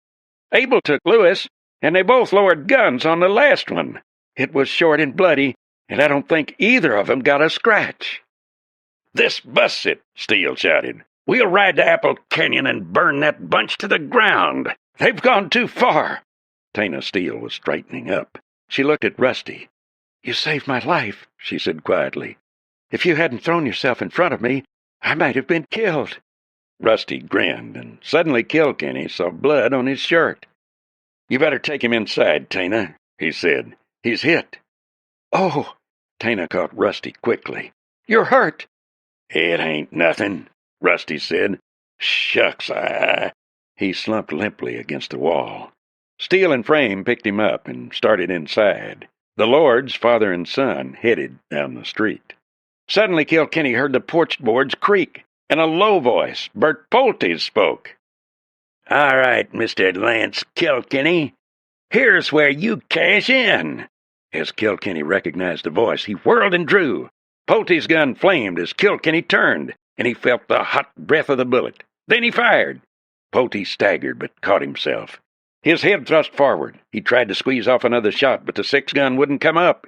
He tried, then tried again. But slowly the gun muzzle lowered. He toppled and fell headlong. Steele came charging to the door, gun in hand. He took one look, then holstered his gun. "Pulte, huh? He's had it coming for a long time. How come he drew on you?" Kilkenny explained briefly. Steele nodded. "Figured with your back turned, he had a chance to get you. Well, he didn't make it. Good work, son. You beat the rope for him with that bullet." He looked down at the fallen man. "Plumb center, too. Right through the heart." Kilkenny looked up. "Steele, get your boys ready and stand by. Have Lord do the same. I'm going after the Brockmans myself, and when I come back, we're going to clean up Apple Canyon. Right now, the main thing is to get the Brockmans out of the way." "You going after him alone?" Steele was incredulous. "They just gunned down 3 men." "Uh-huh," Kilkenny grinned, without humor. "But there's only 2 of them. I'll go after 'em. You see that somebody takes care of Rusty." Steele grinned then. "I reckon Tana's doing that." A half-hour later, stocked with grub for 3 days, Kilkenny rode out of town on the trail of the Brockmans. For the first half-mile they'd ridden hard, then they had slowed down, saving their horses when they noticed no pursuit. They were both shrewd riders, and they would save their horses while confusing their trail. 3 miles from town, they had turned from the trail and taken to the rough country toward the lava beds. The trail became steadily more difficult and wound back and forth across the desert, weaving around clusters of boulders and following dry washes. They had used every trick of desert men to lose their trail, and yet it could be followed. Still, time and again, Kilkenny was compelled to dismount from his horse, search the ground carefully, and follow as much by guess and instinct as by sight or knowledge.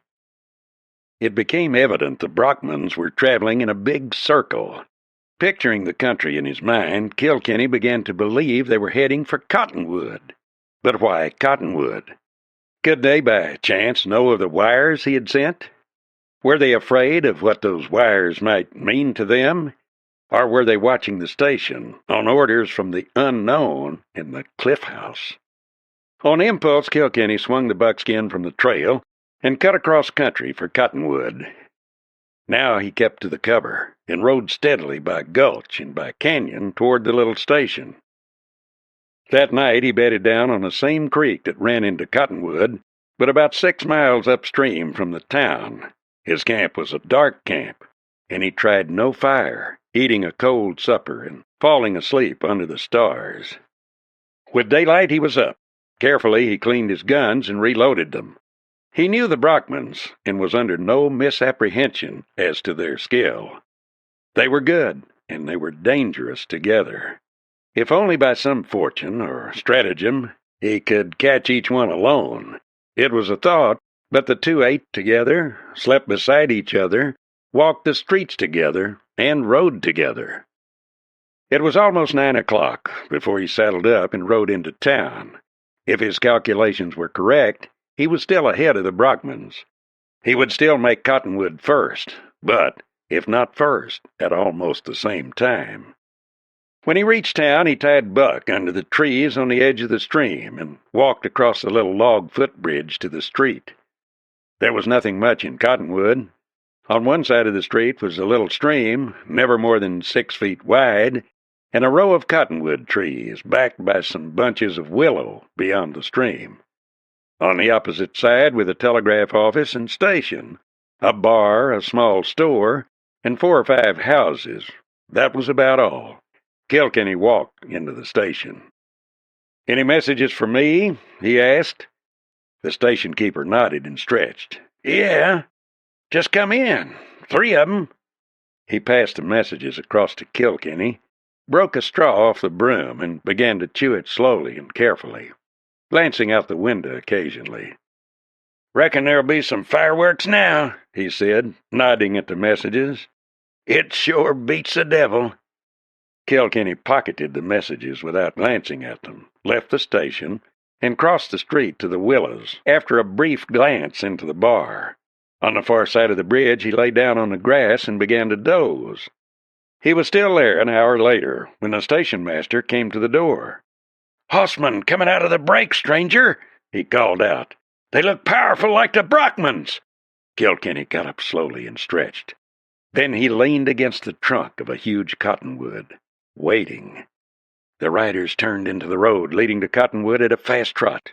There were 3 of them now. Kilkenny did not know the third man. They came on at a fast trot.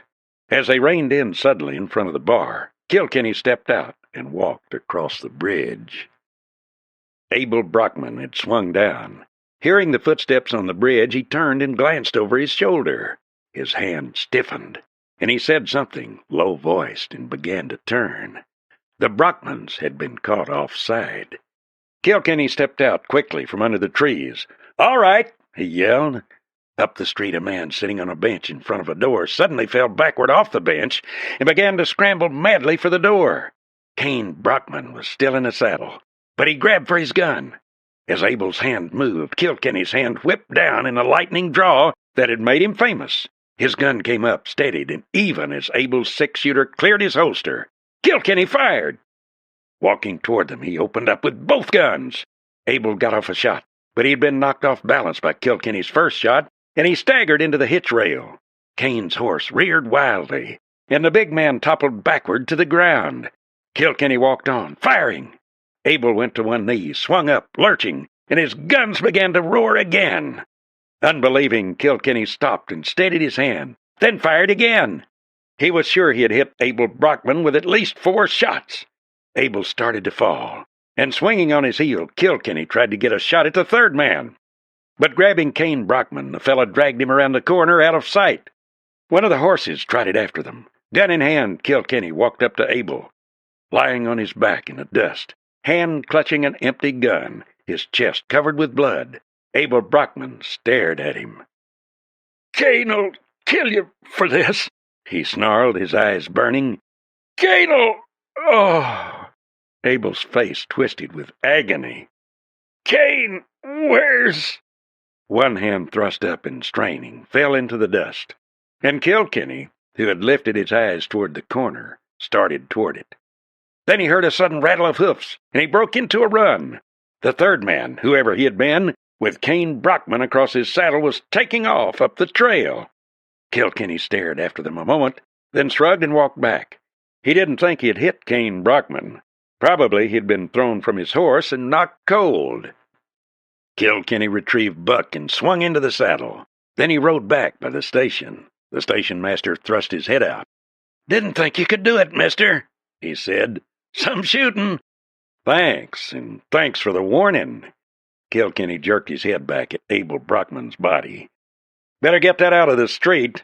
He's pretty big, and he'll probably spoil right fast." He turned Buck toward the Botala Trail and started down it. Well, it wouldn't be long now. He slapped Buck on the shoulder and lifted his voice in song. "I have a word to speak, boys, only one to say. Don't never be no cow thief, don't never ride no stray. Be careful of your rope, boys, and keep it on the tree, but suit yourself about it, for it's nothing at all to me." Yet, even as he sang, he was thinking of the problems ahead. It was a time to strike, now, before anything else was done by the man at Apple Canyon, to stir up strife between the Steele and Lord factions. If he and the ranchers and Botala men could attack Apple Canyon and rout out the rustlers living in the long house there, and either capture them or send them over the border, much of the trouble would be over. The cowpunchers of the 2 ranches would still have hard feelings, all too easily aroused, if the proper stories were circulated and there should be more killing. Kilkenny realized that. So the thing to do was to strike before the man at the canyon could direct another move. That meant they must move at once. Now. Chapter 13. Pulte was dead. Abel Brockman was dead. That much at least had been done. Kane Brockman was alive. How would he react? Would he come out to kill Kilkenny, as Abel had maintained? Would he flee the country, harassed by the thought of his brothers being gone? Would his confidence be ruined? There was no guessing what the man might do, and despite the death of Abel, Kilkenny knew that Kane Brockman was still a dangerous man. Then 2 others remained, for Kilkenny was convinced that the unknown killer on the range and the man at Apple Canyon were not one and the same.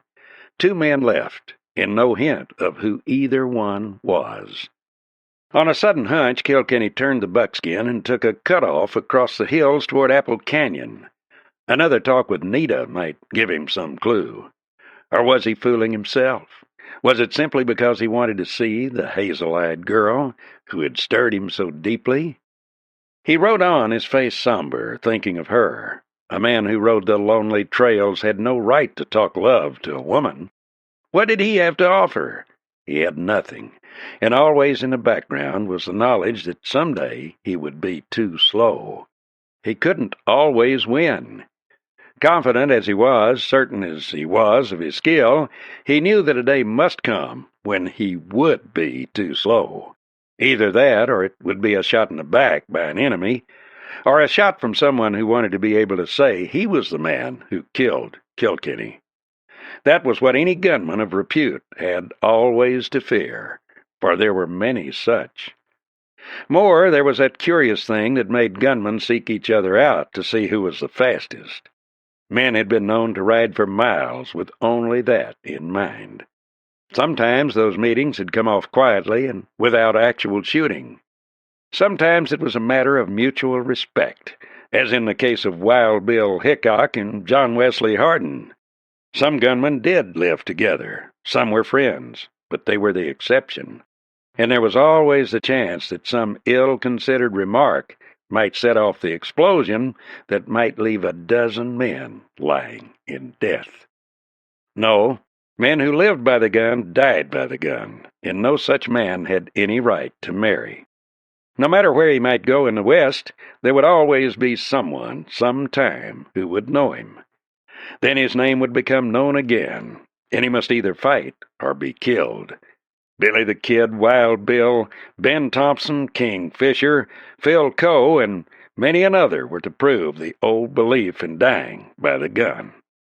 One day the time would come for him, too, and until then, his only safety lay in moving on, in being what he had always been, a shadow on the border, a mysterious little-known gunman who no man could surely describe. The buckskin skirted the base of a hill and came out along some cedars. Below lay Apple Canyon. Thoughtfully, Kilkenny studied the town. It seemed quiet, and there was no telltale flash from the cliff house.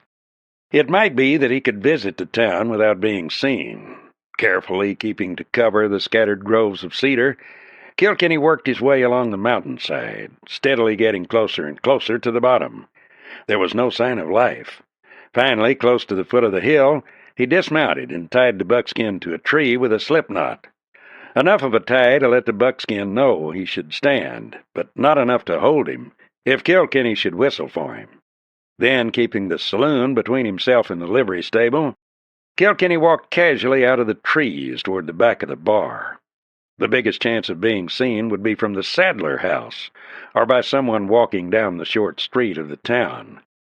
He made the trees around Nita's house without being seen. Carefully he placed a hand on the fence, then vaulted it, landing lightly behind the lilacs. Inside the house someone was singing in a contralto voice, singing carelessly and without pretense, as people sing, when the song is from the heart more than the brain. It was an old song, a tender song, and for a time Kilkenny stood there by the lilacs, listening. Then he moved around the bushes and stopped by the open window.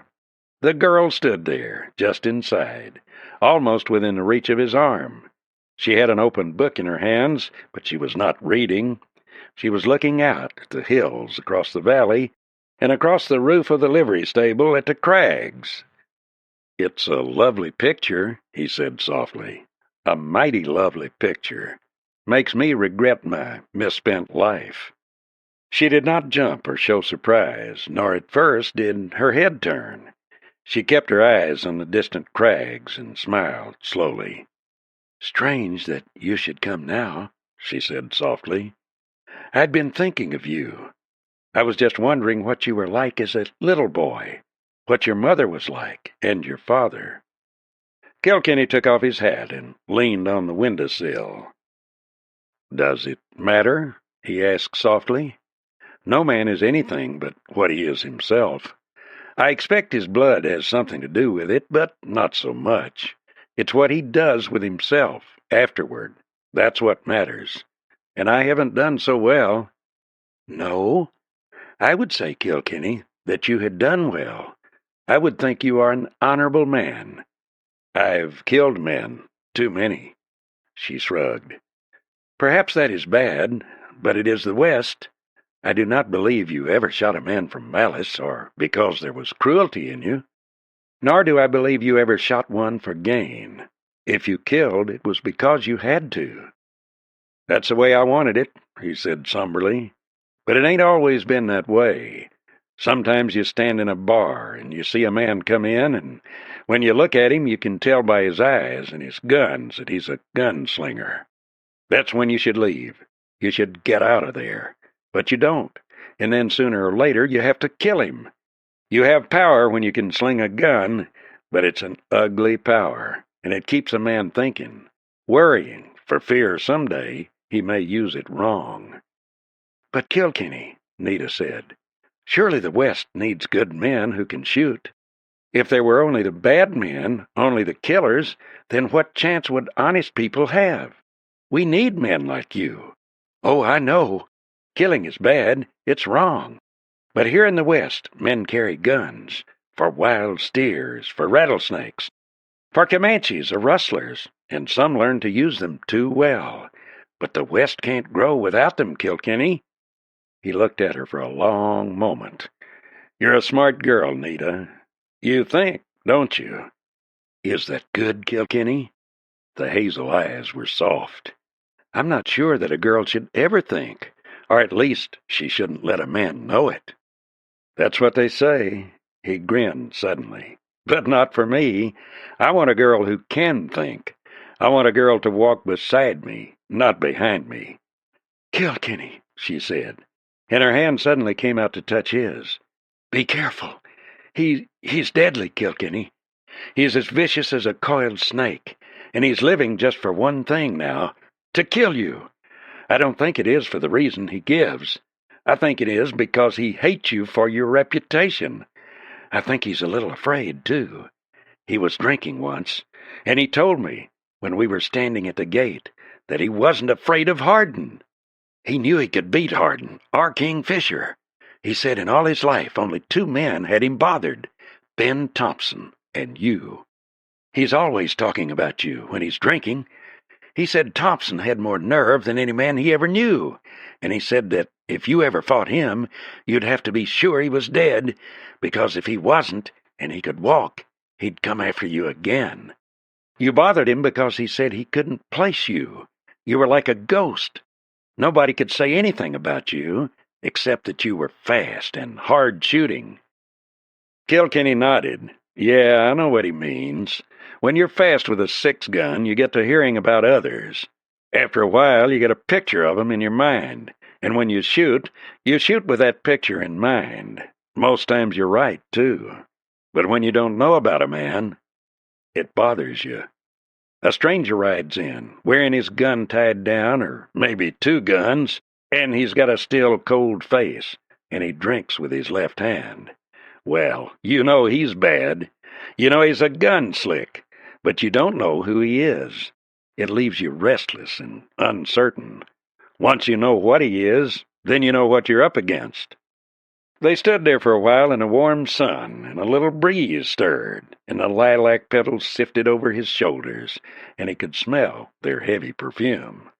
He looked up at the girl and felt a strange yearning rise within him. It wasn't merely the yearning of a man for a woman. It was the longing of a man for a home, for a fireside, for the laughter of children, and the quiet of night with someone lying beside you. The yearning for someone to work for, to protect, someone to belong to, and some place in life where you fitted in. It was so different from all he had known these last bitter years, these years of endless watchfulness, of continual awareness, of looking into each man's eyes, and wondering if he was another man you would have to kill, of riding down long trails, always aware that a bullet might cut you down. Yet even as he thought of that, he knew there was something in his blood that answered to the wild call of the wilderness trails. There was something about riding into a strange town, swinging down from his horse, and walking into a bar. Something that gave him a lift, and that gave life a strange zest. There was something in the pounding of guns, the buck of a .45 in his hand, the leap of a horse beneath him, and the shouts of men. Something that awakened everything that was in him. Times bred the men they needed, and the West needed such men, men who could bring peace to a strange, wild land, even while they found death for themselves. The West was won by gunmen, no less than it was won by pioneering families, by fur traders and Indian fighters. "What are you going to do, Kilkenny, when all this is over?" Nita asked softly. He leaned his elbows on the window-sill and pushed his hat back on his head. "I don't rightly know," he said thoughtfully. I reckon I'll just move on to some other town. Might rustle me a herd of cows and settle down somewheres on a piece of land, maybe over in the Big Bend country." "Why don't you marry and have a home, Kilkenny?" Nita asked softly. "I think you'd make a good man around a home." "Me?" He laughed a bit harshly. "All I can do is sling a gun. That ain't much good around a house. Of course I might punch cows or play poker." He straightened suddenly. "Time I was riding on. You be careful." Then he paused. "Tell me, Nita, what hold does this man have over you?" "None. It is as I have said. I like to live even here, and alone. I know I would die, and quickly, if I talked. Then, after a fashion, he has protected me. Of course, senor." She fell into her old way of speaking. "It is that he wants me for himself, but I belong to no man yet." "You can't tell me who he is?" "No." She looked at him for a minute. "Perhaps you think I am not helping, but you see, this is all I have, this place. When it is gone, there's nothing. And the people out there," she waved a hand toward Botala, "do not think I am good. There would be no place for me there. I can only say that he will kill you if he can, and you must be careful if you go to the cliff, and do not go by the path." When he was back on the buckskin, he turned toward Botala. If Steele and Lord had their men there, he would bring them back to Apple Canyon at once.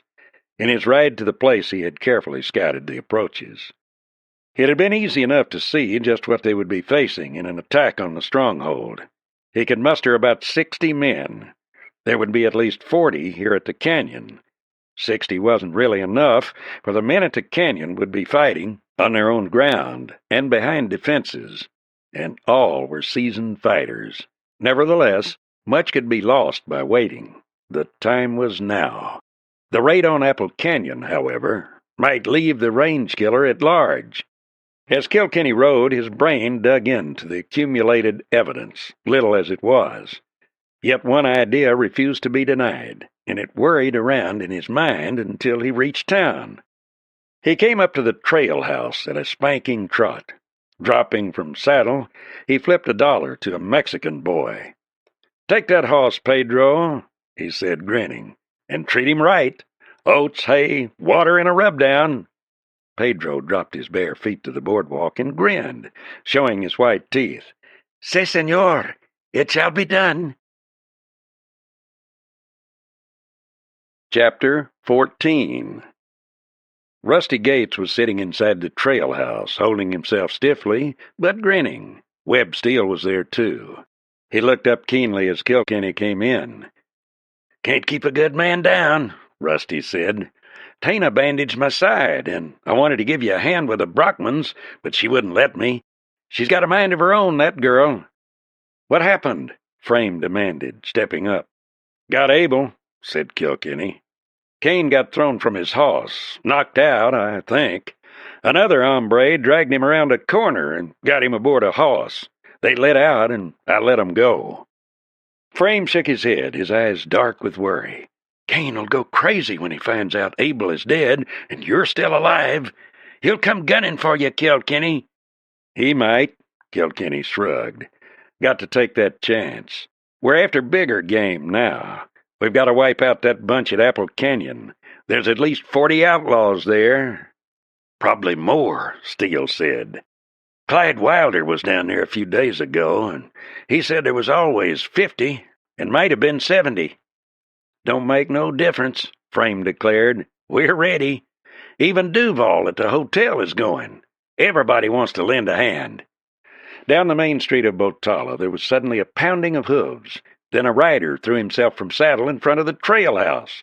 He thrust the bat-wing doors open with his shoulder. "Kilkenny!" he yelled. "Chet Lord's dying. Wants to see you the worst way." "What happened?" Steele demanded. "Gored by a crazy steer. Don't reckon he's got long. Asking for Kilkenny. Don't know what he wants of him." "Steele," Kilkenny said, "get the men together. Plenty of arms and ammunition. Nobody leaves town to warn Apple Canyon. Get set to move, and when we're ready, start her rolling." He swung into saddle and turned the buckskin toward the Lord ranch. His mind was working swiftly. What could Chet Lord have to say? That something had been worrying the big rancher for days was obvious enough, for the man had lost weight. He looked drawn and pale, and seemed to be under great strain. Was he the unknown killer? As soon as that idea occurred, Kilkenny shook his head. The man was not the type. Bluff, outspoken, and direct, he was the kind of man who would shoot straight and die hard, but his shots would be at a man's face, not behind his back. Kilkenny let the buckskin take his own gait. The long-legged horse knew his rider and knew the mountains and desert. He knew that on many days he would be called on for long, hard rides, and had learned to pace himself accordingly. While cowponies were held in light esteem, good as they might be, most cowpunchers had their favorites. Yet they were the gunmen and outlaws, the men whose lives might depend on the horses they rode, who really knew and cared for their horses. It was a time when a few such horses were to acquire almost as much fame as their hard-riding, straight-shooting masters. Sam Bass, for instance, was to become no more famous than the Denton mare he rode. And Black Nell, Wild Bill Hickok's horse, with a trick of dropping quick, was to save Hickok's life on more than one occasion. Kilkenny knew his buckskin, and Buck knew Kilkenny. During the years they'd been together, they had learned each other's ways, and Buck had almost human intelligence when it came to knowing what his master wanted of him. He knew the ways of the frontier, and seemed to sense when there he could husband his strength and when it must be used. Buck's ears were as perfect a guide to danger as a rifle shot. A flicker of movement, even miles ahead, and his ears were up and alert. And when he sidestepped, it was always with reason.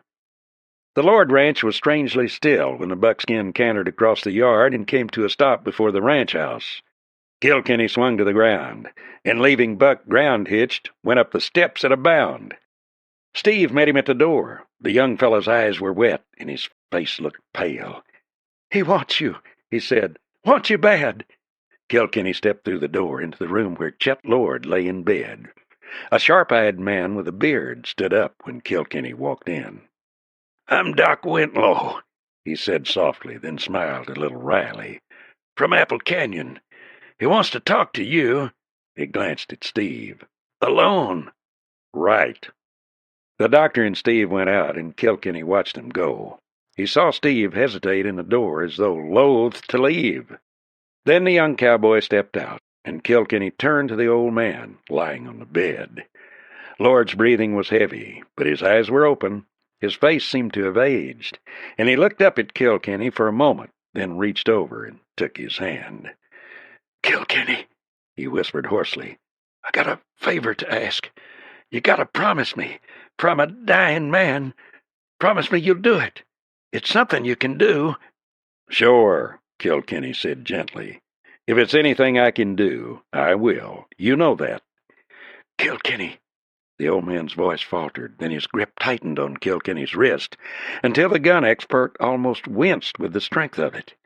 "Kilkenny, I want you to kill my son." "What?" Kilkenny stared, then his eyes narrowed slowly. "Why, Lord?" "Kilkenny, you got to. Kilkenny, I'm an old man, and wrong or right, I love my boy. I love him like I loved his mother before him. But Kilkenny, he's a killer. He's insane. I've known it for months now. Des told me.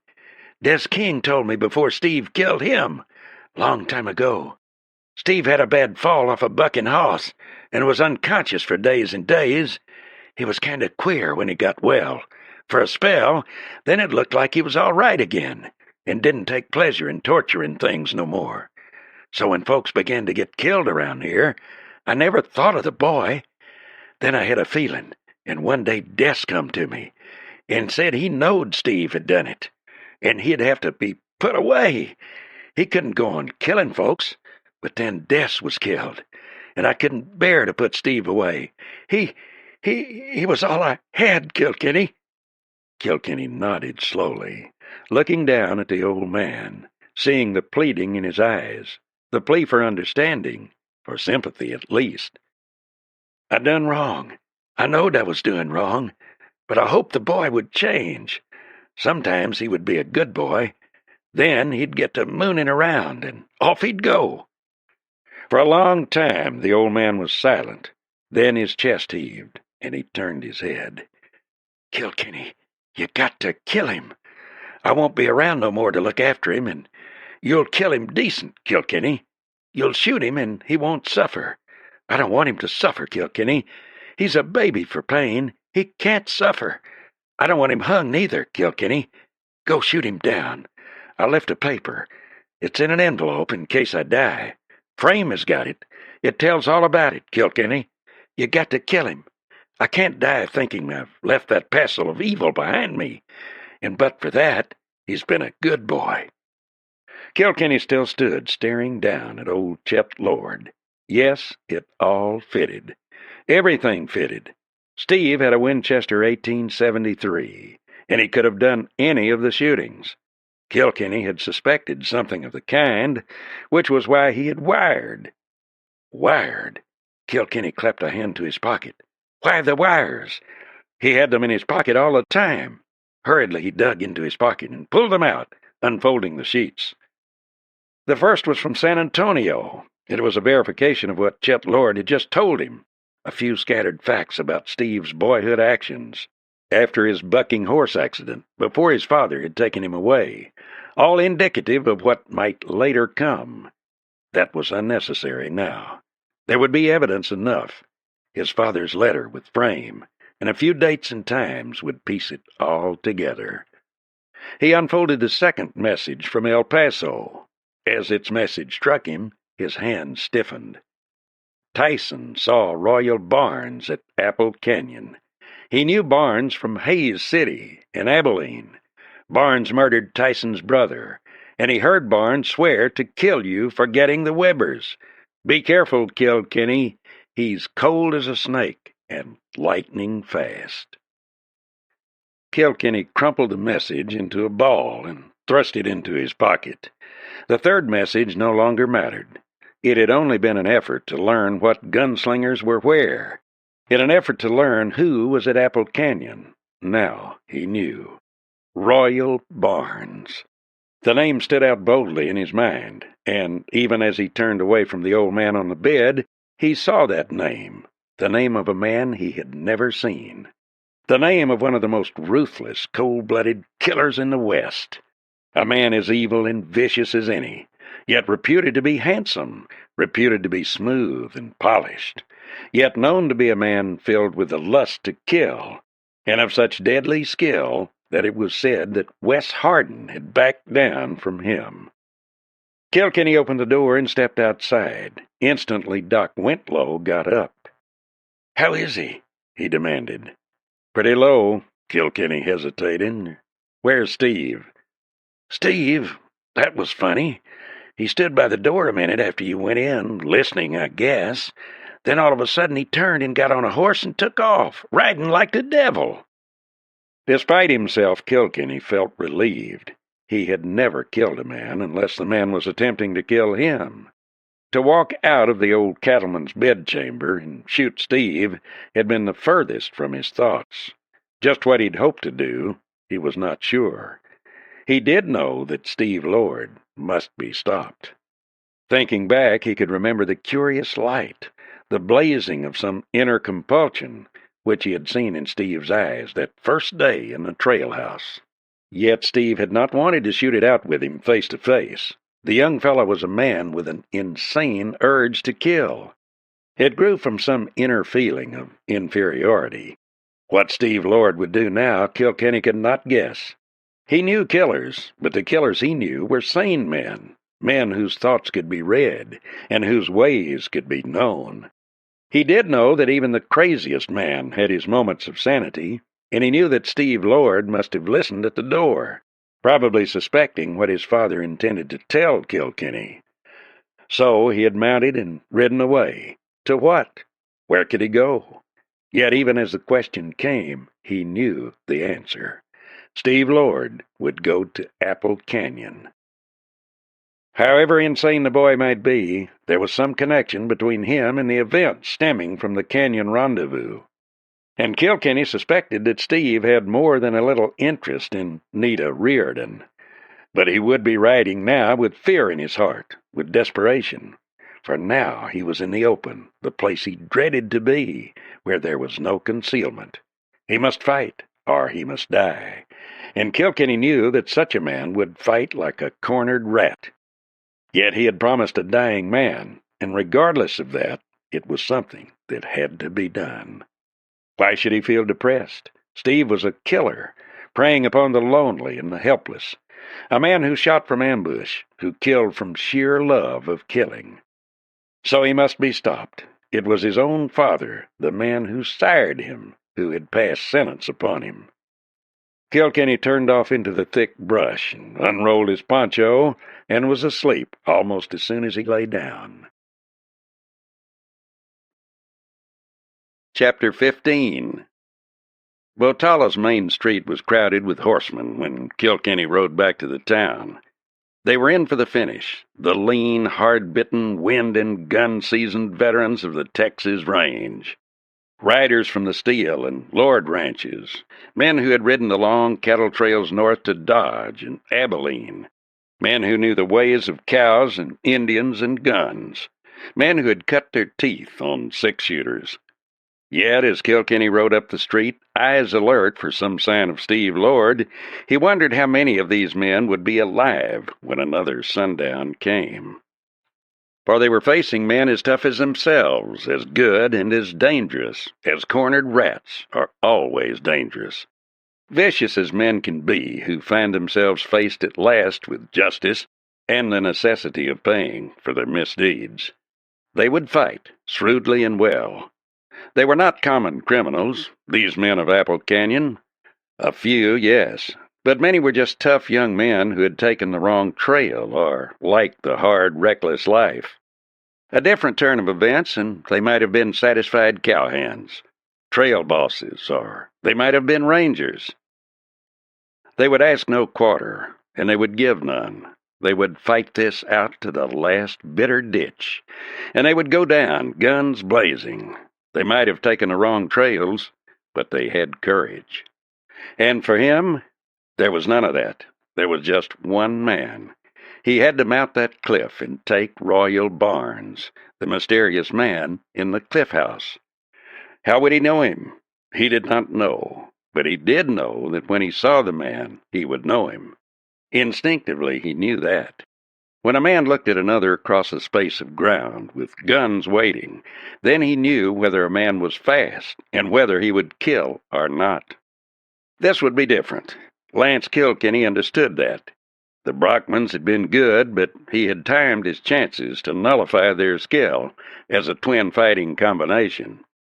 He had killed Abel Brockman as he had killed many other men, and most of them fast.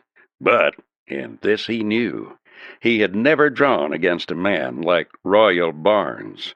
Blinding speed. Barnes had that. Barnes had killed Blackie Slade, and Kilkenny recalled Slade only too well. He had seen Slade in action, and the man had been poison. Yet Barnes had shot him down as if he were an amateur. Yet Kilkenny could feel something building up inside himself, and recognized what it was. It was his own compulsion, his own fire to kill. Every gunman had it. Without it, he was helpless.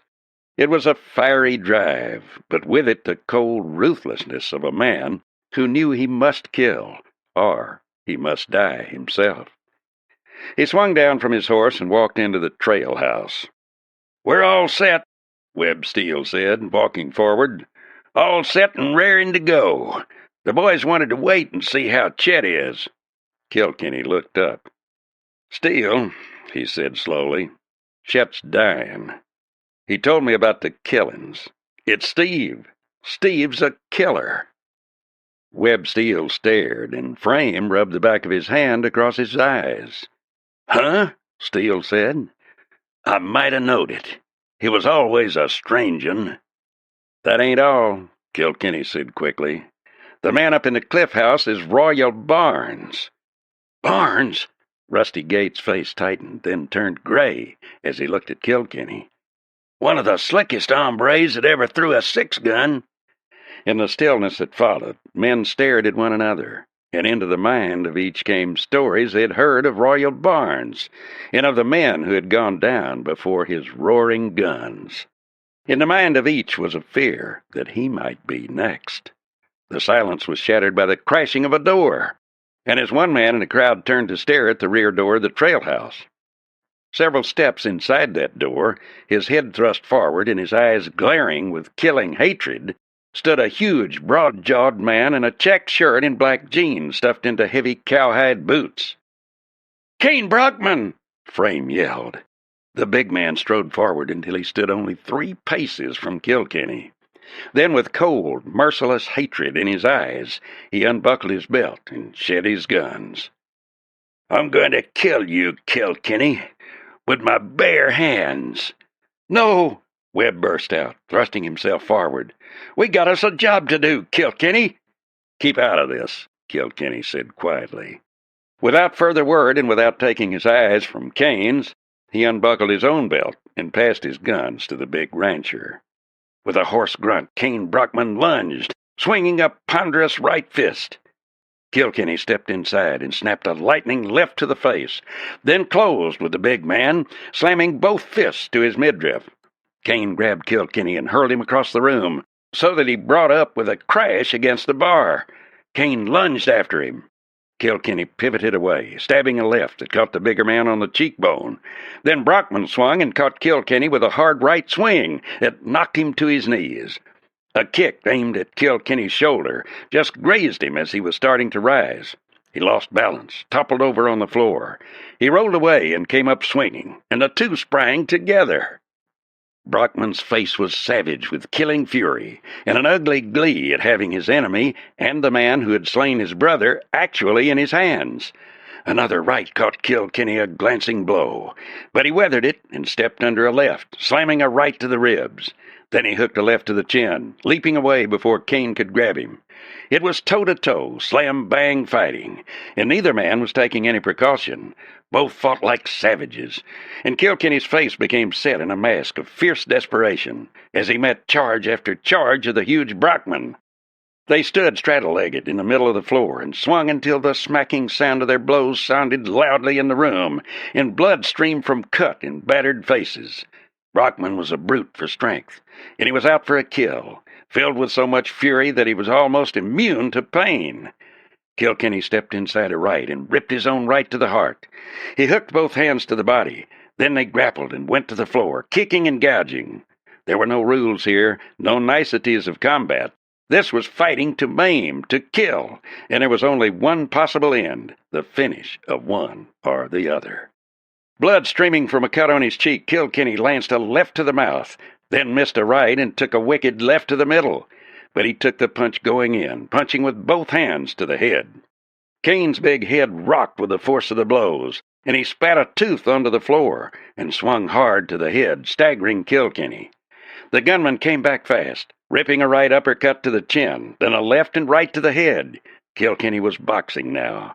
Long ago he had taken lessons from one of the best fighters of the day, and he found now that he needed every bit of his skill. It was not merely a matter of defeating Kane Brockman. After that, and perhaps soon, he would be meeting Royal Barnes, and his hands must be strong and ready. He stepped inside of a right and smashed a right to the bigger man's body, then hooked a left to the heart and drummed with both hands against the big man's torso. Body punches stood less chance of hurting his hands, and he must be careful. He stepped around, putting Brockman offside, and then crossed a right to Kane's bleeding eye, circled farther left, and crossed the right again. Then he stabbed 3 lefts to the face, and as Kane lunged, he stepped inside and butted him under the chin with his head. Brockman let out a muffled roar and crowded Kilkenny to the bar, but Lance wormed away and slugged the big man in the ribs. Brockman was slowing down now, and his face was bloody and swollen. His eyes gleamed fiercely, and he began to move slowly, more cautiously, moving in, watching for his chance. Kane backed slowly, trying to keep away from that stabbing left. Then suddenly he brought up against the wall. Putting a foot against the wall, he shoved himself off it like a huge battering ram, and caught Kilkenny fully in the chest with his big head. Kilkenny went crashing to the floor. Brockman rushed close, trying to kick him in the ribs, but Kilkenny got to his hands and knees and hurled himself against Brockman's legs. The big man tumbled over him, then spun on the floor with amazing agility and grabbed Kilkenny's head, groping for his eyeballs with his thumbs. Mad with pain and fear for his eyes, Kilkenny tore loose and lunged to his feet. Brockman came up with him, and Kilkenny stabbed a powerful left into the wide, granite-hard face. Blood flew in every direction, and he felt the nose bone crunch under his fist. With a cry of pain, Cain Brockman lunged forward, and his mighty blows pounded at Kilkenny's body. But the lighter man blocked swiftly and caught most of the blows on his elbows and shoulders. Driven back, the gun expert swayed like a tree in a gale, fighting desperately to set himself, to stave off that terrific assault.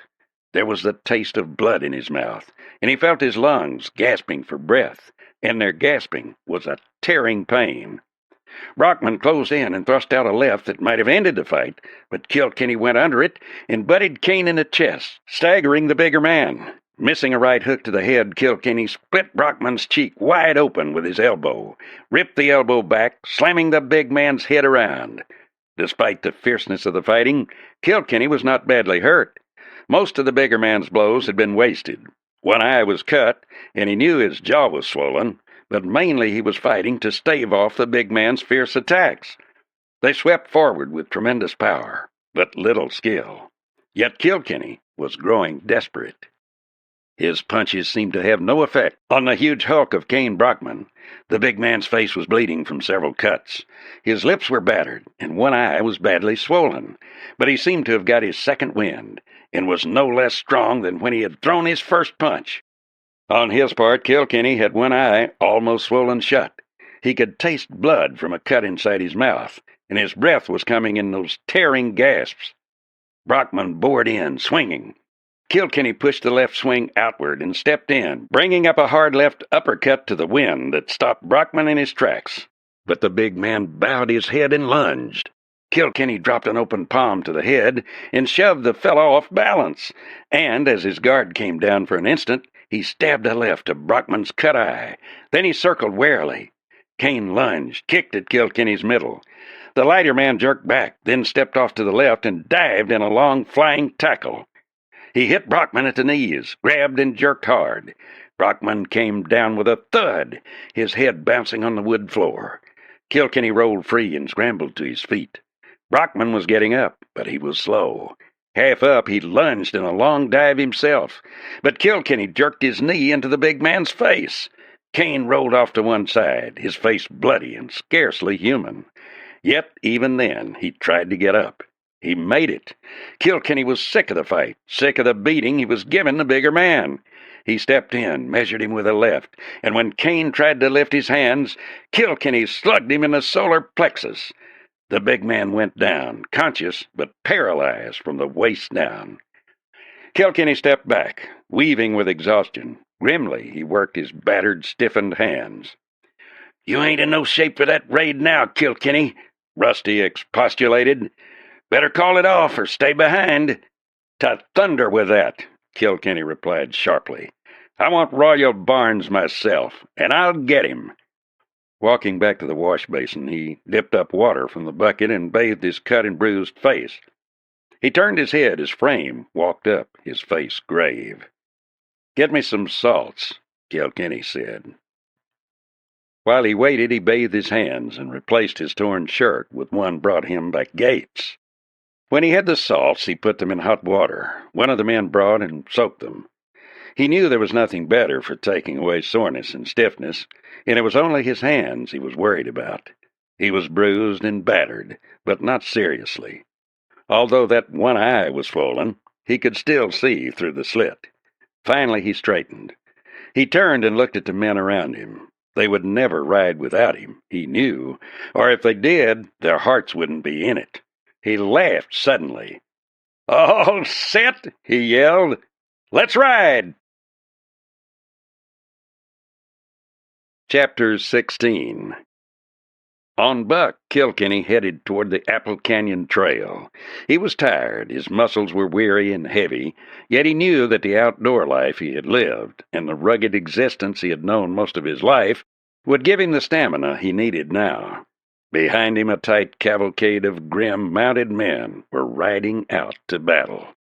Rusty Gates rode up alongside Kilkenny in the van of the column. "You had yourself a scrap," Rusty said. "Can you see?" "Enough." "How about your hands?" Gates noticed the swollen knuckles, and his lips tightened. "Kilkenny, you can't drag a fast gun with hands like that. Facing Barnes will be suicide." "Nevertheless, I'm facing him," Kilkenny said crisply. "He's my meat, and I'll take him. Besides, my hands ain't as bad as they look, and most of that swelling will be gone soon. It ain't going to be speed that'll win anyway. Both of us are going to catch lead. It'll be the one who can take the most of it and keep going." He nodded. "The way I figure it, we'll be spotted before we get there. They'll be holed up around the buildings. The bunkhouse, the livery stable, and blacksmith shop all looked like they was built to stand a siege." "They were," said Rusty. "Heavy logs or stone, and built solid. Bill Sadler's place, on the same side as the border bar, is adobe, and it has walls 3 feet thick. Them windows was built to cover the trail, and believe me, it ain't a-going to be no picnic getting tough men out of there." "I know." Kilkenny rubbed Buck's neck thoughtfully. "Got to figure that one out. I'm thinking of leaving you fellers anyway. I'm going up to the castle." "Alone?" Gates was incredulous. "Man, you're asking for it. He'll be 40'd up there, and plenty tight." "I doubt it. I doubt if he ever lets more than one man up there with him. Royal Barnes, as I hear of him, ain't a trusting soul. No, I'm going to try coming down the cliffs above the castle." "The what?" Gates swore and spat into the road. "Holy snakes, feller. They're sheer rock. You'd need a rope and a lot of luck. Then he'd see you and get you before you ever got down." "Maybe. I got the rope and maybe the luck. Anyway, I'm coming down from behind where he won't be expecting me, and I'm coming down while you fellers are hard at it in front. Now here, the way I see it." As Webb Steele, Frame, and Rusty listened, he outlined a brief plan of attack. At the end, they began to grin. "Might work," observed Steele.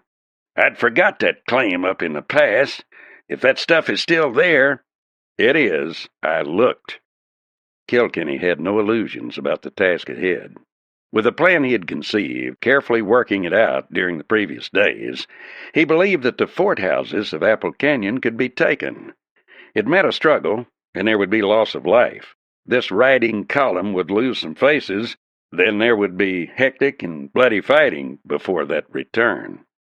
Where was Steve Lord? Had Steve risen to his bait and ridden to the hidden cabin in the Box Canyon?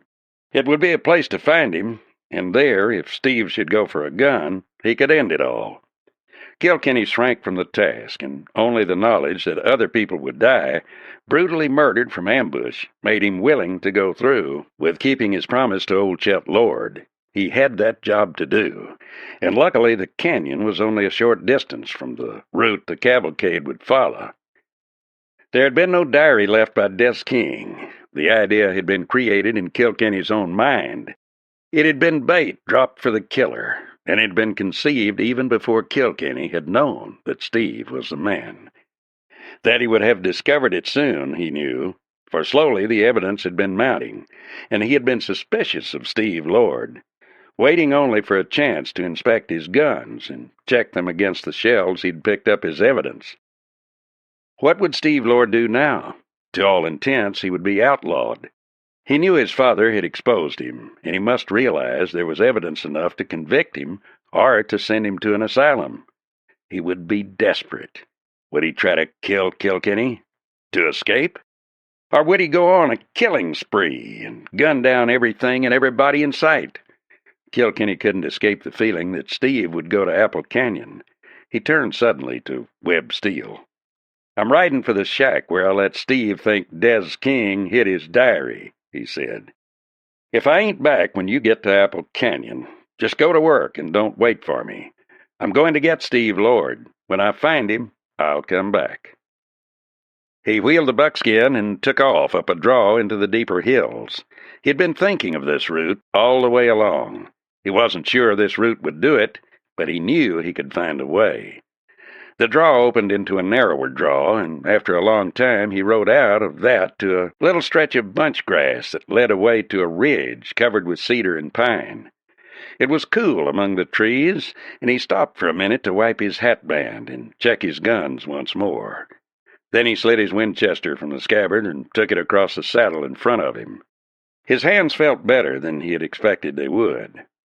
He struck a path and followed it through the trees, winding steadily upward. Then the trees thinned, and he entered a region of heaped-up boulders, among which the trail wound with all the casualness of cow trails in a country where cows are in no hurry. Twice rabbits jumped up and ran away from his trail, but the buckskin's hoofs made no noise on the pine needles or in the dust of the boulder-bordered trail. Kilkenny was cutting across a meadow when he saw the prints of a horse bisecting the trail he was making. In the tall grass of the meadow he could tell nothing of the horse, but on a hunch he turned the buckskin and followed. Whoever the rider was, he was in a hurry and was moving in as straight a line as possible for his objective. It had bad features, this trailing of a man native to the country. Such a man would know of routes, of places of concealment, of which Kilkenny could know nothing. Such an advantage could mean the difference between life and death in such a country. Scanning every open space before he moved across it, Kilkenny followed warily. He knew only too well the small amount of concealment it required to prevent a man from being seen. A few inches of grass, clothes that blended with surroundings, and immobility was all that was essential to remain unseen. Sunlight caught the highest pinnacles of the mountains beyond Forgotten Pass, and slowly the long shadows crept up, and the day crept away down the canyons. Kilkenny rode steadily, every sense alert for trouble, his keen eyes searching the rocks ahead, roving ceaselessly, warily. The cabin was not far away when he dismounted and faded into the darkness under the gnarled cedars and looked down through the narrow entrance between the cliffs into the box canyon. A squat, shapeless structure, built hurriedly by some wandering prospector or hopeful rancher in some distant period. Then, in the years that followed, it had slowly sagged here and there, the straw roof rotting, and being patched with cedar boughs, earth, and even heavy branches from the cedars until the roof had become a mound. It was an ancient, decrepit structure, its one window a black hole, its door too low for a tall man. About it the grass was green, for there was a stream nearby that flowed out of the rocks on one side and returned into the cliffs on the other, after diagonally crossing the canyon and watering a meadow in transit. Outside the shack, under the apple tree, stood a saddled horse, his head hanging. "Well, here we are, Kilkenny," he told himself dryly. "Now to get close." Leaving the buckskin in concealment, Kilkenny went at a crouching run to the nearest boulder. Then he ran closer, crouched behind some cedars, watching the cabin. He was puzzled. There was still no movement. It should take no time to find there was nothing in the cabin, and it was black in there. He should have seen a light by now, for there was no use trying to search in the blackness inside that cabin for anything. The saddled horse stood, his head low, waiting wearily. A breeze stirred leaves on the cottonwood tree, and they whispered gently. Kilkenny pulled his sombrero lower, and moving carefully with the whispering of the leaves to cover the rustle of his movement, worked along the cliff into the bottleneck entrance. Slowly, carefully, he worked inside. There was no shot, no sound. In dead silence he moved closer, his rifle ready, his eyes searching every particle of cover. The horse moved a little and began cropping grass absently, as though it had already eaten its fill. Suddenly he had a feeling that the cabin was empty. There was no reason for him to wait. He would go over to it. He stepped out, his rifle ready, and walked swiftly and silently across the grass toward the cabin. The horse stopped cropping grass and looked up, pricking its ears at him. Then he stepped up to the cabin. Was there anyone inside? The blackness of the squat cabin gave off no sound. Despite himself, Kilkenny felt uneasy. It was too still, and there was something unearthly about this lost canyon, and the lonely little shack. Carefully, he put down his rifle and slipped a 6-gun into his hand. The rifle would be a handicap if he had to fight in close quarters of the shack. Then he looked in. It was black inside, yet between himself and the hole that passed for a window, he could see the vague outline of a sleeping man's head. A man's head bowed forward on his chest. "All right," he said clearly. "You can get up and come out." There was neither sound nor movement. Kilkenny stepped inside quickly, and there was still no move. Taking a chance, he struck a match. The man was dead. Searching about, he found a stump of a candle that some passing rider had left. Lighting it, he looked at the man. He was a stranger. A middle-aged man and a cowhand by his looks. He'd been shot in the right temple by someone who had fired from outside the window. The room had been thoroughly ransacked. Kilkenny scowled. An innocent man killed, and his fault. If he hadn't told that story, this might not have happened. But at the time, he had needed some way for the killer to betray himself. It wasn't easy to do everything right. He walked out quickly and swung into saddle. There was nothing to do now but to return. He could make it in time, and morning would be the time to attack. In the small hours, just before daylight. Buck took the trail with a quickened step as though he understood an end was in sight. Kilkenny lounged in the saddle. Steve would be riding hard now. He would be heading for Apple Canyon. Weary from the long riding and the fight with Kane Brockman, Kilkenny lounged in the saddle, more asleep than awake. The yellow horse ambled down the trail through the mountains like a ghost horse on a mysterious mission. There was a faint light in the sky, the barest hint of approaching dawn, when Kilkenny rode up to join the posse. They had stopped in a shallow valley about 2 miles from Apple Canyon. Dismounted, aside from guards, they were gathered about the fire. He swung down from his horse and walked over, his boots sinking into the sand of the wash. The firelight glowed on their hard, unshaven faces.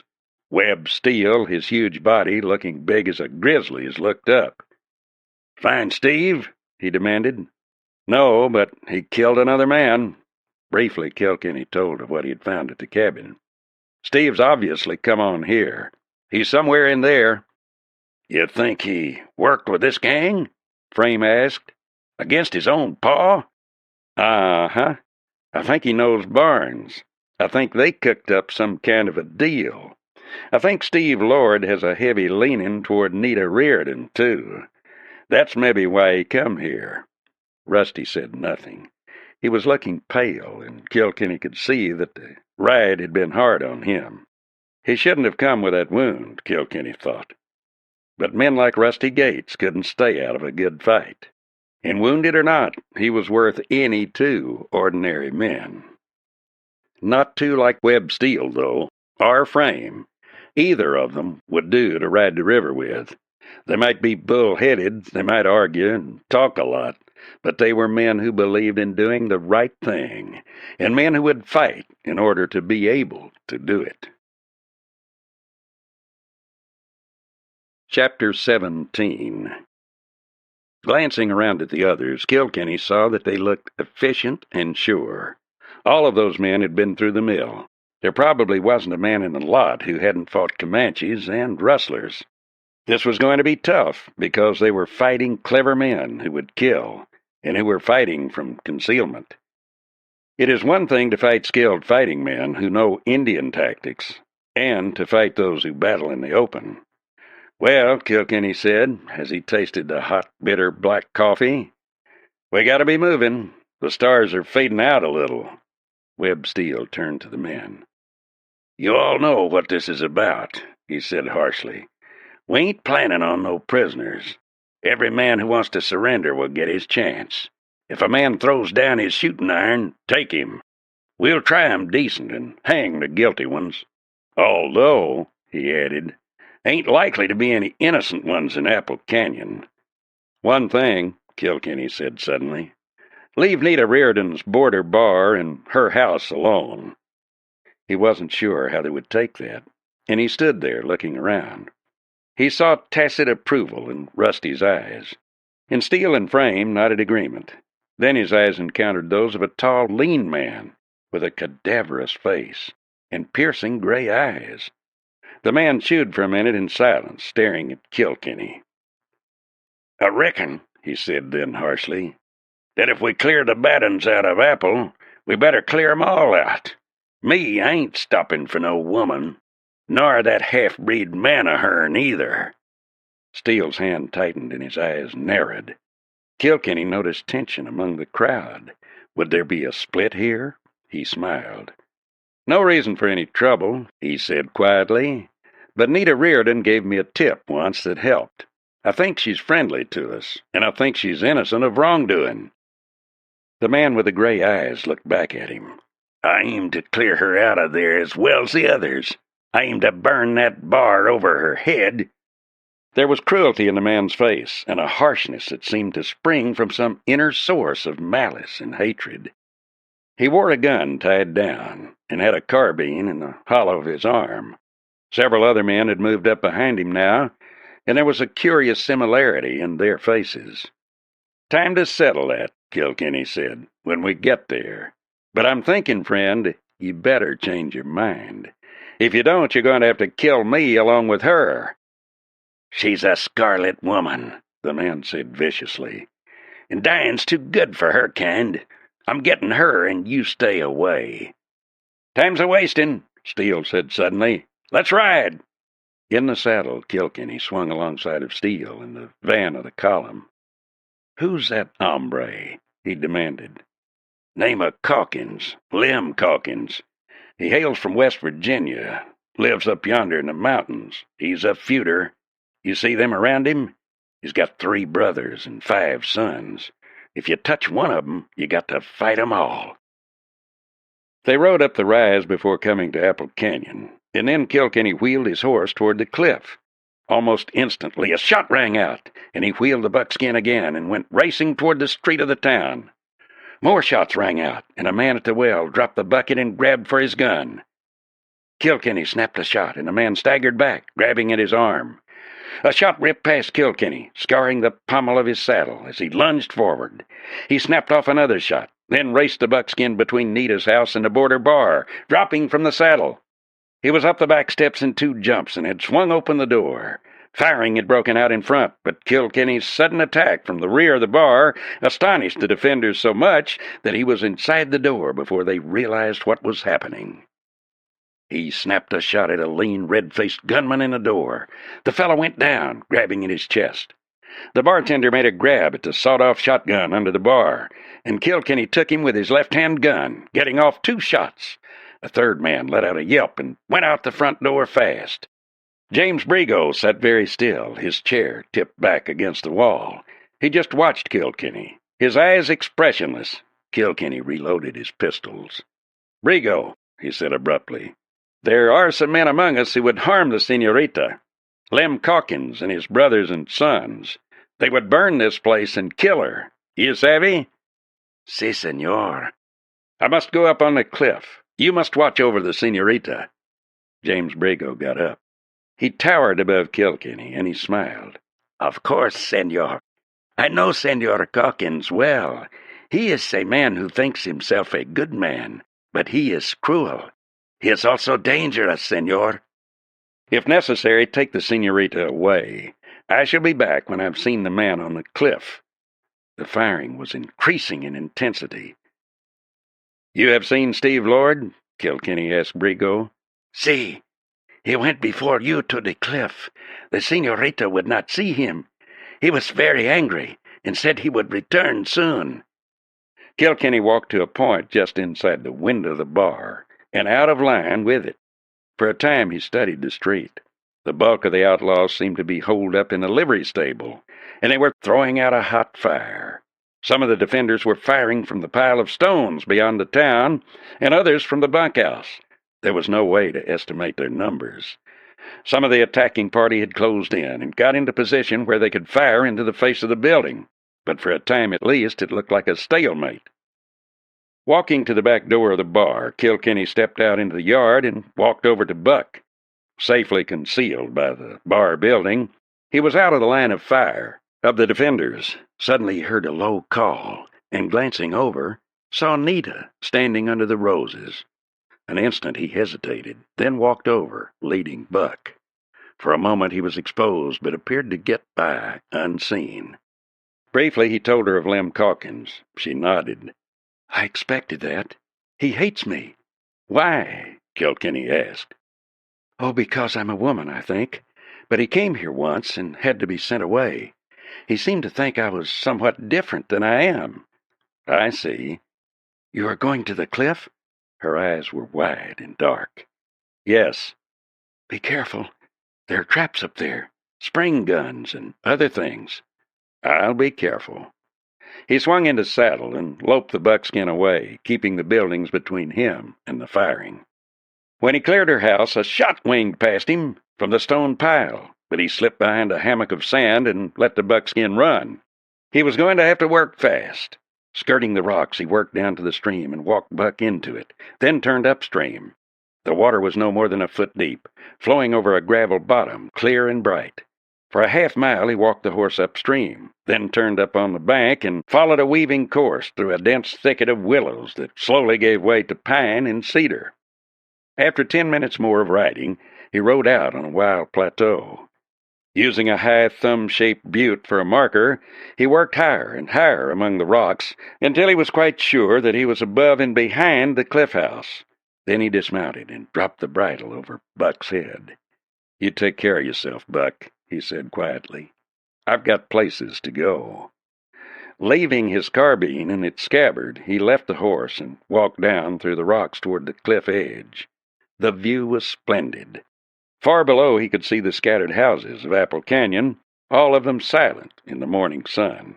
There were only a few. Around the cluster of buildings that made the town, there were occasional puffs of smoke. From up here he could see clearly what was happening below. The defenders were still holding forth in the livery stable and bunkhouse, and apparently in Sadler's house. His own attacking party had found out until they had a line of riflemen across the pass and down close to the town. They were fighting as the plan had been, shrewdly and carefully, never exposing themselves. Kilkenny had worked out that plan himself. He was quite sure from what he had learned and from what Rusty and a couple of others who knew Apple Canyon had told him that the well across from Nita's house was the only source of water. That one bucket was empty, he knew, for it lay there beside the well, and alongside of it, the gun that had fallen from the man's hand after Kilkenny had shot him. There were a lot of men defending Apple Canyon, and it was going to be a hot day. If they could be held there and kept from getting water, and if during that time he could eliminate Royal Barnes, there would be chance of complete surrender on the part of the rustlers. He believed he could persuade Steele and Frame to let them go if they surrendered as a body and left the country. His only wish was to prevent any losses among his own men while breaking up the gang. Suddenly, even as he watched, a man dashed from the rear of the bunkhouse and made a run for the well and the fallen bucket. He was halfway to the well before a gun spoke. Kilkenny would have known that gun in a million. It was Mort Davis who was firing. The runner sprawled face down in the dust. That would keep them quiet for a while. Nobody would want to die that way. It was at least 600 feet to the floor of the valley from where Kilkenny stood. Remembering his calculations, he figured it would be at least 50 feet down to the cliff house and the window he had chosen. Undoubtedly, there was an exit back somewhere not far from his horse, or at least somewhere among the boulders and crags, either on top or behind the cliff. There had to be at least 2 exits, but there wasn't time to look for them now. He had taken his rope from the saddle, and now he made it fast around the trunk of a gnarled and ancient cedar. Then he dropped it over the cliff. Carefully, he eased himself over the edge and got both hands on the rope. Then, his feet hanging free, he began to lower himself. His hands gave him no trouble. He was halfway down when the first shot came, followed by a yell. The shot was from the livery stable, and it clipped the rock wall he was facing. His face was stung with fragments of stone. Immediately, his own men opened up with a hot fire, and he lowered himself a bit more, then glanced down, looking for the window. He saw it, a little to the right. Another shot clipped close to him, but obviously whoever was shooting was taking hurried shots without proper aim, or he would not have missed. He was just thanking all the gods that the men behind the stone pile hadn't spotted him when he heard a yell, and almost instantly a shot cut through his sleeve and stung his arm. Involuntarily, he jerked and almost lost his hold. Then, as bullets began to spatter around him, he found a foothold on the windowsill and hurriedly dropped inside. Instantly, he slipped out of line with the window and froze. There was no sound from inside, only the rattle of rifle fire down below. The room he was in was a bedroom, empty. It was small, comfortable, and the Indian blankets spread on the bed matched those on the wall. There was a crude table and a chair. Kilkenny tiptoed across the room and put his hands on the knob. Then slowly he eased open the door. A voice spoke. "Come in, Kilkenny." Chapter 18. Quietly, Kilkenny swung the door open and stepped into the room, poised to go for a gun. A man sat in a chair at the table on which there was a dish of fruit. The man wore a white shirt, a broad leather belt, gray trousers that had been neatly pressed and were tucked into cowhide boots. He also wore crossed gun belts and 2 guns. He was clean-shaven except for a small mustache, and there was a black silk scarf around his neck. It was Victor Bonham. "So," Kilkenny said thoughtfully, "it's you." "That's right. Bonham or Barnes, whichever you prefer. Most people call me Royal Barnes." "I've heard of you." "And I've heard of you." Royal Barnes stared at him, his eyes white and ugly. There was grim humor in them, too. "You're making trouble for me again," Barnes said. "Again?" Kilkenny lifted an eyebrow. "Yes, you killed the Webbers. They were a bungling lot, but they were kinfolk. And people seem to think I should kill you because you killed them. I expect that's as good a reason as any." "Maybe. You were anxious to die, to come in that way." "Safer than another way, I think," Kilkenny drawled. Royal Barnes' eyes sharpened. "So, somebody talks, do they? Well, it was time I got new men, anyway. You see, Kilkenny, you're a fool. This isn't going to stop me. This is merely a setback. Oh, I grant you it's going to cause me to recruit a new bunch of men, but this will rid me of some of your men, too. Some of the most dangerous men in the Lavo country will be killed today. The next time it'll be easier, and you see, I intend to come back, to reorganize, and to carry on with my plans. I'd have succeeded already but for you. Steele will fight, but if he isn't killed today, I'll have him killed within the week. The same for Frame and your friend Gates. Gates isn't dangerous alone, but he might find someone else to work with, someone as dangerous as you." The sound of firing had grown in tempo now, but Royal Barnes did not let his eyes shift one instant. He was cool, casual, but wary as a crouched tiger. In the quiet, well-ordered room, away from the confusion below, he seemed like someone from another world. Only his eyes showed what was in him. "You seen Steve Lord?" demanded Kilkenny. "Lord?" Barnes' eyes changed a little. "He never comes here." "He worked with you," Kilkenny flatly accused. Barnes shrugged carelessly. "Of course. I had to use what tools I could find. I held Nita out to him as bait and power. I told him I would give him the Steele Ranch. He is a fool." Slowly, Kilkenny reached for cigarette papers and began building a smoke, his fingers poised and careful. "You're wrong, Barnes. Steve is crazy. He's crazy with bloodlust and a craving for power. He killed Des King. He killed Sam Carter and a half-dozen other men. Now he's gunning for you, Barnes." Royal Barnes sat up. "Are you telling the truth?" he demanded. "Steve Lord killed those men?" Kilkenny quietly told him of all that had transpired. Outside, the shooting had settled to occasional shots, no more. A break was coming, and the tension was mounting with every second. "Now," Kilkenny added, "if you want my hunch, I think Steve figures to get you. He figures with you gone, he'll be King Bee around here." Royal Barnes got up, and for a moment he stood listening. "Somebody's on the trail now," he said suddenly. That would be Steve. Instantly it came to Kilkenny with startling awareness that Barnes was waiting for something, some sound, some signal. If there was a spring gun on the main trail, it would stop Steve in his tracks. He drew deeply on his cigarette. Somewhere he could hear water dripping slowly, methodically, as though counting off the seconds. Royal Barnes dropped a hand to the deck of cards on a table and idly riffled them. The spattering sound of the flipping cards was loud in the room. A heavy crash sounded again. That would be Mort Davis, somebody else trying to get water, somebody who wouldn't try again. Gravel rattled on the trail, and Kilkenny saw Royal Barnes' face tighten. Then, in the almost complete silence, bang! Royal Barnes dropped into a crouch and went for his gun with a sweeping moment.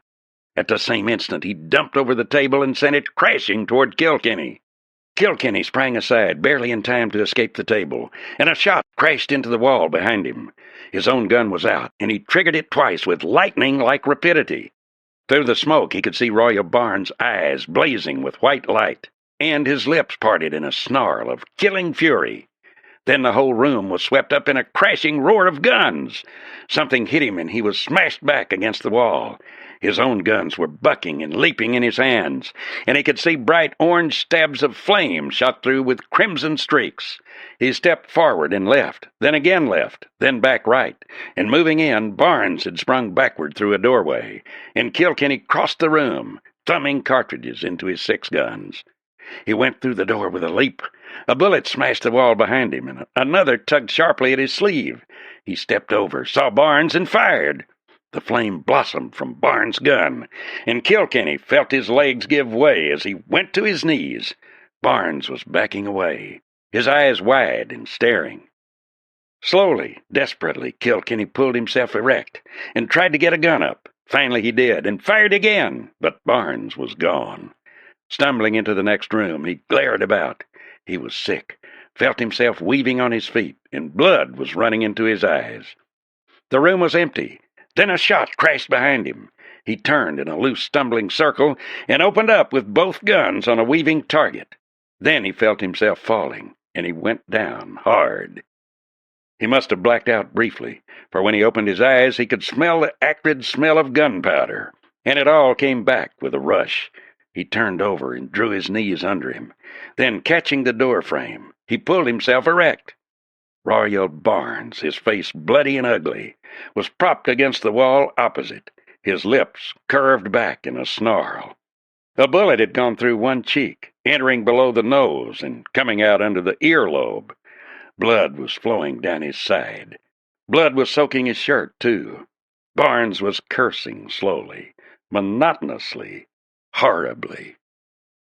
"You got me," he mouthed viciously.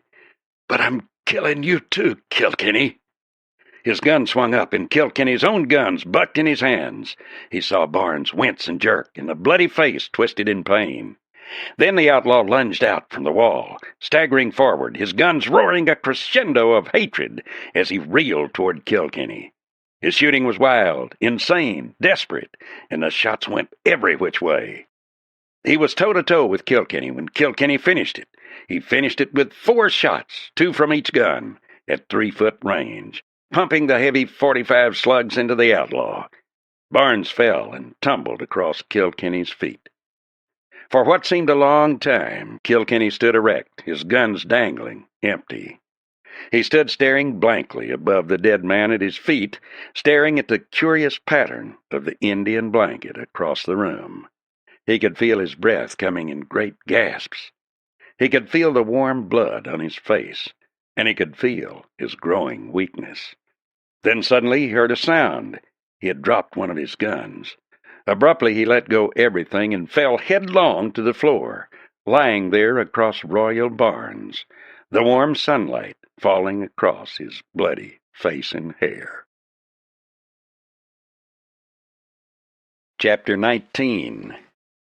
A long, long time later, he felt hands touching him, and felt his own hand reaching for his gun.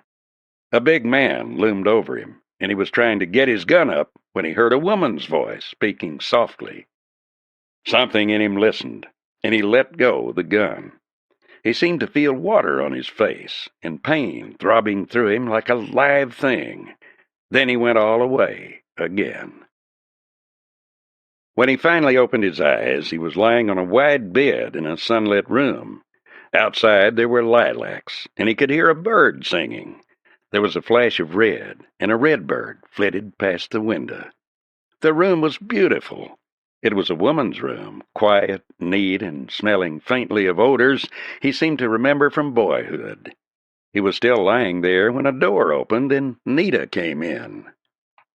"Oh, you're awake," Nita laughed, and her eyes grew soft.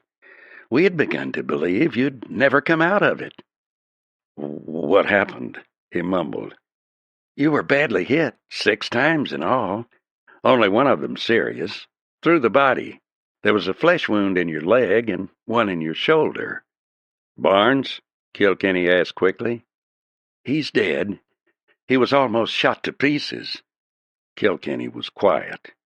He closed his eyes and lay still for a few minutes, remembering. In all his experience, he had never known any man with such vitality. He rarely missed, and even in the hectic and confused battle in the Cliff House, he knew he had scored many hits. Yet Royal Barnes had kept shooting, kept fighting. He opened his eyes again. Steve Lord? He was killed by a spring gun, a double-barreled shotgun loaded with soft lead pellets. He must have been killed instantly. The outlaw gang? Wiped out. A few escaped in the last minutes, but not many. Webb Steele was wounded, but not badly. He's up and around. Has been for 3 days. 3 days. Kilkenny was incredulous. "How long have I been here?" Nita smiled. "You've been very ill. The fight was 2 weeks ago." Kilkenny lay quietly for a while, absorbing that. Then he remembered. "But Calkins, he was killed. Jamie killed him and 2 of his family. Steele put it up to the other Calkins boys to leave me alone, and to leave Jamie alone or fight him and all the ranchers. They backed down." The 2 weeks more that Kilkenny spent in bed drifted by slowly, and at the end he became restless, worried. He lay in Nita Reardon's bed in her house, cared for by her, and receiving visits daily from Rusty and Tana, from Webb Steele, Frame, and some of the others. Even Lee Hall had come by to thank him, but he was restless. He kept thinking of Buck and remembering the long, lonely trails. Then one morning he got up early. Rusty and Tana had come in the night before. He saw their horses in the corral when he went out to saddle Buck. The sun was just coming up, and the morning air was cool and soft. He could smell the sagebrush and the mesquite blossoms. He felt restless and strange.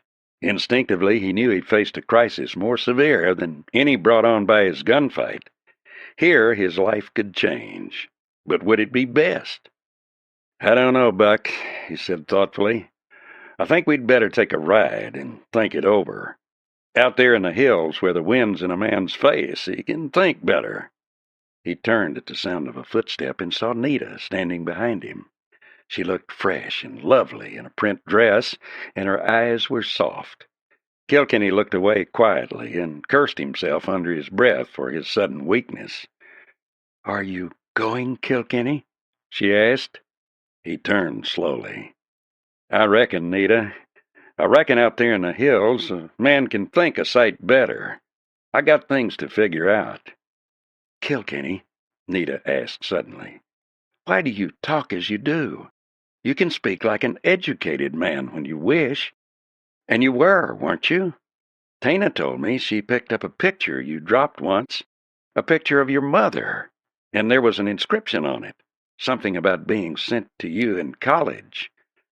"Yes, I reckon I can speak a sight better at times, Nita. But I'm a Western man at heart, and I speak the way the country does." He hesitated, looking at her somberly.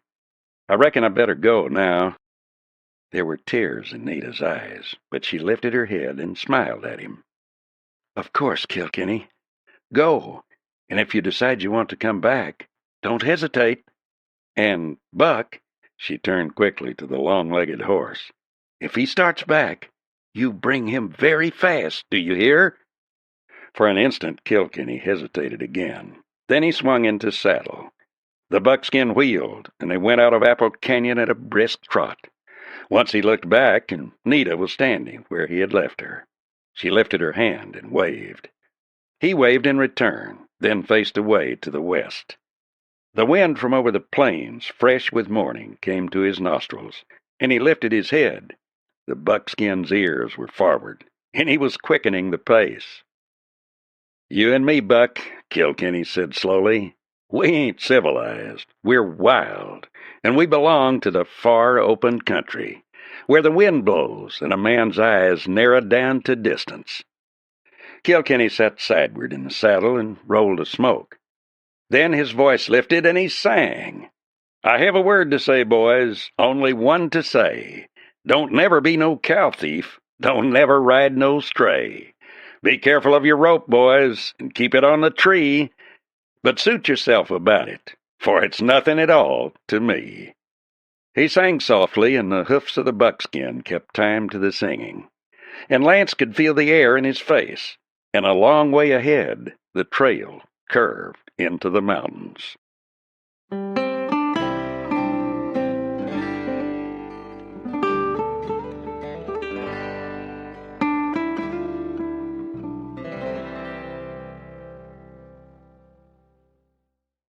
This concludes the reading of A Man Called Trent, a Western Duo by LAmour. Copyright